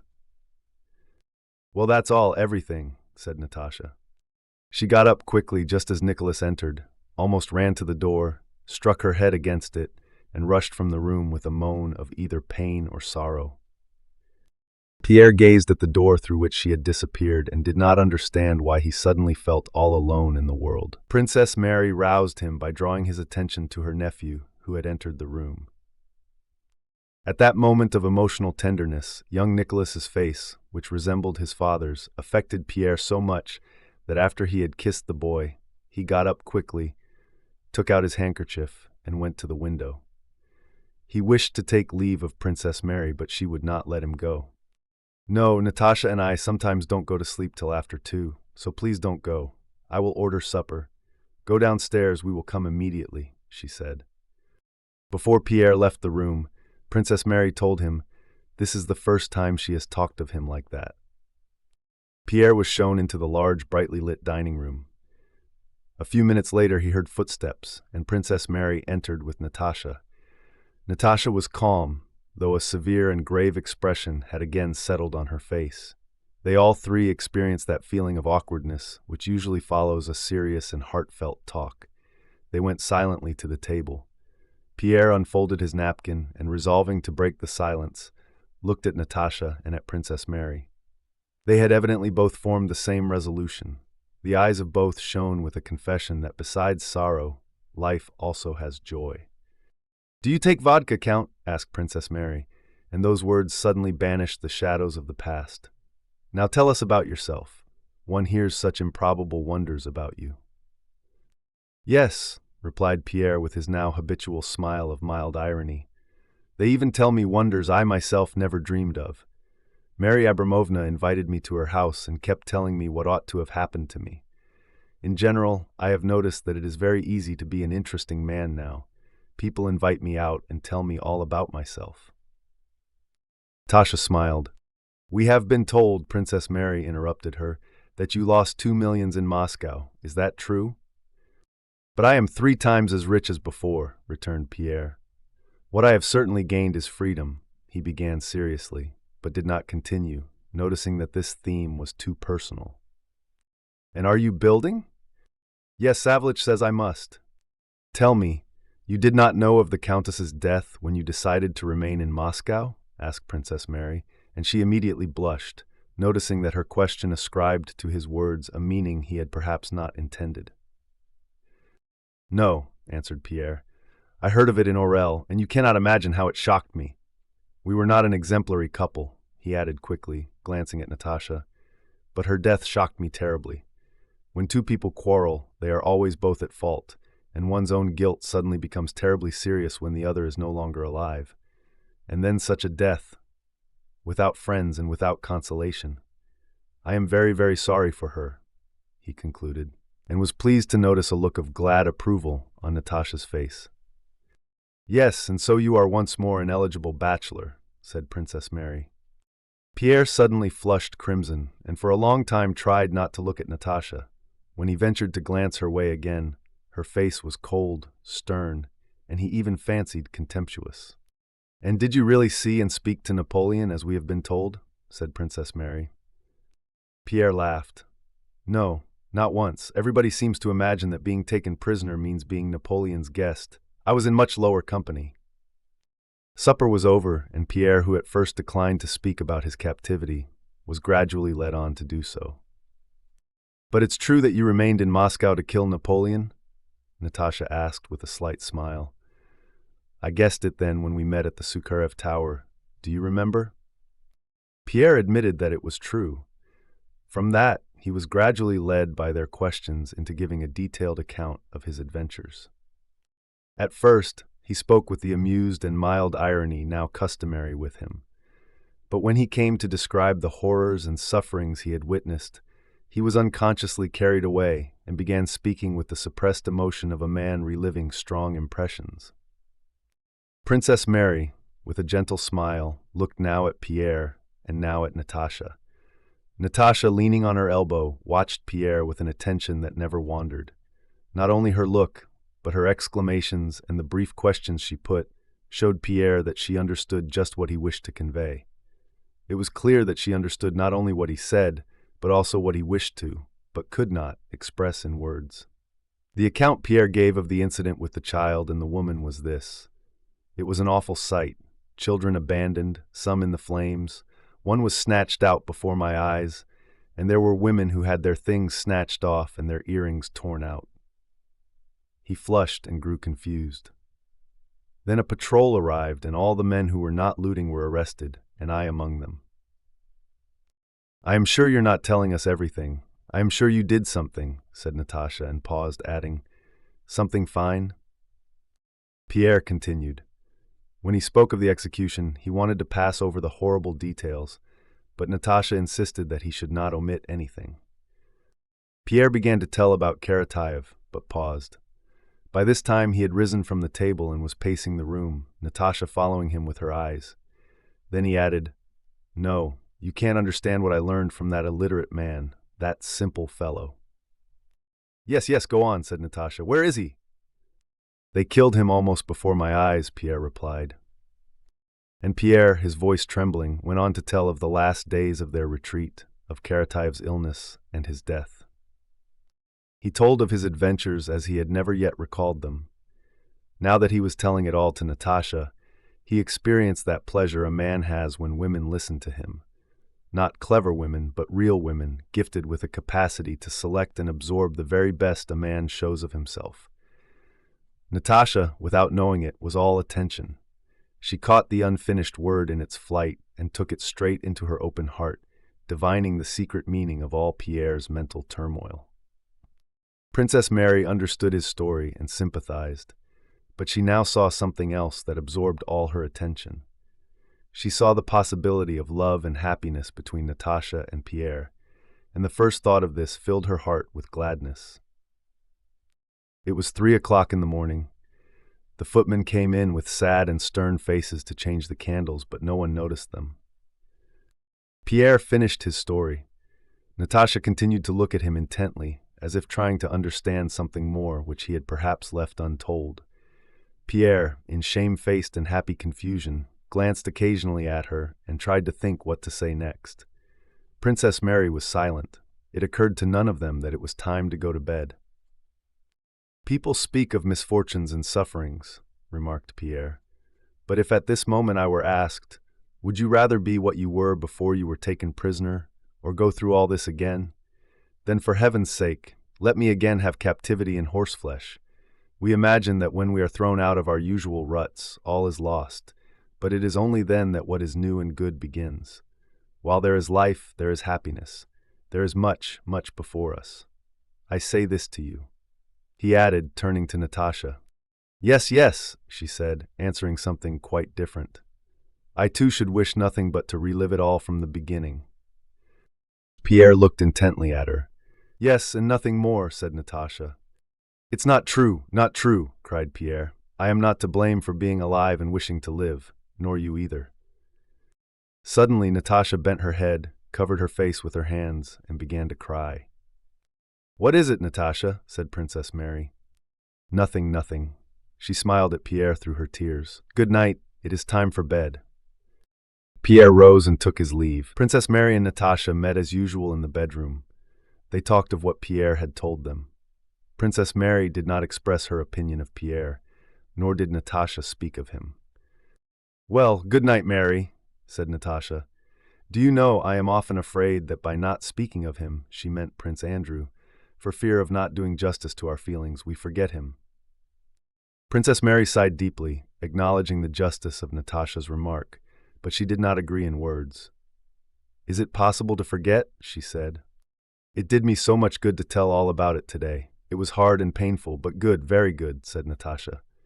"I am sure he really loved him. That is why I told him. Was it all right?" she added, suddenly blushing. "To tell Pierre? Oh yes, what a splendid man he is," said Princess Mary. "Do you know, Mary," Natasha suddenly said with a mischievous smile, such as Princess Mary had not seen on her face for a long time, "he has somehow grown so clean, smooth, and fresh, as if he had just come out of a Russian bath. Do you understand? Out of a moral bath. Isn't it true?" "Yes," replied Princess Mary, "he has greatly improved. With a short coat and his hair cropped, just as if he had come straight from the bath. Papa used to." "I understand why he, Prince Andrew, liked no one so much as him," said Princess Mary. "Yes, and yet he is quite different. They say men are friends when they are quite different. That must be true. Really, he is quite unlike him, in everything." "Yes, but he's wonderful." "Well, good night," said Natasha, and the same mischievous smile lingered for a long time on her face. It was a long time before Pierre could fall asleep that night. He paced up and down his room, now thinking of a difficult problem and frowning, now suddenly shrugging his shoulders and now smiling happily. He was thinking of Prince Andrew, of Natasha, and of their love. At one moment he was jealous of her past, then he reproached himself for that feeling. It was already 6 in the morning, and he still paced the room. Well, what's to be done if it cannot be avoided? What's to be done? Evidently it has to be so, he said to himself, and hastily undressing, he got into bed, happy and agitated but free from hesitation. Strange and impossible as such happiness seems, I must do everything that she and I may be man and wife, he told himself. A few days earlier, Pierre had decided to go to Petersburg on Friday. When he awoke on Thursday, Savelich came to ask him about packing for the journey. "What, to Petersburg? What is Petersburg? Who is there in Petersburg?" he asked himself involuntarily. "Oh yes, long ago before this happened, I did for some reason mean to go to Petersburg," he reflected. "Why, but perhaps I shall go.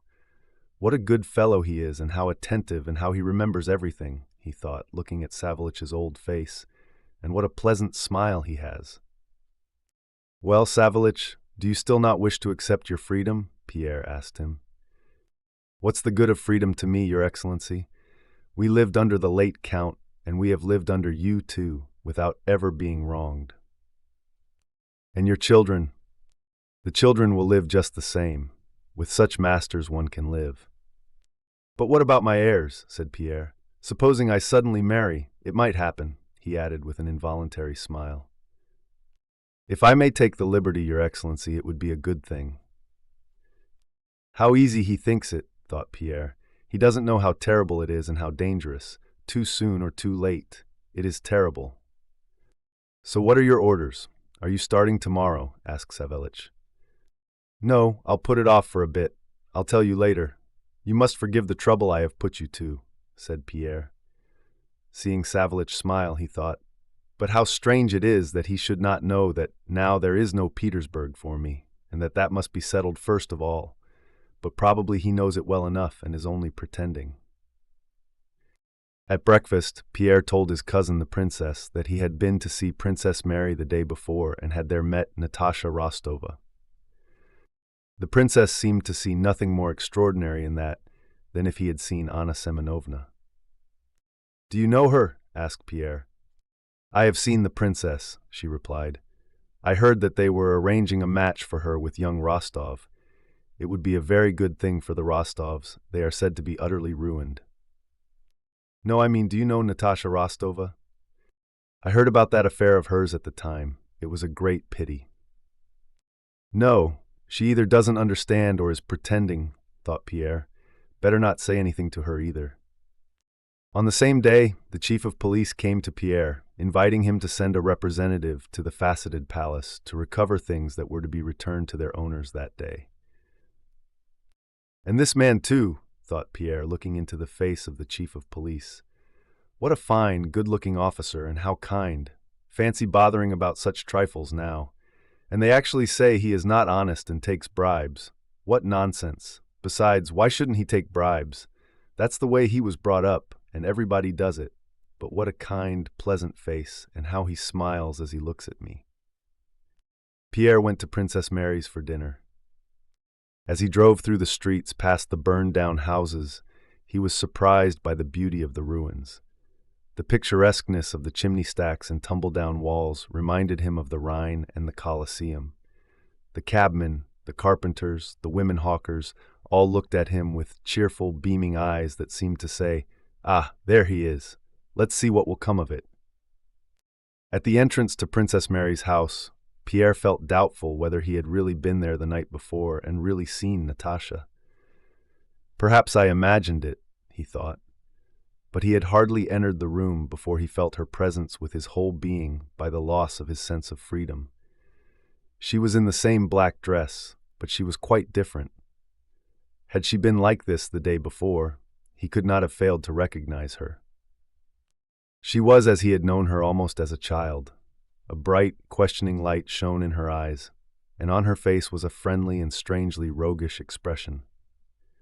Pierre dined with them and would have spent the whole evening there, but Princess Mary was going to vespers, and Pierre left with her. The next day he came early, dined, and stayed the whole evening. Though they were evidently glad to see him, by the evening they had talked over everything, and the conversation repeatedly broke off. He stayed so long that Princess Mary and Natasha exchanged glances, wondering when he would go. Pierre noticed this but could not go. He felt uneasy but sat on because he simply could not get up and leave. Princess Mary rose first, complaining of a headache. "So you're going to Petersburg tomorrow?" she asked. "No, I am not going," Pierre replied hastily in a surprised and offended tone. "Yes, no, to Petersburg tomorrow, but I won't say goodbye yet. I will call round in case you have any commissions for me," he said, standing before Princess Mary and turning red, but not leaving. Natasha gave him her hand and went out. Princess Mary, instead of going away, sank into an armchair and looked sternly at him. The weariness she had shown before had now passed. With a deep sigh, she seemed prepared for a lengthy talk. When Natasha left, Pierre's confusion vanished and was replaced by eager excitement. He quickly moved an armchair toward Princess Mary. "Yes, I wanted to tell you," he said. "Princess, help me. What am I to do? Can I hope? Princess, my dear friend, listen. I know I am not worthy of her. I know it's impossible to speak of it now, but I want to be a brother to her. No, not that. I don't. I can't." He paused and rubbed his face with his hands. "I don't know when I began to love her, but I have loved her and her alone all my life. I cannot propose to her at present, but the thought that perhaps she might someday be my wife and that I may be missing that possibility is terrible. Tell me, can I hope? Tell me what I am to do, dear princess, he added, touching her hand. I am thinking of what you have told me, answered Princess Mary. You are right that to speak to her of love at present. Princess Mary stopped. She was going to say that to speak of love was impossible, but she stopped because she had seen by the sudden change in Natasha that she would not only not be hurt if Pierre spoke of his love, but that it was the very thing she wished for. To speak to her now wouldn't do, said the princess all the same. But what am I to do? Leave it to me, said Princess Mary. I know. Pierre was looking into Princess Mary's eyes. Well, he said. I know that she will love you. Princess Mary corrected herself. Before her words were out, Pierre had sprung up and with a frightened expression seized Princess Mary's hand. What makes you think so? You think I may hope? You think? Yes, I think so, said Princess Mary with a smile. Write to her parents and leave it to me. I will tell her when I can. I wish it to happen, and my heart tells me it will. No, it cannot be. How happy I am, but it can't be. How happy I am. No, it can't be. Pierre kept saying as he kissed Princess Mary's hands. Go to Petersburg, that will be best, and I will write to you, she said. To Petersburg? Go there? Very well, I'll go, but I may come again tomorrow. The next day, Pierre came to say goodbye. Natasha was less animated than she had been before, but that day, as he looked at her, Pierre sometimes felt as if he was vanishing and that nothing existed but happiness. Is it possible? No, it can't be, he told himself at every look and gesture that filled his soul with joy. When on saying goodbye he took her thin hand, he could not help holding it a little longer. Is it possible that this hand, that face, those eyes, all this treasure of feminine charm will one day be mine forever, as familiar to me as I am to myself? No, that's impossible. Goodbye, Count, she said aloud. I shall look forward very much to your return, she added in a whisper. And these simple words, her look, and the expression on her face formed for 2 months the subject of inexhaustible memories and happy meditations for Pierre. I shall look forward very much to your return. Yes, how did she say it? Yes, I shall look forward very much to your return. Oh, how happy I am! What is happening to me? How happy I am! Said Pierre to himself. There was nothing in Pierre's soul now like what had troubled him during his courtship of Helene. He did not repeat to himself with a sickening feeling of shame the words he had spoken.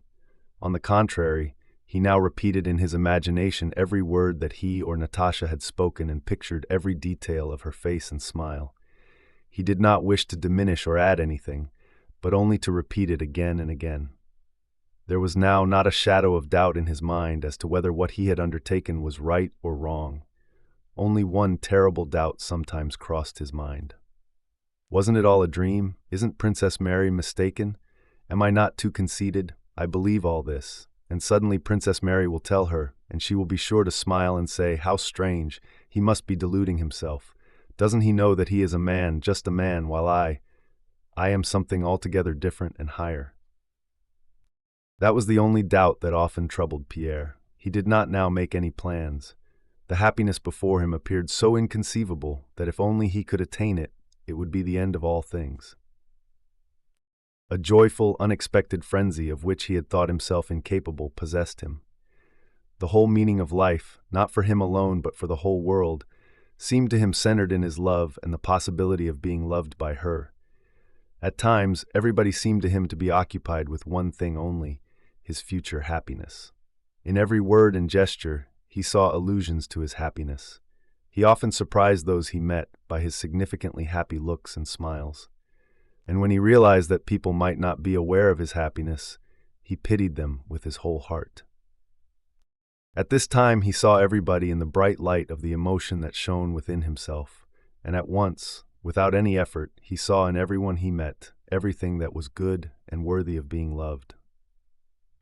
When dealing with the affairs and papers of his dead wife, her memory aroused in him no feeling but pity that she had not known the bliss he now knew.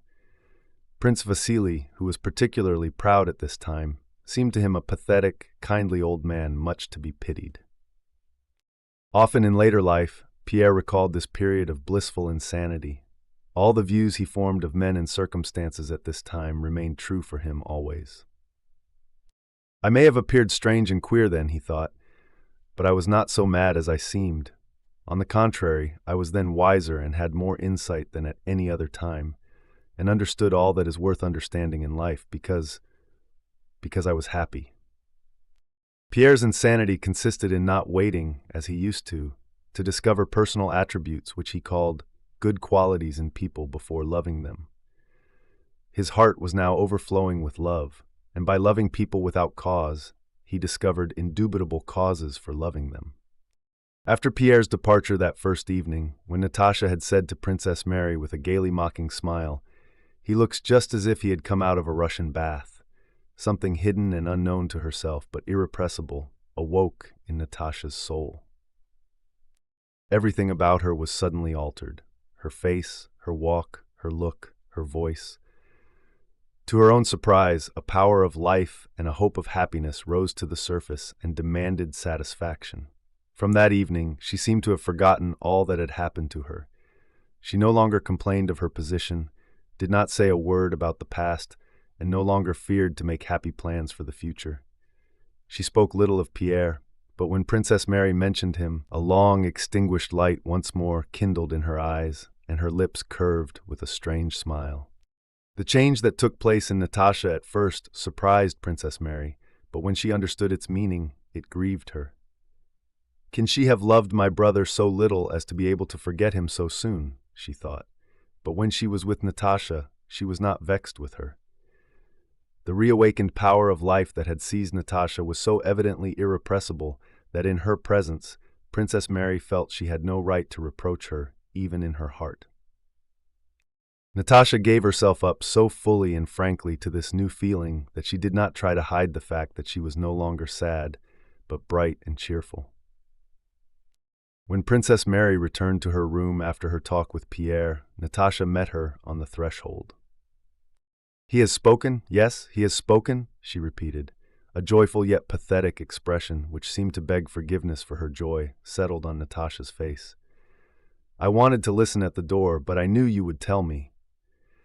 Understandable and touching as the look with which Natasha gazed at her seemed to Princess Mary, these words pained her for a moment. She remembered her brother and his love. "But what's to be done? She can't help it," thought the princess. And with a sad and rather stern look, she told Natasha all that Pierre had said. On hearing that he was going to Petersburg, Natasha was astounded. "To Petersburg," she repeated as if unable to understand. But noticing the grieved expression on Princess Mary's face, she guessed the reason for that sadness, and suddenly began to cry. "Mary," she said, "tell me what I should do. I am afraid of being bad. Whatever you tell me, I will do. Tell me." "You love him?" "Yes," whispered Natasha. "Then why are you crying? I am happy for your sake," said Princess Mary, who, because of those tears, quite forgave Natasha's joy. "It won't be just yet, someday. Think what fun it will be when I am his wife and you marry Nicholas." "Natasha, I have asked you not to speak of that. Let us talk about you," said Princess Mary. They were silent for a while. "But why go to Petersburg?" Natasha suddenly asked, and hastily replied to her own question. "But no, he must. Yes, Mary, he must." Welcome to the first epilogue of this audiobook. Chapter 1. Discussion of forces operating in history. Chance and genius, the ideals of glory and grandeur, Alexander's renunciation of power, the purpose of a bee. 7 years had passed. The storm-tossed sea of European history had subsided and seemed to have become calm, but the mysterious forces that move humanity continued to operate. Though the surface of the sea of history seemed motionless, the movement of humanity went on as unceasingly as the flow of time. Various groups of people formed and dissolved. The formation and dissolution of kingdoms and the displacement of peoples was being prepared. The sea of history was not driven from shore to shore as it had been. It was seething in its depths. Historic figures were not borne by the waves from one shore to another as before. They now seemed to rotate on one spot. The historical figures at the head of armies now reflected the restless movement by political and diplomatic combinations, laws, and treaties. The historians call this activity the reaction. In dealing with this period, they sternly condemn the historical figures who, in their opinion, caused this reaction. All the well-known people of that period, from Alexander and Napoleon to Madame de Staël and the rest, pass before their stern judgment and are acquitted or condemned according to whether they contributed to progress or to reaction. According to their accounts, a reaction took place in Russia also, and the chief culprit was Alexander I. This was the same man who, according to them, was the chief cause of the liberal movement at the beginning of his reign, and the savior of Russia. There is no one in Russian literature now, from a schoolboy to a learned historian, who does not throw his little stone at Alexander for the things he did wrong at this period of his reign. They say he ought to have acted in this way and in that way. He behaved admirably at the beginning of his reign and during 1812, but acted badly by giving a constitution to Poland, forming the Holy Alliance, and entrusting power to Arakchev. It would take a dozen pages to list all the reproaches the historians addressed to him based on their knowledge of what is good for humanity. What do these reproaches mean? Do not the very actions for which the historians praise Alexander, the liberal attempts at the beginning of his reign, his struggle with Napoleon, the firmness he displayed in 1812, flow from the same sources that made his personality what it was? And from these same sources, do not the actions for which they blame him also flow? The substance of these reproaches lies in the fact that a historical character like Alexander I, standing on the highest pinnacle of human power, exposed to flattery and self-deception, and feeling a responsibility for all that was happening in Europe, that this character did not have the same conception of the welfare of humanity 50 years ago as a present-day professor who has spent his life with books. But even if we assume that Alexander was mistaken 50 years ago, we must inevitably assume that the historian who judges him will also, after some time, turn out to be mistaken in his own view of what is good for humanity. This is all the more natural because, as we watch history, we see that opinion as to what is good for mankind changes every year. The activity of Alexander or of Napoleon cannot be called useful or harmful, for it is impossible to say for what it was useful or harmful. If that activity displeases somebody, this is only because it does not agree with his limited understanding of what is good. I must admit that besides the things I might consider good or bad, the action of every historic character has other, more general purposes that are inaccessible to me. But let us assume that science can harmonize all contradictions and has an unchanging standard of good and bad. Let us say that Alexander could have done everything differently. Let us say that, with guidance from those who blame him, he might have arranged matters according to the program his present accusers would have given him, of nationality, freedom, equality, and progress. Let us assume this program was possible and that Alexander had acted on it. What then would have become of the activity of all those who opposed the tendency that then prevailed? Their activity would not have existed. There would have been no life. There would have been nothing. If we admit that human life can be ruled by reason, the possibility of life is destroyed. If we assume, as the historians do, that great men lead humanity to certain ends, the greatness of Russia or France, the balance of power, the spread of revolutionary ideas, then it is impossible to explain the facts of history without introducing the concepts of chance and genius. If the aim of the European wars at the beginning of the 19th century had been the aggrandizement of Russia, that could have been accomplished without all the preceding wars. If the aim was the aggrandizement of France, that might have been attained without the Revolution and the Empire. If the aim was the dissemination of ideas, the printing press could have done that much better than warfare. Why did it happen in this and not in some other way? Because it happened so. Chance created the situation. Genius utilized it, says history. But what is chance? What is genius? The words chance and genius do not denote any really existing thing and cannot be defined. They only denote a certain stage of understanding phenomena. I do not know why a certain event occurs, so I talk about chance. I see a force producing effects beyond the scope of ordinary human agencies, so I talk of genius. To a herd of rams, the ram the herdsman drives each evening into a special enclosure to feed must seem to be a genius, and it must appear an astonishing combination of genius with a whole series of extraordinary chances that this very ram, swelling with fat, is killed for meat. But the rams need only cease to suppose that all that happens to them happens solely for their own sheepish aims. They need only admit that what happens to them may also have purposes beyond their understanding, and they will at once perceive a unity in what happened to the fattened ram. Even if they do not know why they are fattened, they will at least know that it did not happen accidentally, and will no longer need the concepts of chance or genius. Only by renouncing our claim to discern an immediately intelligible purpose, and admitting the ultimate purpose to be beyond our understanding, may we see the sequence of experiences in the lives of historic characters. Then the words chance and genius become superfluous. We need only confess that we do not know the purpose of the European convulsions. We know only the facts, the murders, first in France, then in Italy, in Africa, in Prussia, in Austria, in Spain, and in Russia.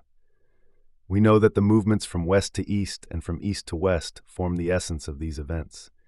If we admit this, we shall not need to see exceptional ability and genius in Napoleon and Alexander. We shall be unable to consider them anything but like other men, and it will be clear that all the small events that made these people what they were inevitable. By discarding a claim to knowledge of the ultimate purpose, we shall clearly perceive that just as it is impossible to imagine any two people more completely adapted for the purpose they had to fulfill, down to the smallest detail, than Napoleon and Alexander with all their histories. The essential significance of the European events of the beginning of the 19th century lies in the movement of the mass of European peoples from west to east, and afterwards from east to west. The start of that movement was the movement from west to east. For the peoples of the West to be able to make their warlike movement to Moscow, it was necessary for them to form a military group of a huge size, to abandon all established traditions, and to have at their head a man who could justify the deceptions, robberies, and murders that would have to be committed.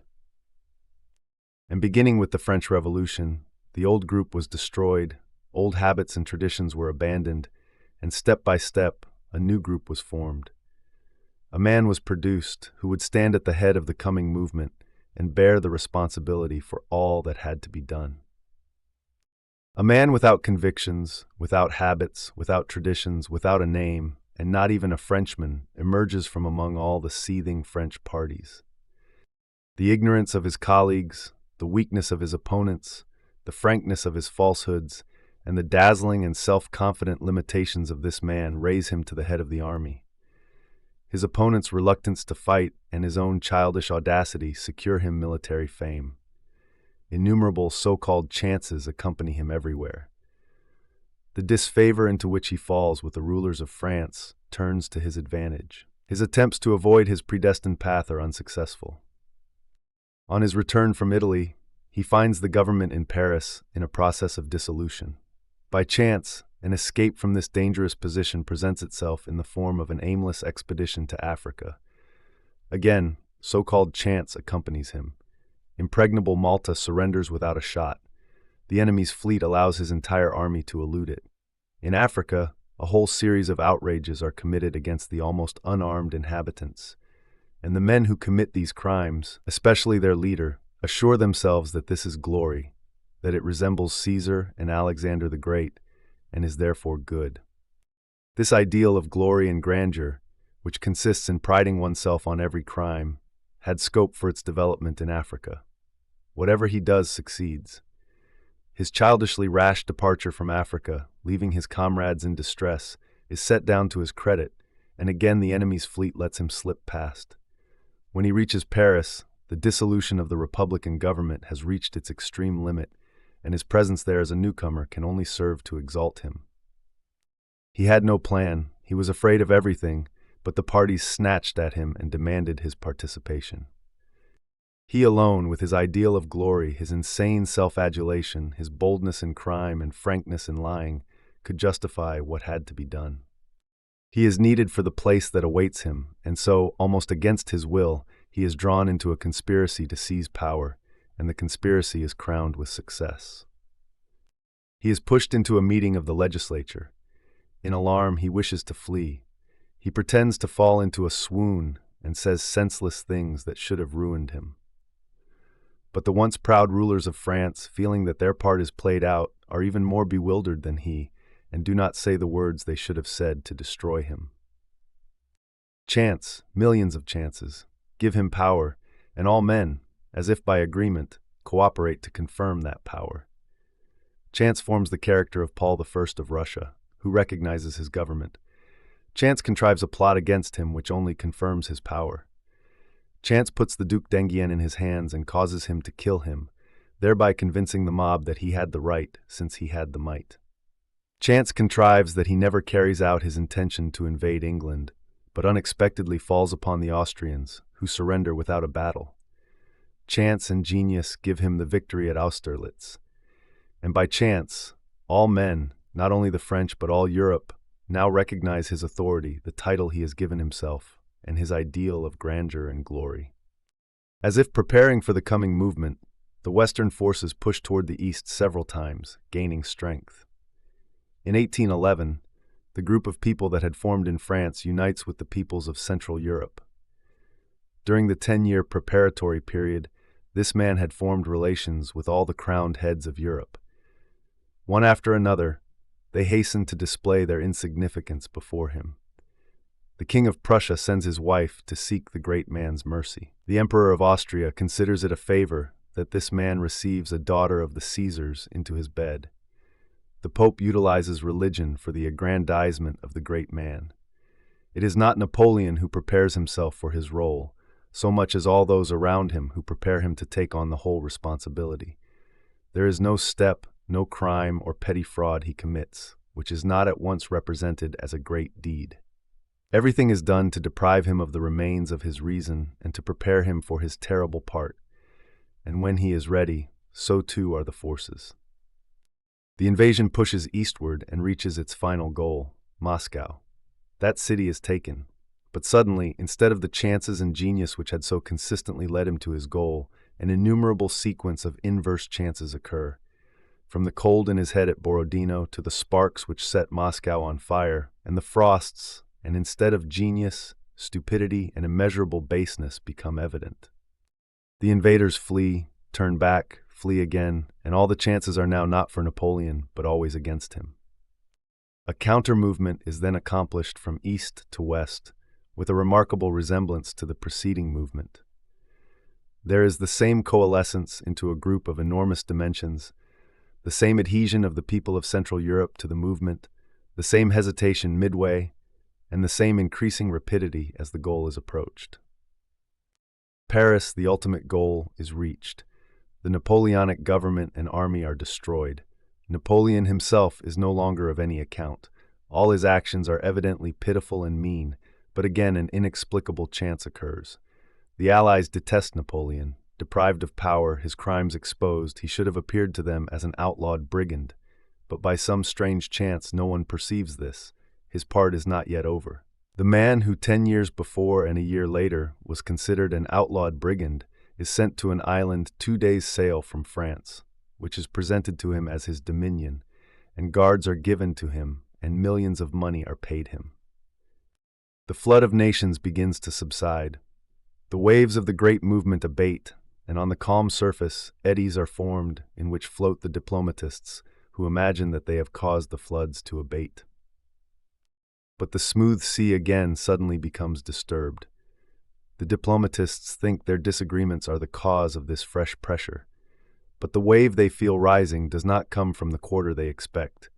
It rises again from the same point as before, Paris.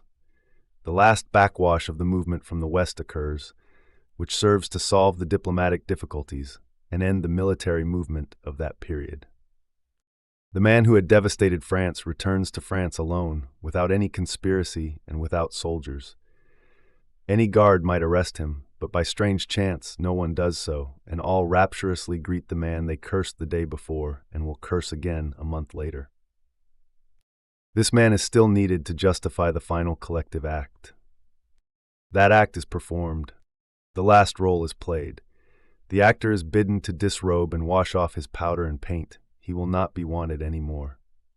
And some years pass during which he plays a pitiful comedy to himself in solitude on his island, justifying his actions by lies when justification is no longer needed, and displaying to the whole world what it was that people had mistaken for strength as long as an unseen hand directed his actions. The manager, having brought the drama to a close and stripped the actor, shows him to us. See what you believed in. This is he. Do you now see that it was not he, but I who moved you? But dazed by the force of the movement, it was long before people understood this. Still greater coherence and inevitability is seen in the life of Alexander I, the man who stood at the head of the counter-movement from east to west. What was needed for him who stood at the head of that movement? What was needed was a sense of justice, a sympathy with European affairs, a moral superiority over other sovereigns, a mild and attractive personality, and a personal grievance against Napoleon. And all this was found in Alexander I.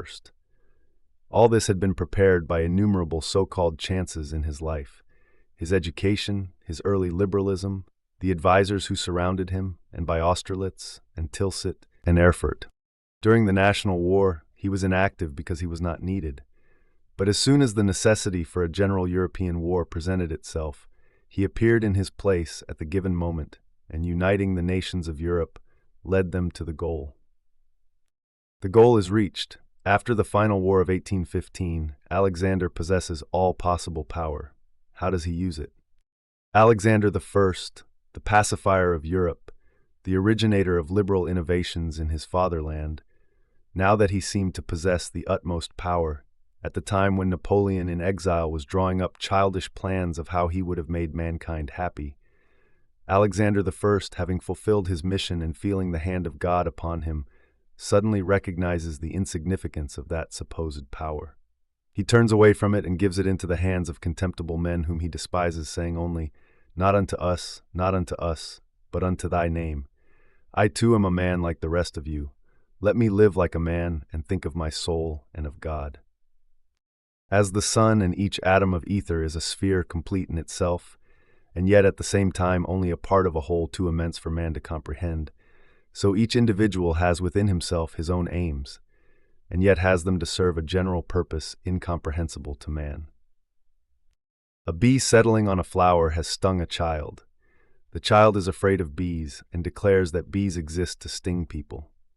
A poet admires the bee and says it exists to suck the fragrance of flowers. A beekeeper says it exists to gather honey. Another beekeeper says it exists to perpetuate its race. A botanist notices that the bee fertilizes the flower and sees in this the purpose of the bee's existence. But the ultimate purpose of the bee is not exhausted by any of the processes the human mind can discern. The higher the human intellect rises in the discovery of these purposes, the more obvious it becomes that the ultimate purpose is beyond our comprehension. All that is accessible to man is the relation of the life of the bee to other manifestations of life. And so it is with the purpose of historic characters and nations. Now we begin Chapter 2. Chapter 2, Death of Old Count Rostov, Nicholas in retirement, his mother, his meeting with Princess Mary, their wedding, estate management in the country, their family life, Sonia, a sterile flower, Denisov, Nicholas's name day. Natasha's wedding to Bezukov, which took place in 1813, was the last happy event in the family of the old Rostovs. Count Ilya Rostov died that same year, and as always happens, after the father's death, the family broke up. The events of the previous year, the burning of Moscow, the death of Prince Andrew, Natasha's despair, Petya's death, and the old countess's grief, fell blow after blow on the old count's head. He seemed unable to understand the meaning of these events, and bowed his old head as if inviting further blows. He seemed now frightened and distraught, and now unnaturally animated. The arrangements for Natasha's marriage occupied him for a while. He ordered dinners and suppers and tried to appear cheerful, but his cheerfulness was not infectious as it used to be. On the contrary, it evoked the compassion of those who knew and liked him. When Pierre and his wife had left, he grew very quiet and began to complain of depression. A few days later, he fell ill and took to his bed. He realized from the first that he would not get up again. The Countess passed a fortnight in an armchair by his pillow. Every time she gave him his medicine, he sobbed and silently kissed her hand. On his last day, sobbing, he asked her and his absent son to forgive him for having wasted their property, that being the chief fault he was conscious of. After receiving communion, he quietly died. The next day, a throng of acquaintances who came to pay their last respects filled the house. All these acquaintances, who had so often dined and danced at his house and laughed at him, now said with a common feeling of self-reproach, "Well, whatever he may have been, he was a most worthy man." You don't meet such men nowadays. It was just when the Count's affairs had become so involved that it was impossible to say what would happen if he lived another year that he unexpectedly died. Nicholas was with the Russian army in Paris when the news of his father's death reached him. He at once resigned his commission and went to Moscow. The state of the Count's affairs became quite obvious a month after his death, surprising everyone by the immense total of small debts no one had suspected. The debts amounted to double the value of the property. Friends and relations advised Nicholas to decline the inheritance, but he regarded such a refusal as a slur on his father's memory and therefore would not hear of it. He accepted the inheritance together with the obligation to pay the debts. The creditors who had so long been silent all proceeded to enforce their claims at once. Nicholas was allowed no respite and no peace. Not one of the plans Nicholas tried succeeded. The estate was sold by auction for half its value, and half the debts still remained unpaid. Nicholas accepted 30,000 rubles offered him by his brother-in-law, Pierre Bezukhov, to pay off debts he regarded as genuinely due, and to avoid being imprisoned for the remainder, he re-entered the government service. He could not rejoin the army, for his mother now clung to him as her one hold on life. So despite his reluctance to remain in Moscow, he accepted a post in the civil service, put away the uniform he was so fond of, and moved with his mother and Sonia to a small house. Natasha and Pierre were living in Petersburg and had no clear idea of Nicholas's circumstances. Having borrowed money from his brother-in-law, Nicholas tried to hide his wretched condition from him. His position was difficult because with his salary of 1,200 rubles, he had not only to keep himself, his mother and Sonia, but also had to shield his mother from the knowledge of their poverty. The Countess could not conceive of life without the luxuries she was used to, and unable to realize how hard it was for her son, kept demanding a carriage, or expensive food, or wine, or money to buy presents. Sonia kept house, attended on her aunt, put up with her whims, and helped Nicholas to conceal their poverty from the old Countess. Nicholas felt himself deeply indebted to Sonia for all she was doing, but he tried to keep his distance from her. He seemed in his heart to reproach her for being too perfect. She had all that people are valued for, but little that could have made him love her. He felt that the more he valued her, the less he loved her. He had taken her at her word when she wrote giving him his freedom, and now he behaved as if all that had passed between them had been long forgotten. Nicholas's position became worse and worse. The idea of saving money proved a dream. Not only did he not save anything, but he even incurred small debts to meet his mother's demands. He could see no way out. The idea of marrying a rich woman, suggested by his female relations, was repugnant to him. The other way out, his mother's death, never entered his head. He wished for nothing and hoped for nothing, and deep in his heart, he experienced a gloomy satisfaction in enduring his position. He tried to avoid his old acquaintances, all distraction, and even at home did nothing but play cards with his mother, pace silently up and down the room, and smoke one pipe after another. He seemed carefully to cherish the gloomy mood that alone enabled him to endure his position. At the beginning of winter, Princess Mary came to Moscow. From reports in town, she learned how the Rostovs were situated, and how the son has sacrificed himself for his mother, as people were saying. I never expected anything else of him, said Princess Mary to herself, feeling a joyous sense of her love for him. Remembering her friendly relations with all the Rostovs, she thought it her duty to go to see them. But remembering her relations with Nicholas in Voronezh, she was shy about doing so. Making a great effort, she did, however, go to call on them a few weeks after her arrival. Nicholas was the first to meet her, but instead of being greeted with pleasure as she had expected, at his first glance, his face assumed a cold, stiff, proud expression she had not seen on it before. He inquired about her health, led the way to his mother, sat there for 5 minutes, and then left the room. When the princess came out, Nicholas met her again and with marked solemnity accompanied her to the anteroom. To her remarks about his mother's health, he made no reply. "What's that to you? Leave me in peace," his looks seemed to say. "Why does she come prowling here? What does she want? I can't bear these ladies and all these civilities," he said aloud in Sonia's presence after the princess's carriage had disappeared. "Oh, Nicholas, how can you talk like that?" cried Sonia, hardly able to conceal her delight. "She is so kind, and Mama is so fond of her." Nicholas did not reply and tried to avoid speaking of the princess. But after her visit, the old countess spoke of her several times a day. She sang her praises, insisted that her son must call on her, but yet always became ill-humored when she began to talk about her. Nicholas tried to keep silent when his mother spoke of the princess, but his silence irritated her. "She is a very admirable and excellent young woman," she would say, "and you must go and call on her. You would at least be seeing somebody." "But I don't in the least want to, Mama," he would reply.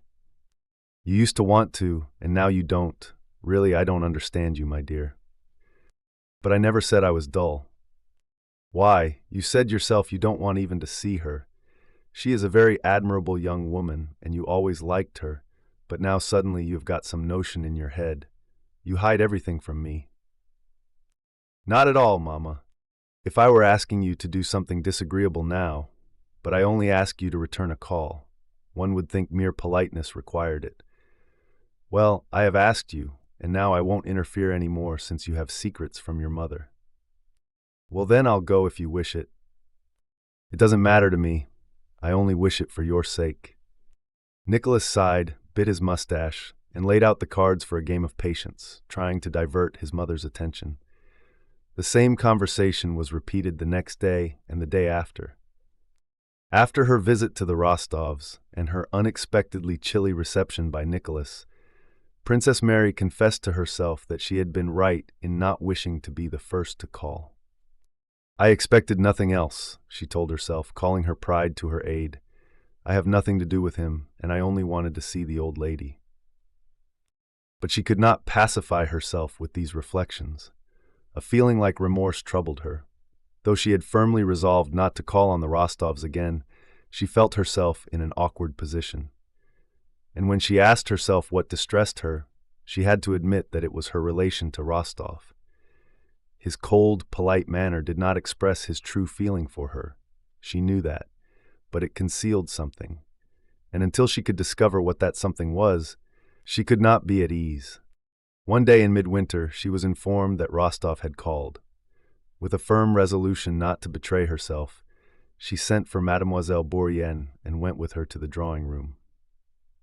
Her first glance at Nicholas's face told her that he had only come to fulfill the demands of politeness, and she firmly resolved to maintain the same tone. They spoke of the Countess's health, of their mutual friends, and of the latest war news. When the 10 minutes required by propriety had elapsed, Nicholas got up to say goodbye. With Mademoiselle Bourienne's help, the princess had maintained the conversation very well.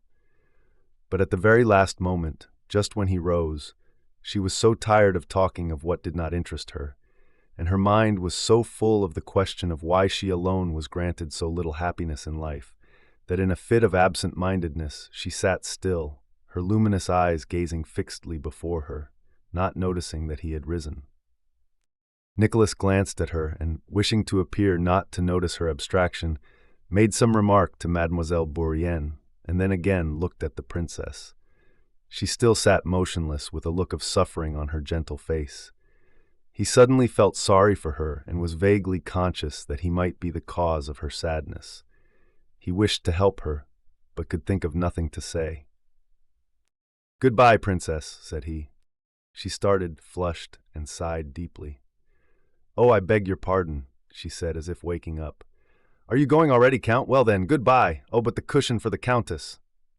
"Wait a moment, I'll fetch it," said Mademoiselle Bourienne, and she left the room. They both sat silent, with an occasional glance at one another. "Yes, Princess," said Nicholas at last with a sad smile. "It doesn't seem long ago since we first met at Bogusharovo, but how much water has flowed since then. In what distress we all seemed to be then, yet I would give much to bring back that time. But there's no bringing it back." Princess Mary gazed intently into his eyes with her own luminous ones as he said this. She seemed to be trying to fathom the hidden meaning of his words, which would explain his feeling for her. "Yes, yes," she said, "but you have no reason to regret the past, Count. As I understand your present life, I think you will always recall it with satisfaction, because the self-sacrifice that fills it now." "I cannot accept your praise," he interrupted her hurriedly. "On the contrary, I continually reproach myself, but this is not at all an interesting or cheerful subject." His face again resumed its former stiff and cold expression. But the princess had caught a glimpse of the man she had known and loved, and it was to him that she now spoke. "I thought you would allow me to tell you this," she said. "I had come so near to you, and to all your family, that I thought you would not consider my sympathy misplaced, but I was mistaken." Suddenly her voice trembled.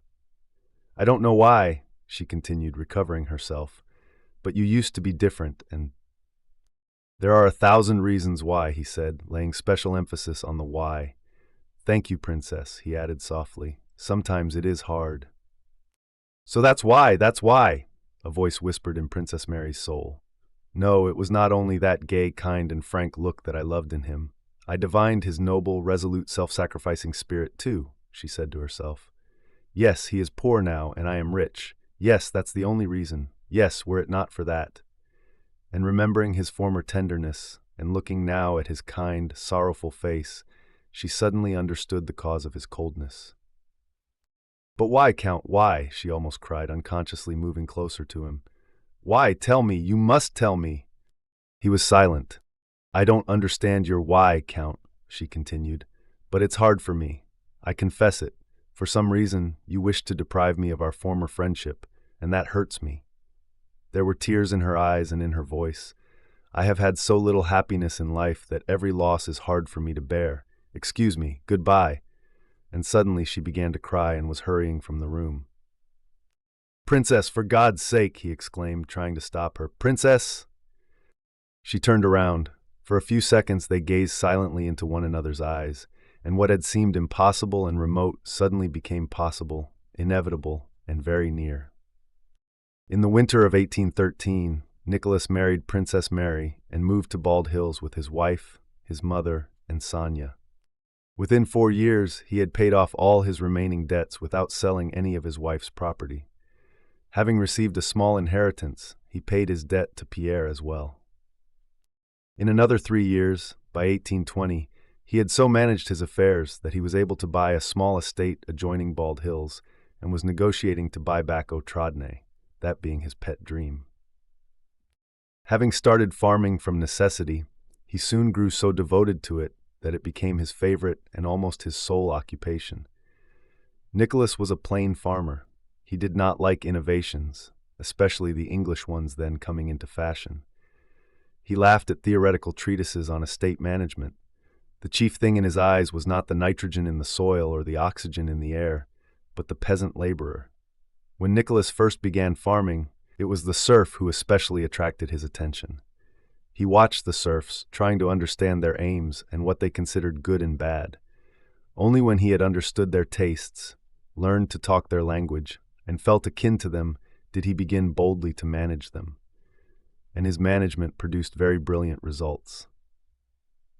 He at once unerringly appointed as bailiff and village elder the very men the serfs would have chosen themselves. He kept the peasant families together in the largest groups possible. He was hard on the lazy and the weak and tried to get them expelled from the commune. He was as careful of the sowing and reaping of the peasants' crops as of his own, and few landowners had their crops harvested so early and so well as Nicholas. He disliked having anything to do with the domestic serfs, whom he called drones. When a decision had to be taken regarding a domestic serf, especially if one had to be punished, he always felt undecided. But when it was possible to have a domestic serf conscripted instead of a land worker, he did so without hesitation. He never felt any hesitation in dealing with the peasants. He did not allow himself to be hard on or reward anyone merely because he felt inclined to do so. He could not have said by what standard he judged what he should do, but the standard was quite firm in his own mind. Often, speaking with vexation, he would say, "What can one do with our Russian peasants?" and imagined that he could not bear them. Yet he loved our Russian peasants and their way of life with his whole soul, and for that very reason had understood the one way of farming that produced good results. Countess Mary was jealous of this passion of her husband's and regretted that she could not share it. She could not understand the joys he derived from that world, so remote and alien to her. She did not understand why he was so happy when, after spending the whole morning in the fields, he returned for tea with her. She did not understand why he spoke with such delight of the thrifty peasant Matthew Ermishin, or why he smiled so joyfully when warm, steady rain began to fall on the young oats. Still less did she understand why he, so kind-hearted, should become almost desperate when she brought him a petition from some peasant. Why should that kind Nicholas obstinately refuse her, angrily asking her not to interfere? She felt he had a world apart, which he loved passionately, and which had laws she had not fathomed. Sometimes when she spoke of the good work he was doing for his serfs, he would be vexed and reply, "Not in the least, it never entered my head. That's all poetry and old wives' talk. What I want is that our children should not have to go begging. I must put our affairs in order while I am alive, that's all. And to do that, order and strictness are essential. And fairness, of course," he added, "for if the peasant is naked and hungry, he can do no good either for himself or for me." And all Nicholas did was fruitful, probably just because he refused to think that he was doing good for virtue's sake. His wealth increased rapidly. Serfs from neighboring estates came to beg him to buy them, and long after his death the memory of his administration was devoutly preserved. He was a master, the peasants' affairs first and then his own. Of course, he was not to be trifled with either. In a word, he was a real master. One matter connected with his management sometimes worried Nicholas: his quick temper and his old hussar habit of making free use of his fists. In the second year of his marriage, his view of that form of punishment suddenly changed.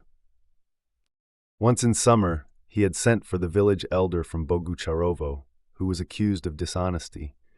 Nicholas went out into the porch to question him, and immediately the sound of cries and blows were heard. On returning to lunch, Nicholas went up to his wife, who sat with her head bent low over her embroidery, and began to tell her what he had been doing. He spoke of the Bogucharovo elder. Countess Mary turned red and then pale, but continued to sit with her head bowed and gave her husband no reply. "Such an insolent scoundrel!" he cried, growing hot again at the recollection. "If he had told me he was drunk— But what is the matter with you, Mary?" he suddenly asked. Countess Mary raised her head and tried to speak, but hastily looked down again. "Why, whatever is the matter, my dearest?" The looks of the plain Countess Mary always improved when she was in tears. She never cried from pain or vexation, but always from sorrow or pity. The moment Nicholas took her hand, she could no longer restrain herself and began to cry. "Nicholas, I saw it. He was to blame. But why do you— Nicholas?" And she covered her face with her hands. Nicholas said nothing. He flushed crimson, left her side, and paced up and down the room. He understood what she was weeping about, but he could not at once agree that what he had regarded from childhood as a normal event was wrong. "Is it just sentimentality? Or is she right?" he asked himself. Before he had solved that, he glanced again at her face filled with love and pain, and he suddenly realized that she was right and that he had long been sinning against himself. Mary, he said softly, going up to her, it will never happen again. I give you my word. Never, he repeated in a trembling voice, like a boy asking for forgiveness. The tears flowed faster from the Countess's eyes. She took his hand and kissed it. Nicholas, when did you break your cameo? She asked to change the subject, looking at a ring he wore. Today, it was the same affair. Oh, Mary, don't remind me of it. And again he flushed. I give you my word of honor, it shan't occur again, and let this always be a reminder to me. And he pointed to the broken ring. After that, when the blood rushed to his face and his fists began to clench, Nicholas would turn the broken ring on his finger and would drop his eyes. But he did forget himself once or twice within a year. Then he would go and confess to his wife and would again promise that this should really be the very last time. Mary, you must despise me, he would say. I deserve it. You should go away at once if you don't feel strong enough to control yourself, she would reply sadly, trying to comfort her husband. Among the gentry of the province, Nicholas was respected but not liked. He did not concern himself with the interests of his own class. The whole summer he was busy with his farm. In autumn he gave himself up to hunting. In winter he visited his other villages or spent his time reading historical books. He was collecting, as he said, a serious library. In winter he spent most of his time at home with his family. The harmony between him and his wife grew closer and closer, and he daily discovered fresh spiritual treasures in her. From the time of his marriage, Sonia had lived in his house. Before that, Nicholas had told his wife all that had passed between them, blaming himself and commending her. He had asked Princess Mary to be kind to his cousin. She thoroughly realized the wrong he had done Sonia and felt herself to blame toward her. She could not find fault with Sonia in any way and tried to be fond of her, but often felt ill will toward her. Once she had a talk with her friend Natasha about Sonia. You know, said Natasha, you have read the Gospels a great deal. There is a passage in them that just fits Sonia. What? Asked Countess Mary, surprised. To him that hath shall be given, and from him that hath not shall be taken away. You remember? She is one that hath not. Why, I don't know. Perhaps she lacks egotism, but from her is taken away, and everything has been taken away. Sometimes I am dreadfully sorry for her. She is a sterile flower, you know, like some strawberry blossoms. Sometimes I am sorry for her, and sometimes I think she doesn't feel it as you or I would. Though Countess Mary told Natasha that those words in the Gospel must be understood differently, yet looking at Sonia she agreed with Natasha's explanation. It really seemed that Sonia did not feel her position was trying, and had grown reconciled to her lot as a sterile flower. She seemed to be fond not so much of individuals as of the family as a whole. Like a cat, she had attached herself not to the people, but to the home. She waited on the old countess, petted the children, and was always ready to render small services, and all this was accepted from her with insufficient gratitude. The country seat at Bald Hills had been rebuilt, though not on the same grand scale as under the old prince. The immense house was of wood, with bare deal floors, and furnished with very simple furniture made by their own serf carpenters. The house was spacious and had rooms for the house serfs and apartments for visitors. Whole families of relatives sometimes came to Bald Hills and stayed for months. Besides that, 4 times a year, on the name days and birthdays of the hosts, as many as 100 visitors would gather. The rest of the year, life pursued its unbroken routine with its ordinary occupations, and its meals provided out of the produce of the estate. It was the eve of St. Nicholas, the 5th of December, 1820. Natasha had been staying at her brother's with her husband and children since early autumn. Pierre had gone to Petersburg on business for 3 weeks, but had remained there nearly 7 weeks and was expected back every minute. Besides the Bezukov family, Nicholas's old friend, the retired General Vasily Denisov, was staying with the Rostovs. On the 6th, which was his name day, Nicholas knew the house would be full of visitors. He considered himself entitled to spend the eve of that day in his usual way. He examined the bailiff's accounts, wrote 2 business letters, and walked over to the granaries and stables before dinner.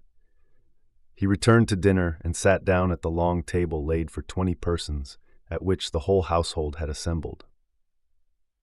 Countess Mary sat at the other end of the table.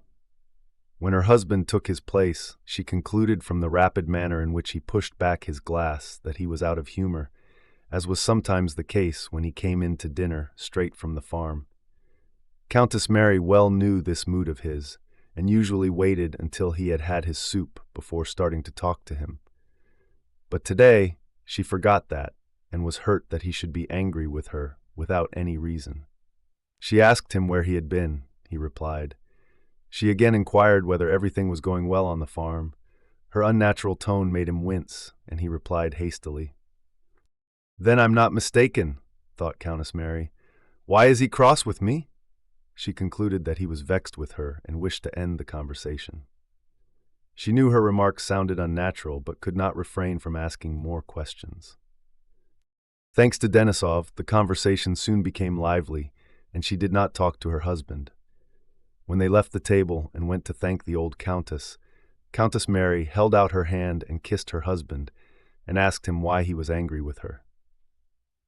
You always have such strange fancies. I didn't even think of being angry, he replied. But the word always seemed to her to imply, yes, I am angry, but I won't tell you why. Nicholas and his wife lived together so happily that even Sonia and the old countess, who were jealous, could find nothing to reproach them with. But even they had their moments of antagonism. Occasionally, just after they had been happiest together, they would suddenly feel a sense of estrangement and hostility.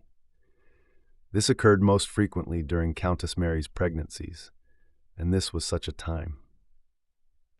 Well, messieurs and mesdames, said Nicholas loudly and with apparent cheerfulness, I have been on my feet since 6 this morning. Tomorrow I shall have to suffer, so today I'll go and rest.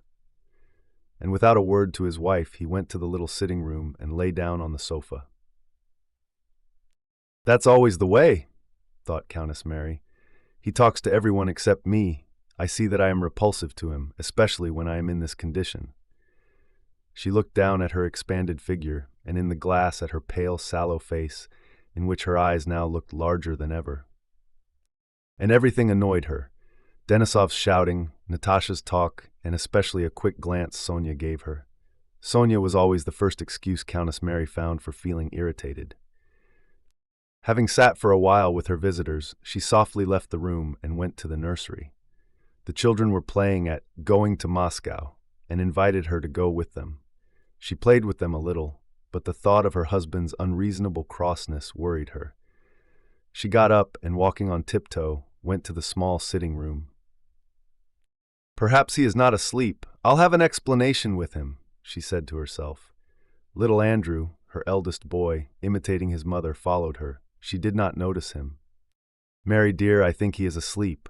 He was so tired, said Sonia, meeting her in the large sitting room. Andrew may wake him.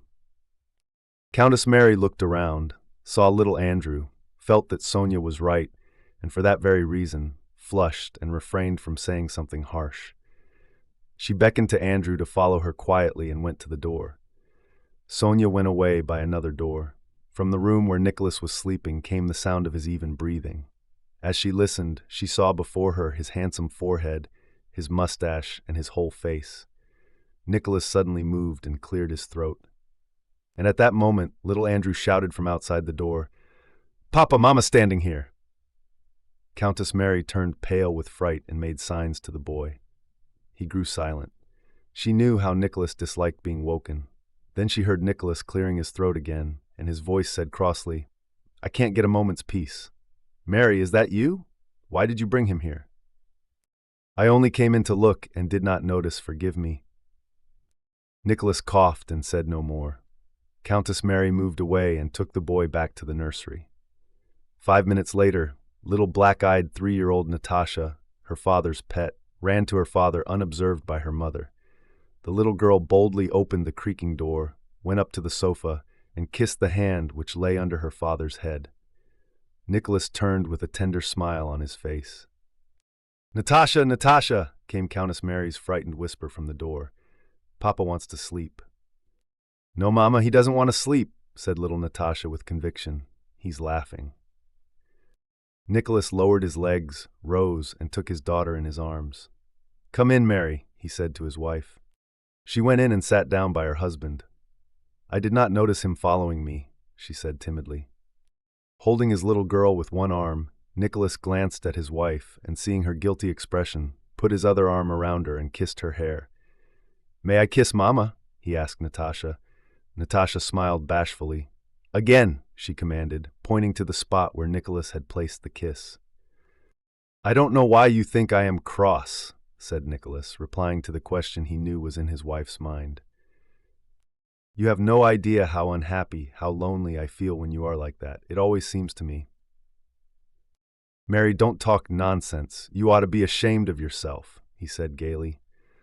It seems to me that you can't love me, that I am so plain, always and now, in this condition. Oh, how absurd you are. It is not beauty that endears. It's love that makes us see beauty. Do I love my wife? I don't love her, but I don't know how to put it. Without you, or when something comes between us like this, I seem lost and can't do anything. Now, do I love my finger? I don't love it, but just try to cut it off. I'm not like that myself, but I understand. So you're not angry with me? Awfully angry, he said, smiling and getting up. He began to pace the room. Do you know, Mary, what I've been thinking? He began, immediately thinking aloud in his wife's presence now that they had made it up. He told her of his intention to persuade Pierre to stay with them until spring. Countess Mary listened and in her turn began thinking aloud. Her thoughts were about the children. You can see the woman in her already, she said in French, pointing to little Natasha. You reproach us women with being illogical. Here is our logic. I say, Papa wants to sleep, but she says, no, he's laughing. And she was right, said Countess Mary with a happy smile. Yes, yes. And Nicholas, taking his little daughter in his strong hand, lifted her high, placed her on his shoulder, and paced the room with her. There was an expression of carefree happiness on the faces of both father and daughter. But you know you may be unfair. You are too fond of this one, his wife whispered in French. Yes, but what am I to do? I try not to show it. At that moment they heard the sound of footsteps in the hall, as if someone had arrived. Somebody has come. I am sure it is Pierre. I will go and see, said Countess Mary and left the room. In her absence, Nicholas gave his little daughter a gallop around the room. He took the laughing child from his shoulder and pressed her to his heart. His capers reminded him of dancing, and he thought of what she would be like when he was an old man, dancing the mazurka with her as his old father had danced with his daughter. It is he, Nicholas, said Countess Mary, re-entering the room. Now our Natasha has come to life. You should have seen her ecstasy. Well, come along now, quick, quick. It's time you two were parted, she added, smiling at the little girl who clung to her father. Nicholas went out, holding the child by the hand. Countess Mary remained in the sitting room. I should never have believed that one could be so happy, she whispered to herself.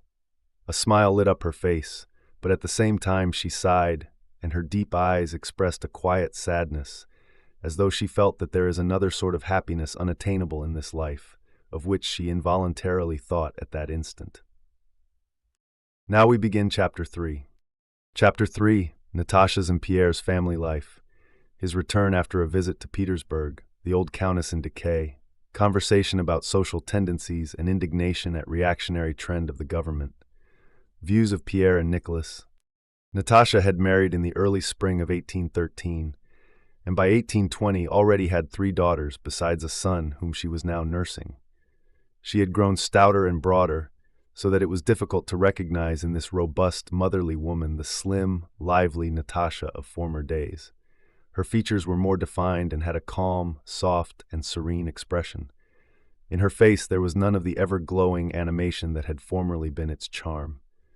Now, her face and body were often all that one saw, and her soul was not visible at all. All that struck the eye was a strong, handsome, and fertile woman. The old fire very rarely kindled in her face now. That happened only when her husband returned home, or a sick child was getting better, or when she and Countess Mary spoke of Prince Andrew, or on the rare occasions when something happened to induce her to sing, a practice she had completely abandoned since her marriage. At the rare moments when the old fire did kindle, she was even more attractive than in former days. Since their marriage, Natasha and her husband had lived in Moscow, in Petersburg, on their estate near Moscow, or with her mother at Nicholas's house. The young Countess Bezikova was not often seen in society, and those who met her there were not pleased with her. They found her neither attractive nor amiable. Not that Natasha liked solitude, but with her pregnancies, her confinements, the nursing of her children, and sharing every moment of her husband's life, she had demands on her time which could be satisfied only by giving up society. All who had known Natasha before her marriage wondered at the change in her. Only the old countess, with her maternal instinct, had realized that all Natasha's outbursts had been due to her need for children and a husband. Her mother was now surprised at the surprise of those who had never understood Natasha. And she kept saying that she had always known Natasha would make an exemplary wife and mother. Only she lets her love of her husband and children overflow all bounds, said the countess, so that it even becomes absurd. Natasha did not follow the golden rule advocated by clever folk, which says that a girl should not let herself go when she marries, should not neglect her accomplishments, and should be even more careful of her appearance. Natasha, on the contrary, had at once abandoned all her witchery, of which her singing had been a powerful part. She gave it up just because it was so powerfully seductive. She took no pains with her manners or her toilet, or with showing herself to her husband in her most becoming attitudes. She acted in contradiction to all those rules. She felt that the allurements she had formerly used would now be merely ridiculous in the eyes of her husband, to whom she had given herself up entirely from the first moment. She felt that her unity with her husband was not maintained by the poetic feelings that had attracted him to her, but by something else, indefinite but firm, like the bond between her own body and soul. To fluff out her curls, put on fashionable dresses, and sing romantic songs to fascinate her husband would have seemed as strange as to adorn herself to attract herself. To adorn herself for others might perhaps have been agreeable, but she had no time for it.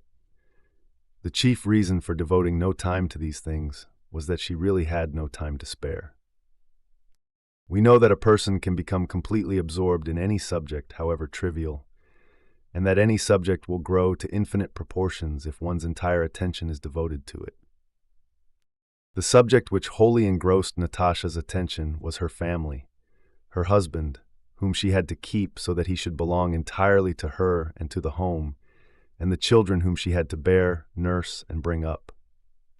And the deeper she penetrated into the subject that absorbed her, the larger it grew and the weaker her powers appeared, so that she concentrated them wholly on that one thing, and yet was unable to accomplish all that she considered necessary. There were then, as now, discussions about women's rights and the relations of husband and wife, but these topics were not merely uninteresting to Natasha. She positively did not understand them. These questions existed only for those who see nothing in marriage but the pleasure married people get from one another, that is, only the beginnings of marriage and not its whole significance, which lies in the family.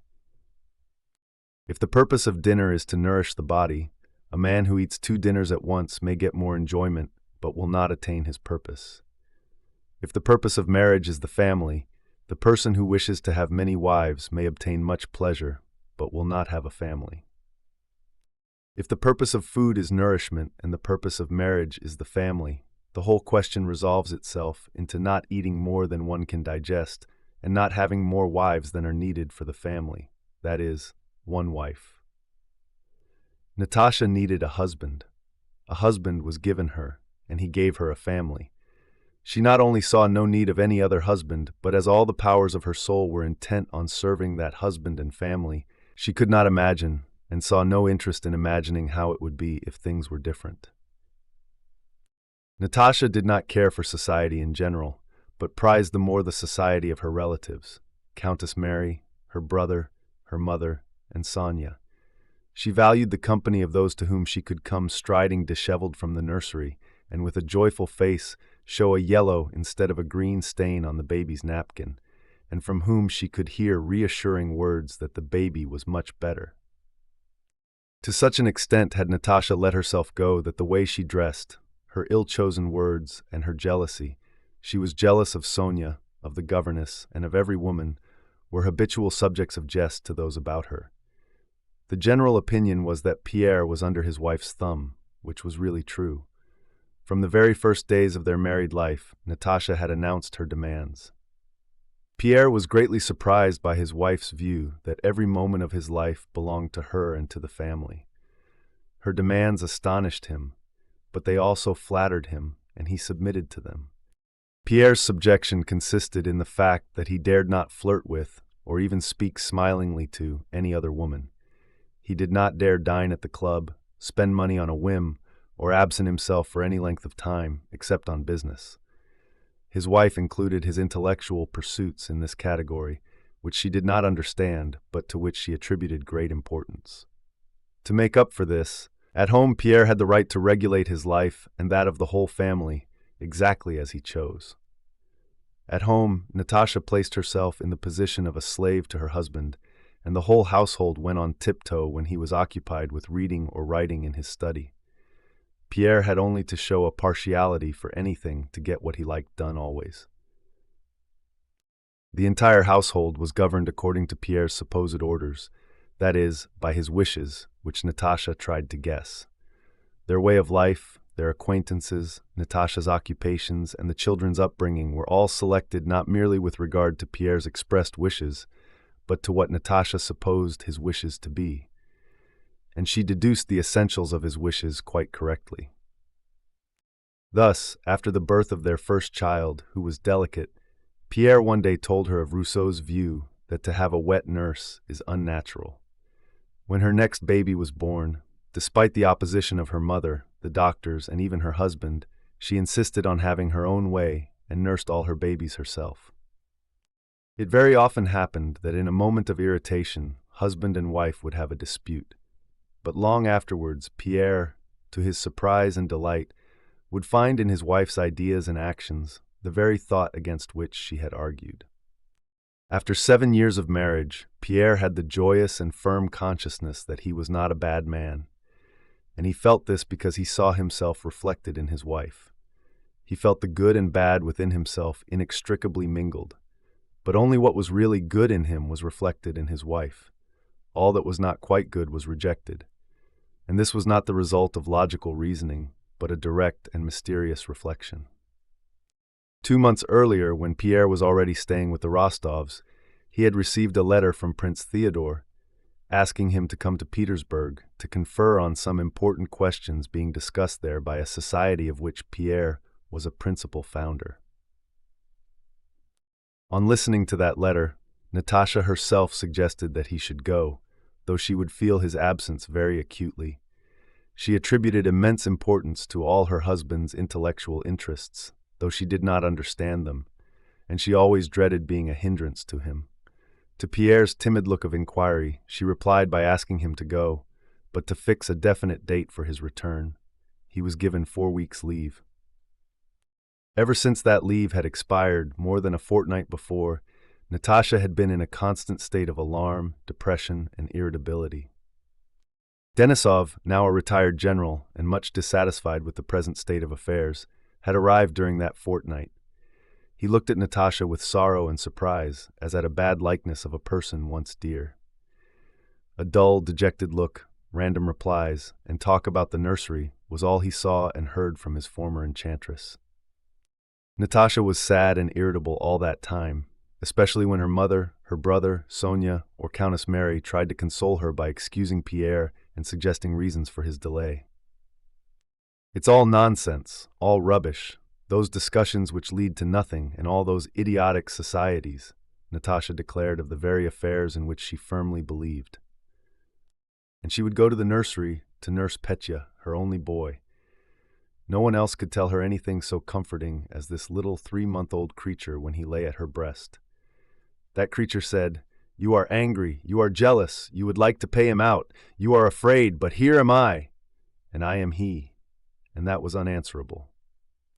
During that fortnight of anxiety, Natasha resorted to the baby for comfort so often that she overfed him and he fell ill. She was terrified by his illness, and yet that was just what she needed. While attending to him, she bore the anxiety about her husband more easily. She was nursing her boy when the sound of Pierre's sleigh was heard at the front door. The old nurse, knowing how to please her mistress, entered the room inaudibly but hurriedly with a beaming face. "Has he come?" Natasha asked quickly in a whisper, afraid to move lest she should rouse the dozing baby. "He's come, ma'am," whispered the nurse.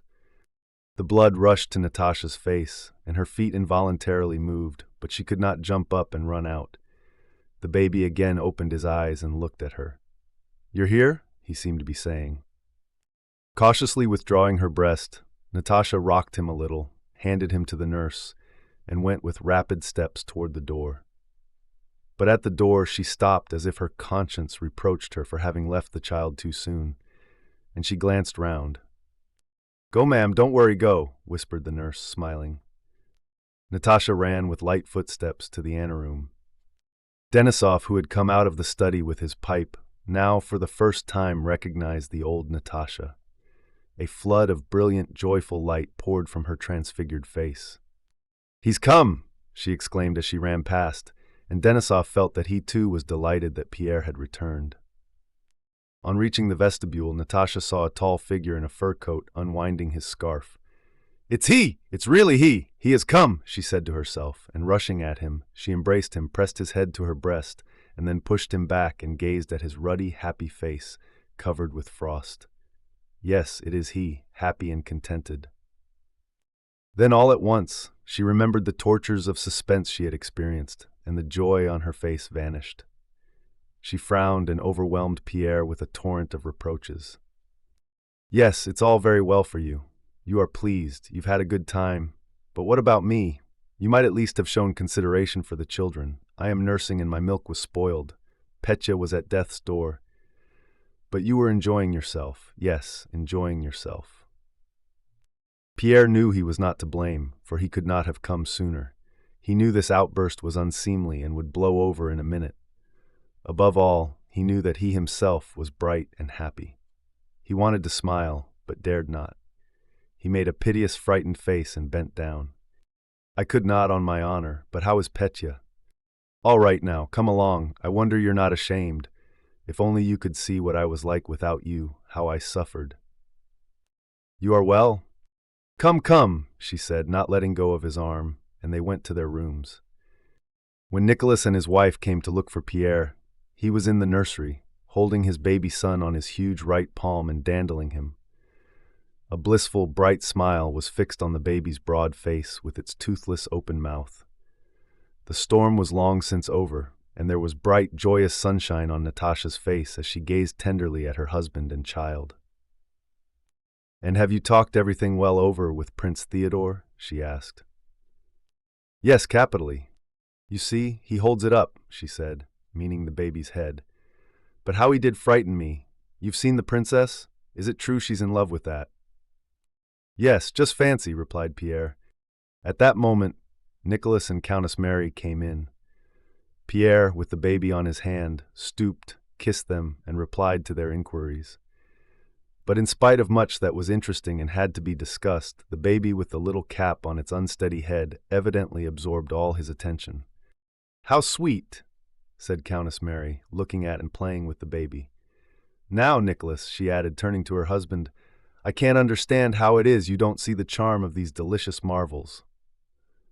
"I don't and can't," replied Nicholas, looking coldly at the baby. "A lump of flesh. Come along, Pierre."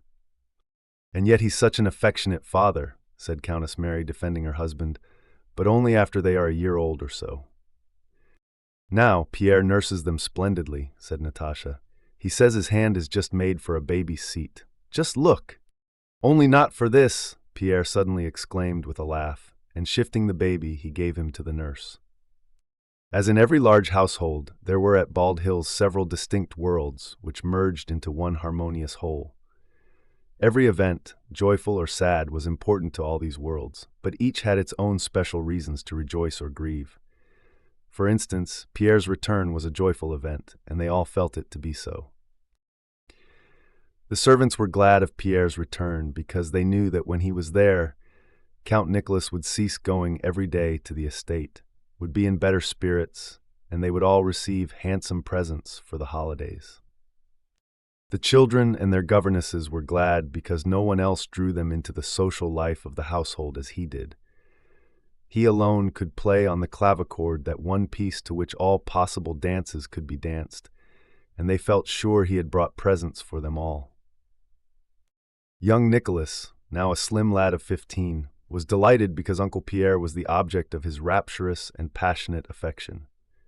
No one had instilled this love for Pierre in him.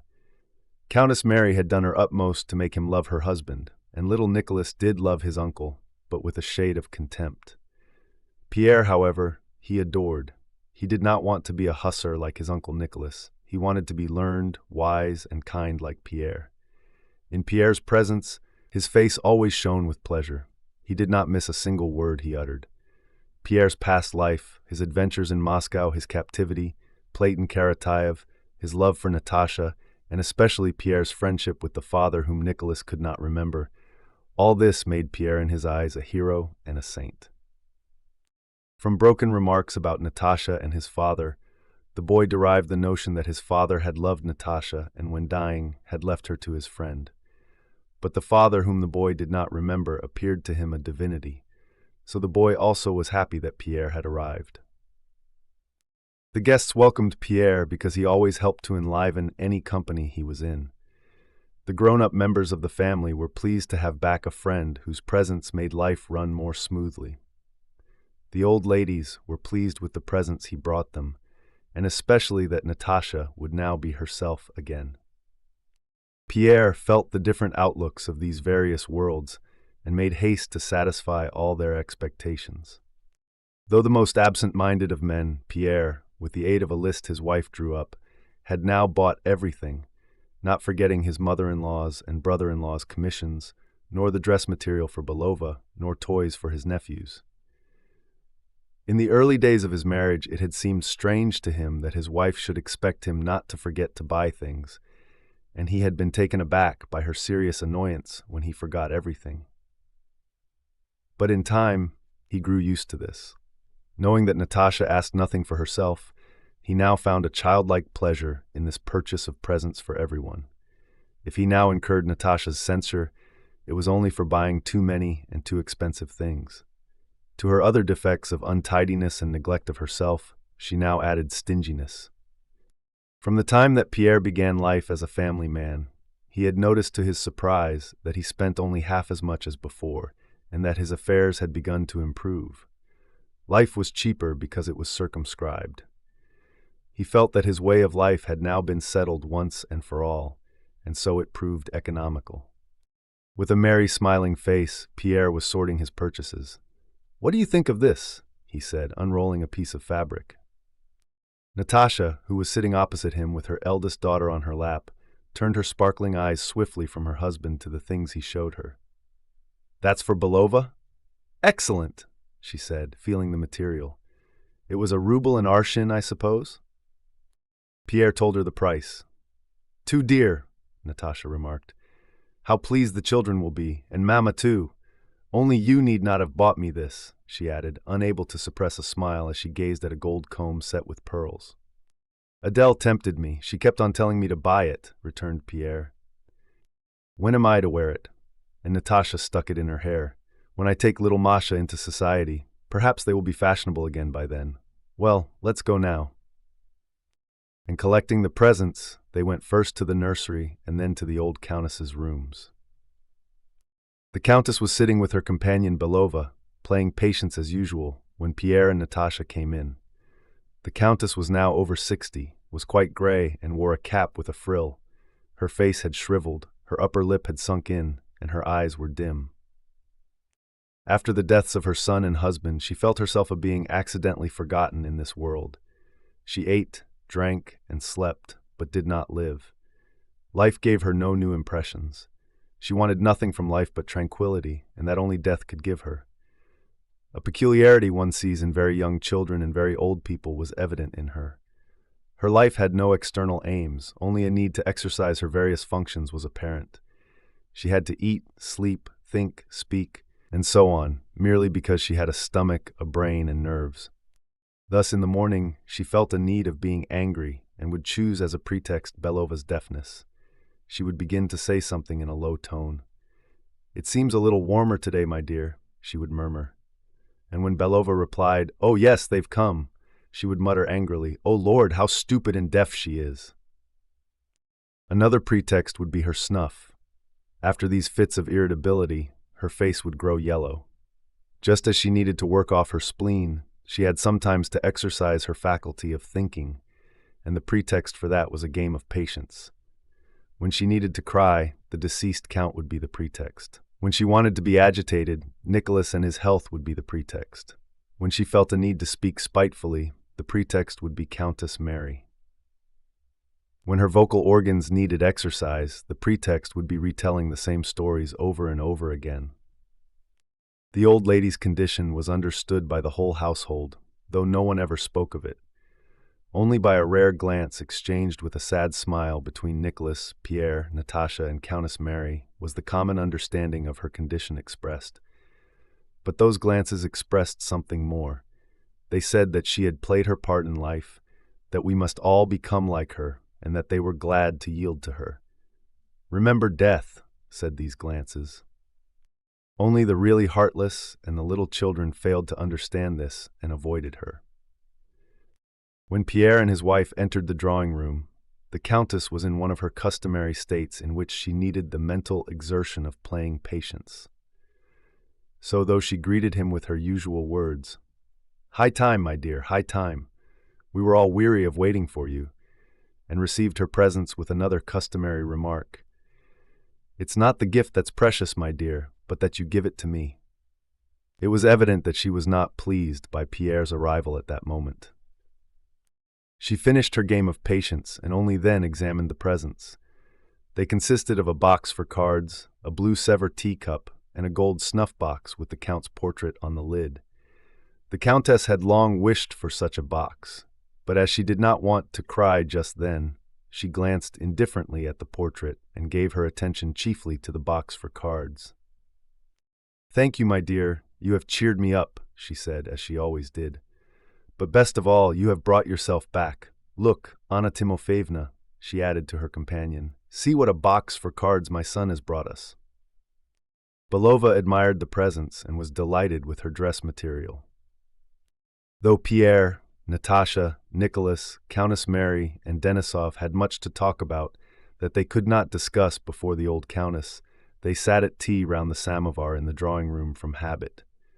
Pierre answered the countess's questions about whether Prince Vasily had aged and other matters that interested no one. Conversation of this kind continued all through tea time. The children's voices were audible from the next room. At tea, all sat in their accustomed places, Nicholas beside the stove, Denisov beside Countess Mary, and Pierre between his wife and the old countess.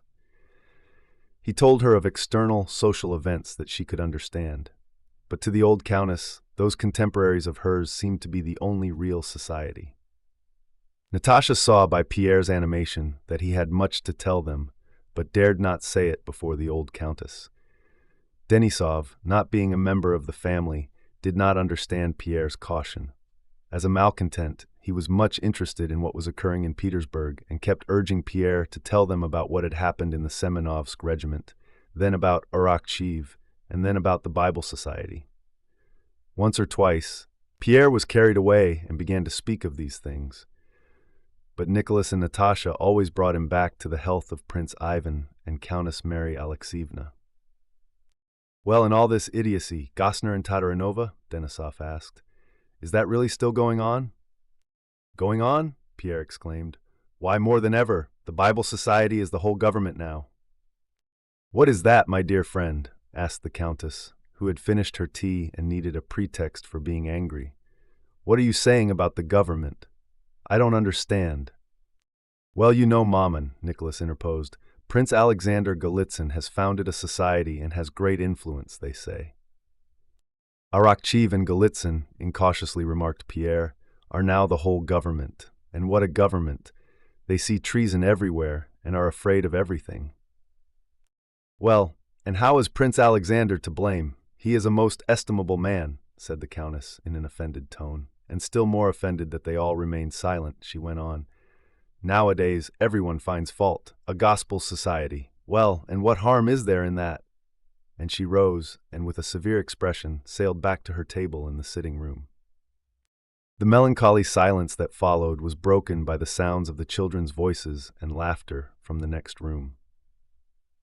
"Finished! Finished!" Little Natasha's gleeful yell rose above them all. Pierre exchanged glances with Countess Mary and Nicholas and smiled happily. "That's delightful music," he said. "It means that Anna Makarovna has finished her stocking," said Countess Mary. "Oh, I'll go and see," said Pierre, jumping up. "You know," he added, stopping at the door, "why I'm especially fond of that music. It is always the first thing that tells me all is well. As I entered the anteroom today, I heard Andrusha's peals of laughter, and that meant that all was well." I know that feeling," said Nicholas. "But I mustn't go there. Those stockings are to be a surprise for me." Pierre went to the children, and the shouting and laughter grew still louder. "Come, Anna Makarovna," Pierre's voice was heard saying, "come here into the middle of the room, and at the word of command, 1, 2, and when I say 3, you stand here and you in my arms. Well now, 1, 2, 3!" And a rapturously breathless cry of children's voices filled the room. 2, 2, they shouted. This meant 2 stockings, which by a secret process Anna Makarovna used to knit at the same time on the same needles.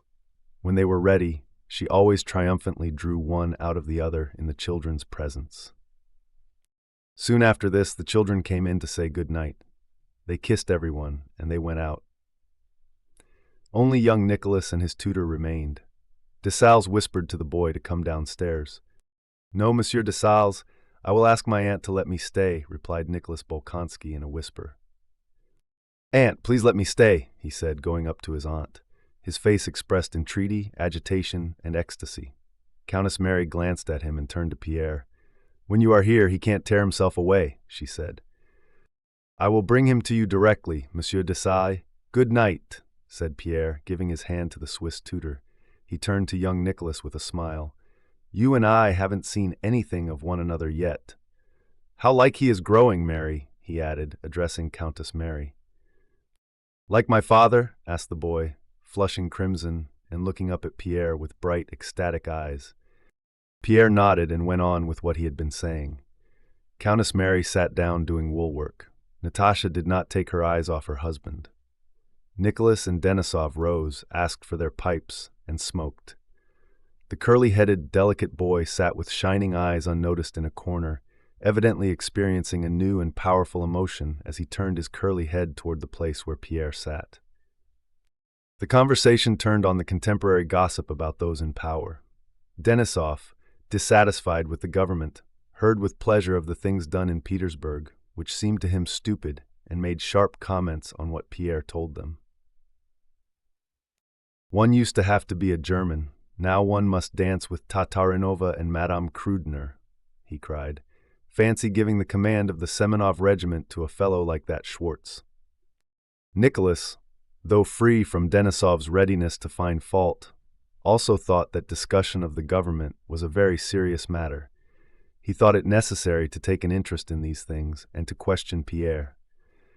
The questions put by these two kept the conversation from changing its ordinary character of gossip about the higher government circles.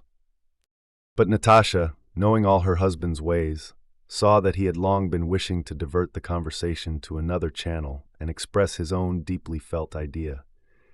She helped him by asking how his affairs with Prince Theodore had gone. "What was it about?" asked Nicholas. "Always the same thing," said Pierre. "Everybody sees that things are going so badly that they cannot be allowed to go on, and that it is the duty of all decent men to counteract it as far as they can." "What can decent men do?" Nicholas inquired, frowning slightly. "What can be done?" "Why, this—" "Come into my study," said Nicholas. Natasha, who had long expected to be fetched to nurse her baby, now heard the nurse calling her and went to the nursery. Countess Mary followed her. The men went into the study, and little Nicholas Bolkonsky followed them unnoticed and sat down at the writing table in a shady corner. "Well, what would you do?" asked Denisov. Always some fantastic scheme, said Nicholas. Why this? Began Pierre, pacing the room. The position in Petersburg is this. The emperor does not look into anything. He has abandoned himself altogether to this mysticism. Pierre could not tolerate mysticism in anyone now. He seeks only for peace, and only these people without faith or law can give it to him. People who recklessly hack at and strangle everything, Magnitsky, Arakcheev, and all the rest. You will agree that if you did not look after your estates yourself, but only wanted a quiet life, the harsher your steward was, the more readily your object might be attained, he said to Nicholas. Well, what does that lead up to? Said Nicholas. Well, everything is going to ruin. Robbery in the law courts, in the army nothing but flogging and drilling. The people are tortured, enlightenment is suppressed. All that is young and honest is crushed. Everyone sees that this cannot go on. Everything is strained to such a degree that it will certainly break, said Pierre. I told them just one thing in Petersburg. Told whom?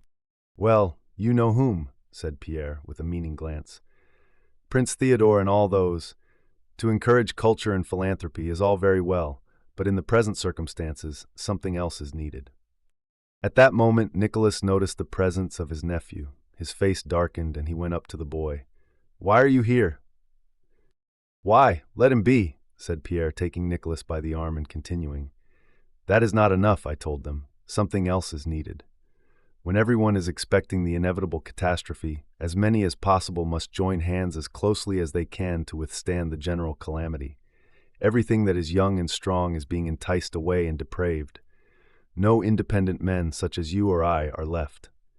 What I say is, widen the scope of our society. Let the password be not virtue alone, but independence and action as well. Nicholas, who had left his nephew, irritably pushed up an armchair, sat down, and listened to Pierre, coughing discontentedly and frowning more and more. But action with what aim? He cried. And what position will you adopt toward the government? Why, the position of assistance. The society need not be secret if the government allows it. It is not hostile to the government, but it is a society of true conservatives, a society of gentlemen. It is only to prevent some Pugachev or other from killing my children and yours, and Arakcheev from sending me off to some military settlement. We join hands only for the public welfare and the general safety. Yes, but it's a secret society and therefore a hostile and harmful one which can only cause harm. Why, did the Tugendbund which saved Europe do any harm? The Tugendbund is an alliance of virtue. It is love, mutual help. It is what Christ preached on the cross. Natasha, who had come in during the conversation, looked joyfully at her husband. It was not what he was saying that pleased her. That did not even interest her. But it was his animated and enthusiastic appearance that made her glad. The boy with the thin neck stretching out from his collar, whom everyone had forgotten, gazed at Pierre with even greater and more rapturous joy. Every word of Pierre's burned into his heart, and with a nervous movement, he unconsciously broke the sealing wax and quill pens on his uncle's table. It is not at all what you suppose, but that is what the German Tugendbund was, and what I am proposing. No, my friend, the Tugendbund is all very well for the sausage-eaters, but I don't understand it, interposed Denisov in a loud voice. I agree that everything here is rotten and horrible, but the Tugendbund I don't understand. If we're not satisfied, let us have a rebellion of our own. That's all right. I'm your man. Pierre smiled. Natasha began to laugh. But Nicholas knitted his brows still more and began proving to Pierre that there was no prospect of any great change and that all the danger he spoke of existed only in his imagination. Pierre maintained the contrary, and as his mental faculties were greater, Nicholas felt himself cornered. This made him still angrier, for he was fully convinced, not by reasoning, but by something within him stronger than reason, of the justice of his opinion. I will tell you this, he said, rising and trying to prop up his pipe in a corner. I can't prove it to you. You say that everything here is rotten and that an overthrow is coming. I don't see it. But you also say that our oath of allegiance is a conditional matter, and to that I reply, you are my best friend, as you know, but if you formed a secret society and began working against the government, be it what it may, I know it is my duty to obey the government. And if Arakchev ordered me to lead a squadron against you and cut you down, I should not hesitate an instant, but should do it. And you may argue about that as you like." An awkward silence followed these words.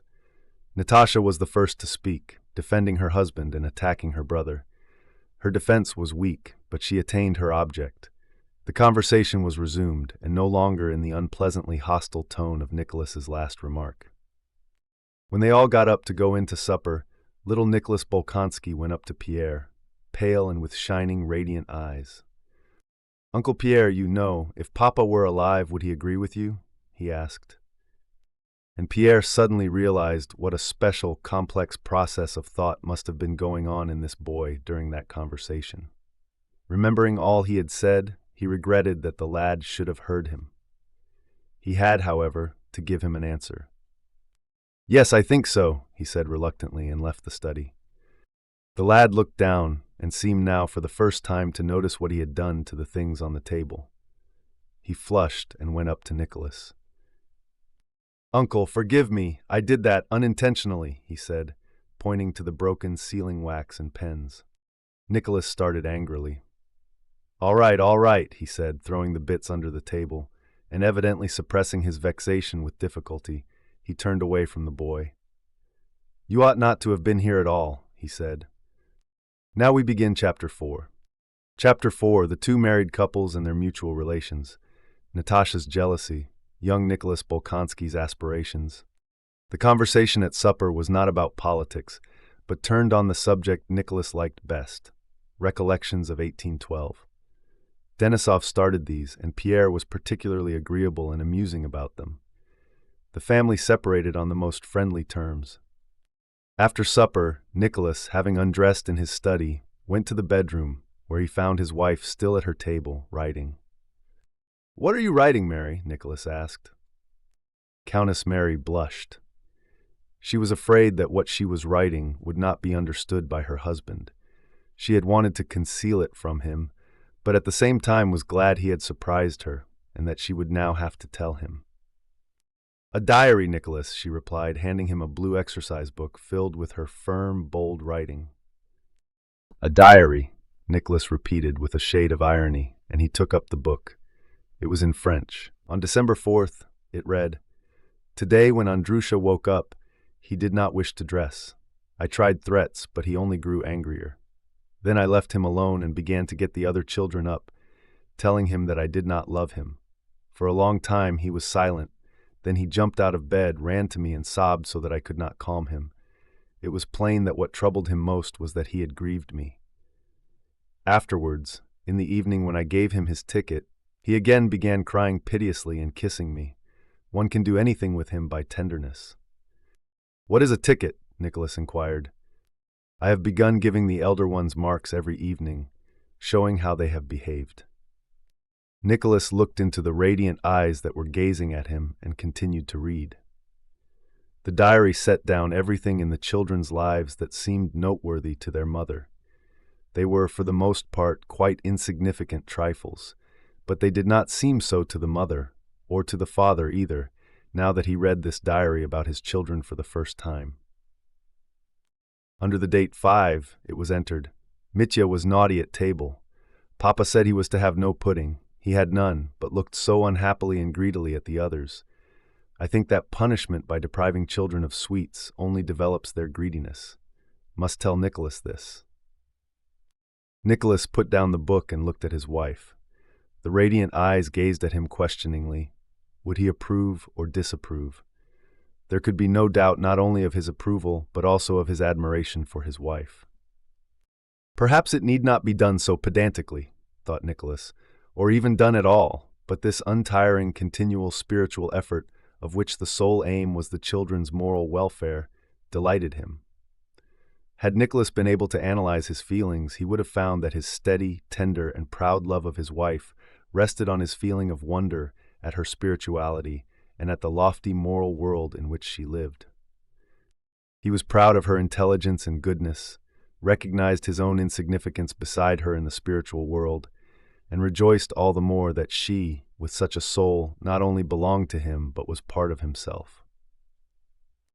I quite approve, my dearest, said he with a significant look. And after a short pause, he added, and I behaved badly today. You weren't in the study. We began disputing, Pierre and I lost my temper. But he is impossible, such a child. I don't know what would become of him if Natasha didn't keep him in hand.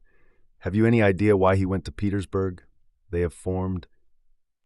Yes, I know, said Countess Mary. Natasha told me.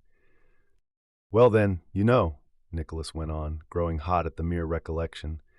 He wanted to convince me that it is every honest man's duty to go against the government.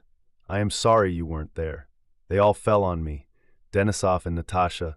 Natasha is absurd. How she rules over him. And yet there need only be a discussion, and she has no words of her own, but only repeats his sayings, added Nicholas, forgetting that what he was saying about Natasha could have been applied word for word to himself in relation to his wife. Yes, I have noticed that, said Countess Mary. When I told him that duty and the oath were above everything, he started proving goodness knows what. A pity you were not there. What would you have said? As I see it, you were quite right, and I told Natasha so. Pierre says everybody is suffering and that it is our duty to help our neighbor. Of course, he is right there, said Countess Mary, but he forgets that we have other duties nearer to us, duties indicated to us by God himself, and that though we might expose ourselves to risks, we must not risk our children. Yes, that's it. That's just what I said to him, put in Nicholas, who fancied he really had said it.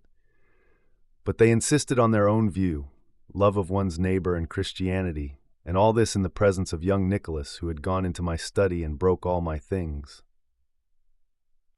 Ah, Nicholas, do you know I am often troubled about little Nicholas, said Countess Mary. He is such an exceptional boy. I am afraid I neglect him in favor of my own. He is constantly alone with his thoughts. Well, I don't think you need reproach yourself on his account. All that the fondest mother could do for her son you have done and are doing for him. He is a fine lad, a fine lad. This evening he listened to Pierre in a sort of trance and fancy. As we were going in to supper, he had broken everything on my table to bits, and he told me of it himself at once. I never knew him to tell an untruth. A fine lad, repeated Nicholas, who at heart was not fond of Nicholas Bolkonsky, but was always anxious to recognize that he was a fine lad. Still, I am not the same as his own mother, said Countess Mary. I feel I am not the same, and it troubles me. It would be good for him to have companions. Well, it won't be for long. Next summer I'll take him to Petersburg, said Nicholas. Yes, Pierre always was a dreamer and always will be, he continued, returning to the talk in the study. What business is it of mine, what goes on there, whether Arakshiv is bad and all that? What business was it of mine when I married and was so deep in debt that I was threatened with prison and had a mother who could not understand it? And then there are you and the children and our affairs. Is it for my own pleasure that I am at the farm from morning to night? No, but I know I must work to comfort my mother, to repay you, and not to leave the children such beggars as I was. Countess Mary wanted to tell him that man does not live by bread alone, but she knew she must not say this. She only took his hand and kissed it. He took this as a sign of approval. You know, Mary, today Elias Mitrofanich came back from the Tambov estate and told me they are already offering 80,000 rubles for the forest. And with an eager face, Nicholas began to speak of the possibility of repurchasing Otradnoy. Another 10 years of life, he added, and I shall leave the children in an excellent position. Countess Mary listened to her husband and understood all that he told her. She knew that when he thought aloud, he would sometimes ask her what he had been saying and be vexed if she had been thinking about something else. But she had to force herself to attend, for what he was saying did not interest her at all. She looked at him and felt a submissive, tender love for this man who would never understand all that she understood, and this seemed to make her love for him still stronger. Besides this feeling, thoughts that had no connection with what he was saying flitted through her mind. She thought of her nephew. Her husband's account of the boy's agitation struck her forcibly, and various traits of his gentle, sensitive character recurred to her mind. And while thinking of her nephew, she thought also of her own children. She did not compare them with him, but compared her feeling for them with her feeling for him, and felt with regret that there was something lacking in her feeling for young Nicholas. Sometimes it seemed to her that this difference arose from their ages, but she felt herself to blame toward him, and promised in her heart to do better and to accomplish the impossible, to love her husband, her children, little Nicholas, and all her neighbors, as Christ loved mankind. Countess Mary's soul always strove toward the infinite, the eternal, and the absolute, and could therefore never be at peace. A stern expression of the lofty, secret suffering of a soul burdened by the body appeared on her face. Nicholas gazed at her. "O God, what will become of us if she dies? As I always fear when her face is like that," he thought, and placing himself before the icon, he began to say his evening prayers. Natasha and Pierre, left alone, also began to talk as only a husband and wife can talk. That is, with extraordinary clearness and rapidity, understanding and expressing each other's thoughts in ways contrary to all rules of logic. Natasha was so used to this kind of talk with her husband that for her, it was the surest sign of something being wrong between them if Pierre followed a line of logical reasoning. From the moment they were alone and Natasha came up to him with wide-open, happy eyes and quickly seized his head, pressing it to her bosom and saying, "Now you are all mine, mine! You won't escape!" From that moment, this conversation began. It was contrary to all the laws of logic, because quite different subjects were talked about at one and the same time. This simultaneous discussion did not prevent a clear understanding, but on the contrary, was the surest sign that they fully understood one another. Just as in a dream, where all is uncertain except the feeling that guides it, so in this intercourse, the words themselves were not consecutive, but only the feeling that prompted them. Natasha spoke to Pierre about her brother's life, of how she had suffered during his absence, and of how she was fonder than ever of Mary.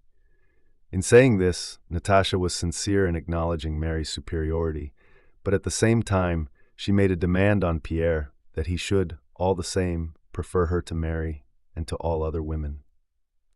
Pierre, answering Natasha's words, told her how intolerable it had been for him to meet ladies at dinners and balls in Petersburg.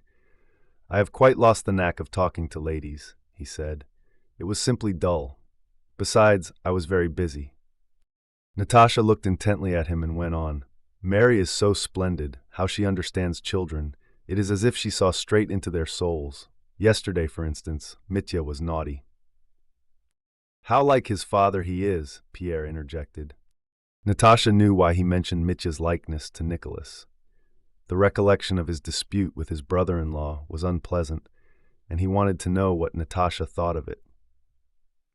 "Nicholas has the weakness of never agreeing with anything not generally accepted. But I understand that you value what opens up a fresh line," she said, repeating words Pierre had once uttered. "No, the chief point is that to Nicholas, ideas and discussions are an amusement," said Pierre. "For instance, he is collecting a library and has made it a rule not to buy a new book till he has read what he had already bought."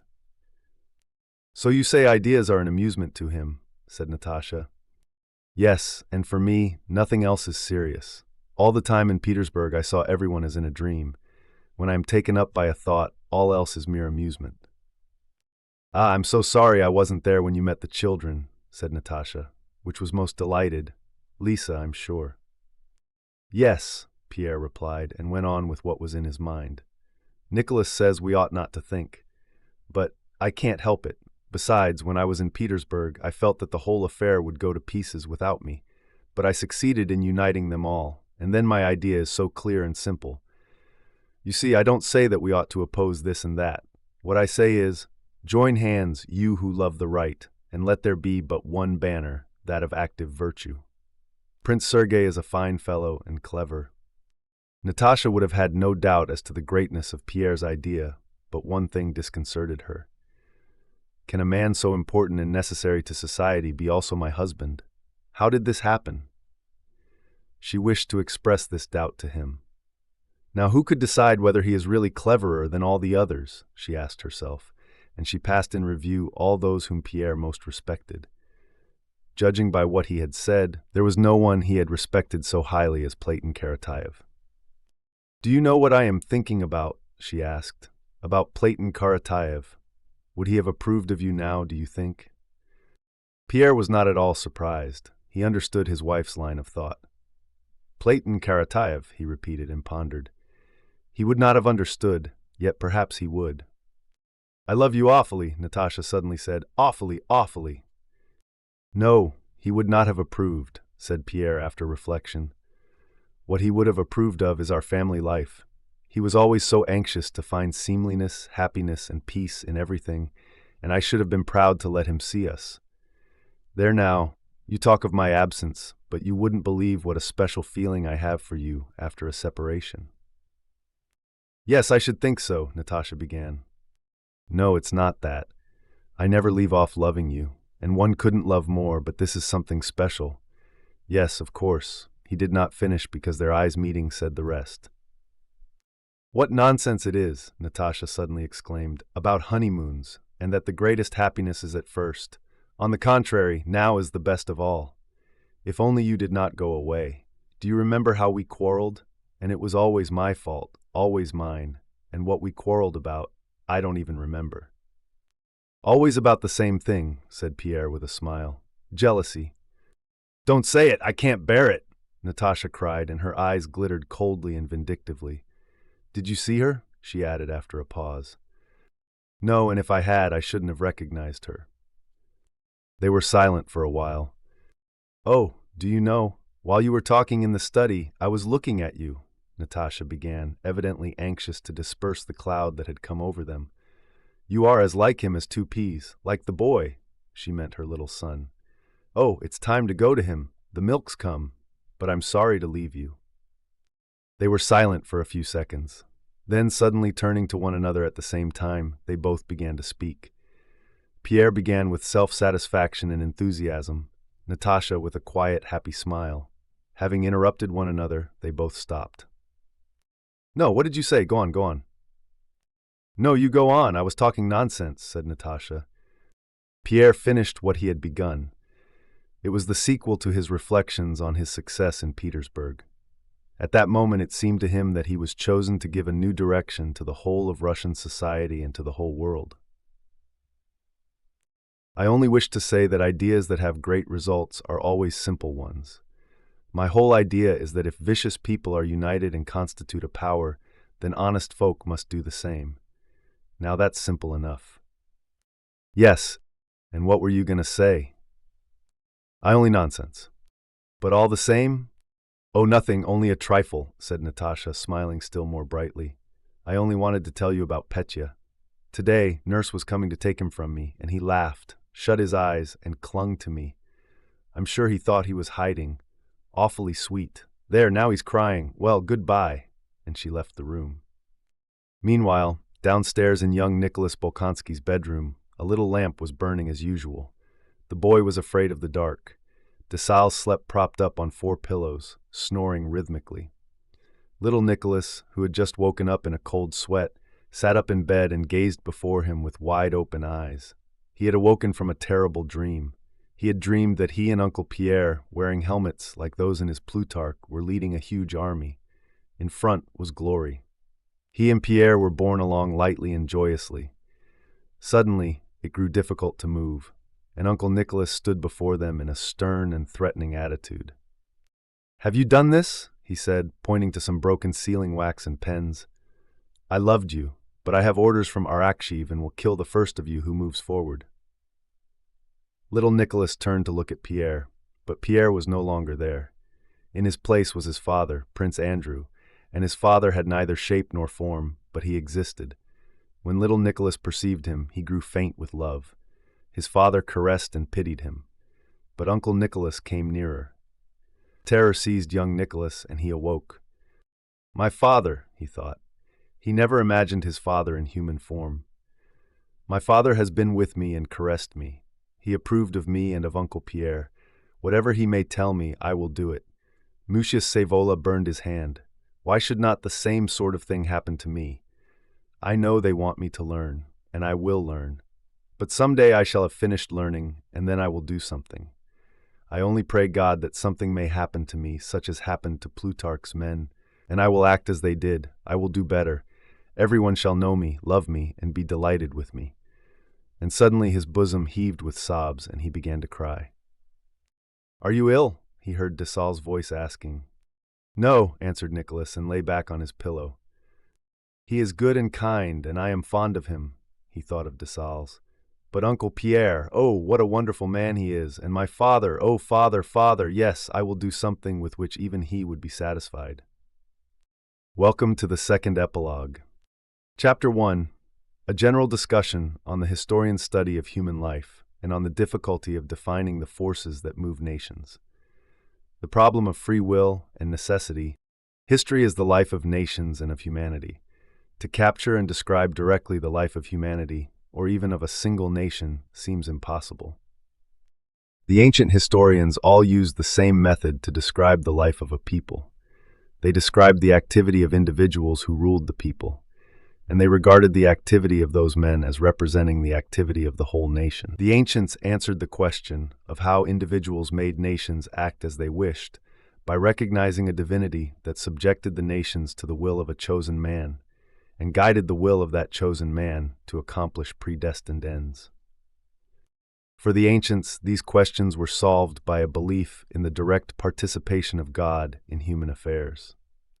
Modern history, in theory, rejects both these principles. It would seem that having rejected the belief of the ancients, modern history should study not the manifestations of power, but the causes that produce it. But modern history has not done this. Having in theory rejected the view held by the ancients, it still follows them in practice. Instead of men endowed with divine authority, modern history has given us either heroes with superhuman capacities or simply men of various kinds, from monarchs to journalists, who lead the masses. Instead of the former divinely appointed aims of the Jewish, Greek, or Roman nations, modern history has postulated its own aims: the welfare of the French, German, or English people, or the welfare and civilization of humanity in general. Modern history has rejected the beliefs of the ancients without replacing them with a new conception. The logic of the situation has forced historians to reach the same conclusion by another road, to recognize that nations are guided by individual men, and that there is a known aim to which these nations are tending. At the basis of the works of all modern historians, despite their disagreements, lie those two old, unavoidable assumptions. First, the historian describes the activity of individuals who, in his opinion, have directed humanity. Second, it is assumed that the goal toward which humanity is being led is known to the historians. To one, this goal is the greatness of the Roman realm. To another, it is liberty, equality, and a certain kind of civilization. In 1789, a ferment arises in Paris. It grows, spreads, and is expressed by a movement of peoples from west to east. Several times it moves eastward and collides with a counter-movement from the east-westward. In 1812, it reaches its extreme limit, Moscow, and then with remarkable symmetry, a counter-movement occurs from east to west. The counter-movement reaches the starting point of the first movement, Paris, and subsides. During that 20-year period, an immense number of fields were left untilled, houses were burned, trade changed its direction, and millions of Christian men, professing the law of love, slew one another. What does all this mean? Why did it happen? What were the causes of these events? What force made men act so? These are the instinctive, plain, and most legitimate questions humanity asks itself. For a reply, the common sense of mankind turns to the science of history, whose aim is to enable nations and humanity to know themselves. If history had retained the conception of the ancients, it would have said that God, to reward or punish his people, gave Napoleon power and directed his will to the fulfillment of divine ends. That reply would have been clear and complete. But modern history cannot give that reply. Science does not admit the direct participation of God in human affairs, and therefore history ought to give other answers.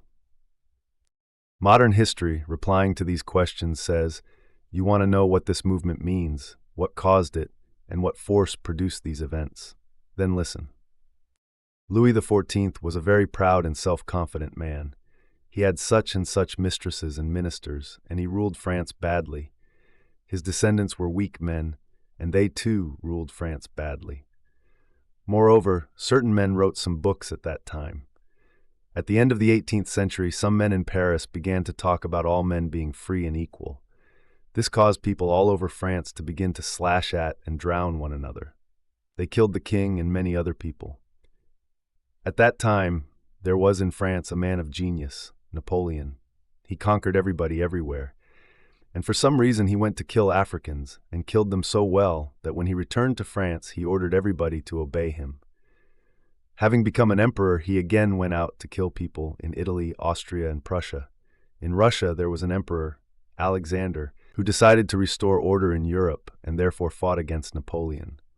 In 1807 he suddenly made friends with him, but in 1811 they again quarreled. Napoleon led 600,000 men into Russia and captured Moscow. Then he suddenly ran away, and the Emperor Alexander united Europe to arm against the disturber of its peace. The Allies defeated Napoleon, entered Paris, and sent him to the island of Elba. Then Louis XVIII began to reign, and Napoleon, shedding tears, renounced the throne and went into exile. Then the diplomatists talked in Vienna and made the nations happy or unhappy. Suddenly, Napoleon arrived in France with a battalion, and the French, who had been hating him, immediately all submitted to him. But the Allied monarchs were angry and went to fight the French once more. They defeated the genius Napoleon and sent him to the island of St. Helena, and the exile died a lingering death. But in Europe, a reaction occurred, and the sovereigns once again all began to oppress their subjects. It would be a mistake to think that this is a caricature of historical accounts. On the contrary, it is a very mild expression of the contradictory replies that all historians give. The strangeness and absurdity of these replies arise from the fact that modern history, like a deaf man, answers questions no one has asked. If the purpose of history is to give a description of the movement of humanity, the first question is, what is the power that moves peoples? To this, modern history laboriously replies either that Napoleon was a great genius, or that Louis XIV was very proud, or that certain writers wrote certain books. All that may be so, but it is not what was asked. All that would be interesting if we recognized a divine power directing its nations through Napoleons and writers. But we do not acknowledge such a power, and therefore, before speaking about them, we ought to be shown the connection between these men and the movement of the nations. If instead of a divine power, some other force has appeared, it should be explained what this new force consists of, for the whole interest of history lies precisely in that force. History seems to assume that this force is self-evident and known to everyone. But anyone listening to many historical works cannot help doubting whether this new force is really well known to everybody. What force moves the nations? Biographical historians understand this force as a power inherent in heroes and rulers. In their narration, events occur solely by the will of a Napoleon or an Alexander. The answers given by this kind of historian are satisfactory only as long as there is but one historian for each event. As soon as historians of different nationalities begin to describe the same event, the replies they give lose all meaning. For this force is understood by them all not only differently, but often in contradictory ways. One historian says that an event was produced by Napoleon's power, another that it was produced by Alexander's. Besides this, they contradict each other even in their statement as to what the authority of a particular person was based on. One says Napoleon's power was based on his virtue and genius. Another says it was based on his trickery and deception. So the historians of this class, by mutually destroying one another's positions, destroy the understanding of the force which produces events. Writers of universal history seem to recognize how wrong the specialist historian's view is. They do not recognize it as a power inherent in heroes, but as the result of a multiplicity of forces. According to this view, the power of historical personages can no longer be regarded as a force that itself produces events. Yet, in most cases, universal historians still use the conception of power as a force that produces events and treat it as their cause. In their exposition, a historic character is first the product of his time, and then his power is itself a force producing events. For instance, They prove Napoleon to be a product of the revolution, and then plainly say that the campaign of 1812 was simply the product of Napoleon's misdirected will. The ideas of the revolution produced Napoleon's power, but Napoleon's power suppressed the ideas of the revolution. This curious contradiction is not accidental. The universal historian's accounts are all made up of a chain of such contradictions. This happens because, after entering the field of analysis, the universal historians stop halfway. To find component forces equal to the resultant force, the sum of the components must equal the resultant. This condition is never observed by the universal historians, and so they are obliged to admit another unexplained force. Specialist historians plainly assert that the campaign of 1813 was produced by the will of Alexander. But the universal historian Gervinus tries to prove that it was due to other things besides Alexander's will, such as the activity of Stein, Metternich, Talleyrand, and others. The historian decomposes Alexander's power into components, but the sum of these components evidently does not equal the resultant, the phenomenon of millions of Frenchmen submitting to the Bourbons. And therefore, to explain how this resulted, the historian is again obliged to fall back on power, the force he had denied. And that is just what the universal historians do, and consequently, they contradict not only the specialist historians, but also themselves. Peasants, having no clear idea of the cause of rain, say the wind has blown the clouds away, or the wind has brought up the clouds. And in the same way, the universal historians sometimes say that power is the result of events, and sometimes say that power produces events. A third class of historians, the so-called historians of culture, see this force in what is called culture, in mental activity. Historians of culture are quite consistent. If historical events may be explained by the fact that certain persons treated one another in such and such ways, why not explain them by the fact that such and such people wrote such and such books? They select the indication of intellectual activity and say that this is the cause. But only by a great stretch can one admit that there is any connection between intellectual activity and the movement of peoples. And in no case can one admit that intellectual activity controls people's actions, for that view is not confirmed by such facts as the very cruel murders of the French Revolution resulting from the doctrine of the equality of man. But even admitting that nations are governed by some undefined force called an idea, history's essential question still remains unanswered. To the former power of monarchs, a newer force, the idea, is added, the connection of which with the masses needs explanation. It is possible to understand that Napoleon had power, and so events occurred.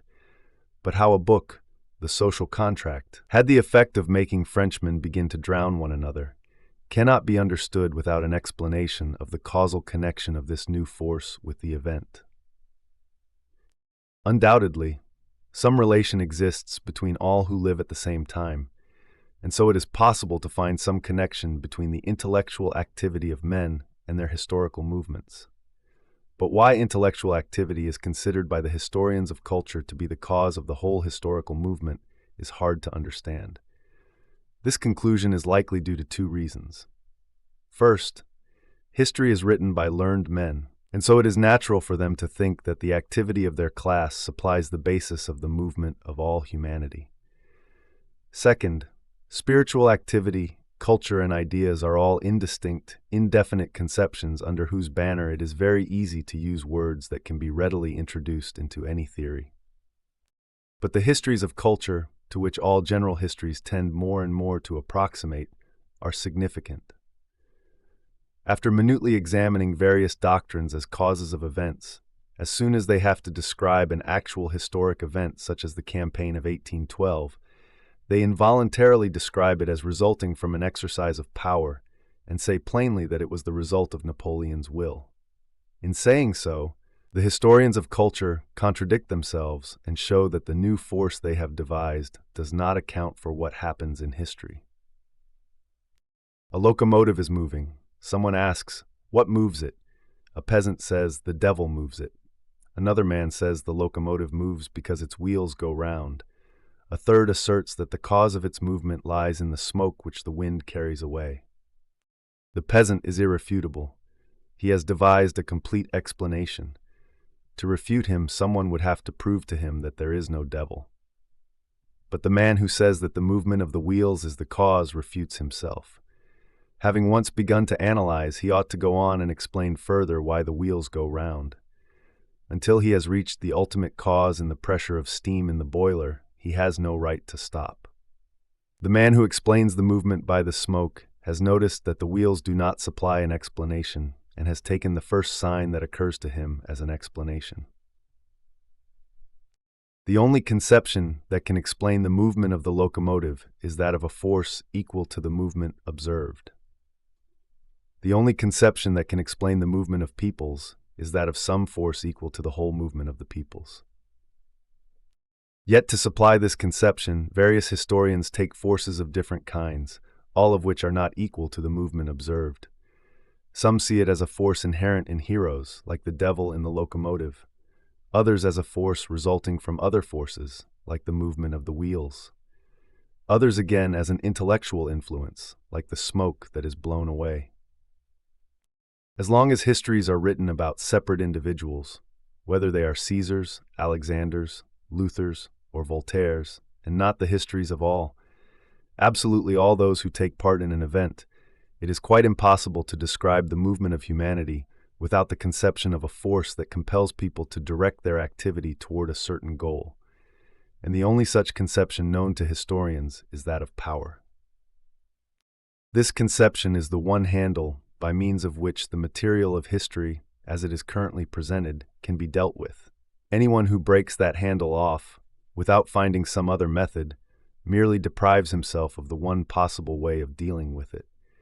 The necessity of the conception of power is best demonstrated by the universal historians and historians of culture themselves. They claim to reject that conception, but they inevitably use it at every step. In dealing with humanity's great questions, the science of history up to now is like money in circulation, both paper money and coins. The biographies and national histories are like paper money. They can be used and can circulate, fulfilling their purpose without harm to anyone as long as no one asks what security is behind them. You only need to forget to ask how the will of heroes produces events, and such histories will be interesting and instructive. But just as doubts about the real value of paper money arise when too much of it is made, or when people try to exchange it for gold, so also doubts about the real value of such histories arise. They arise either because too many of them are written, or because, in his simplicity of heart, someone asks, by what force did Napoleon do this? In other words, they want to exchange the current paper money for the real gold of actual understanding. The writers of universal histories and of the history of culture are like people who, recognizing the defects of paper money, decide to substitute for it coins made of a metal that is not as valuable as gold. It may indeed make a jingling sound, but it will do no more than that. Paper money may deceive the ignorant, but nobody is deceived by tokens of cheap metal that have no value but merely jingle. Just as gold is gold only if it is useful not just for exchange, but also for actual use, universal historians will be valuable only when they can reply to history's essential question: what is power? The universal historians give contradictory replies to that question, while the historians of culture evade it and answer something quite different. And just as fake gold coins can be used only among a group of people who agree to accept them as gold, so universal historians and historians of culture, not answering humanity's essential question, serve as a kind of currency for their own purposes, only in universities and among the mass of listeners who have a taste for what they call serious listening. Having abandoned the ancient idea of the divine subjection of a nation's will to a chosen man, history cannot take a single step without contradictions until it has chosen one of two things. Either it must return to the former belief in the direct intervention of God in human affairs, or it must give a definite explanation of the meaning of the force that produces historical events, which is called power. A return to the first is impossible. That belief has been destroyed, and so it is essential to explain what is meant by power. Napoleon ordered an army to be raised and to go to war. We are so accustomed to that idea that the question, Why did 600,000 men go to fight when Napoleon uttered certain words? Seems senseless to us. He had the power, and so what he ordered was done. This reply is quite satisfactory if we believe that the power was given to him by God. But as soon as we do not admit that, it becomes essential to determine what this power of one man over others is. It cannot be the direct physical power of a strong man over a weak one, nor can it be based on the effect of moral force, as some historians think when they say that the leading figures in history are heroes gifted with a special strength of soul called genius. This power cannot be based on moral strength because, not to mention heroes like Napoleon, whose moral qualities are widely debated, history shows us that neither a Louis XI nor a Metternich, who ruled over millions, had any particular moral qualities. On the contrary, they were often morally weaker than any of the millions they ruled over. If the source of power lies neither in the physical nor in the moral qualities of the person who possesses it, it must be looked for elsewhere, in the relationship between the man who wields the power and the people. And that is how power is understood by the science of jurisprudence, the law. Power in this view is the collective will of the people transferred by expressed or unspoken consent to their chosen rulers. In the domain of law, which consists of discussions of how a state and power might be arranged, it is all very clear. But when applied to history, that definition of power needs explanation. The science of law regards the state and power as the ancients regarded fire, as something existing absolutely. But for history, the state and power are merely phenomena. Just as for modern physics, fire is not an element but a phenomenon. From this fundamental difference, it follows that the law can tell us in detail how power should be constituted, but it can answer nothing to history's questions about the meaning of the changes of power over time. If power is the collective will of the people transferred to their ruler, was Pugachev, the leader of a great peasant rebellion, a representative of the will of the people? If not, then why was Napoleon the First? Why was Napoleon III a criminal when he was taken prisoner at Boulogne, and why later on were those he arrested the criminals? Do palace revolutions, in which sometimes only 2 or 3 people take part, transfer the will of the people to a new ruler? In international relations, is the will of the people also transferred to their conqueror? Was the will of the Russian people transferred to Napoleon in 1809 when our army, in alliance with the French, went to fight the Austrians? To these questions, 3 answers are possible. First, one could assume that the will of the people is always unconditionally transferred to the ruler they have chosen. Therefore, every emergence of a new power should be regarded as an infringement of the real power. Second, one could assume that the will of the people is transferred to the rulers conditionally, under definite and known conditions. This would mean that all limitations or destructions of power result from the rulers not observing the conditions under which their power was entrusted to them. Third, one could assume that the will of the people is delegated to the rulers conditionally, but that the conditions are unknown and indefinite. In this case, the appearance of several authorities and their struggles results solely from the greater or lesser fulfillment of these unknown conditions. And these are the 3 ways in which historians do explain the relation of the people to their rulers. Some historians, in their simplicity, seem to consider that the collective will of the people is unconditionally transferred to historical persons. Their theory, suitable for primitive and peaceful periods, has the inconvenience that during complex and stormy periods, various powers arise and struggle with one another. A legitimist historian will prove that the National Convention and Bonaparte were mere infringers of true power, while a Republican will prove that the convention was the real power. Evidently, these explanations, being mutually contradictory, can only satisfy young children. Recognizing the falsity of this view, another set of historians says that power rests on a conditional delegation of the will of the people to their rulers. But what this program consists of, these historians do not say, or if they do, they continually contradict one another. Each historian, according to his own view of what constitutes a nation's progress, looks for these conditions in the greatness, wealth, freedom, or enlightenment of the people. But the facts of history almost always contradict that theory. If the conditions under which power is entrusted consist in the wealth, freedom, and enlightenment of the people, how is it that Louis XIV and Ivan the Terrible end their reigns tranquilly, while Louis XVI and Charles I are executed by their people? To this question, there are and can be no answers. Historians of the third class assume that the will of the people is transferred to historic personages conditionally, but that the conditions are unknown to us. They say that historical personages have power only because they fulfill the will of the people which has been delegated to them. But in that case, if the force that moves nations lies not in the historic leaders but in the nations themselves, what significance have those leaders? The leaders, these historians tell us, express the will of the people. But in that case, the question arises whether all the activity of the leaders serves as an expression of the people's will, or only some part of it. If the whole activity of the leaders serves as the expression of the people's will, then all the details of court scandals contained in the biographies of a Napoleon or a Catherine serve to express the life of the nation, which is evident nonsense.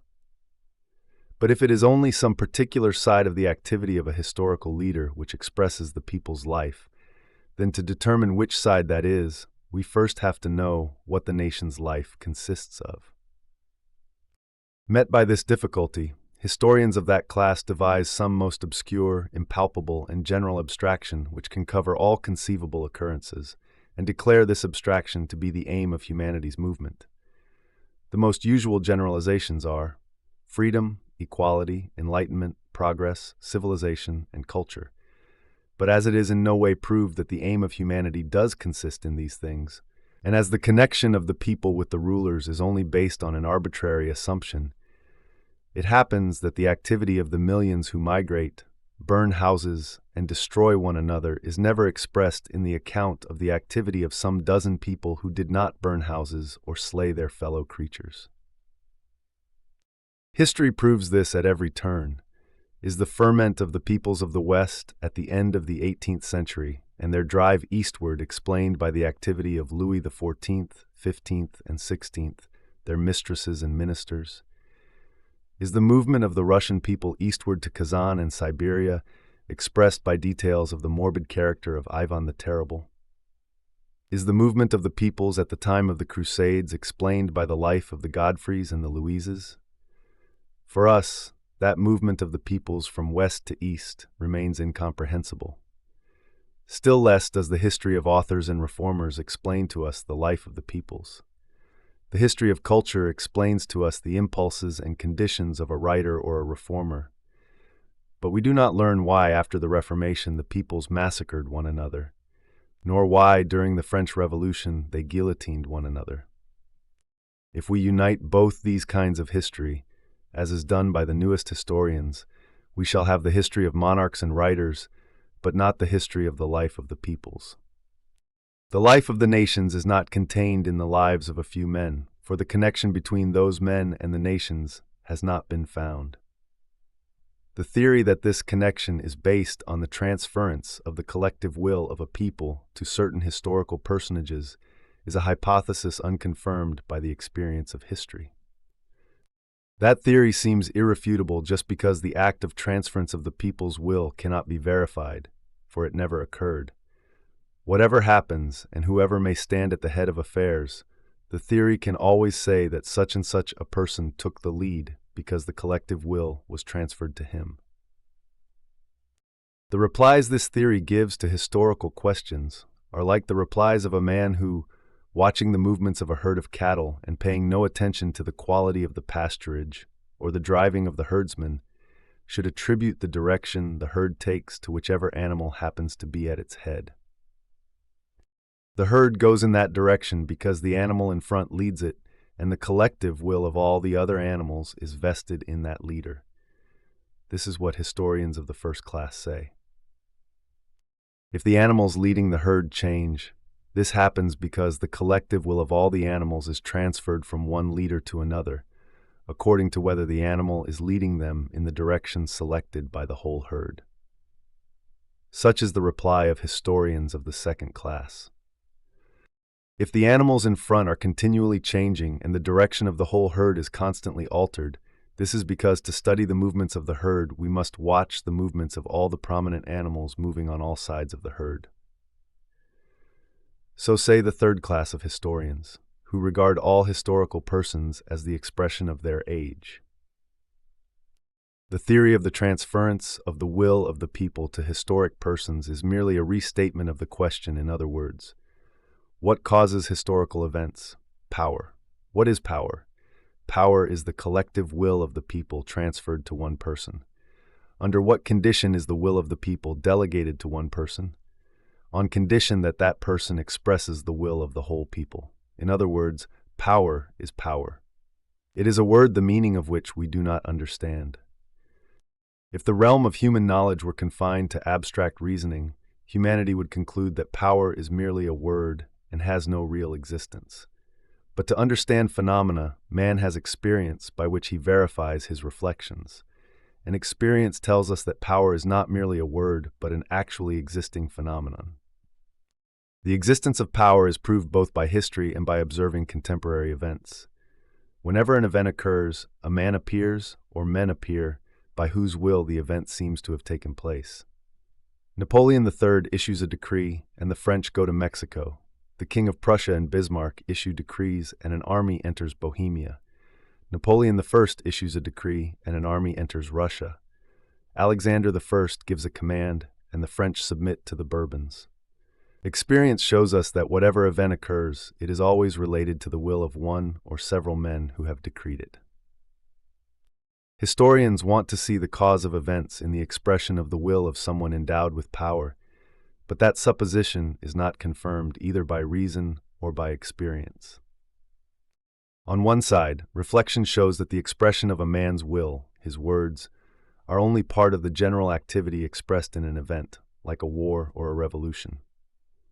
So, without assuming an incomprehensible supernatural force, one cannot admit that words can be the immediate cause of the movements of millions of men. On the other hand, history shows that the expression of the will of historical personages does not in most cases produce any effect. Their commands are often not executed, and sometimes the very opposite of what they order occurs. Without admitting divine intervention in the affairs of humanity, we cannot regard power as the cause of events. Power, from the standpoint of experience, is merely the relation that exists between the expression of someone's will and the execution of that will by others. To explain the conditions of that relationship, we must first establish a conception of the expression of will, referring it to man and not to God. If God issues a command, the expression of that will is independent of time and is not caused by anything. But speaking of the commands of men, acting in time and in relation to one another, to explain the connection of commands with events, we must restore two conditions. First, the continuity of movement in time, both of the events and of the person who commands. And second, the inevitable connection between the person commanding and those who execute his command. Only the expression of the will of God, not dependent on time, can relate to a whole series of events over centuries.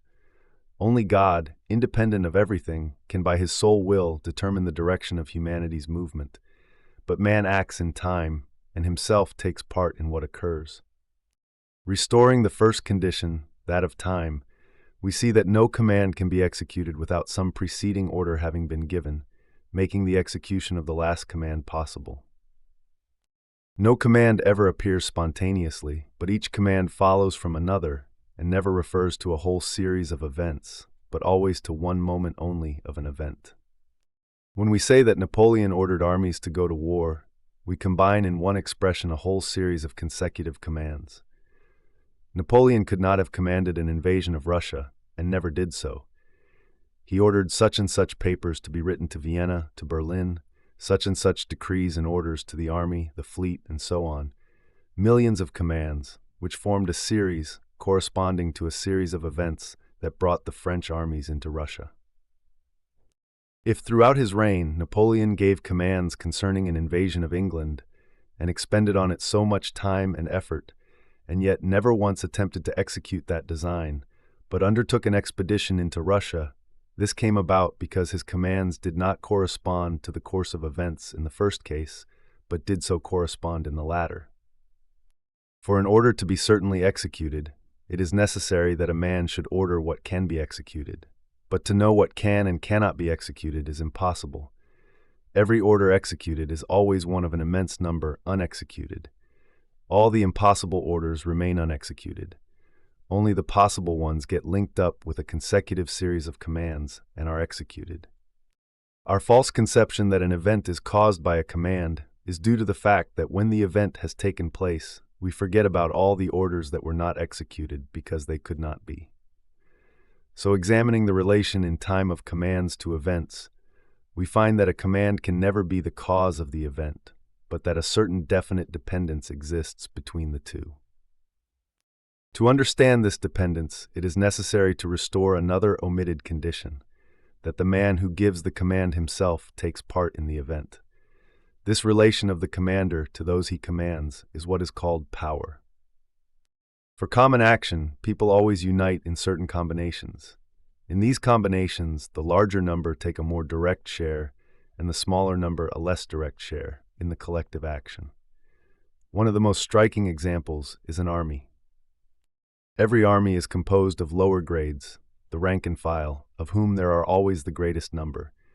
Then come the next higher ranks, of whom there are fewer, and so on up to the highest military command, which is concentrated in one person.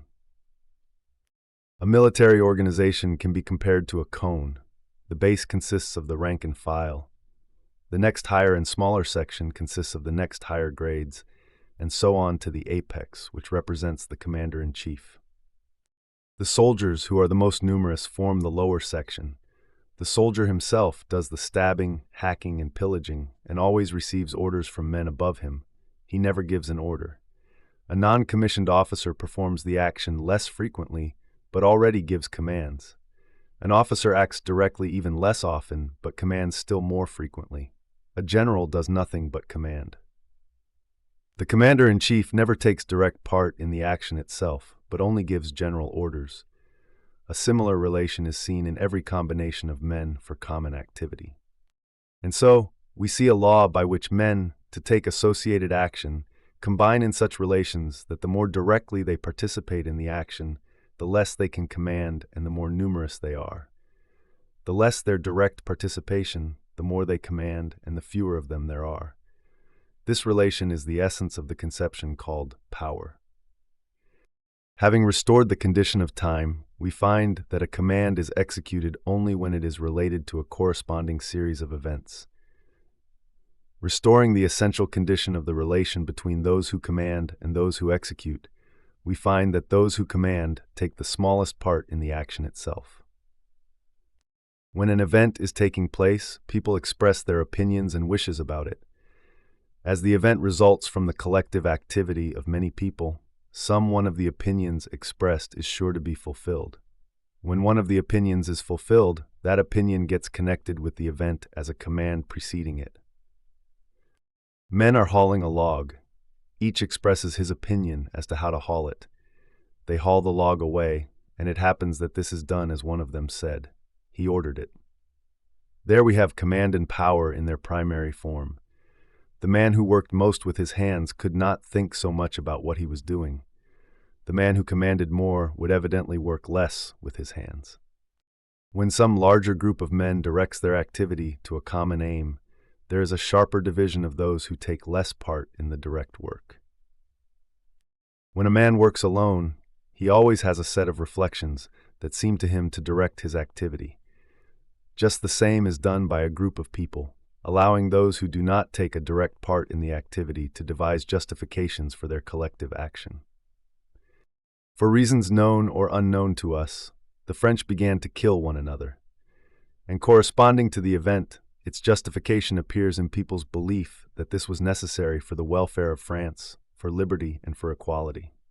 People ceased to kill one another, and this event was accompanied by its justification in the necessity for a centralization of power. Men went from the west to the east, killing their fellow men. and the event was accompanied by phrases about the glory of France and the baseness of England. History shows us that these justifications have no common sense and are all contradictory. But these justifications have a very necessary significance in their own day. They release those who produce the events from moral responsibility. Without such justification, there would be no reply to the simplest question that presents itself. How is it that millions of men commit collective crimes, make war, commit murder, and so on? With the present complex forms of political life, can any event that is not prescribed by monarchs, ministers, or newspapers be imagined? Is there any collective action that cannot find its justification in patriotism, in the balance of power, or in civilization? So every event that occurs inevitably coincides with some expressed wish, and receiving a justification presents itself as the result of the will of one man or several men. In whatever direction a ship moves, the flow of the waves it cuts will always be noticeable ahead of it. To those on board, the movement of those waves will be the only perceptible motion. Only by watching closely, moment by moment, the movement of that flow and comparing it with the movement of the ship, do we convince ourselves that it is all caused by the forward movement of the ship, and that we were led into error by the fact that we ourselves were imperceptibly moving. We see the same if we watch moment by moment the movement of historical characters and do not lose sight of their essential connection with the masses.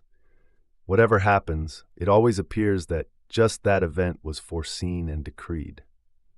Examining only those expressions of the will of historical persons which, as commands, were related to events, historians have assumed that the events depended on those commands.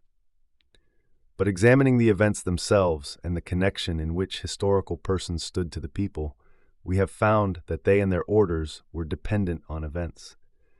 The incontestable proof of this is that, however many commands were issued, the event does not take place unless there are other causes for it. But as soon as an event occurs, out of all the continually expressed wishes of different people, some will always be found which are related as commands to the events. Arriving at this conclusion, we can reply directly and positively to these two essential questions of history. First, what is power? Power is the relation of a given person to other individuals, in which the more this person expresses opinions, predictions, and justifications of the collective action that is performed, the less is his participation in that action. Second, what force produces the movement of the nations? The movement of nations is caused not by power, nor by intellectual activity, but by the activity of all the people who participate in the events. They always combine in such a way that those taking the largest direct share in the event take on themselves the least responsibility, and vice versa. Morally, the wielder of power appears to cause the event. Physically, it is those who submit to the power. But as the moral activity is inconceivable without the physical, the cause of the event is neither in the one nor in the other, but in the union of the two. In other words, the conception of a cause is inapplicable to the phenomena we are examining. In the last analysis, we reach the circle of infinity, that final limit to which in every domain of thought man's reason arrives. Electricity produces heat, heat produces electricity, atoms attract each other, and atoms repel one another. Speaking of the interaction of heat and electricity, and of atoms, we cannot say why this occurs, and we say that it is so because it must be so, that it is a law. The same applies to historical events. Why war and revolution occur we do not know. We only know that to produce one or the other action, people combine in a certain formation in which they all take part, and we say that this is so because it is unthinkable otherwise, or in other words, that it is a law. If history dealt only with external phenomena, the establishment of this simple law would suffice. But the law of history relates to man. A particle of matter cannot tell us that it does not feel the law of attraction. But man, who is the subject of history, says plainly, "I am free and am therefore not subject to the law." The presence of the problem of man's free will is felt at every step of history. All the contradictions of history and the false path it has followed are due solely to the lack of a solution to that question. If the will of every man were free, all history would be a series of disconnected incidents. If in 1,000 years even one man in a million could act freely, one single free act of that man's in violation of the laws would destroy the possibility of any laws for the whole of humanity. If there is a single law governing the actions of men, free will cannot exist, for then man's will is subject to that law. In this contradiction lies the problem of free will, which has occupied the best human minds for ages. The problem is that regarding man as an object of observation from any point of view, we find a general law of necessity to which he is subject. But regarding him from within ourselves, as what we are conscious of, we feel ourselves to be free. This consciousness is a source of self-knowledge quite apart from and independent of reason. Through his reason, man observes himself, but only through consciousness does he know himself. A man is only conscious of himself as a living being by the fact that he wills, that is conscious of his volition. But his will, which forms the essence of his life, man recognizes as free. If, observing himself, man sees that his will is always directed by one and the same law, he cannot recognize this never-varying direction of his will otherwise than as a limitation of it. Were it not free, it could not be limited. A man's will seems to him to be limited just because he is not conscious of it except as free. You say, "I am not free, but I have lifted my hand and let it fall." Everyone understands that this illogical reply is an irrefutable demonstration of freedom. That reply is the expression of a consciousness that is not subject to reason. If the consciousness of freedom were not a separate and independent source of self-consciousness, it would be subject to reasoning and to experience. But in fact, such subjection does not exist. A series of experiments and arguments proves to every man that he, as an object of observation, is subject to certain laws. A man submits to them and never resists the laws of gravity once he has become acquainted with them. But the same series of experiments and arguments proves to him that the complete freedom of which he is conscious in himself is impossible. Yet man never submits to these deductions. Having learned from experiment that a stone falls downwards, a man believes this and always expects the law to be fulfilled, but learning just as certainly that his will is subject to laws, he does not and cannot believe this. However often experiment may show a man that under the same conditions he will do the same thing as before, yet when he approaches for the 1,000th time the action that always ends in the same way, he feels as certainly convinced as before that he can act as he pleases. Every man, savage or sage, feels that without this irrational conception of freedom, he cannot imagine life. He feels that however impossible it may be, it is so, for without this conception of freedom, he would be unable to live for a single moment. He could not live, because all man's efforts, all his impulses to life, are only efforts to increase freedom. Wealth and poverty, fame and obscurity, power and subordination, strength and weakness, health and disease, are only greater or lesser degrees of freedom. A man having no freedom cannot be conceived of except as deprived of life. If the conception of freedom appears to reason to be a senseless contradiction, that only proves that consciousness is not subject to reason. This unshakable, irrefutable consciousness of freedom, uncontrolled by experiment or argument, recognized by all thinkers and felt by everyone, this consciousness without which no conception of man is possible, constitutes the other side of the question. Man is the creation of an all-powerful, all-good, and all-seeing God. What is sin? That's a question for theology. The actions of men are subject to general immutable laws. What is man's responsibility to society? That is a question for jurisprudence. Man's actions proceed from his innate character and the motives acting upon him. What is conscience? That is a question for ethics. Man in connection with the general life of humanity appears subject to laws which determine that life. But the same man apart from that connection appears to be free. How should the past life of nations be regarded, as the result of the free or as the result of the constrained activity of man? That is a question for history. Only in our self-confident day has the question of the freedom of will been put on a level on which the question itself cannot exist. In our time, the majority of so-called advanced people have taken the work of the naturalists, who deal with one side of the question for a solution of the whole problem. They say that the soul and freedom do not exist, for the life of man is expressed by muscular movements, and muscular movements are conditioned by the activity of the nerves. They do not at all suspect that thousands of years ago, that same law of necessity which they are now trying to prove by physiology and zoology was not merely acknowledged by all religions and all thinkers, but has never been denied. They do not see that the role of the natural sciences in this matter is merely to serve as an instrument for the illumination of one side of it. The fact that, from the point of view of reason, man is subject to the law of necessity only explains from a fresh side the truth admitted thousands of years ago. But it does not advance by a hair's breadth the solution of the question, which has another, opposite side, based on the consciousness of freedom. If men descended from the apes at an unknown period of time, that is as comprehensible as that they were made from a handful of earth.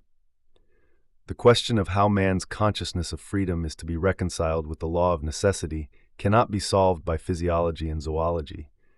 In a frog, a rabbit, or an ape, we can observe only muscular nervous activity, but in man we observe consciousness as well. The naturalists and their followers, thinking they can solve this question, are like plasterers set to plaster one side of the walls of a church, who, in an excess of zeal, plaster over the windows, icons, and woodwork, and are delighted that from their point of view, everything is now so smooth and regular.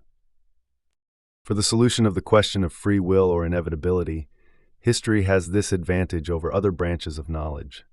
For history, this question does not refer to the essence of man's free will, but its manifestation in the past and under certain conditions. In regard to this question, history stands to the other sciences as experimental science stands to abstract science. The subject for history is not man's will itself, but our presentation of it. And so for history, the insoluble mystery presented by the incompatibility of free will and inevitability does not exist as it does for theology, ethics, and philosophy. History surveys a presentation of man's life in which the union of these two contradictions has already taken place. In actual life, each historic event, each human action, is very clearly understood without any sense of contradiction, although each event presents itself as partly free and partly compulsory. To solve the question of how freedom and necessity are combined, the philosophy of history can and should follow a path contrary to that taken by other sciences. Instead of first defining the conceptions of freedom and inevitability in themselves, and then ranging the phenomena of life under those definitions, history should deduce a definition of these conceptions from the immense quantity of phenomena of which it is aware. Whatever presentation of the activity of many men or of an individual we may consider, we always regard it as the result partly of man's free will and partly of the law of inevitability. Whether we speak of the migration of peoples, or of the decrees of Napoleon III, or of someone's action an hour ago in choosing one direction for his walk, we are unconscious of any contradiction. The degree of freedom and inevitability governing the actions of these people is clearly defined for us. Our conception of the degree of freedom often varies according to the point of view from which we regard the event. But every human action appears to us as a certain combination of freedom and inevitability. And always, the more freedom we see in any action, the less inevitability do we perceive, and the more inevitability, the less freedom. The proportion of freedom to inevitability decreases and increases according to the point of view from which the action is regarded, but their relation is always one of inverse proportion. A sinking man who clutches at another and drowns him, or a hungry mother who steals some food, or a man trained to discipline who on duty kills a defenseless man, these seem less guilty, that is, less free and more subject to the law of necessity to one who knows the circumstances. Similarly, a man who committed a murder 20 years ago and has since lived peaceably seems less guilty to someone who considers his action after 20 years than to one who examined it the day after. And in the same way, every action of an insane or highly excited man appears less free and more inevitable to one who knows his mental condition. In all these cases, The conception of freedom is increased or diminished according to the point of view from which the action is regarded. Religion, the common sense of mankind, the science of law, and history itself understand alike this relation between necessity and freedom. All cases in which our conception of freedom and necessity is increased and diminished depend on three considerations. First is the relation to the external world of the man who commits the deeds. This is what makes it evident that a drowning man is less free and more subject to necessity than one standing on dry ground. If we consider a man alone, apart from his relation to everything around him, each action of his seems to us free. But if we see his relation to anything around him, we see that each of these circumstances has an influence on him. And the more we perceive of these influences, the more our conception of his freedom diminishes. The second consideration is the time relation of the man to the world. That is the ground which makes the fall of the first man, resulting in the production of the human race, appear evidently less free than a man's entry into marriage today. It is the reason why the life of people who lived centuries ago cannot seem to me as free as the life of a contemporary. The degree of our conception of freedom or inevitability depends on the lapse of time between the performance of the action and our judgment of it. If I examine an act I performed a moment ago, it appears to me undoubtedly free. But if I examine an act performed a month ago, I cannot help recognizing that if that act had not been committed, much that resulted from it would not have taken place. The farther I go back in memory, the more doubtful becomes my belief in the freedom of my action. In history, we find a very similar progress of conviction concerning the part played by free will. A contemporary event seems to us to be the doing of all the known participants, but with a more remote event, we see its inevitable results, which prevent our considering anything else possible. The farther we go back in examining events, the less arbitrary do they appear. The Napoleonic Wars still seem to us to be the outcome of their hero's will. But in the Crusades, we already see an event occupying its definite place in history. In regard to the migration of peoples, it does not enter anyone's head today to suppose that the renovation of the European world depended on Attila's whim. The farther back in history the object of our observation lies, the more doubtful does the free will of those concerned become, and the more manifest the law of inevitability. The third consideration is the degree to which we apprehend that endless chain of causation.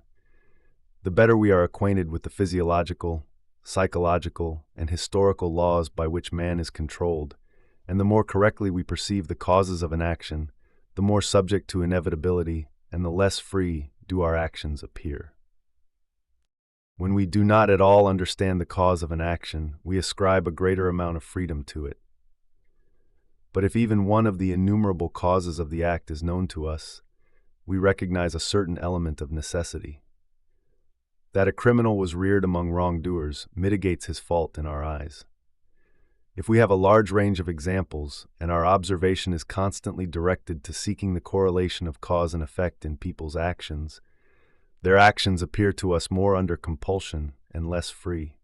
The dishonest conduct of the son of a dishonest father, or a drunkard's relapse into drunkenness, are actions that seem to us less free the better we understand their cause. If the man whose actions we are considering is on a very low stage of mental development, like a child or a madman, then knowing the causes, we see so large an element of necessity and so little free will that we can foretell the result. On these three considerations alone is based the conception of irresponsibility for crimes and the extenuating circumstances admitted by all legislative codes. Thus, our conception of free will and inevitability gradually diminishes or increases according to the greater or lesser connection with the external world, the greater or lesser remoteness of time, and the greater or lesser dependence on the causes in relation to which we contemplate a man's life. So that if we examine the case of a man whose connection with the external world is well known, where the time between the action and its examination is great, and where the causes of the action are most accessible, we get the conception of a maximum of inevitability and a minimum of free will. If we examine a man little dependent on external conditions, whose action was performed very recently, and the causes of whose action are beyond our knowledge, we get the conception of a minimum of inevitability and a maximum of freedom. In neither case, however we may change our point of view, can we ever conceive either complete freedom or complete necessity. To whatever degree we may imagine a man to be exempt from the influence of the external world, we never get a conception of freedom in space. Every human action is inevitably conditioned by what surrounds him and by his own body. To conceive of a man being free, we must imagine him outside space, which is impossible. However much we approximate the time of judgment to the time of the deed, we never get a conception of freedom in time. For if I examine an action committed a second ago, I must still recognize it as not being free, for it is irrevocably linked to the moment at which it was committed. The moment in which the first movement was made is irrevocable, and at that moment I could make only one movement. To imagine it as free, it is necessary to imagine it in the present, on the boundary between the past and the future, that is, outside time, which is impossible. However much the difficulty of understanding the causes may be increased, we never reach a conception of complete freedom, that is, an absence of cause. However inaccessible to us may be the cause of any action, the first demand of reason is the assumption of and search for a cause, for without a cause, no phenomenon is conceivable. But even if we were to admit so infinitely small a remainder of inevitability as equaled zero, we should even then not have arrived at the conception of complete freedom in man. For a being uninfluenced by the external world, standing outside of time and independent of cause, is no longer a man. In the same way, we can never imagine the action of a man quite devoid of freedom and entirely subject to the law of inevitability. However, we may increase our knowledge of the conditions of space. That knowledge can never be complete.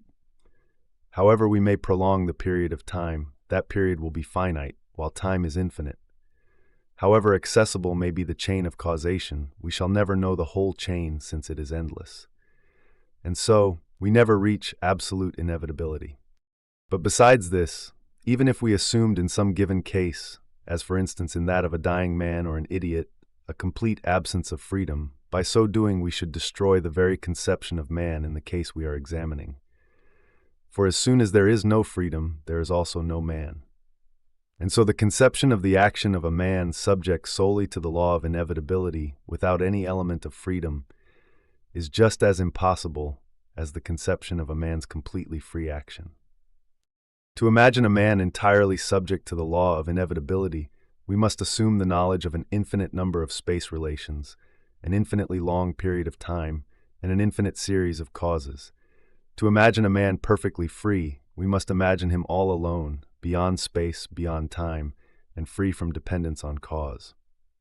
In the first case, we should have reached a mere form without content. In the second case, we should have arrived at unconditioned freedom, which would be nothing or mere content without form.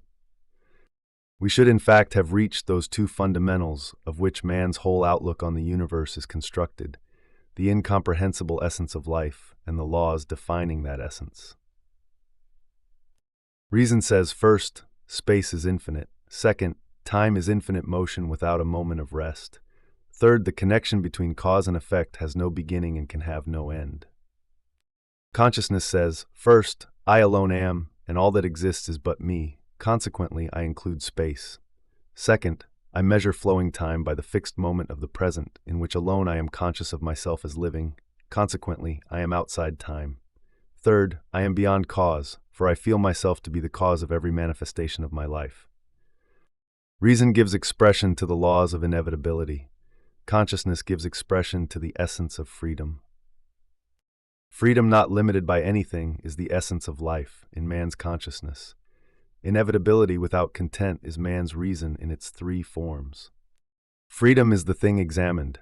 Inevitability is what examines. Freedom is the content. Inevitability is the form. Only by separating the two sources of cognition, related to one another as form to content, do we get the mutually exclusive and separately incomprehensible conceptions of freedom and inevitability. Only by uniting them do we get a clear conception of man's life. Apart from these two concepts, which in their union mutually define one another, no conception of life is possible. All that we know of the life of man is merely a certain relation of free will to inevitability, that is, of consciousness to the laws of reason. All that we know of the external world of nature is only a certain relation of the forces of nature to inevitability, or of the essence of life to the laws of reason. The great natural forces lie outside us, and we are not conscious of them. We call those forces gravitation, electricity, and so on, but we are conscious of the force of life in man, and we call that freedom. But just as the force of gravitation, incomprehensible in itself but felt by every man, is understood by us only to the extent to which we know the laws of inevitability to which it is subject, so too the force of free will, incomprehensible in itself but of which everyone is conscious, is intelligible to us only in as far as we know the laws of inevitability to which it is subject. All knowledge is merely a bringing of this essence of life under the laws of reason.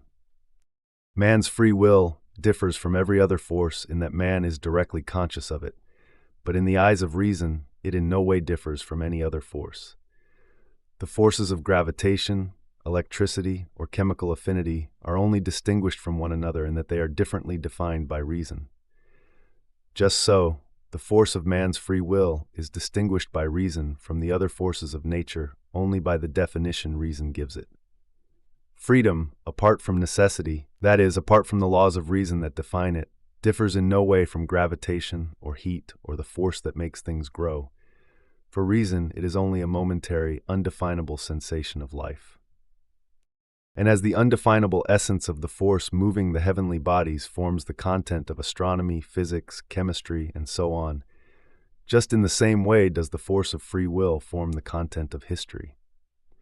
But just as the subject of every science is the manifestation of this unknown essence of life, while that essence itself can only be the subject of metaphysics, even so the manifestation of the force of free will in human beings, in space, in time, and in dependence on cause forms the subject of history, while free will itself is the subject of metaphysics. In the experimental sciences, what we know we call the laws of inevitability. What is unknown to us we call vital force. Vital force is only an expression for the unknown remainder over and above what we know of the essence of life. So also in history, what is known to us we call laws of inevitability. What is unknown we call free will. Free will is for history only an expression for the unknown remainder of what we know about the laws of human life. History examines the manifestations of man's free will in connection with the external world in time and in dependence on cause. That is, it defines this freedom by the laws of reason, and so history is a science only insofar as this free will is defined by those laws. The recognition of man's free will as something capable of influencing historical events, that is, as not subject to laws, is the same for history as the recognition of a free force moving the heavenly bodies would be for astronomy. That assumption would destroy the possibility of the existence of laws, that is, of any science whatever. If there is even a single body moving freely, then the laws of Kepler and Newton are negated, and no conception of the movement of the heavenly bodies any longer exists. If any single action is due to free will, then not a single historical law can exist, nor any conception of historical events. For history, lines exist of the movement of human wills, one end of which is hidden in the unknown, but at the other end of which a consciousness of man's will in the present moves in space, time, and dependence on cause. The more this field of motion spreads out before our eyes, the more evident are the laws of that movement. To discover and define those laws is the problem of history. From the standpoint from which the science of history now regards its subject, seeking the causes of events in man's free will, a scientific statement of those laws is impossible. For however man's free will may be restricted, as soon as we recognize it as a force not subject to law, the existence of law becomes impossible. Only by reducing this element of free will to the infinitesimal, that is, by regarding it as an infinitely small quantity, can we convince ourselves of the absolute inaccessibility of the causes. Then, instead of seeking causes, history will take the discovery of laws as its problem. The search for these laws has long been begun, and the new methods of thought which history must adopt are being worked out simultaneously with the self-destruction toward which the old method of history is moving. All human sciences have traveled along that path. Arriving at infinitesimals, mathematics, the most exact of sciences, abandons the process of analysis and enters on the new process of the integration of unknown, infinitely small quantities. Abandoning the conception of cause, mathematics seeks law, that is, the property common to all unknown, infinitely small elements. In another form, but along the same path of reflection, the other sciences have proceeded. When Newton stated the law of gravity, he did not say that the sun or the earth had a property of attraction. He said that all bodies from the largest to the smallest have the property of attracting one another. That is, leaving aside the question of the cause of the movement of the bodies, he expressed the property common to all bodies. The same is done by the natural sciences. Leaving aside the question of cause, they seek for laws. History stands on the same path. And if history has for its object the study of the movement of nations and of humanity, and not the narration of episodes in the lives of individuals, it too, setting aside the conception of cause, should seek the laws common to all the inseparably interconnected infinitesimal elements of free will. From the time the law of Copernicus was discovered and proved, the mere recognition of the fact that it was not the sun but the earth that moves was enough to destroy the whole cosmography of the ancients. It would seem impossible to continue studying the Ptolemaic worlds, but even after the discovery of the law of Copernicus, the Ptolemaic worlds were still studied for a long time. From the time the first person said and proved that the number of births or of crimes is subject to mathematical laws, and that this or that mode of government is determined by certain geographical and economic conditions, the foundations on which history had been built were destroyed in their essence. By refuting these new laws, the former view of history might have been retained. But without refuting them, it would seem impossible to continue studying historic events as the results of man's free will. For if a certain mode of government was established in consequence of such and such geographic or economic conditions, then the free will of those individuals who appear to us to have established that mode of government can no longer be regarded as the cause. And yet, the former history continues to be studied side by side with the laws of statistics, geography, political economy, and geology, which directly contradict its assumptions. The struggle between the old views and the new was long and stubbornly fought out in physical philosophy. Theology stood on guard for the old views and accused the new of violating revelation. But when truth conquered, theology established itself just as firmly on the new foundation. Just as prolonged and stubborn is the struggle now proceeding between the old and the new conception of history. And theology in the same way stands on guard for the old view and accuses the new view of subverting revelation. In the one case, as in the other, on both sides, the struggle provokes passion and stifles truth. On one hand, there is fear and regret for the loss of the whole edifice constructed through the ages. On the other is the passion for destruction. To the men who fought against the rising truths of physical philosophy, it seemed that if they admitted that truth, it would destroy faith in God, in the creation of the firmament, and in the miracle of Joshua. To the defenders of the laws of Copernicus and Newton, it seemed that the laws of astronomy destroyed religion, and they used the law of gravitation as a weapon against religion. Just so, it now seems as if we have only to admit the law of inevitability to destroy the conception of the soul, of good and evil, and all the institutions of state and church that have been built up on those conceptions. So too, uninvited defenders of the law of inevitability today use that law as a weapon against religion, though the law of inevitability in history, like the law of Copernicus in astronomy, far from destroying, even strengthens the foundation on which the institutions of state and church are erected. As in the question of astronomy then, so in the question of history now, the whole difference of opinion is based on the recognition or non-recognition of something absolute, serving as the measure of visible phenomena. In astronomy, it was the immovability of the earth. In history, it is the independence of personality, free will. As with astronomy, the difficulty of recognizing the motion of the Earth lay in abandoning the immediate sensation of the Earth's fixity. So in history, the difficulty of recognizing the subjection of personality to the laws of space, time, and cause lies in renouncing the direct feeling of the independence of one's own personality. But as in astronomy, the new view said, it is true that we do not feel the movement of the Earth, but by admitting its immobility, we arrive at absurdity, while by admitting its motion, which we do not feel, we arrive at laws.